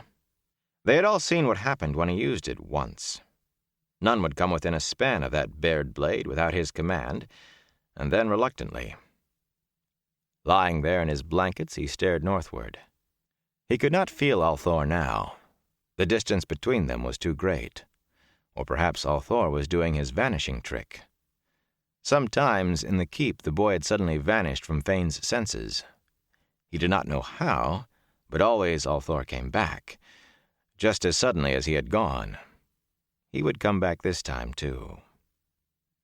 "This time you come to me, Randalthor. Before I followed you like a dog driven on the trail, but now you follow me." His laughter was a cackle that even he knew was mad, but he did not care. Madness was a part of him, too. "Come to me, Althor. The dance is not even begun yet. We'll dance on Toman Head, and I'll be free of you. I'll see you dead at last." Chapter 12. Woven in the Pattern. Egwene hurried after Nynaeve toward the knot of Aes Sedai around the Amerlin seat's horse-borne palanquin. Her desire to know what had caused the turmoil in Fal Dara kept outweighing even her worry over Rand. He was beyond her reach for the moment. Bella, her shaggy mare, was with the Aes Sedai's horses, and Nynaeve's mount too. The warders, hands on sword hilts and eyes searching everywhere, made a steel circle around the Aes Sedai and the palanquin. They were an island of relative calm in the courtyard, where Shienaran soldiers still ran amid the keep's horrified inhabitants. Egwene pushed in beside Nynaeve. the two of them all but ignored after a single sharp glance from the warders. All knew they would be leaving with the Amyrlin, and caught enough in the crowd's murmurs to learn of an arrow that had flashed seemingly from nowhere, and a bowman yet uncaught. Egwene stopped, wide-eyed, too shocked even to think that she was surrounded by Aes Sedai. An attempt on the life of the Amyrlin seat. It went beyond thinking of. The Amyrlin sat in her palanquin with the curtains drawn back, the blood-stained rip in her sleeve drawing all eyes, and faced down Lord Agelmar. "You will find the bowman, or you will not, my son. Either way, my business in Tar Valon is as urgent as that of Ingtar on his quest. I leave now." "But, mother," Agelmar protested, "this attempt on your life changes everything. We still do not know who sent the man or why. An hour more and I will have the bowman and the answers for you." The Amyrlin barked a laugh with no amusement in it. "You'll need slyer bait or finer nets to catch this fish, my son. By the time you have the man, it will be too late in the day for leaving. There are too many who would cheer to see me dead for me to worry over much about this one. You may send me news of what you find, if you find anything at all." Her eyes traveled around the towers overlooking the courtyard and the ramparts and archers' balconies, still jammed with people, though silent now. The arrow had to have come from one of those places. "I think this bowman has already fled from Faldara." "But, mother—" The woman in the palanquin cut him off with a sharp gesture of finality. Not even the Lord of Faldara could press the Amyrlin seat too far. Her eyes came to rest on Egwene and Nynaeve, piercing eyes that seemed to Egwene to be seeing everything about herself that she wanted to keep secret. Egwene took a step back, then caught herself and dropped a curtsy, wondering if that were proper. No one had ever explained to her the protocol of meeting the Amyrlin seat. Nynaeve kept her back straight and returned the Amyrlin's stare, but she fumbled for Egwene's hand and gripped as hard as Egwene did. "So these are your two, Moiraine," the Amyrlin said. Moiraine gave the barest nod, and the other Aes Sedai turned to stare at the two women from Emond's Field. Egwene swallowed. They all looked as if they knew things other people did not, and it was no help at all to know that they truly did. "Yes, I sense a fine spark in each of them. But what will kindle from it? That's the question, isn't it?" Egwene's mouth felt dry as dust. She had seen Master Podwin, the carpenter back home, look at his tools much the same way as the Amyrlin was looking at the two of them. This one for this purpose, that one for that. The Amyrlin said abruptly, "It is time we were gone. To horse. Lord Agelmar and I can say what needs to be said without you all gawking like novices on a free day. To horse!" At her command the warders scattered to their mounts, still wary, and the Aes Sedai, all but Lyanna, glided away from the palanquin to their own horses. As Egwene and Nynaeve turned to obey, a servant appeared at Lord Agelmar's shoulder with a silver chalice. Agelmar took it with a dissatisfied twist to his mouth. "With this cup from my hand, mother, take my wish that you fare well on this day and every—" Whatever else they said was lost to Egwene as she scrambled onto Bella. By the time she had given the shaggy mare a pat and arranged her skirts, the palanquin was already moving toward the open gates, its horses stepping without rein or lead. Lyanna rode beside the palanquin, her staff propped at her stirrup. Egwene and Nynaeve brought their horses along behind with the rest of the Aes Sedai. Roars and cheers from the crowds lining the town streets greeted the procession, all but drowning the thunder of the drummers and the blare of the trumpeters. Warders led the column with the banner bearing the white flame waving in ripples, and rode guard around the Aes Sedai, keeping the mass of people back. Archers and pikemen, the flame blazoned on their chests, followed behind in precise ranks. The trumpets fell silent as the column wound its way out of the town and turned southward, yet the sounds of cheering from within the town followed still. Egwene glanced back often, until trees and hills hid Faldara's walls and towers. Nynaeve, riding alongside, shook her head. "Rand will be all right. He has Lord Ingtar and 20 lances with him. In any case, there is nothing you can do about it. Nothing either of us can do." She glanced toward Moiraine. The Aes Sedai's trim white mare and Lan's tall black stallion made an odd pair, off to one side by themselves. Not yet. The column angled westward as it traveled, and it did not cover the ground quickly. Even footmen in half armor could not move fast through the Shienaran hills, not and maintain the pace for long. Still, they pushed as hard as they could. Camps came late each night, the Amyrlin allowing no stop until barely enough light remained to pitch the tents, flattened white domes just tall enough to stand in. Each pair of Aes Sedai from the same Ajah had one, while the Amyrlin and the Keeper had tents to themselves. Moiraine shared the tent of her 2 sisters of the Blue. The soldiers slept on the ground in their own encampment, and the warders wrapped themselves in their cloaks near the tents of the Aes Sedai to whom they were bonded. The tent shared by the Red Sisters looked oddly lonely without any warders, while that of the Green seemed almost festive. Joey? Aes Sedai often sitting outside long past dark to talk with the 4 warders they had brought between them.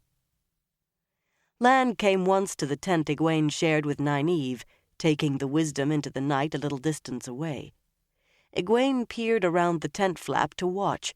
She could not hear what they said, except that Nynaeve eventually erupted in anger and came stalking back to wrap herself in her blankets, and refused to talk at all. Egwene thought her cheeks were wet, though she hid her face with a corner of her blanket. Lan stood watching the tent from the darkness for a long time before he went away. After that he did not come again. Moiraine did not come near them, giving them only a nod in passing. She seemed to spend her waking hours speaking with the other Aes Sedai, all but the Red Sisters, drawing them aside one by one as they rode. The Amyrlin allowed few stops for rest, and those short. "Maybe she doesn't have time for us any more," Egwene observed sadly. Moiraine was the one Aes Sedai she knew. Perhaps, though she did not like to admit it, the only one she was sure she could trust. "She found us, and we are on our way to Tar Valon. I suppose she has other things to concern her now." Nynaeve snorted softly. "I'll believe she is done with us when she's dead, or we are. She is sly, that one." Other Aes Sedai came to their tent. Egwene almost jumped out of her skin that first night out of Fal Dara, when the tent flap was pushed aside, and a plump, square-faced Aes Sedai, with graying hair and a vaguely distracted look in her dark eyes, ducked into their tent. She glanced at the lantern hanging at the highest point of the tent, and the flame rose a little higher. Egwene thought she felt something, thought she almost saw something about the Aes Sedai when the flame grew brighter. Moiraine had told her that one day, when she had more training, she would be able to see when another woman channeled, and to tell a woman who could channel even if she did nothing. "I am Verin Mathwin," the woman said with a smile, "and you are Egwene Alvir and Nynaeve Almira, from the 2 rivers, which was once Manatherin. Strong blood that. It sings." Egwene exchanged glances with Nynaeve as they got to their feet. "Is this a summons to the Amyrlin seat?" Egwene asked. Verin laughed. The Aes Sedai had a smudge of ink on her nose. "Oh my, no. The Amyrlin has more important things to deal with than 2 young women who are not even novices yet. Although, you never can tell. You both have considerable potential, especially you, Nynaeve. One day—" She paused, rubbing a finger thoughtfully right atop the ink smudge. "But this is not one day. I am here to give you a lesson, Egwene. You have been poking in ahead of yourself, I fear." Nervously, Egwene looked at Nynaeve. "What have I done?" "Nothing that I'm aware of." "Oh, nothing wrong, not exactly. Somewhat dangerous, perhaps, but not exactly wrong." Verin lowered herself to the canvas floor, folding her legs under her. "Sit, both of you, sit. I don't mean to crane my neck." She shifted around until she had a comfortable position. "Sit." Egwene settled cross-legged across from the Aes Sedai and did her best not to look at Nynaeve. No need to look guilty until I know if I am, and maybe not then. What is it I've done that's dangerous but not exactly wrong?" "Why, you've been channeling the power, child." Egwene could only gape. Nynaeve burst out, "That is ridiculous! Why are we going to Tar Valon if not for that?" Moiraine Sedai has been giving me lessons," Egwene managed. Verin held up her hands for quiet, and they fell silent. She might seem vague, but she was Aes Sedai after all.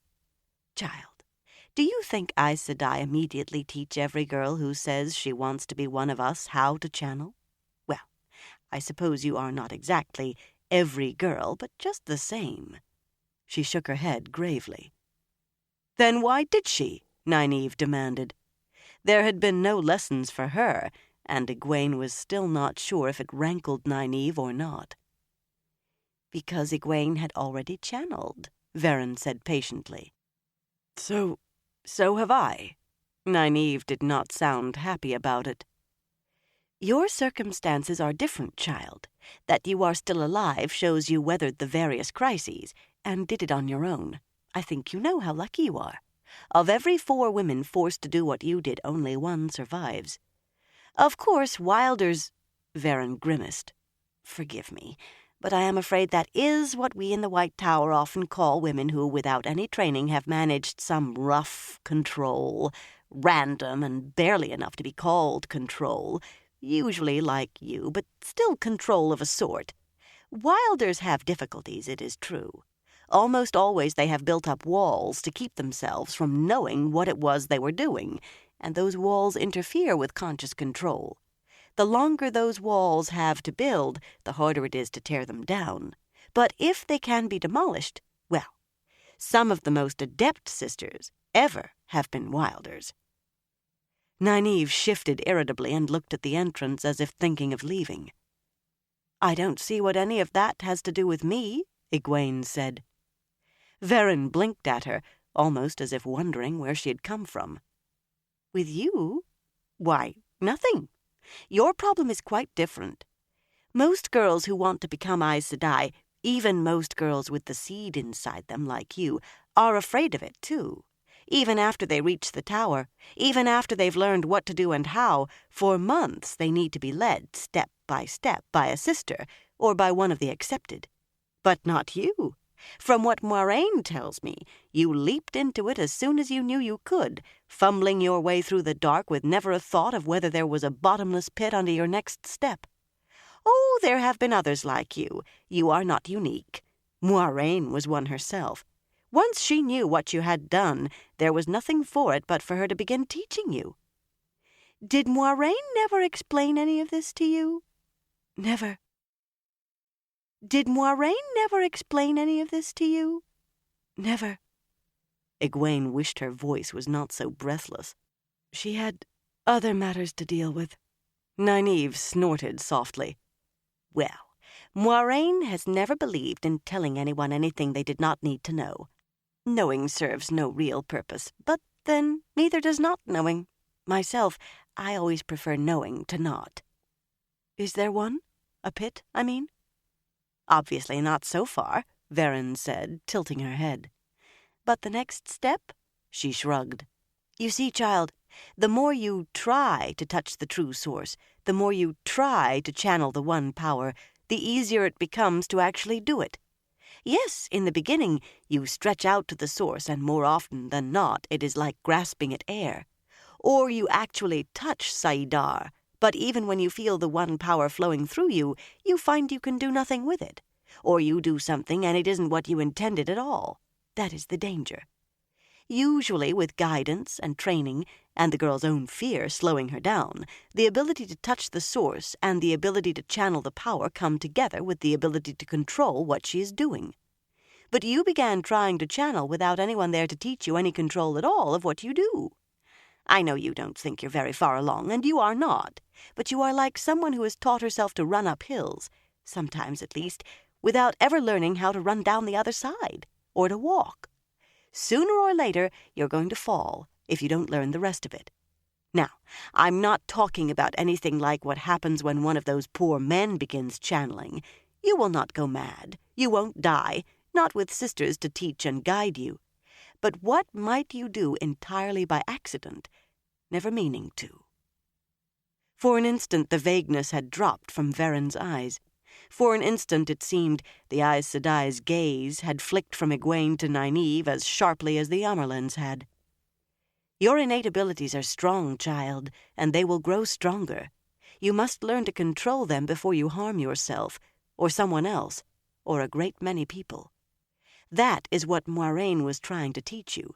That is what I will try to help you with tonight, and what a sister will help you with every night until we put you into Shiriam's most capable hands. She is mistress of novices. Egwene thought, can she know about Rand? It isn't possible. She'd never have let him leave Fal Dara if she even suspected. But she was sure she had not imagined what she saw. Thank you, Veren Sedai. I will try. Nynaeve rose smoothly to her feet. I will go sit by the fire and leave you two alone.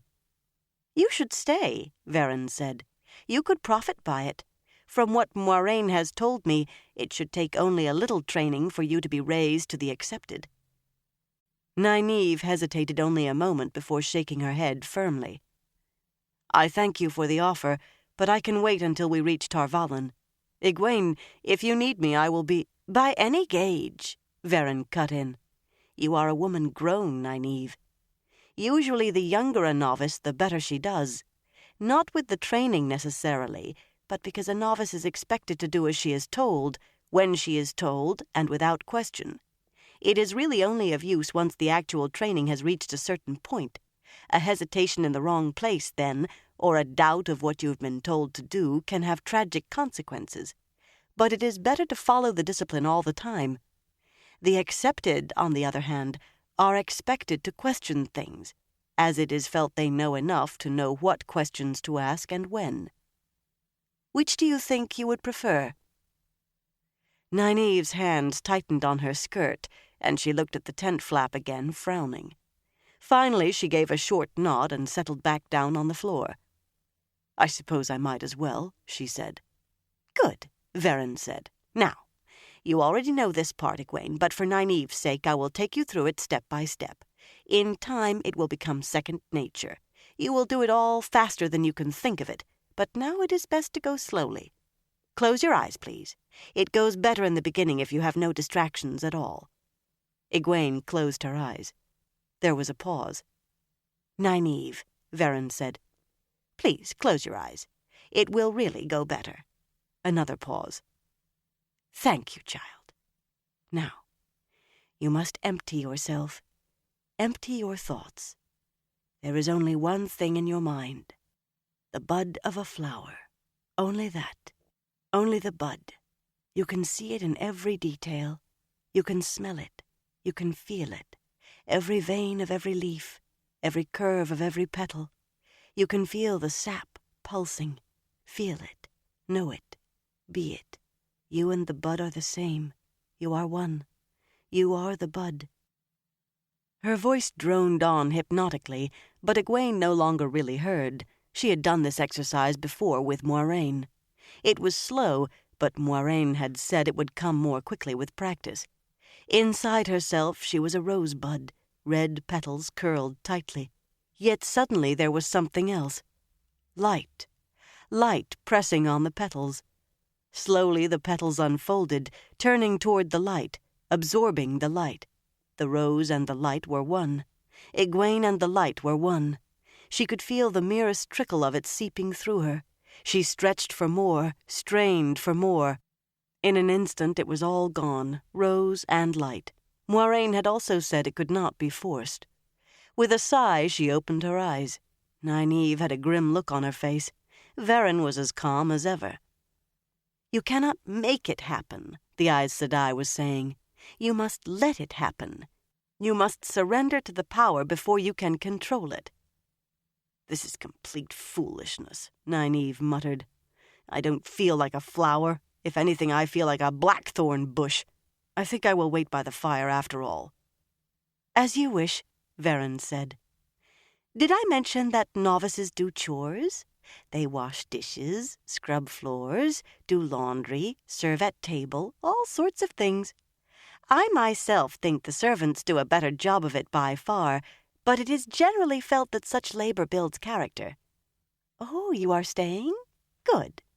Well, child, remember that even a blackthorn bush has flowers sometimes, beautiful and white among the thorns. We will try it one at a time. Now, from the beginning, Egwene. Close your eyes. Several times before Verin left, Egwene felt the flow of the power through her, but it was never very strong, and the most she managed with it was to produce a stir in the air that made the tent flap stir slightly. She was sure a sneeze could have done as much. She had done better with Moiraine, sometimes at least. She wished it was Moiraine doing the teaching. Nynaeve never even felt a glimmer, or so she said.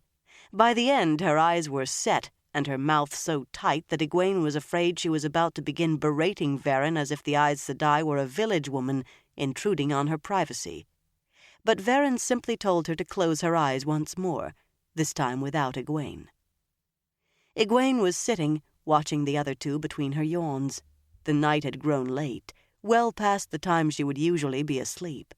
Nynaeve wore a face like weak old death, her eyes clamped shut as if she never meant to open them, and her hands white-knuckled fists in her lap. Egwene hoped the wisdom's temper did not break loose, not after she had held it this long. "Feel the flow through you," Verin was saying. Her voice did not change, but suddenly there was a gleam in her eyes. "Feel the flow, flow of the power, flow like a breeze, a gentle stirring in the air." Egwene sat up straight. This was how Verin had guided her each time she had actually had the power flowing through her. A soft breeze, the slightest movement of air, soft. Abruptly, the stacked blankets burst into flame like fat wood. Nynaeve opened her eyes with a yell. Egwene was not sure if she screamed or not. All Egwene knew was that she was on her feet, trying to kick the burning blankets outside before they set the tent on fire. Before she managed the second kick, the flames vanished, leaving wispy smoke rising from a charred mass and the smell of burned wool. "Well," Verin said. "Well, I did not expect to have to douse a fire. Don't faint on me, child. It's all right now. I took care of it." I was angry." Nynaeve spoke through trembling lips and a bloodless face. "I heard you talking about a breeze, telling me what to do, and fire just popped into my head. I didn't mean to burn anything. It was just a small fire in my head." She shuddered. "I suppose it was a small fire at that." Verin barked a laugh that was gone with another look at Nynaeve's face. "Are you all right, child? If you feel ill, I can—" Nynaeve shook her head, and Verin nodded. "Rest is what you need, both of you. I've worked you too hard. You must rest. The Amyrlin will have us all up and away before first light." Standing, she towed the charred blankets. "I will have some more blankets brought to you. I hope this shows both of you how important control is. You must learn to do what you mean to do, and nothing more. Aside from harming someone else, if you draw more of the power than you can safely handle, and you cannot handle much yet, but it will grow. If you draw too much, you can destroy yourself. You can die. Or you can burn yourself out, destroy what ability you have." As if she had not told them they were walking a knife edge, she added a cheerful, "Sleep well." With that, she was gone. Egwene put her arms around Nynaeve and hugged her tight. "It is all right, Nynaeve. There is no need to be frightened. Once you learn to control—" Nynaeve gave a croaking laugh. "I am not frightened." She glanced sideways at the smoking blankets and twitched her eyes away. "It takes more than a little fire to frighten me." But she did not look at the blankets again, even when a warder came to take them away and leave new. Verin did not come again, as she said she would not.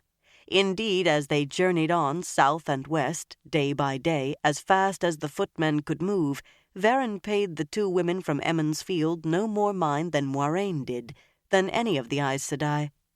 They were not precisely unfriendly, the Aes Sedai, but rather distant and aloof, as if preoccupied. Their coolness heightened Egwene's unease and brought back all the tales she had heard as a child.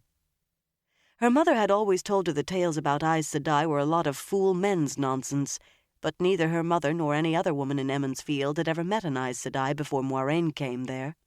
She herself had spent a good deal of time with Moiraine, and Moiraine was proof to her that not all Aes Sedai were like the tales. Cold manipulators and merciless destroyers, breakers of the world. She knew now that those, at least, the breakers of the world, had been male Aes Sedai, when there were such, in the Age of Legends. But it did not help a great deal. Not all Aes Sedai were like the tales, but how many, and which? The Aes Sedai who came to the tent each night were so mixed that they did not help at all in clearing her thoughts. Alviarin was as cool and businesslike as a merchant come to buy wool and tabak, surprised that Nynaeve was part of the lesson, but accepting, sharp in her criticisms, but always ready to try again. Alana Mosvani laughed and spent as much time talking about the world and men as she did teaching. Alana showed too much interest in Rand and Perrin and Mat for Egwene's comfort, though, especially Rand. Worst of all was Liandrin, the only one who wore her shawl. The others had all packed them away before leaving Fal Dara. Liandrin sat fingering her red fringe and taught little, and reluctantly at that. She questioned Egwene and Nynaeve as if they had been accused of a crime, and her questions were all about the three boys. She kept it up until Nynaeve threw her out. Egwene was not sure why Nynaeve did so, and then she left with a warning. "Watch yourselves, my daughters. You are in your village no longer. Now you dabble your toes where there are things to bite you." Finally, the column reached the village of Meadow on the banks of the Mora, which ran along the border between Shinar and Arafel and so into the river Aranon. Egwene was sure it was the Aes Sedai's questions about Rand that had made her start dreaming of him, that and worrying about him, about whether he and the others had to follow the Horn of Valir into the Blight. The dreams were always bad, but at first they were just the ordinary sort of nightmare. By the night they reached Meadow, the dreams had changed, though. "Pardon, Aes Sedai," Egwene asked diffidently, "but have you seen Moiraine Sedai?" The slender Aes Sedai waved her away and hurried on down the crowded, torchlit village street, calling for someone to be careful with her horse. The woman was of the yellow Aja, though not wearing her shawl now. Egwene knew no more of her than that, not even her name. Meadow was a small village, though Egwene was shocked to realize that what she now thought of as a small village was as big as Emond's Field, and it was overwhelmed now with many more outsiders than there were inhabitants. Horses and people filled the narrow streets, jostling to the docks past villagers who knelt whenever an unseeing Aes Sedai sped by. Harsh torchlight lit everything. The two docks jutted out into the River Mora like stone fingers, and each hosted a pair of small two-masted ships. There, horses were being hoisted on board by booms and cables and canvas cradles under their bellies. More of the ships, high-sided and stout with lanterns topping their masts, crowded the moon-streaked river, already loaded or waiting their turn. Rowboats ferried out archers and pikemen, the raised pikes making the boats look like gigantic pricklebacks swimming on the surface.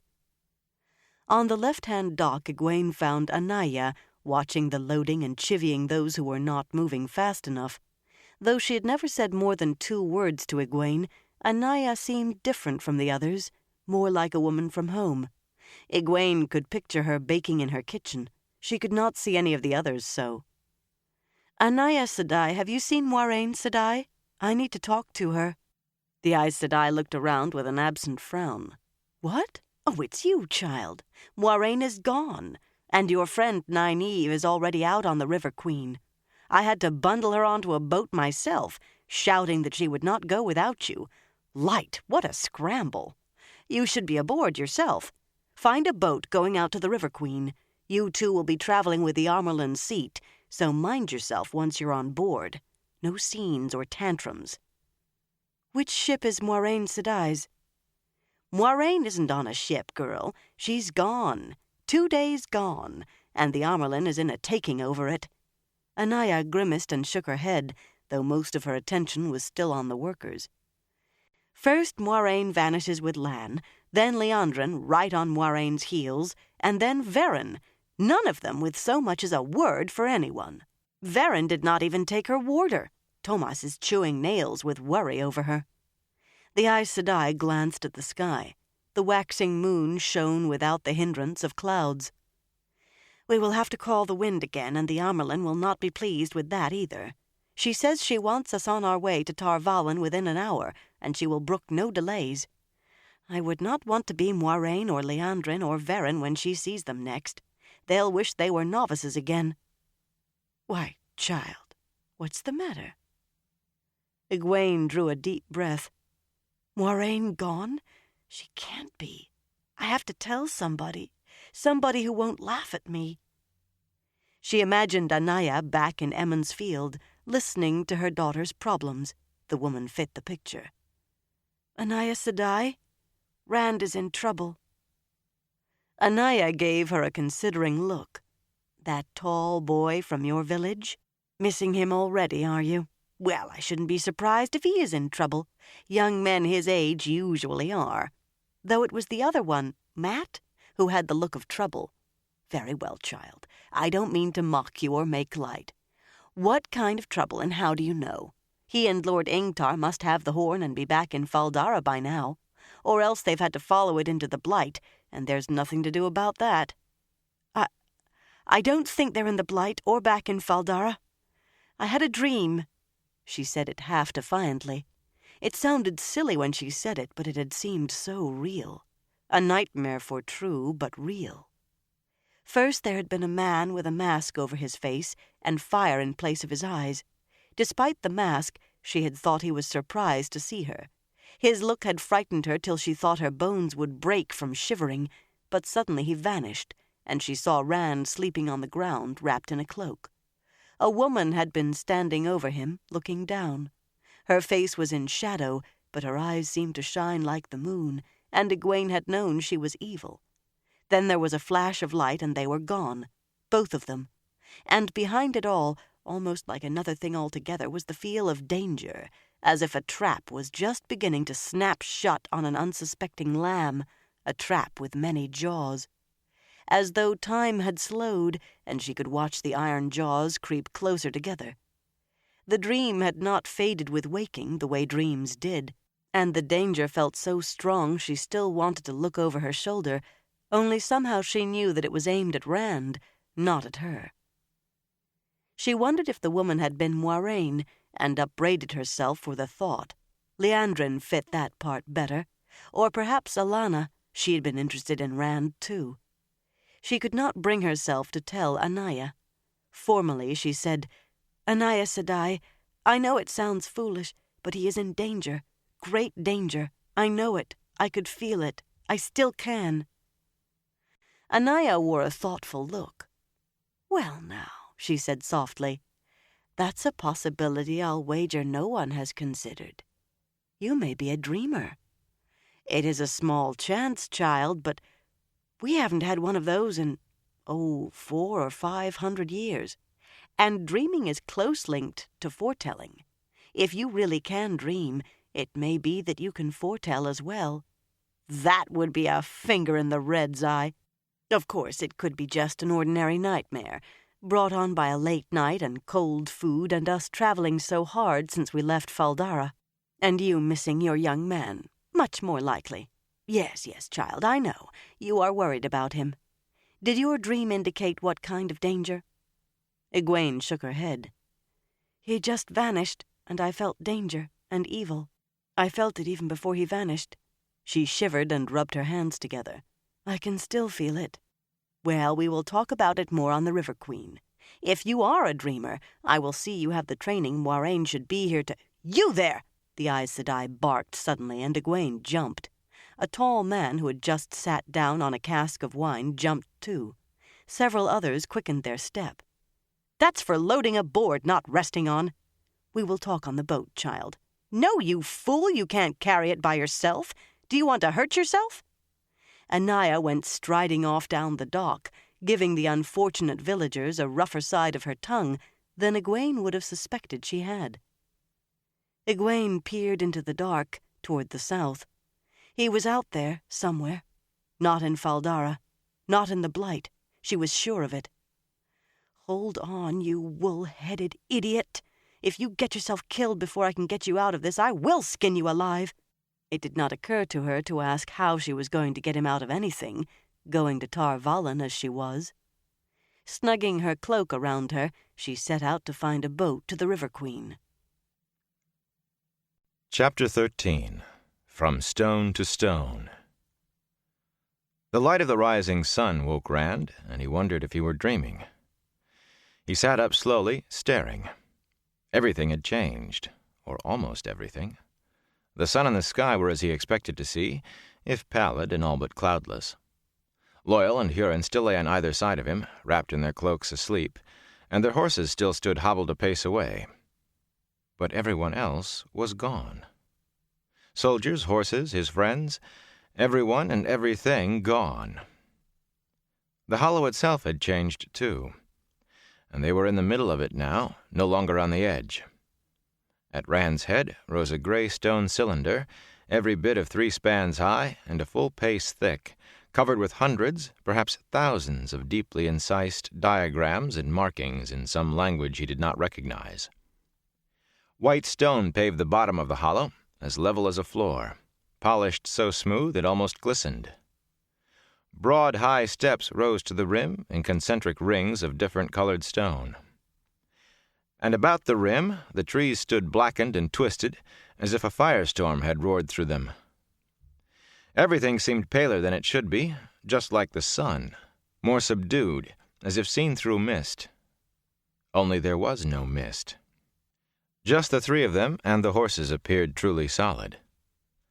But when he touched the stone under him, it felt solid enough. He reached out and shook Loial and Hurin. "Wake up! Wake up and tell me I'm dreaming. Please wake up!" "Is it morning already?" Loial began, sitting up. Then his mouth fell open, and his big round eyes grew wider and wider. Hurin woke with a start, then leaped to his feet, jumping like a flea in a hot rock to look this way, then that. "Where are we? What's happened? Where is everybody? Where are we, Lord Rand?" He sank to his knees, wringing his hands, but his eyes still darted. "What's happened?"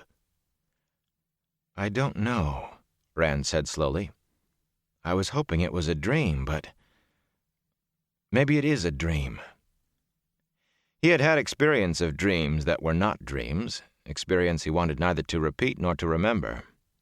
He stood up carefully. Everything stayed as it was. "I do not think so," Loial said. He was studying the column, and he did not appear happy. His long eyebrows sagged across his cheeks, and his tufted ears seemed to have wilted. "I think this is the same stone we went to sleep beside last night. I think I know what it is now." For once he sounded miserable about knowing. No. That being the same stone was no more crazy than what he could see around him. Mat and Perrin and the Shienarans gone, and everything changed. "I thought I'd escaped, but it started again. And there's no such thing as crazy anymore. Unless I am."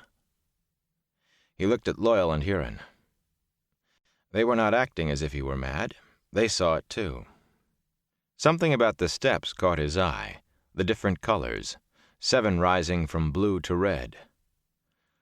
"One for each Ajah," he said. "No, Lord Rand," Hurin moaned. "No.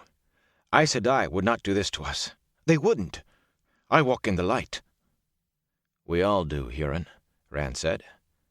"The Aes Sedai won't hurt you. Unless you get in the way." Could this be Moiraine's doing somehow? "Loial, you said you know what the stone is. What is it?"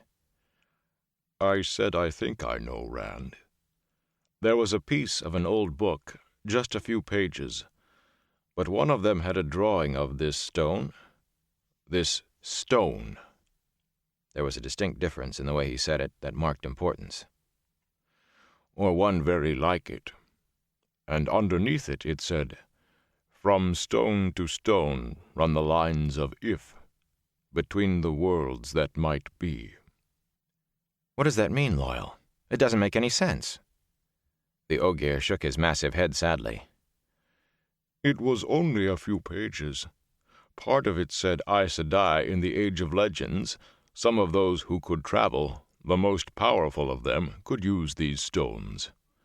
It did not say how, but I think, from what I could puzzle out, that perhaps those Aes Sedai used the stones somehow to journey to those worlds. He glanced up at the seared trees and pulled his eyes down again quickly, as he did not want to think about what lay beyond the rim. Yet even if Aes Sedai can use them, or could, we have no Aes Sedai with us to channel the power. So I don't see how it can be. Rand's skin prickled. Aes Sedai used them, in the Age of Legends, when there were male Aes Sedai. He had a vague memory of the void closing round him as he fell asleep, filled with that uneasy glow. And he remembered the room in the village, and the light he had reached for to escape. If that was the male half of True Source... No, it can't be. But what if it is? Light, I was wondering whether to run or not, and all the time it's right inside my head. Maybe I brought us here. He did not want to think about it. Worlds that might be... I don't understand, Loyal. The Ogier shrugged massively and uneasily. Neither do I, Rand. Most of it sounded like this. If a woman go left or right, does time's flow divide? Does the wheel then weave two patterns? 1,000 for each of her turnings? As many as the stars? Is one real, the others merely shadows and reflections? You see, it is not very clear. Mainly questions, most of which seem to contradict each other. And there just wasn't much of it. He went back to staring at the column, but he looked as if he wished it would go away. There are supposed to be a good many of these stones scattered all over the world, or there were once.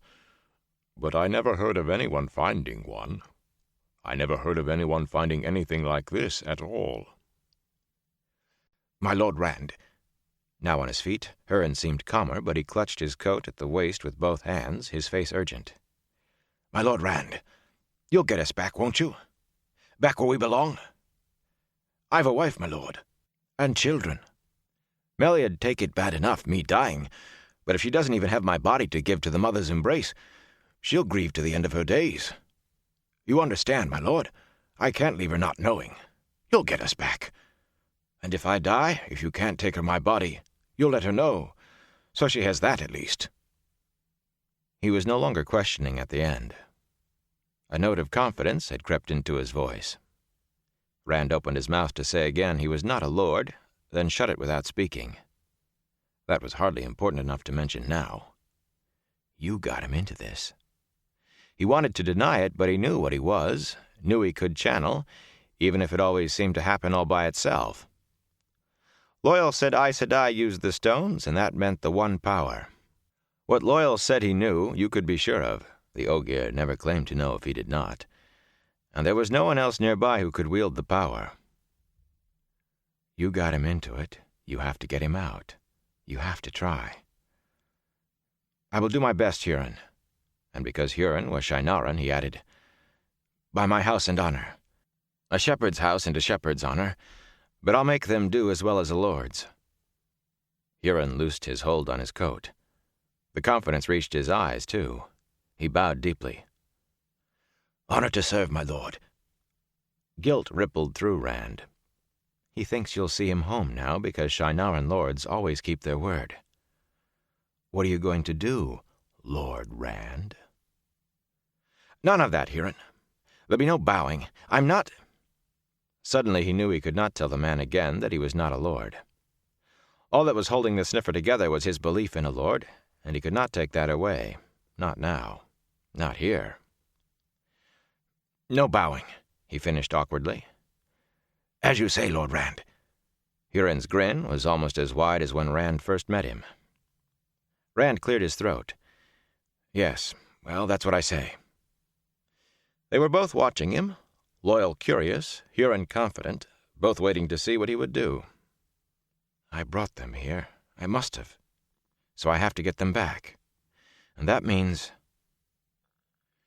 Drawing a deep breath, he walked across the white paving stones to the symbol-covered cylinder. Small lines of some language he did not know surrounded each symbol.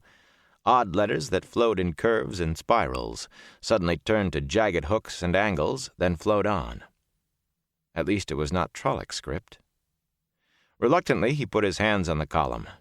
It looked like any dry, polished stone, but it felt curiously slick, like oiled metal. He closed his eyes and formed the flame. The void came slowly, hesitantly.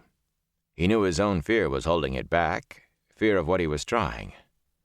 As fast as he fed fear into the flame, more came. I can't do it.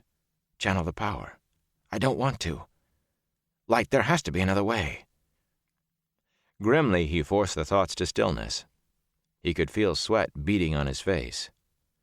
Determinedly, he kept on, pushing his fears into the consuming flame, making it grow and grow. And the void was there. The core of him floated in emptiness. He could see the light. saidin. Even with his eyes closed. Feel the warmth of it surrounding him, surrounding everything. Suffusing everything. It wavered like a candle flame seen through oiled paper. Rancid oil, stinking oil. He reached for it. He was not sure how he reached, but it was something, a movement, a stretching toward the light, towards saidin, and caught nothing as if running his hands through water. It felt like a slimy pond, scum floating atop clean water below. He could not scoop up any of the water. Time and again it trickled through his fingers, not even droplets of the water remaining, only the slick scum, making his skin crawl. Desperately he tried to form an image of the hollow as it had been, with Ingtar and the Lances sleeping by their horses, with Mat and Perrin, and the stone lying buried except for one end. Outside the void he formed it, clinging to the shell of emptiness that enclosed him. He tried to link the image with the light, tried to force them together. The hollow as it had been, and he and Loial and Hurin there together. His head hurt. Together with Mat and Perrin and the Shienarans. Burning in his head. Together. The void shattered into 1,000 razor shards, slicing his mind. Shuddering, he staggered back, wide-eyed. His hands hurt from pressing the stone, and his arms and shoulders quivered with aching. His stomach lurched from the feel of filth covering him, and his head... He tried to steady his breathing. That had never happened before. When the void went, it went like a pricked bubble, just gone, in a twinkling. Never like broken glass. His head felt numb, as if the 1,000 slashes had happened so quickly the pain had not yet come. But every cut had felt as real as if done with a knife. He touched his temple and was surprised not to see blood on his fingers. Hurin stood there watching him, still confident. If anything, the sniffer seemed more sure by the minute. Lord Rand was doing something. That was what lords were for. They protected the land and the people with their bodies and their lives, and when something was wrong, they set it aright, and saw fairness and justice done. As long as Rand was doing something, anything, Hurin would have confidence that it would all come out right in the end. That was what lords did. Loial had a different look, a slightly puzzled frown, but his eyes were on Rand, too. Rand wondered what he was thinking.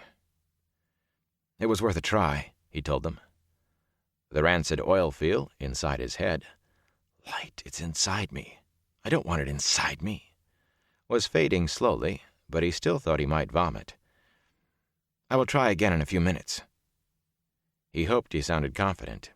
He had no idea how the stones worked, if what he was doing had any chance of success. Maybe there are rules for working them. Maybe you have to do something special. Light, maybe you can't use the same stone twice, or... He cut off that line of thought. There was no good in thinking like that. He had to do it. Looking at Loial and Hurin, he thought he knew what Lan had meant about duty pressing down like a mountain. My lord, I think... Hurin let his words trail off, looking abashed for a moment. My lord, maybe if we find the Dark Friends, we can make one of them tell us how to get back. I would ask a Dark Friend or the Dark One himself if I thought I'd get a true answer back, Rand said. But we are all there is, just us three. Just me. I'm the one who has to do it. We could follow their trail, my lord, if we catch them. Rand stared at the sniffer. You can still smell them? I can, my lord. Huron frowned. It's faint, pale-like everything else here. But I can smell the trail. Right up there. He pointed to the rim of the hollow. I don't understand it, my lord, but last night I could have sworn the trail went right on by the hollow, back where we were. Well, it's in the same place now, only here and fainter, like I said. Not old, not faint like that, but I don't know, Lord Rand, except that it's there. Rand considered. If Fane and the Dark Friends were here, wherever here was, they might know how to get back. They had to if they had reached here in the first place. And they had the horn and the dagger. Matt had to have that dagger. For that, if for nothing else, he had to find them. What finally decided him, he was ashamed to realize, was that he was afraid to try again. Afraid to try channeling the power. He was less afraid of confronting Dark Friends and Trollocs with only Huron and Loyal than he was of that. Then we will go after the Dark Friends. He tried to sound sure, the way Lan would, or Ingtar. The horn must be recovered. If we can't puzzle out a way to take it from them, at least we will know where they are when we find Ingtar again. If only they don't ask how we're going to find him again. Huron, make sure it really is the trail we're after. The sniffer leaped into his saddle, eager to be doing something himself, perhaps eager to be away from the hollow, and scrambled his horse up the broad-colored steps. The animal's hooves rang loudly on the stone, but they made not a mark. Rand stowed Red's hobbles in his saddlebags. The banner was still there. He would not have minded if that had been left behind. Then gathered his bow and quiver and climbed to the stallion's back. The bundle of Tom Maryland's cloak made a mound behind his saddle. Loyal led his big mount over to him. With the Ogier standing on the ground, Loyal's head came almost to Rand's shoulder, and him in his saddle. Loyal still looked puzzled. You think we should stay here? Rand said. Try again to use the stone. If the Dark Friends are here in place, we have to find them. We can't leave the Horn of Val'ir in Dark Friend hands. You heard the Amyrlin, and we have to get that dagger back. Matt will die without it. Loyal nodded. Yes, Rand, we do. But, Rand, the stones... We will find another. You said they were scattered all over, and if they're all like this, all this stonework around them, it should not be too hard to find one. Rand, that fragment said the stones came from an older age than the Age of Legends, and even the Aes Sedai then did not understand them, though they used them. Some of the truly powerful did. They used them with the one power, Rand. How do you think to use this stone to take us back? Or any other stone we find? For a moment, Rand could only stare at the Ogier, thinking faster than he ever had in his life. If they are older than the Age of Legends, maybe the people who built them didn't use the power. There must be another way. The Dark Friends got here, and they certainly couldn't use the power. Whatever this other way is, I will find it out. I will get us back, Loyal. He looked at the tall stone column with its odd markings and felt a prickle of fear. Light, if only I don't have to use the power to do it. I will, Loyal, I promise, one way or another. The Ogier gave a doubtful nod. He swung up onto his huge horse and followed Rand up the steps to join Huron among the blackened trees. The land stretched out, low and rolling, sparsely forested here and there with grassland between, crossed by more than one stream. In the middle distance, Rand thought he could see another burned patch. It was all pale, the colors washed. There was no sign of anything made by men except the stone circle behind them. The sky was empty, no chimney smoke, no birds, only a few clouds and the pale yellow sun. Worst of all, though, the land seemed to twist the eye. What was close at hand looked all right, and what was seen straight ahead in the distance. But whenever Rand turned his head, things that appeared distant when seen from the corner of his eye seemed to rush toward him, to be nearer when he stared straight at them. It made for dizziness.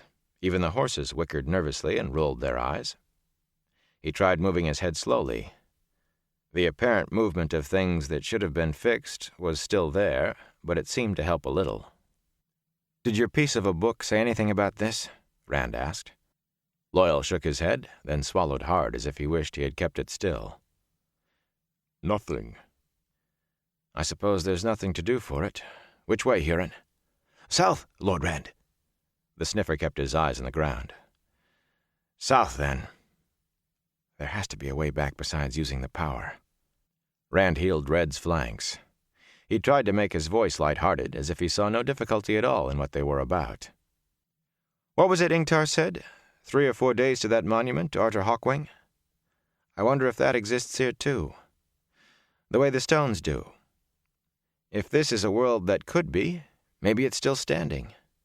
Wouldn't that be something to see, Loyal?" They rode south. Chapter 14. Wolf Brother. "Gone," Ingtar demanded of the air. "And my guards saw nothing. Nothing. They cannot just be gone." Listening, Perrin hunched his shoulders and looked at Matt, who stood a little way off, frowning and muttering to himself. Arguing with himself was how Perrin saw it. The sun was peeking over the horizon, past time for them to have been riding. Shadows lay long across the hollow, stretched out and thinned, but still like the trees that made them. The pack horses, loaded and on their lead line, stamped impatiently, but everyone stood by his mount and waited. Uno came striding up. "Not a goat-kissing track, my lord." He sounded offended. Failure touched on his skill. "Burn me, not so much as a flaming hoof scrape. They just bloody vanished." 3 men and 3 horses do not just vanish," Ingtar growled. "Go over the ground again, Uno. If anyone can find where they went, it's you." "Maybe they just ran away," Matt said. Uno stopped and glared at him. Like he'd cursed an Aes Sedai, Perrin thought wonderingly. "Why would they run away?" Ingtar's voice was dangerously soft. "Rand, the Builder, my sniffer." "My sniffer? Why would any of them run, much less all 3? Matt shrugged. "I don't know. Rand was—" Perrin wanted to throw something at him, hit him, anything to stop him, but Ingtar and Uno were watching. He felt a flood of relief when Matt hesitated, then spread his hands and muttered, "I don't know why. I just thought maybe they had." Ingtar grimaced. "Ran away." He growled as if he did not believe it for an instant. "The Builder can go as he will, but Huron would not run away, and neither would Rand al'Thor. He would not. He knows his duty now. Go on, Uno. Search the ground again." Uno gave a half-bow and hurried away, sword hilt bobbing over his shoulder. Ingtar grumbled. "Why would Huron leave like that, in the middle of the night without a word? He knows what we're about. How am I to track this shadow-spawned filth without him? I would give 1,000 gold crowns for a pack of trailhounds. If I did not know better, I would say the Dark Friends manage this so they can slip east or west without me knowing. Peace, I don't know if I do know better." He stumped off after Uno. Perrin shifted uneasily. The Dark Friends were doubtless getting further away with every minute. Getting further away, and with them the Horn of Valir, and the dagger from Shadar Logoth. He did not think that Rand, whatever he had become, whatever had happened to him, would abandon that chase. But where did he go? And why? Loyal might go with Rand for friendship, but why Huron? Maybe he did run away, he muttered, then looked around. No one appeared to have heard. Even Matt was not paying him any mind. He scrubbed a hand through his hair. If Aes Sedai had been after him to be a false dragon, he would have run too. But worrying about Rand was doing nothing to help track the Dark Friends. There was a way, perhaps, if he was willing to take it. He did not want to take it. He had been running away from it. But perhaps now he could no longer run. Serves me right for what I told Rand. I wish I could run. Even knowing what he could do to help, what he had to do, he hesitated. No one was looking at him.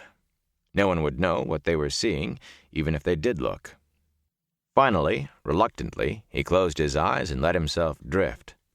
Let his thoughts drift out, away from him. He had tried denying it from the first, long before his eyes began to change from dark brown to burnished golden yellow. At that first meeting, that first instant of recognition, he had refused to believe. And he had run from the recognition ever since. He still wanted to run. His thoughts drifted, feeling for what must be out there, what was always out there in country where men were few and far between, feeling for his brothers. He did not like to think of them that way, but they were.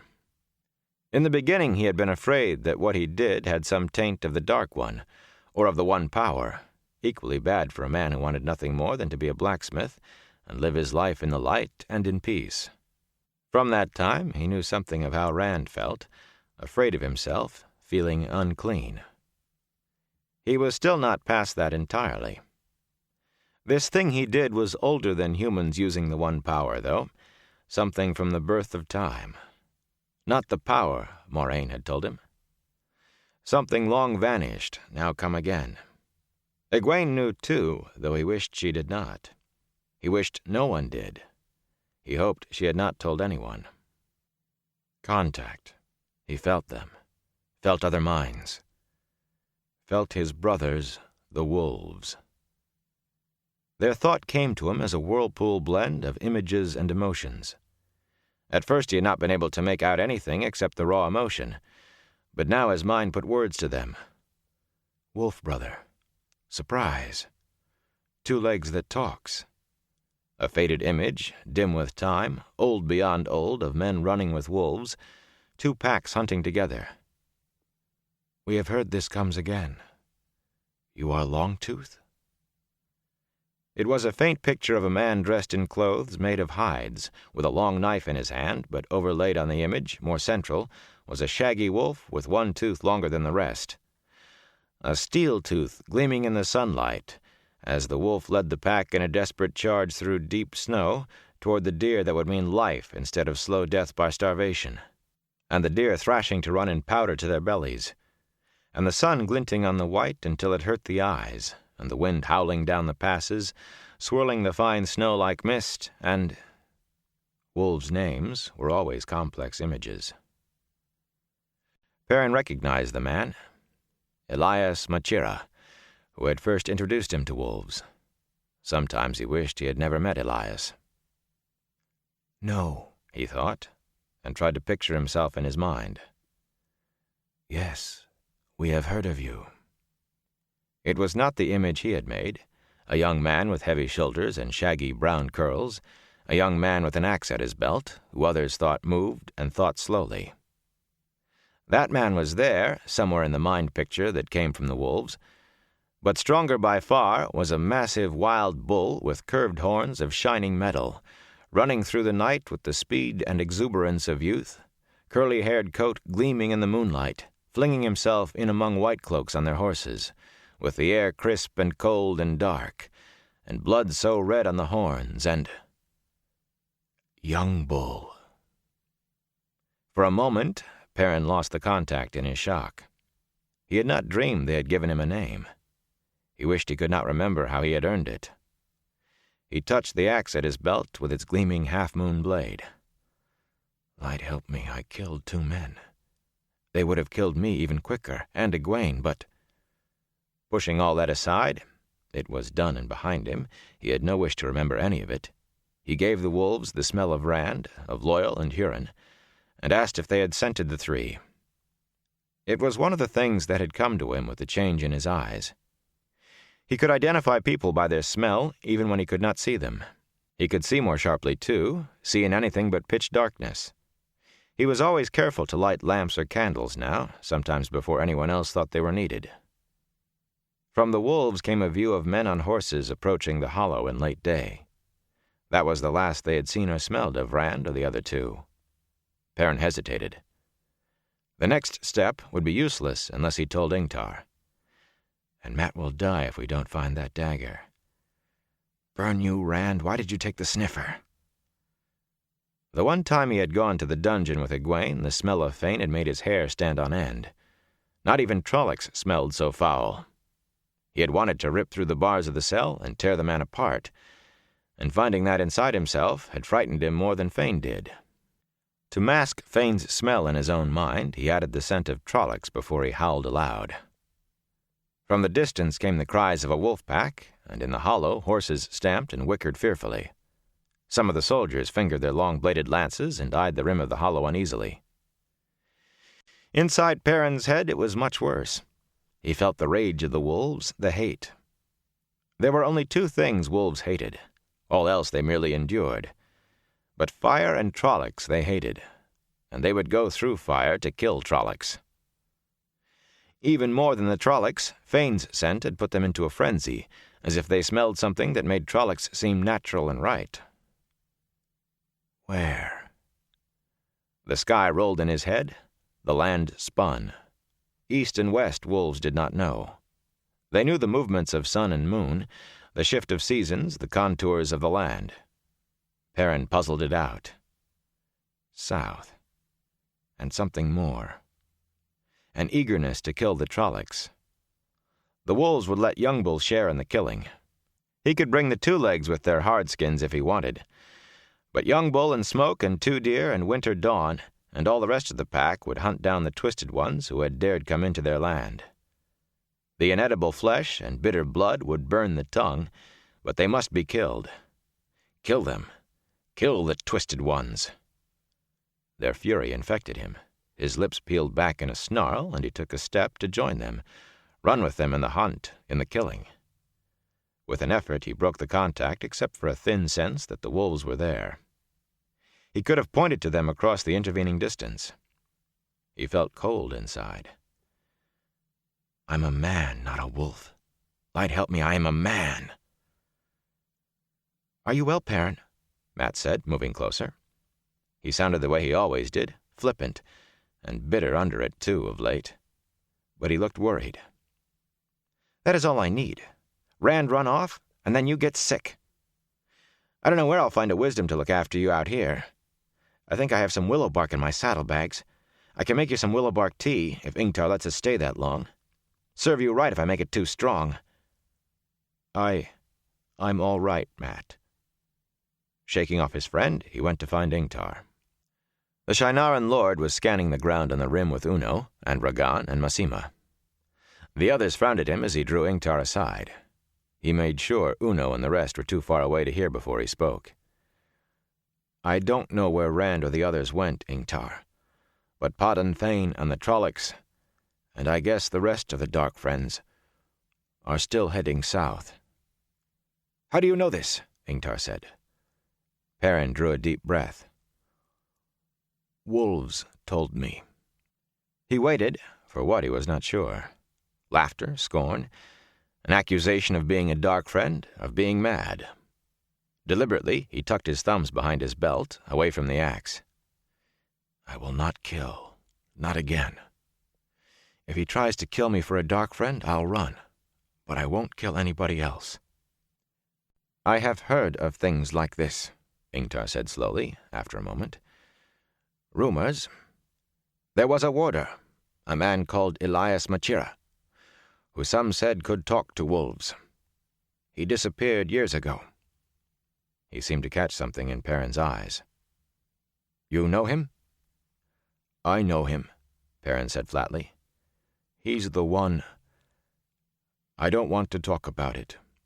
I didn't ask for it. That's what Rand said. Light. I wish I were home working Master Luhan's forge. These wolves, Ingtar said. They will track the Dark Friends and Trollocs for us? Perrin nodded. Good.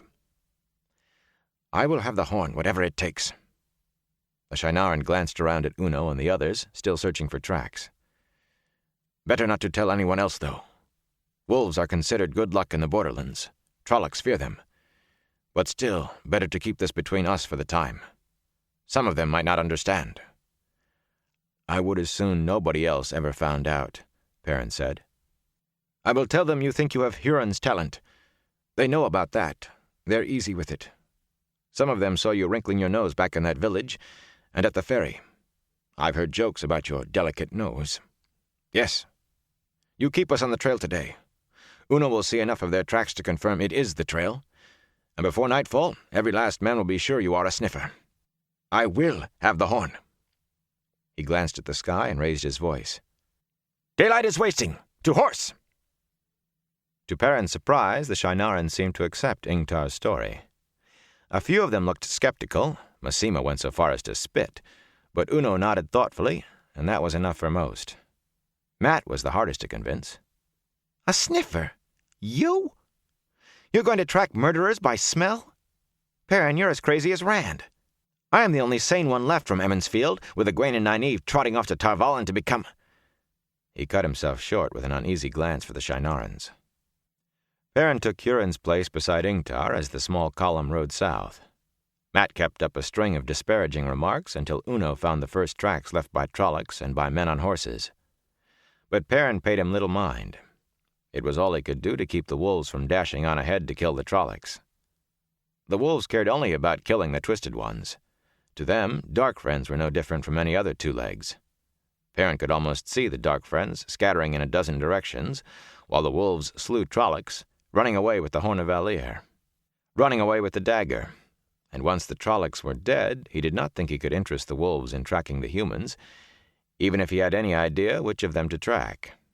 He had a running argument with them, and sweat covered his forehead long before he got the first flash of images that turned his stomach. He drew rein, stopping his horse dead. The others did the same, looking at him, waiting. He stared straight ahead and cursed softly, bitterly. Wolves would kill men, but men were not a preferred prey. Wolves remembered the old hunting together for one thing, and the two legs tasted bad for another. Wolves were more particular about their food than he would have believed. They would not eat carrion unless they were starving, and few would kill more than they could eat. What Perrin felt from the wolves could best be described as disgust. And there were the images. He could see them much more clearly than he wished.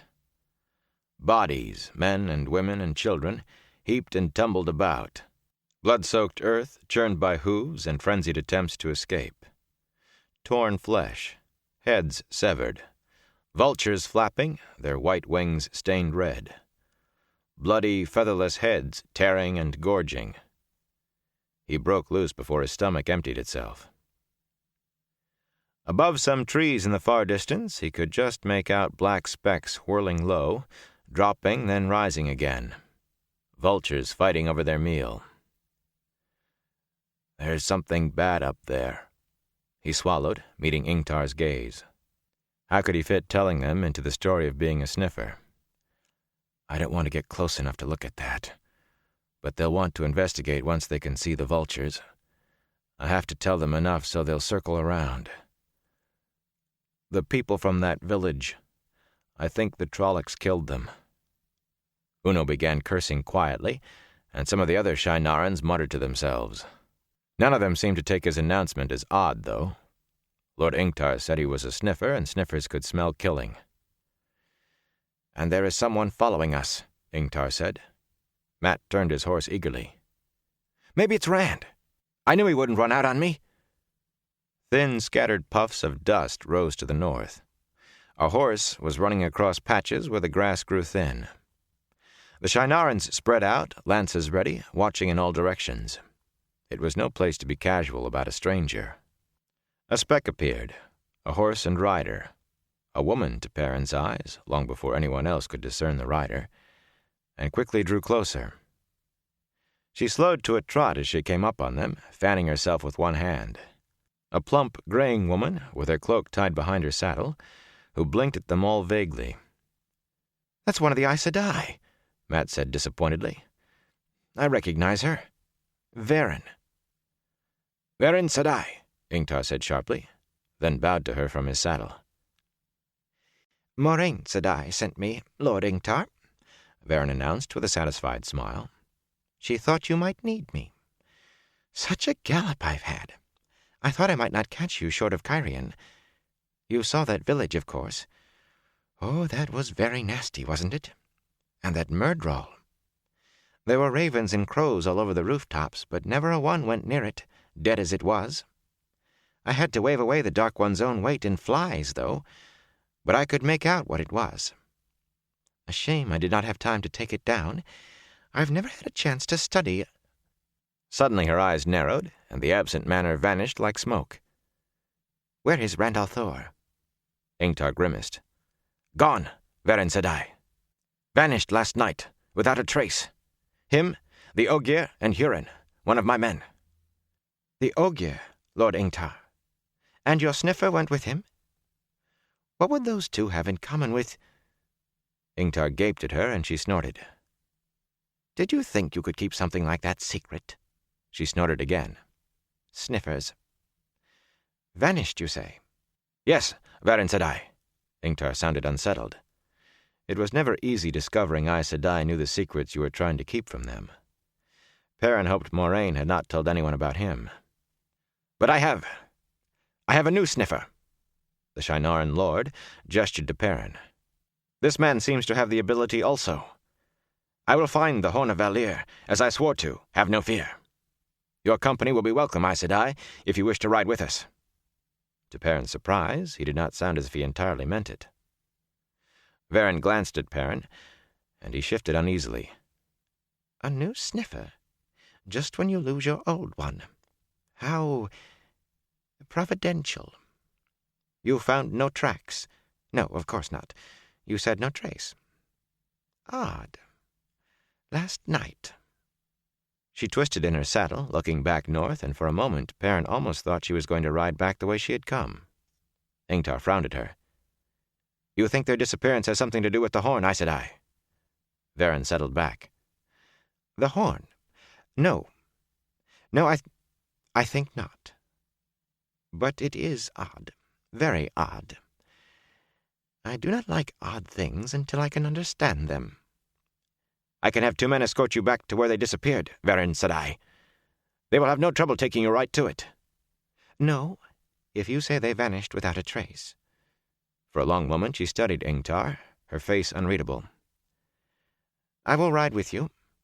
Perhaps we will find them again, or they will find us. Talk to me as we ride, Lord Ingtar. Tell me everything you can about the young man. Everything he did, everything he said. They started off in a jingle of harness and armor, Varen riding close beside Ingtar and questioning him closely, but too low to be overheard. She gave Perrin a look when he tried to maintain his place, and he fell back. It's Rand she's after, Mat murmured, not the horn. Perrin nodded. Wherever you've gotten to, Rand, stay there. It's safer than here. Chapter 15. Kinslayer.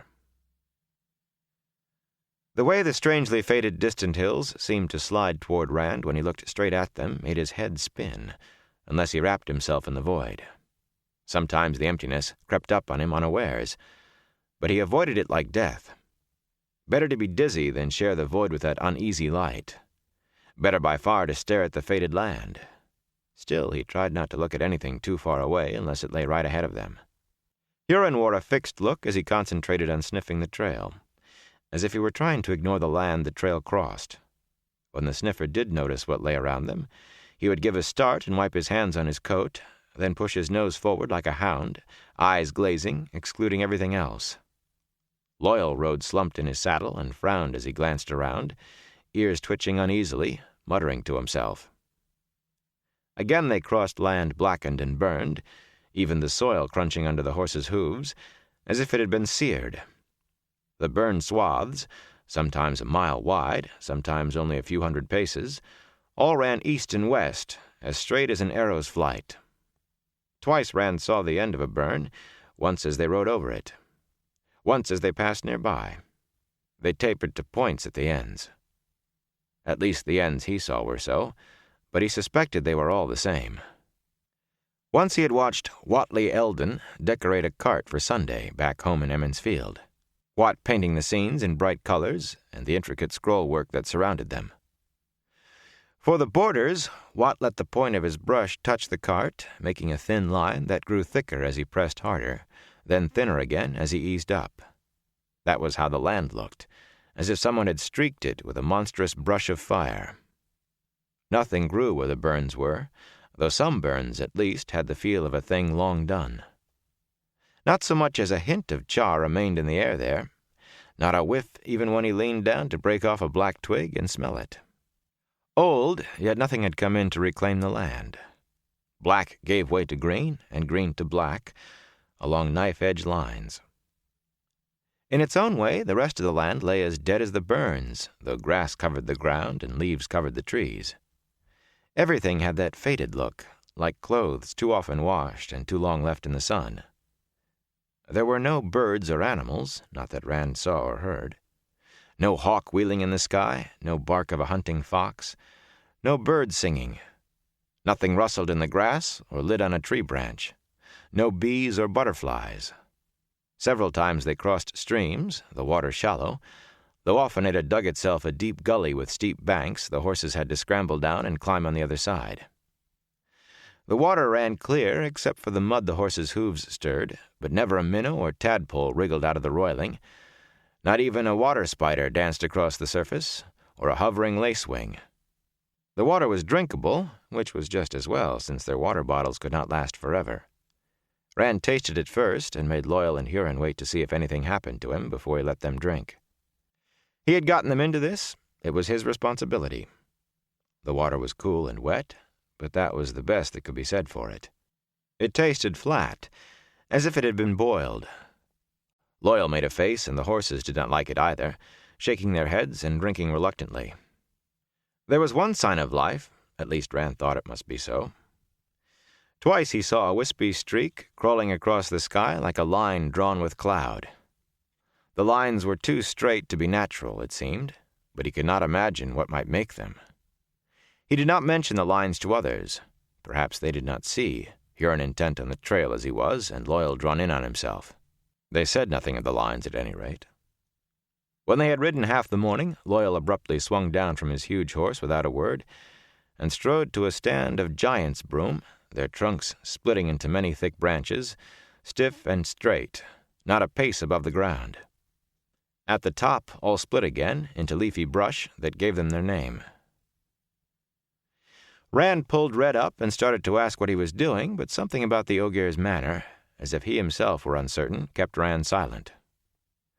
After staring at the tree, Loyal put his hands on a trunk and began to sing in a deep, soft rumble.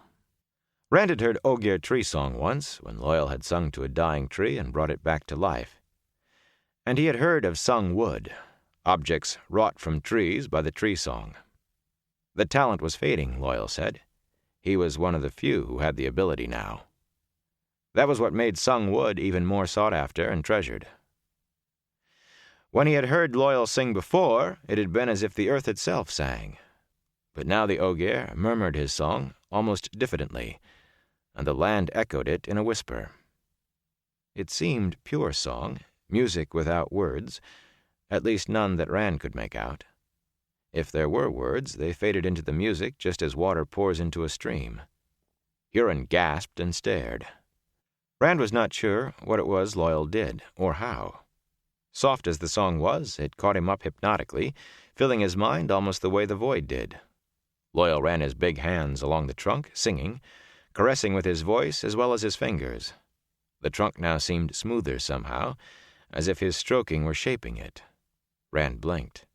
He was sure the piece Loyal worked on had branches at its top just like the others, but now it stopped in a rounded end, right above the Ogier's head. Rand opened his mouth, but the song quieted him. It seemed so familiar, that song, as if he should know it. Abruptly, Loyal's voice rose to a climax.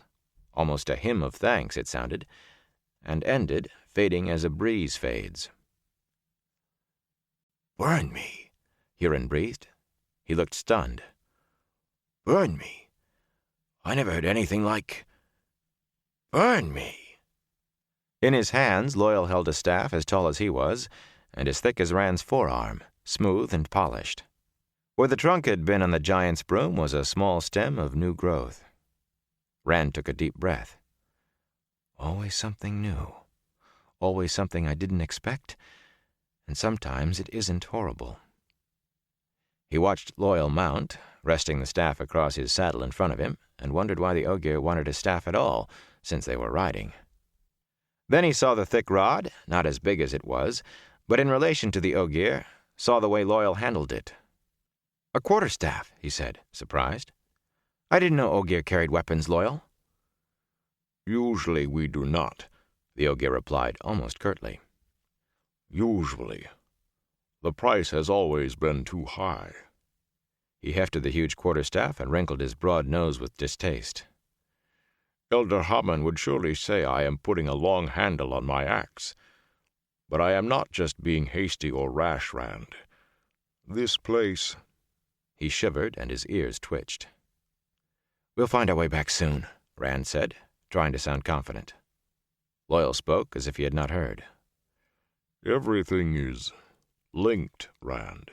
Whether it lives or not, whether it thinks or not, everything that is fits together. The tree does not think, but it is part of the whole, and the whole has a feeling. I can't explain any more than I can explain what being happy is. But, Emerson Realist. Rand, this land was glad for a weapon to be made. Glad." "The light shine on us," Huron murmured nervously, "and the Creator's hand shelter us. Though we go to the last embrace of the Mother, the light illumine our way." "The light shine on us," Huron murmured nervously, "and the Creator's hand shelter us. Though we go to the last embrace of the Mother, the light illumine our way." He kept repeating the catechism, as if it had a charm to protect him. Rand resisted the impulse to look around. He definitely did not look up. All it would take to break them all was another of those smoky lines across the sky right at that moment. "There's nothing here to hurt us," he said firmly, "and we'll keep a good watch and make sure nothing does." He wanted to laugh at himself, sounding so certain. He was not certain about anything, but watching the others, Loyal with his tufted ears drooping, and Huron trying not to look at anything, he knew one of them had to seem to be sure, at least, or fear and uncertainty would break them all apart. The wheel weaves as the wheel wills. He squeezed that thought out. Nothing to do with the wheel. Nothing to with ta'veren, or Aes Sedai, or the dragon. It's just the way it is, that's all. "Loyal, are you done here?" The Ogier nodded, regretfully rubbing the quarterstaff. Rand turned to Huron. "Do you still have the trail?" "I do, Lord Rand, I do that." "Then let's keep on with it. Once we find Fane and the Dark Friends, why, we'll go home heroes with the dagger from At and the horn of Valir. Lead out, Huron." "Heroes? I'll settle for all of us getting out of here alive." "I do not like this place," the Ogier announced flatly. He held the quarterstaff as if he expected to have to use it soon. "As well we don't mean to stay here, then, isn't it?" Rand said. Huron barked a laugh, as if he had made a joke, but Loyal gave him a level look. "As well we don't, Rand." Yet as they rode on southward, he could see that his casual assumption that they would get home had picked them both up a little. Huron sat a bit straighter in his saddle, and Loyal's ears did not seem so wilted. It was no time or place to let them know he shared their fear, so he kept it to himself and fought it by himself.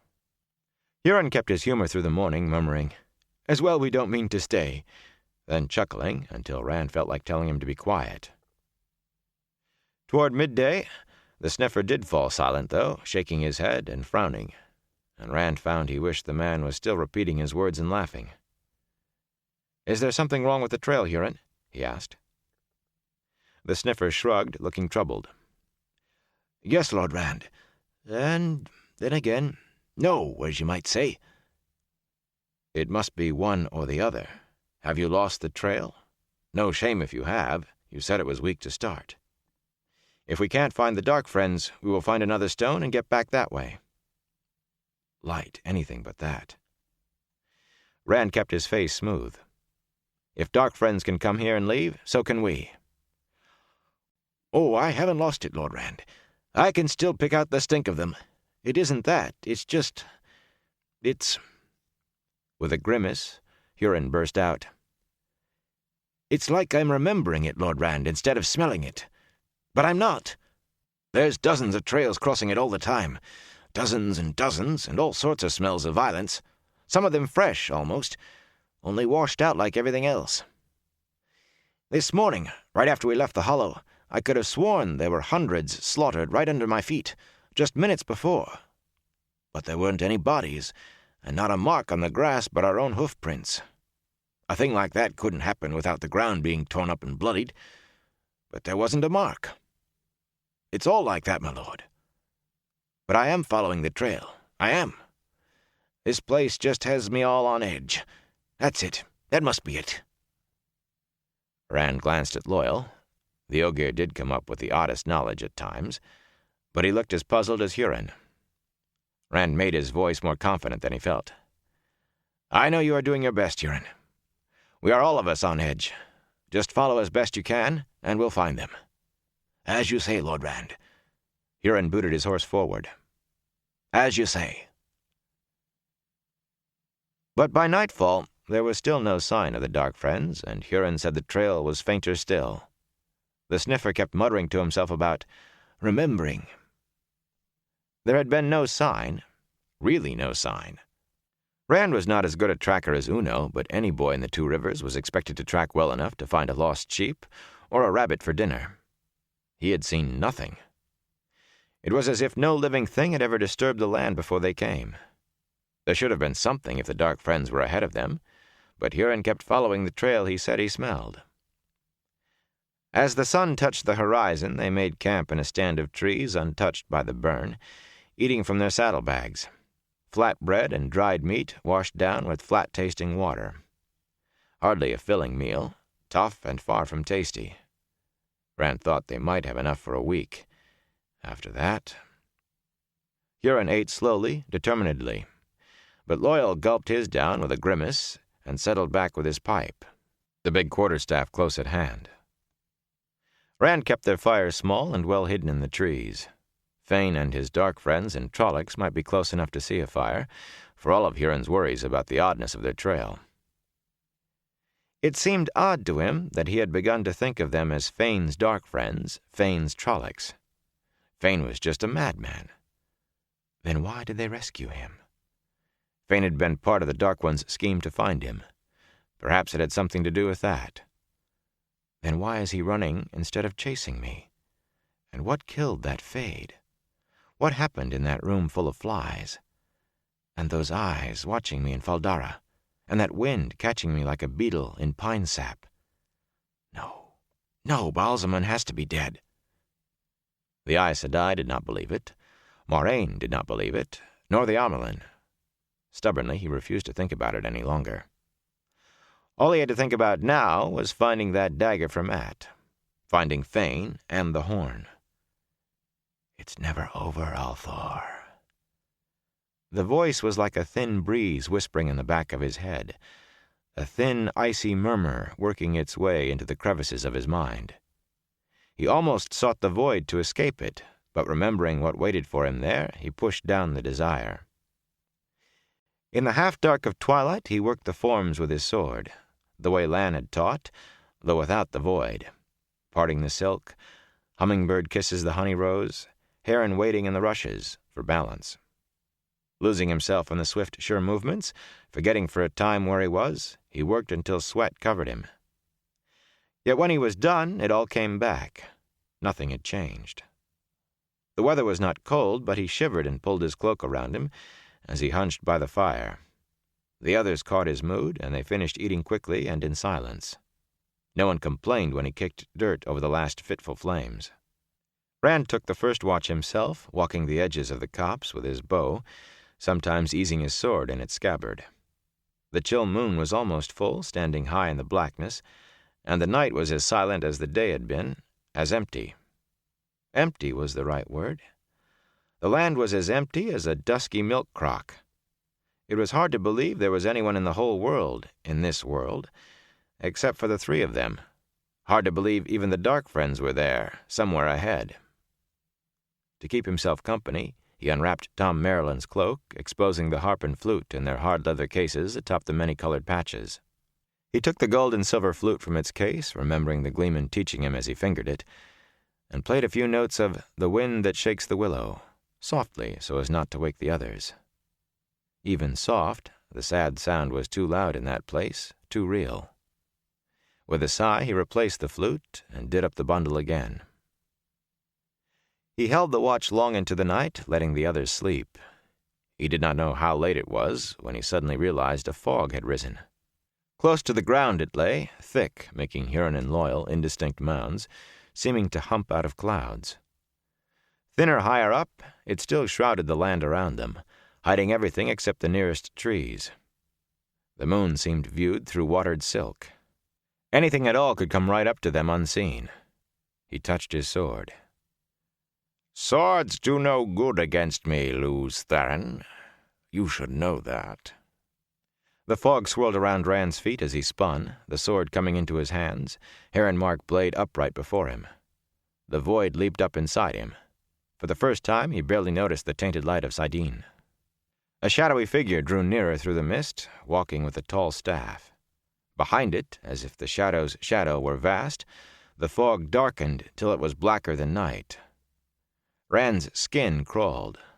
Closer the figure came, until it resolved into the shape of a man, clothed and gloved in black, with a black silk mask covering his face, and the shadow came with it.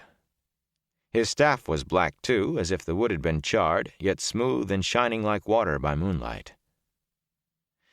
For an instant, the eye-holes of the mask glowed as if fires stood behind them rather than eyes, but Rand did not need that to know who it was.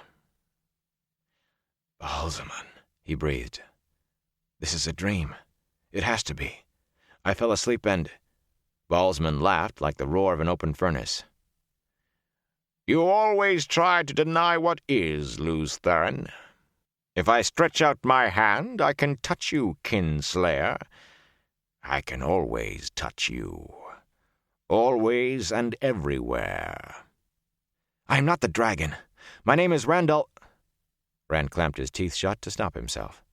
"Oh, I know the name you use now, Lews Therin. I know every name you have used through age after age, long before you were even the Kinslayer."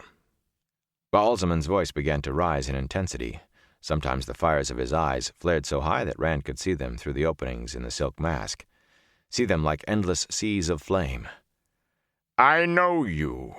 Know your blood and your line back to the first spark of life that ever was. Back to the first moment. You can never hide from me. Never! We are tied together as surely as two sides of the same coin. Ordinary men may hide in the sweep of the pattern, but Ta'Veren stand out like beacon fires on a hill, and you stand out as if 10,000 shining arrows stood in the sky to point you out. You are mine, and ever in the reach of my hand." "Father of lies," Rand managed. Despite the void, his tongue wanted to cleave to the roof of his mouth.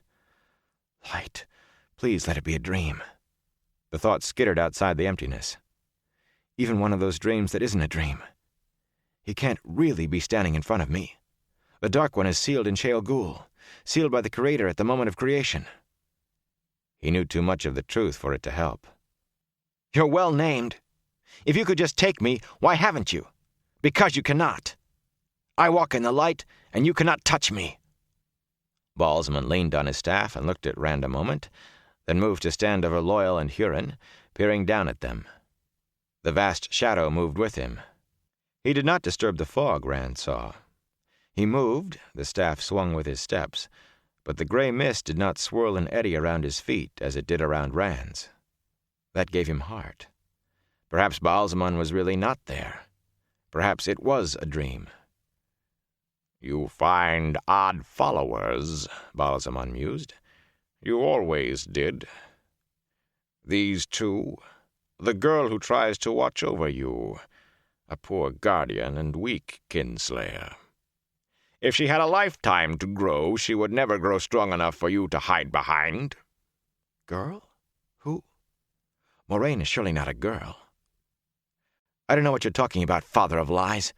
You lie and lie, and even when you tell the truth, you twist it to a lie. Do I, Lews Therin? You know what you are, who you are. I have told you, and so have those women of Tar Valon. Rand shifted, and Ba'alzamon gave a laugh like a small thunderclap. They think themselves safe in their white tower, but my followers number even some of their own. The Aes Sedai called Moraine told you who you are, did she not? Did she lie? Or is she one of mine? The White Tower means to use you like a hound on a leash. Do I lie? Do I lie when I say you seek the Horn of Valere? He laughed again. Calm of the Void or no, it was all Rand could do not to cover his ears. Sometimes old enemies fight so long that they become allies and never realize it. They think they strike at you, but they have become so closely linked, it is as if you guided the blow yourself. You don't guide me, Rand said. I deny you. I have 1,000 strings tied to you, Kinslayer, each one finer than silk and stronger than steel. Time has tied 1,000 cords between us. The battle we two have fought, do you remember any part of that? Do you have any glimmering that we have fought before? Battles without number, back to the beginning of time? I know much that you do not. That battle will soon end. The last battle is coming. The last Lews Therin. Do you really think you can avoid it? You poor, shivering worm. You will serve me or die. And this time the cycle will not begin anew with your death. The grave belongs to the great Lord of the Dark. This time, if you die, you will be destroyed utterly. This time the wheel will be broken, whatever you do, and the world remade to a new mold. Serve me! Serve Shaitan, or be destroyed forever! With the utterance of that name, the air seemed to thicken. The darkness behind Ba'alzamon swelled and grew, threatening to swallow everything. Rand felt it engulfing him, colder than ice and hotter than coals both at the same time, blacker than death, sucking him into the depths of it, overwhelming the world. He gripped his sword hilt till his knuckles hurt. I deny you, and I deny your power. I walk in the light. The light preserves us, and we shelter in the palm of the Creator's hand. He blinked. Ba'alzamon still stood there, and the great darkness still hung behind him, but it was as if all the rest had been illusion. Do you want to see my face? It was a whisper. Rand swallowed. No. You should. A gloved hand went to the black mask. No! The mask came away. It was a man's face, horribly burned. Yet between the black-edged red crevices crossing those features, the skin looked healthy and smooth. Dark eyes looked at Rand. Cruel lips smiled with a flash of white teeth. Look at me, Kinslayer, and see the 100th part of your own fate. For a moment, eyes and mouth became doorways into endless caverns of fire. This is what the power unchecked can do, even to me. But I heal, Lews Therin. I know the paths to greater power. It will burn you like a moth flying into a furnace. I will not touch it. Rand felt the void around him, felt Saidin. I won't. You cannot stop yourself. Leave me alone! Power. Ba'alzamon's voice became soft, insinuating. You can have power again, Lews Therin. You are linked to it now, this moment. I know it. I can see it. Feel it, Lews Therin. Feel the glow inside you. Feel the power that could be yours. All you must do is reach out for it. But the shadow is there between you and it. Madness and death. You need not die, Lews Therin. Not ever again. No, Rand said, but the voice went on, burrowing into him. I can teach you to control that power, so that it does not destroy you. No one else lives who can teach you that. The great Lord of the Dark can shelter you from the madness. The power can be yours, and you can live forever. Forever! All you must do in return is serve. Only serve. Simple words. I am yours, great Lord, and power will be yours. Power beyond anything those women of Tar Valon dream of. And life eternal, if you will only offer yourself up and serve. Rand licked his lips. Not to go mad, not to die. Never! I walk in the light, he grated hoarsely, and you can never touch me. Touch you, Lews Therin. Touch you. I can consume you. Taste it and know as I knew. Those dark eyes became fire again, and that mouth, flame that blossomed and grew until it seemed brighter than a summer sun. Grew, and suddenly Rand's sword glowed as if just drawn from the forge. He cried out as the hilt burned his hands, screamed and dropped the sword. And the fog caught fire, fire that leaped, fire that burned everything. Yelling, Rand beat at his clothes as they smoked and charred and fell in ashes. Beat with his hands that blackened and shriveled as naked flesh cracked and peeled away in the flames. He screamed. Pain beat at the void inside him, and he tried to crawl deeper into the emptiness. The glow was there, the tainted light just out of sight. Half mad, no longer caring what it was, he reached for Saidin, tried to wrap it around him, tried to hide in it from the burning and the pain. As suddenly as the fire began, it was gone. Rand stared wonderingly at his hand, sticking out of the red sleeve of his coat. There was not so much as a singe on the wool. I imagined it all. Frantically he looked around. Ba'alzamon was gone. Huron shifted in his sleep. The sniffer and Loyal were still only 2 mounds sticking up out of the low fog. I did imagine it. Before relief had a chance to grow, pain stabbed his right hand, and he turned it up to look. There, across the palm, was branded a heron. The heron from the hilt of his sword. Angry and red, as neatly done as though drawn from an artist's skill. Fumbling a kerchief from his coat pocket, he wrapped it around his hand. The hand throbbed now.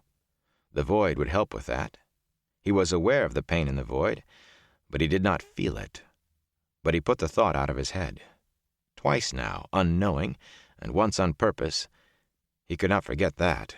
He had tried to channel the one power while he was in the void. It was with that Ba'alzamon wanted to tempt him. It was that Moiraine and the Amyrlin seat wanted him to do. He would not. Chapter 16. In the Mirror of Darkness. You should not have done it, Lord Rand, Huron said when Rand woke the others just at daybreak. The sun yet hid below the horizon, but there was light enough to see. The fog had melted away, while dark still held, fading reluctantly. If you use yourself up to spare us, my lord, who will see to getting us home? I needed to think, Rand said. Nothing showed the fog had ever been, or Ba'alzamon. He fingered the kerchief wrapped around his right hand. There was that to prove Ba'alzamon had been there. He wanted to be away from this place. Time to be in the saddle if we are going to catch Fane's dark friends. Pastime. We can eat flatbread while we ride. Loyal paused in the act of stretching, his arms reaching as high as Huron could have, standing on Rand's shoulders.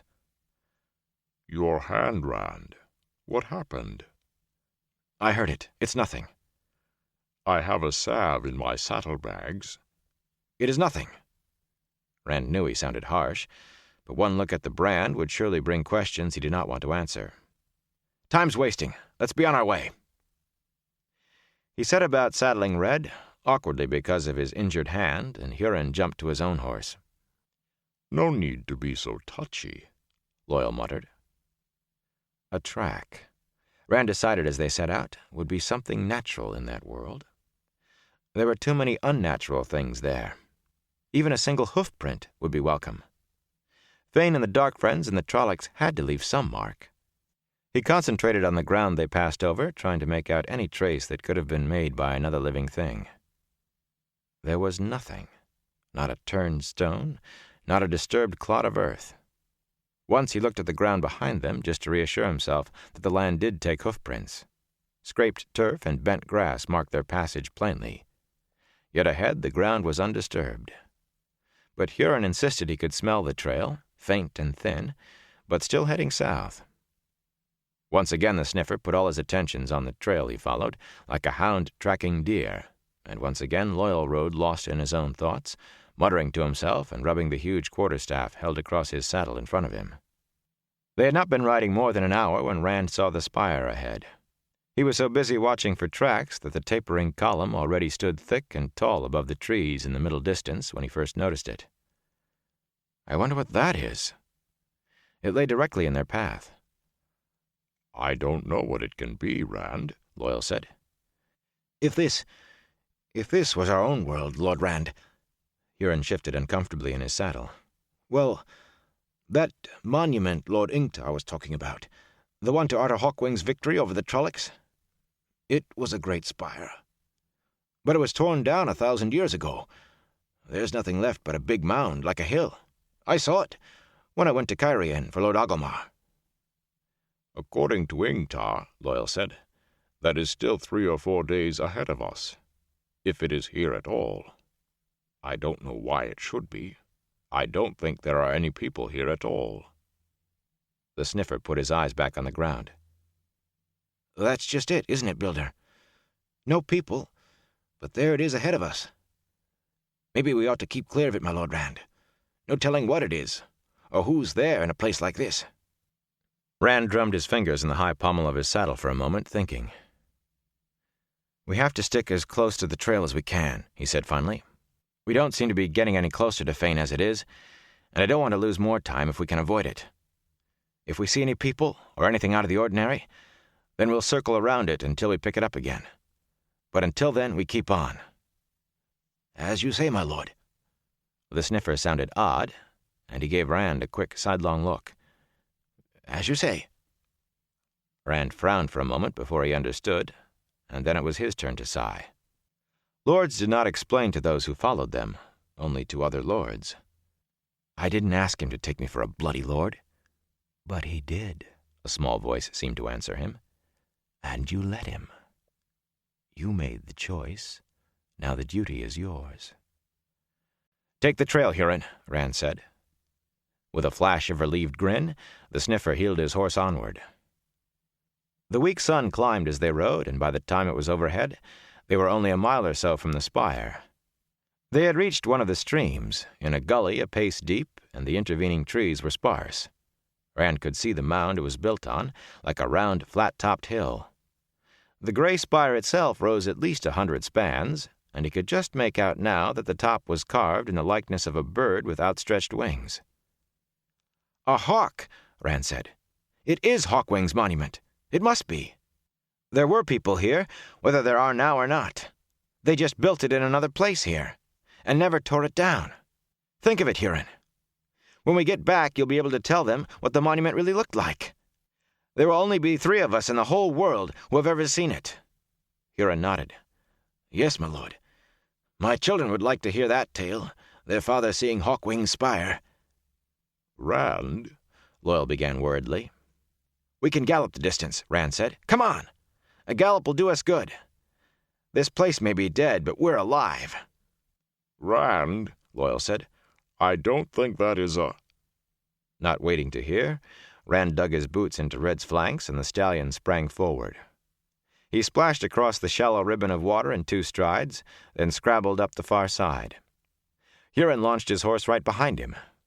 Rand heard Loyal calling behind them, but he laughed, waved for the Ogier to follow, and galloped on.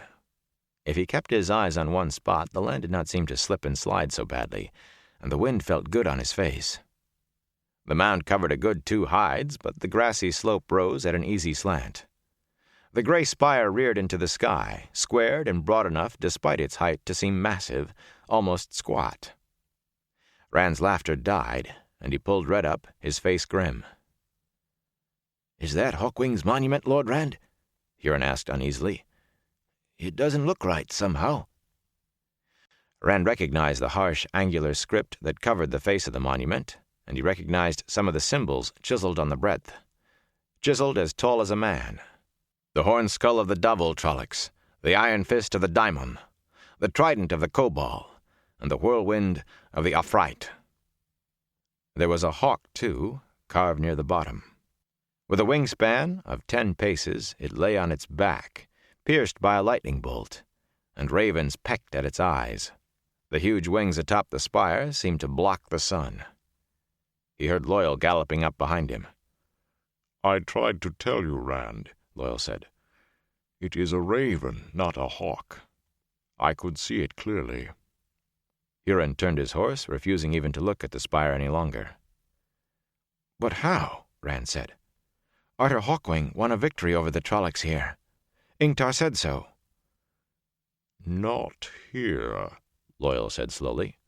"Obviously not here. From stone to stone run the lines of it, between the worlds that might be. I've been thinking on it, and I believe I know what the worlds that might be are. Maybe I do. Worlds our world might have been if things had happened differently.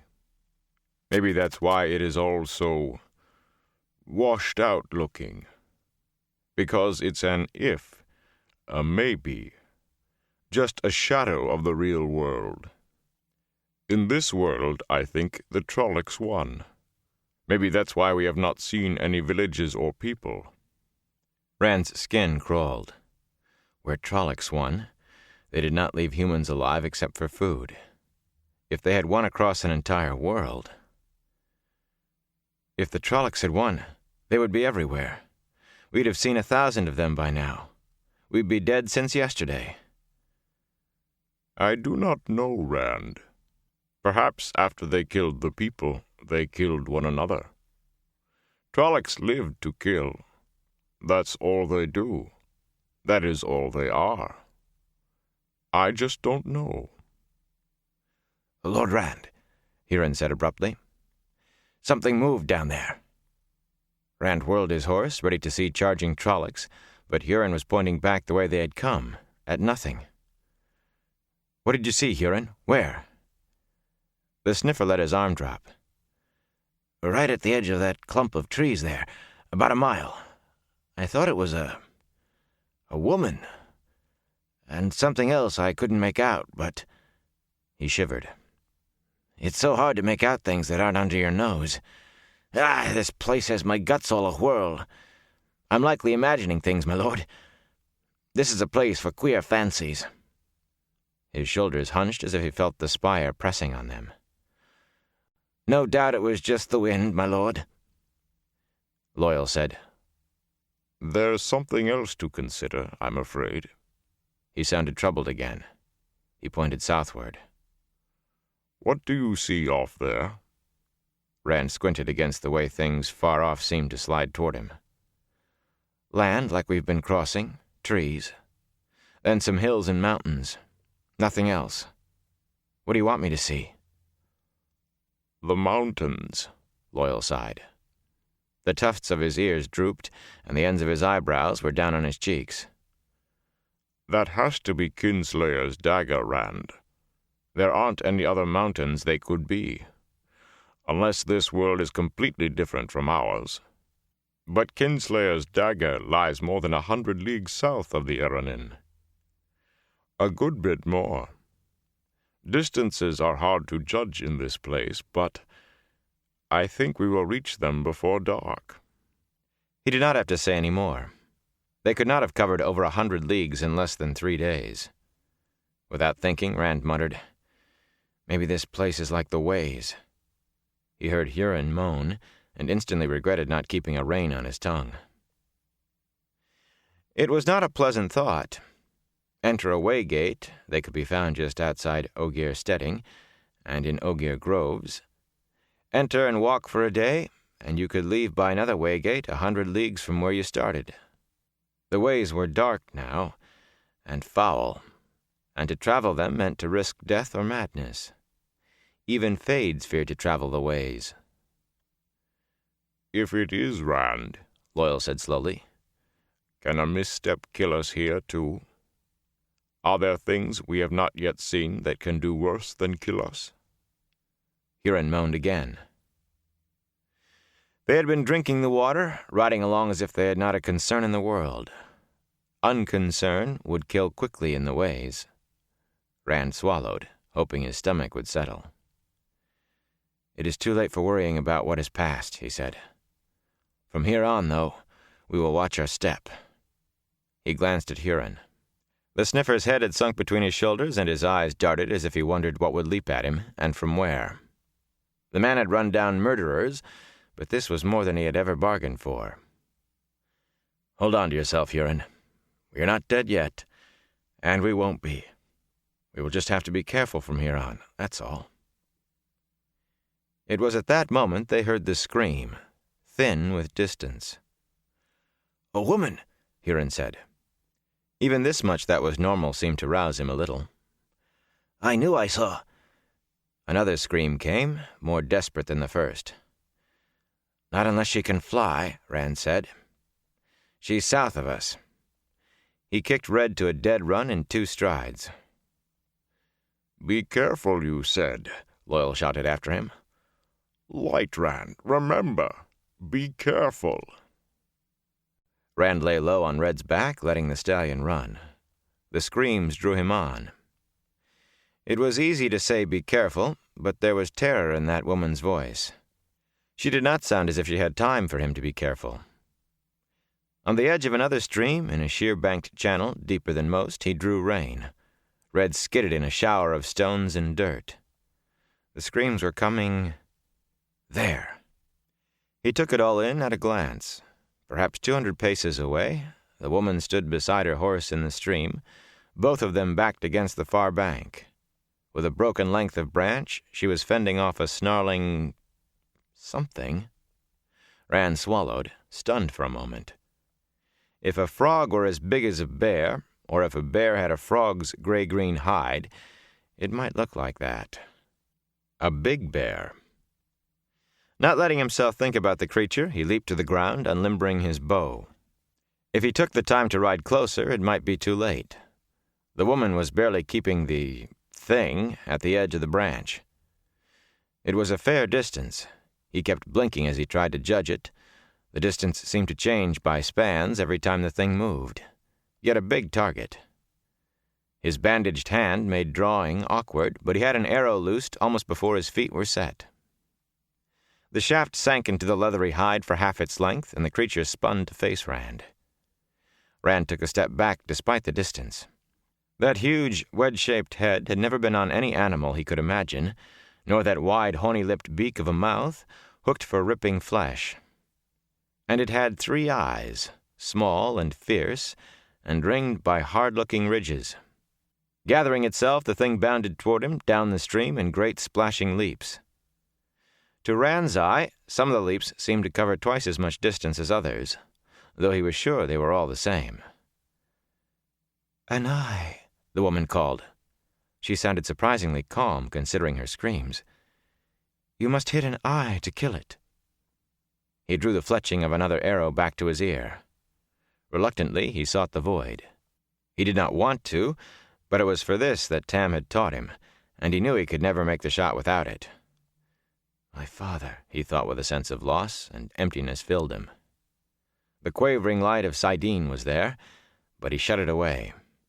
He was one with the bow, with the arrow, with the monstrous shape leaping toward him. One with the tiny eye. He did not even feel the arrow leave the bowstring. The creature rose in another bound, and at the peak, the arrow struck its central eye. The thing landed, fountaining another huge splash of water and mud. Ripples spread out from it, but it did not move. "Well shot, and bravely," the woman called. She was on her horse, riding to meet him. Rand felt vaguely surprised that she had not run once the thing's attention was diverted. She rode past the bulk, still surrounded by the ripples of its dying, without even a downward glance, scrambled her horse up the bank, and dismounted. Few men would stand to face the charge of a Grom, my lord. She was all in white, her dress divided for riding and belted in silver, and her boots, peeking out from under her hems, were tooled in silver too. Even her saddle was white and silver-mounted. Her snowy mare, with its arched neck and dainty step, was almost as tall as Rand's bay. But it was the woman herself, she was perhaps Nynaeve's age, he thought, who held his eyes. She was tall, for one thing, a hand taller, and she could almost look him in the eyes. For another, she was beautiful, ivory pale skin contrasting sharply with long, night-dark hair and black eyes. He had seen beautiful women. Moraine was beautiful, if cool, and so was Nynaeve when her temper did not get the better of her. Egwene and Elaine, the daughter heir of Andor, were each enough to take a man's breath. But this woman... His tongue stuck to the roof of his mouth. He felt his heart start beating again. Your retainers, my lord? Startled, he looked around. Huron and Loial had joined them. Huron was staring the way Rand knew he had been, and even the Ogier seemed fascinated. My friends, he said. Loial and Huron. My name is Rand. Rand al'Thor. I have never thought of it before, Loial said abruptly, sounding as if he were talking to himself. But if there is such a thing as perfect human beauty in face and form, then you... Loial! Rand shouted. The Ogier's ears stiffened in embarrassment. Rand's own ears were red. Loial's words had been too close to what he himself was thinking. The woman laughed musically, but the next instant she was all regal formality, like a queen on her throne. I am called Selene, she said. You have risked your life and saved mine. I am yours, Lord Rand al'Thor. And to Rand's horror, she knelt before him. Not looking at Huron or Loial, he hastily pulled her to her feet. A man who will not die to save a woman is no man. Immediately, he disgraced himself by blushing. It was a Shienaran saying, and he knew it sounded pompous before it was out of his mouth. But her manner had infected him, and he could not stop it. It was... Fool, you can't tell a woman saving her life was nothing. It was my honor. That sounded vaguely Shienaran and formal. He hoped it would do. His mind was as blank of anything else to say as if he were still in the void. Suddenly he became conscious of her eyes on him. Her expression had not changed, but her dark eyes made him feel as if he were naked. Unbidden, the thought came of Selene with no clothes. His face went red again. Where are you from, Selene? We have not seen another human being since we came here. Is your town nearby? She looked at him thoughtfully, and he stepped back. Her look made him too aware of how close to her he was. I am not from this world, my lord, she said. There are no people here, nothing living except the Grolm, and a few other creatures like them. I am from Cairhien, and as to how I came here, I don't know exactly. I was riding out, and I stopped to nap, and when I woke, my horse and I were here. I can only hope, my lord, that you can save me again, and help me go home. Selene, I am not a... That is... Please call me Rand. He felt his ears hot again. Light, it won't hurt anything if she thinks I'm a lord. Burn me, it won't hurt anything. If you wish it, Rand. Her smile made his throat tighten. You will help me? Of course I will. Burn me, but she's beautiful, and looking at me like I'm a hero in a story. He shook his head to clear it of foolishness. But first we have to find the men we are following. I'll try to keep you out of danger, but we must find them. Coming with us will be better than staying here alone. For a moment she was silent, her face blank and smooth. Rand had no idea what she was thinking except that she seemed to be studying him anew. A man of duty, she said finally. A small smile touched her lips. I like that. Yes. Who are these miscreants you follow? Dark friends and Trollocs, milady, Huron burst out. He made an awkward bow to her from his saddle. They did murder in Faldara Keep, and stole the horn of Valere, my lady. But Lord Rand will fetch it back. Rand stared at the sniffer ruefully. Huron gave a weak grin. So much for secrecy.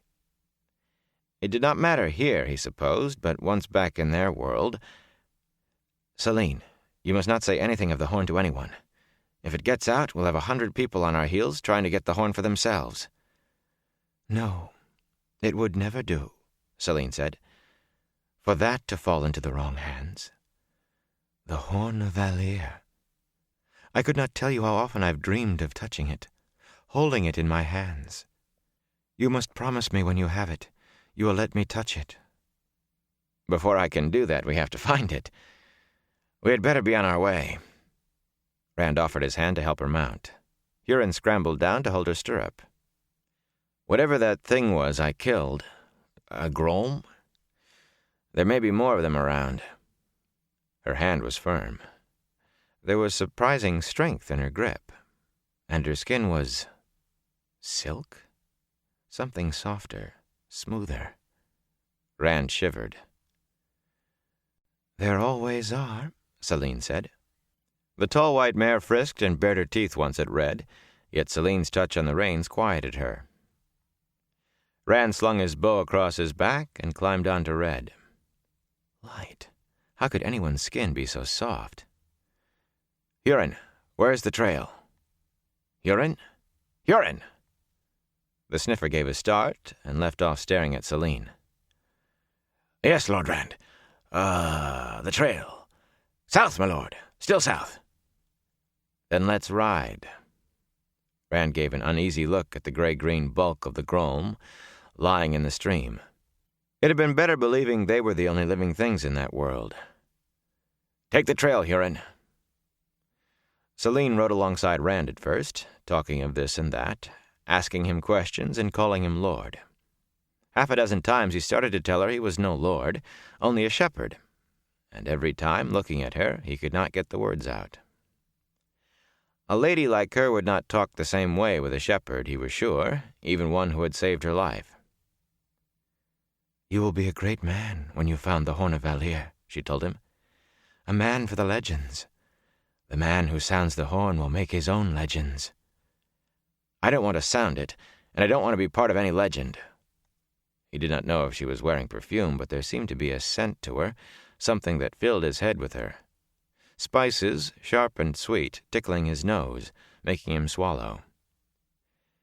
Every man wants to be great. You could be the greatest man in all the ages. It sounded too close to what Moraine had said. The dragon reborn would certainly stand out through the ages. Not me, he said fervently. I'm just... He thought of her scorn if he told her now that he was only a shepherd after letting her believe he was a lord, and changed what he had been going to say. Just trying to find it, and to help a friend. She was silent for a moment, then said, You've hurt your hand. It is nothing. He started to put his injured hand inside his coat. It throbbed from holding the reins, but she reached out and took it. He was so surprised he let her, and then there was nothing to do except either jerk away rudely or else let her unwrap the kerchief. Her touch felt cool and sure. His palm was angrily red and puffy, but the heron still stood out, plainly and clearly. She touched the brand with a finger, but made no comment on it, not even to ask how he had come by it. This could stiffen your hand if it's untended. I have an ointment that should help. From a pocket inside her cloak, she produced a small stone vial, unstopped it, and began gently rubbing a white salve on the burn as they rode. The ointment felt cold at first, then seemed to melt away warmly into his flesh. And it worked as well as Nynaeve's ointments sometimes did. He stared in amazement as the redness faded, and the swelling went down under her stroking fingers. Some men, she said, not raising her eyes from his hand, choose to seek greatness, while others are forced to it. It is always better to choose than to be forced. A man who's forced is never completely his own master. He must dance on the strings of those who forced him. Rand pulled his hand free. The brand looked a week old or more, all but healed. "What do you mean?" he demanded.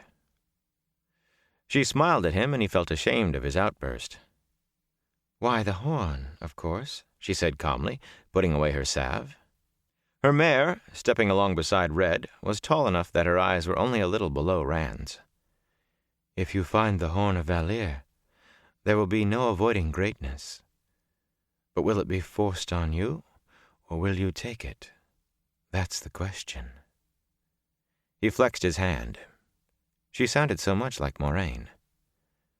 "Are you Aes Sedai?" Celine's eyebrows lifted. Her dark eyes glittered at him, but her voice was soft. "Aes Sedai? I? No." "I didn't mean to offend you. I'm sorry." "Offend me? I am not offended, but I'm no Aes Sedai." Her lip curled in a sneer. Even that was beautiful.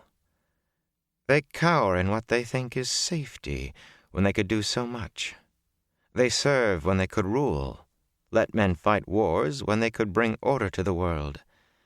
No. Never call me Aes Sedai." She smiled and laid her hand on his arm to show she was not angry. Her touch made him swallow. But he was relieved when she let the mare drop back beside Loyal. Hurin bobbed his head at her like an old family retainer. Rand was relieved, but he missed her presence too. She was only 2 spans away. He twisted in his saddle to stare at her, riding by Loyal's side. The Ogier was bent half double in his saddle so he could talk with her, but that was not the same as being right there beside him, close enough for him to smell her heady scent, close enough to touch. He settled back angrily. It was not that he wanted to touch her exactly. He reminded himself that he loved Egwene. He felt guilty at the need for reminding. But she was beautiful, and she thought he was a lord, and she said he could be a great man. He argued sourly with himself inside his head. "Moraine says you can be great too, the dragon reborn. Selene is not Aes Sedai." "That's right. She's a Carianan noblewoman, and you're a shepherd. She doesn't know that. How long do you let her believe a lie? It's only till we get out of this place. If we get out. If." On that note, his thoughts subsided to sullen silence. He tried to keep a watch on the country through which they rode. If Selene said there were more of those things, those Grolm, about, he believed her, and Hurin was too intent on smelling the trail to notice anything else. Loyal was too wrapped up in his talk with Selene to see anything until it bit him on the heel. But it was hard to watch.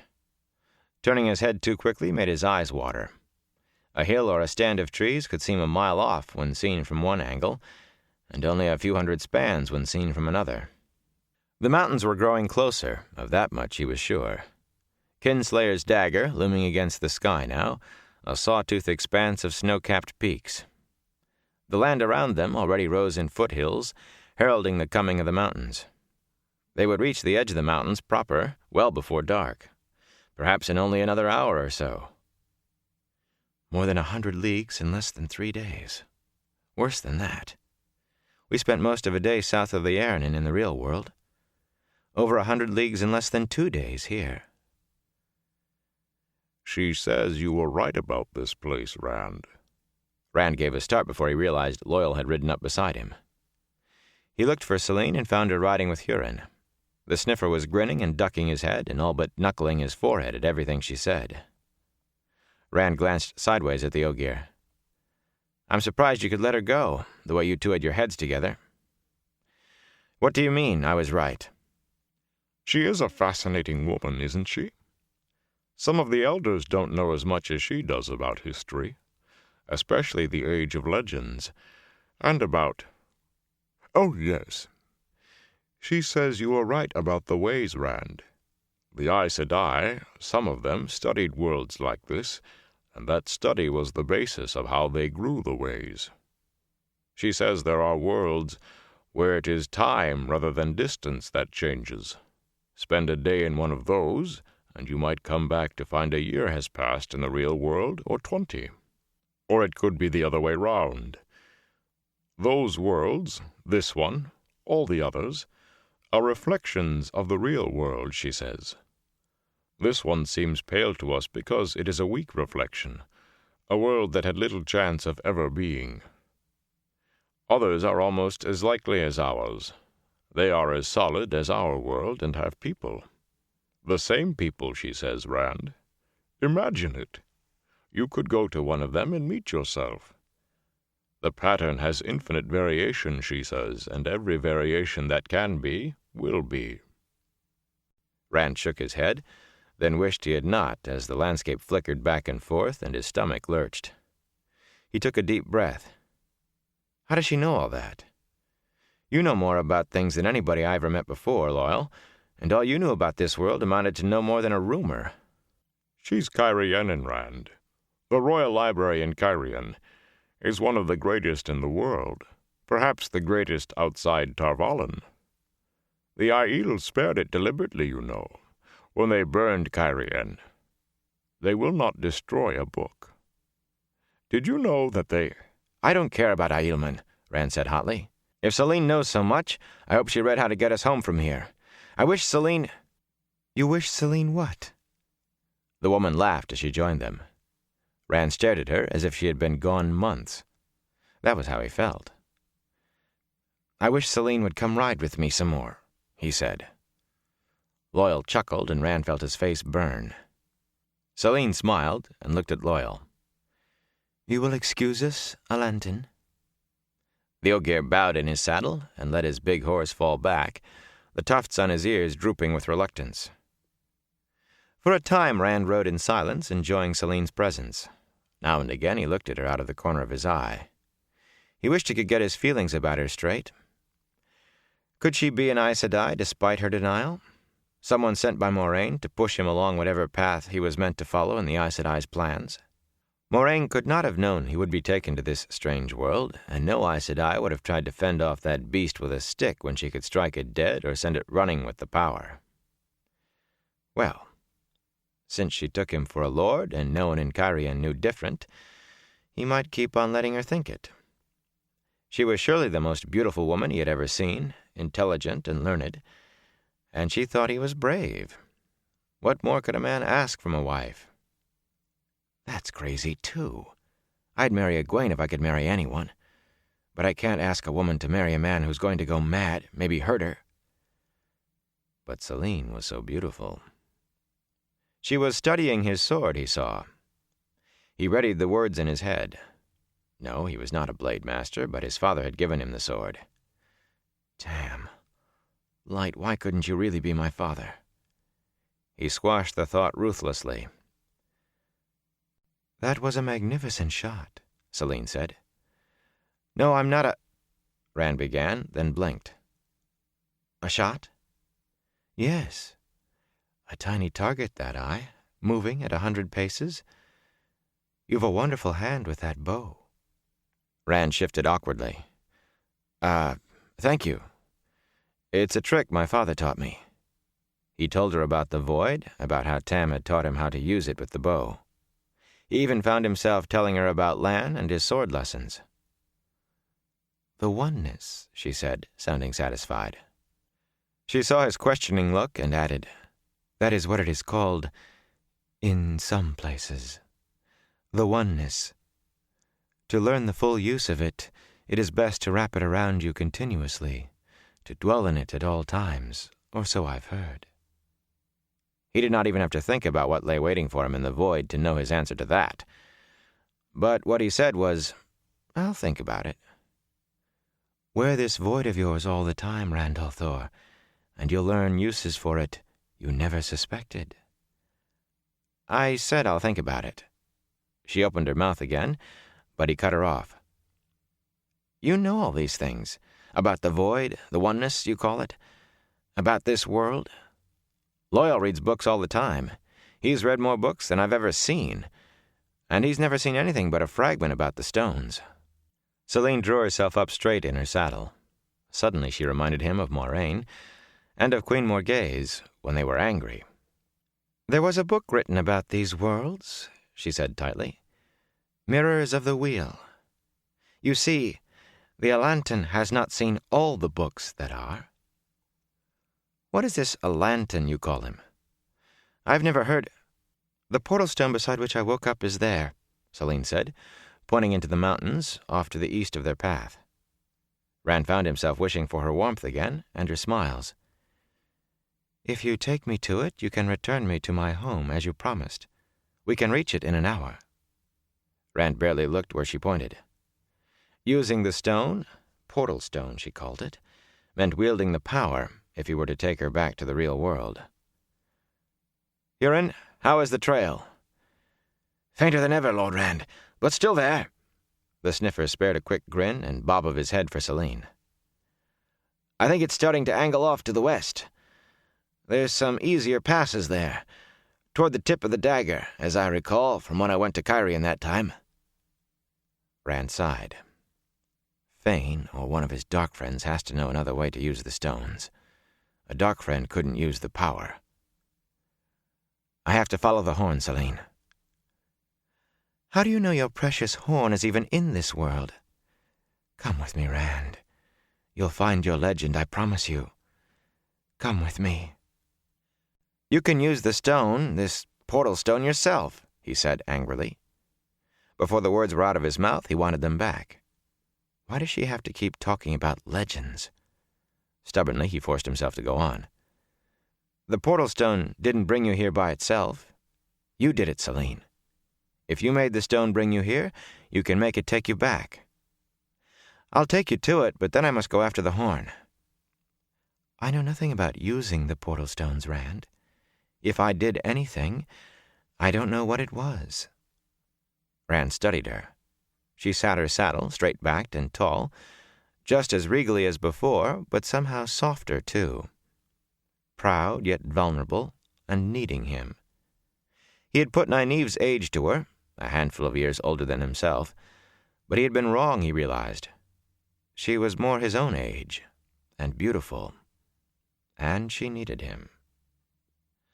The thought, just the thought of the void flickered through his head, and of the light. saidin. To use the portal stone, he must dip himself back into that taint. "Stay with me, Selene," he said.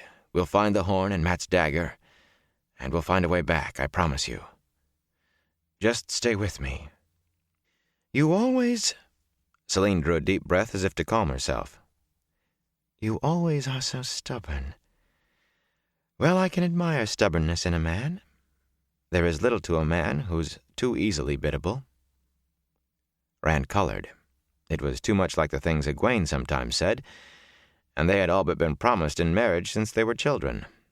From Selene, the words, and the direct look that went with them, were a shock. He turned to tell Huron to press on with the trail. From behind them came a distant coughing grunt. Before Rand could whirl red to look, another bark sounded, and 3 more on its heels. At first he could make out nothing as the landscape seemed to waver in his eyes, but then he saw them through the widespread stands of trees just topping a hill. 5 shapes, it seemed, only half a mile distant, a bare 1,000 paces at most, and coming in 30-foot bounds. "Grolm," Selene said calmly. "A small pack, but they have our scent, it seems." Chapter 17. Choices.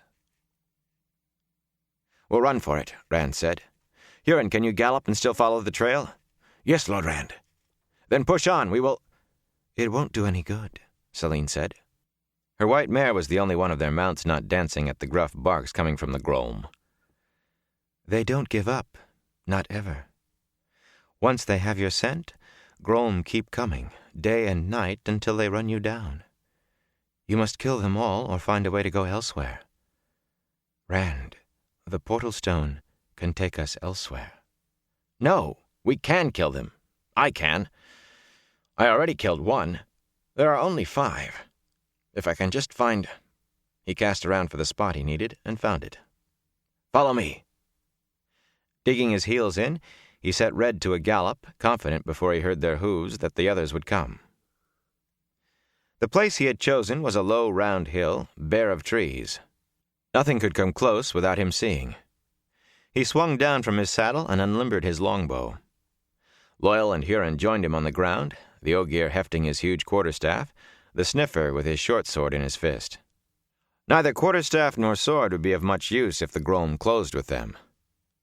I won't let them get close. This risk is not necessary, Selene said. She barely looked toward the Grom, bending from her saddle to concentrate on Rand. We can easily reach the portal stone ahead of them. I will stop them. Hastily, Rand counted the arrows remaining in his quiver. 18, each as long as his arm, 10 of them with points like chisels, designed to drive through Trolloc armor. They would do as well for Grom as for Trollocs. He stuck 4 of those upright in the ground in front of him. A 5th he knocked to the bow. Loyal, Huron, you can do no good down here. Mount and be ready to take Selene to the stone if any get through. He wondered whether he could kill one of the things with his sword, if it came to that. You are mad. Even the power is not as bad as this. Loyal said something, but he did not hear. He was already seeking the void, as much to escape his own thoughts as for need. You know what's waiting, but this way I don't have to touch it. The glow was there, the light just out of sight. It seemed to flow toward him, but the emptiness was all. Thoughts darted across the surface of the void, visible in that tainted light.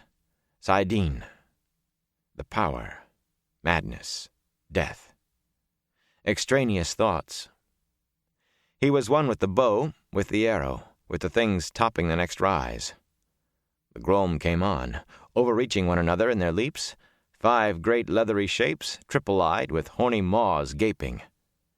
Their grunting calls rebounded from the void, barely heard. Rand was not aware of raising his bow or drawing the fletching against his cheek to his ear. He was one with the beasts, one with the center eye of the first. Then the arrow was gone. The first Grom died. One of its companions leaped on it as it fell, beak of a mouth ripping gobbets of flesh. It snarled at the others, and they circled wide. But they came on, and as if compelled, it abandoned its meal and leaped after them, its horny maw already bloody. Rand worked smoothly, unconsciously. Knock and release, knock and release.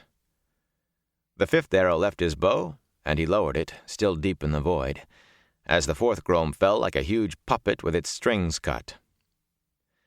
Though the final arrow still flew, somehow he knew there was no need for another shot. The last beast collapsed as if its bones had melted, a feathered shaft jutting from its center eye. Always the center eye. Magnificent, Lord Rand, Huron said. I've never seen shooting like that. The void held Rand. The light called to him, and he reached toward it. It surrounded him, filled him. Lord Rand? Huron touched his arm, and Rand gave a start, the emptiness filling up with what was around him. Are you all right, my lord? Rand brushed his forehead with fingertips. It was dry. He felt as if it should have been covered with sweat. I'm fine, Huron. It grows easier each time you do it, I've heard, Selene said. The more you live in the oneness, the easier. Rand glanced at her. Well, I don't need it again, not for a while. What happened? I wanted to. He still wanted to, he realized with horror. He wanted to go back into the void, wanted to feel that light filling him again. It had seemed as if he were truly alive then, sickliness and all, and now was only an imitation. No, worse. He had been almost alive, knowing what alive would be like. All he had to do was reach out to saidin. Not again, he muttered. He gazed off at the dead Grom. 5 monstrous shapes lying on the ground, not dangerous any more. Now he can be on our...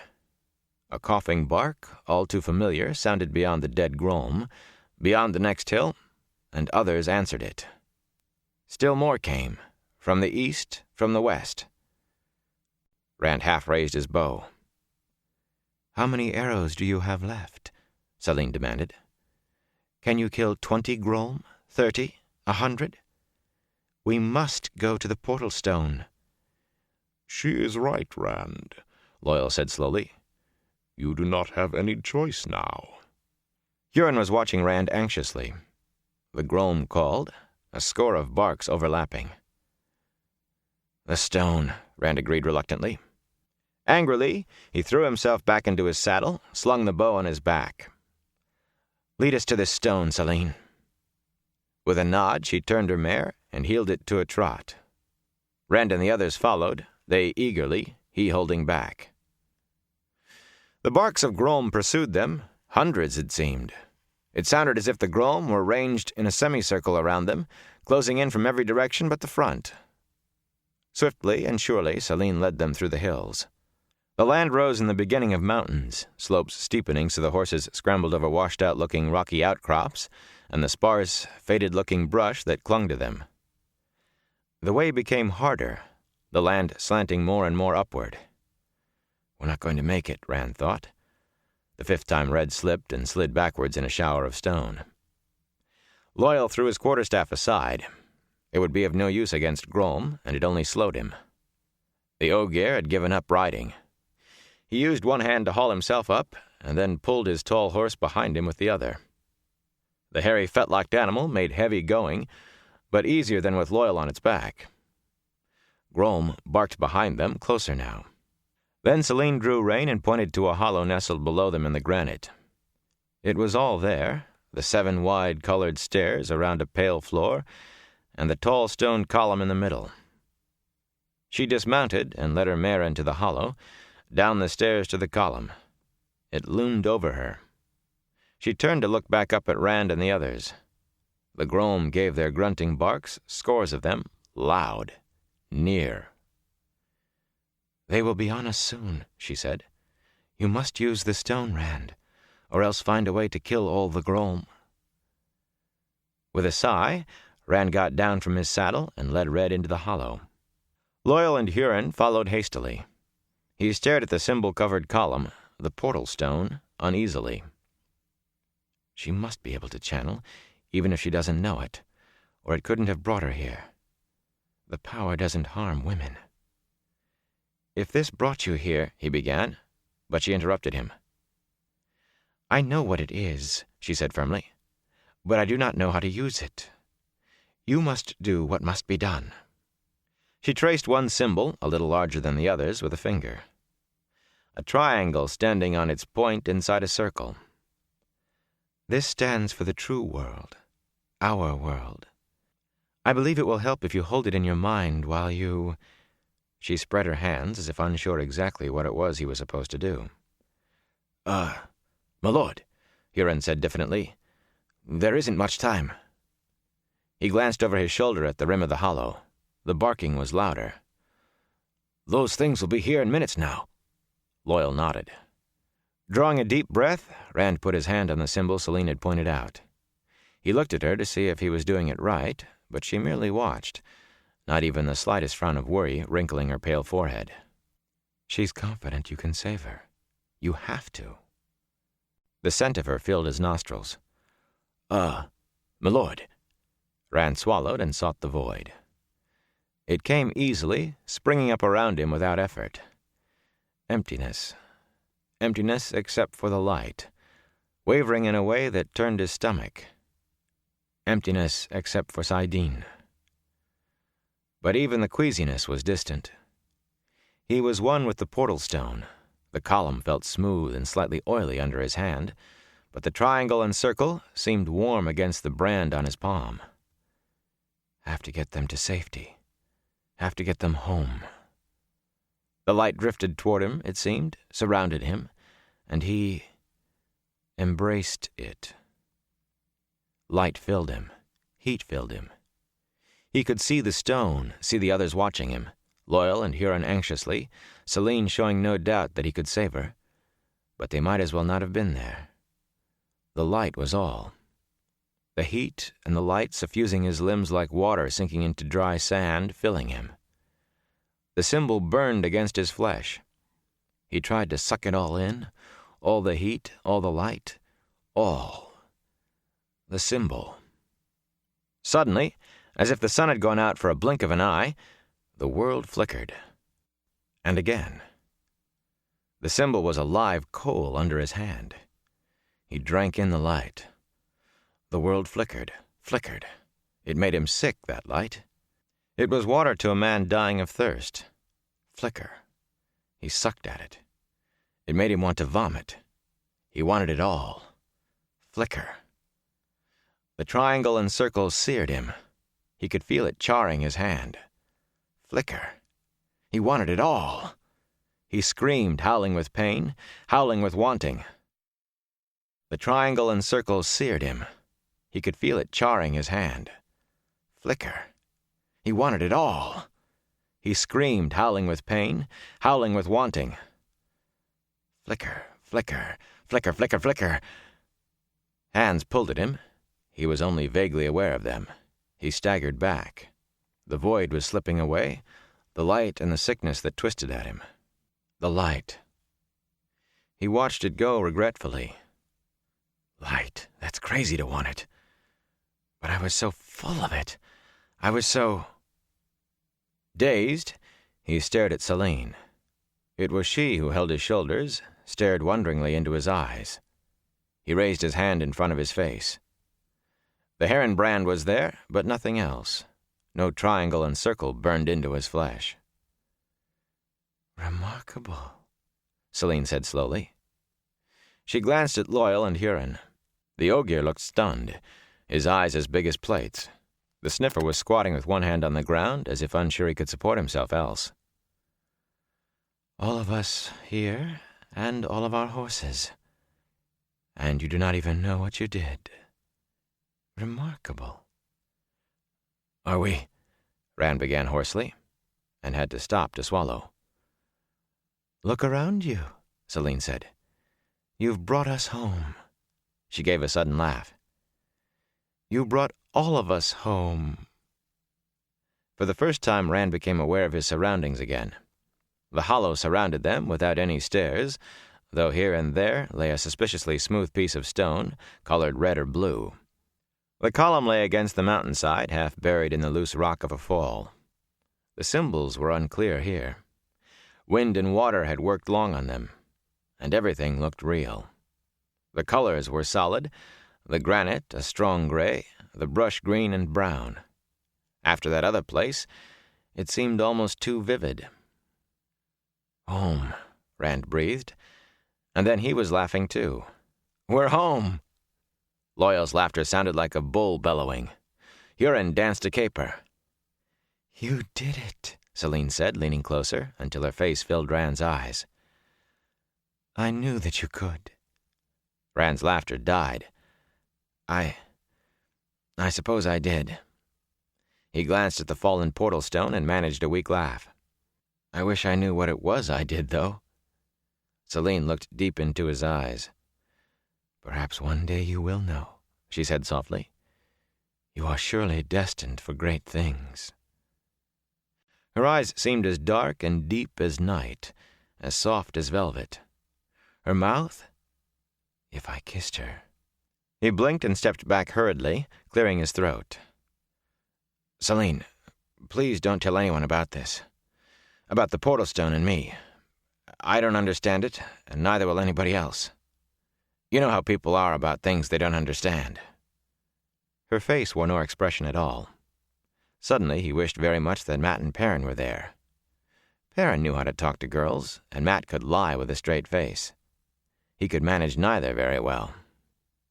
Suddenly, Celine smiled and dropped a half-mocking curtsy. I will keep your secret, my Lord Randolph Thor. Rand glanced at her and cleared his throat again. Is she angry with me? She'd certainly be angry if I had tried to kiss her, I think. He wished she would not look at him as she was, as if she knew what he was thinking. Huron, is there any chance the Dark Friends used this stone before us? The sniffer shook his head ruefully. They were angling to the west of here, Lord Rand. Unless these portal stone things are more common than I've seen, I'd say they're still in that other world. But it wouldn't take me an hour to check it. The land's the same here as there.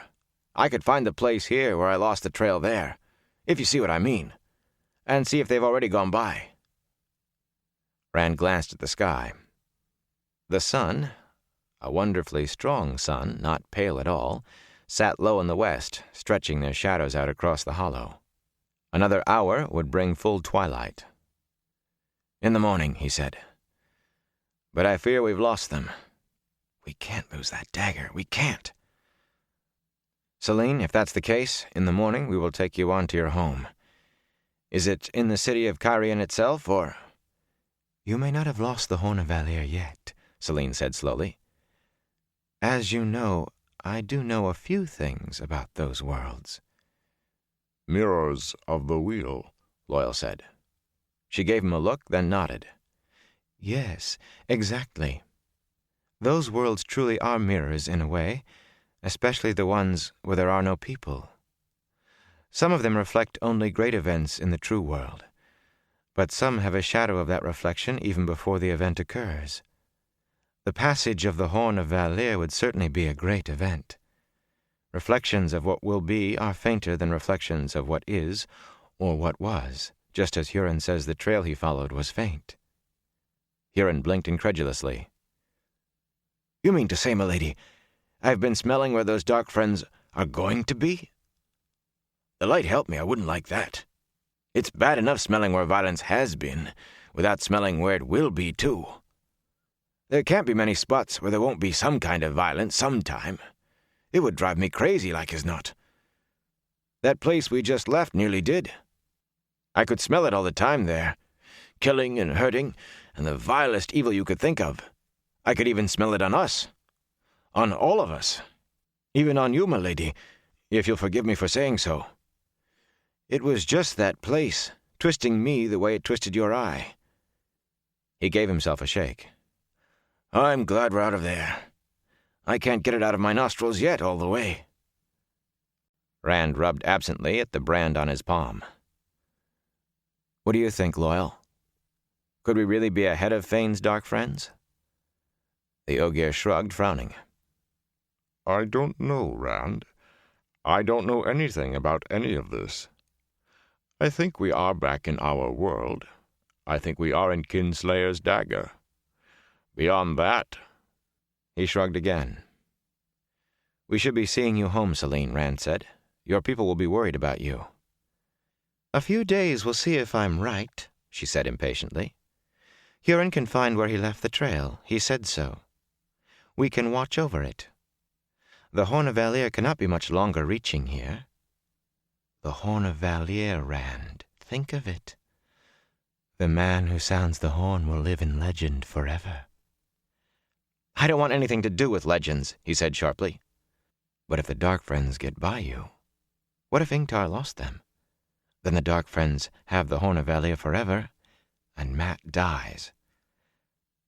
All right. A few days. At the worst, we'll probably meet Ingtar and the others. I can't imagine they've stopped or turned back just because we went away. A wise decision, Rand, Selene said, and well thought out. She touched his arm and smiled, and he found himself again thinking of kissing her. We need to be closer to where they'll come, if they do come. Huron, can you find us a camp before dark? Somewhere we can watch the place where you lost the trail? He glanced at the portal stone and thought about sleeping near it, thought of the way the void had crept up on him in sleep the last time, and the light in the void. Somewhere well away from here. Leave it in my hands, Lord Rand. The sniffer scrambled to his saddle. I vow I'll never sleep again without first I see what kind of stone there is nearby. As Rand rode Red up out of the hollow, he found himself watching Selene more than he did Huron. She seemed so cool and self-possessed. No older than he, yet queenly. But when she smiled at him, as she did just then... Egwene wouldn't have said I was wise. Egwene would have called me a woolhead. Irritably, he heeled Red's flanks.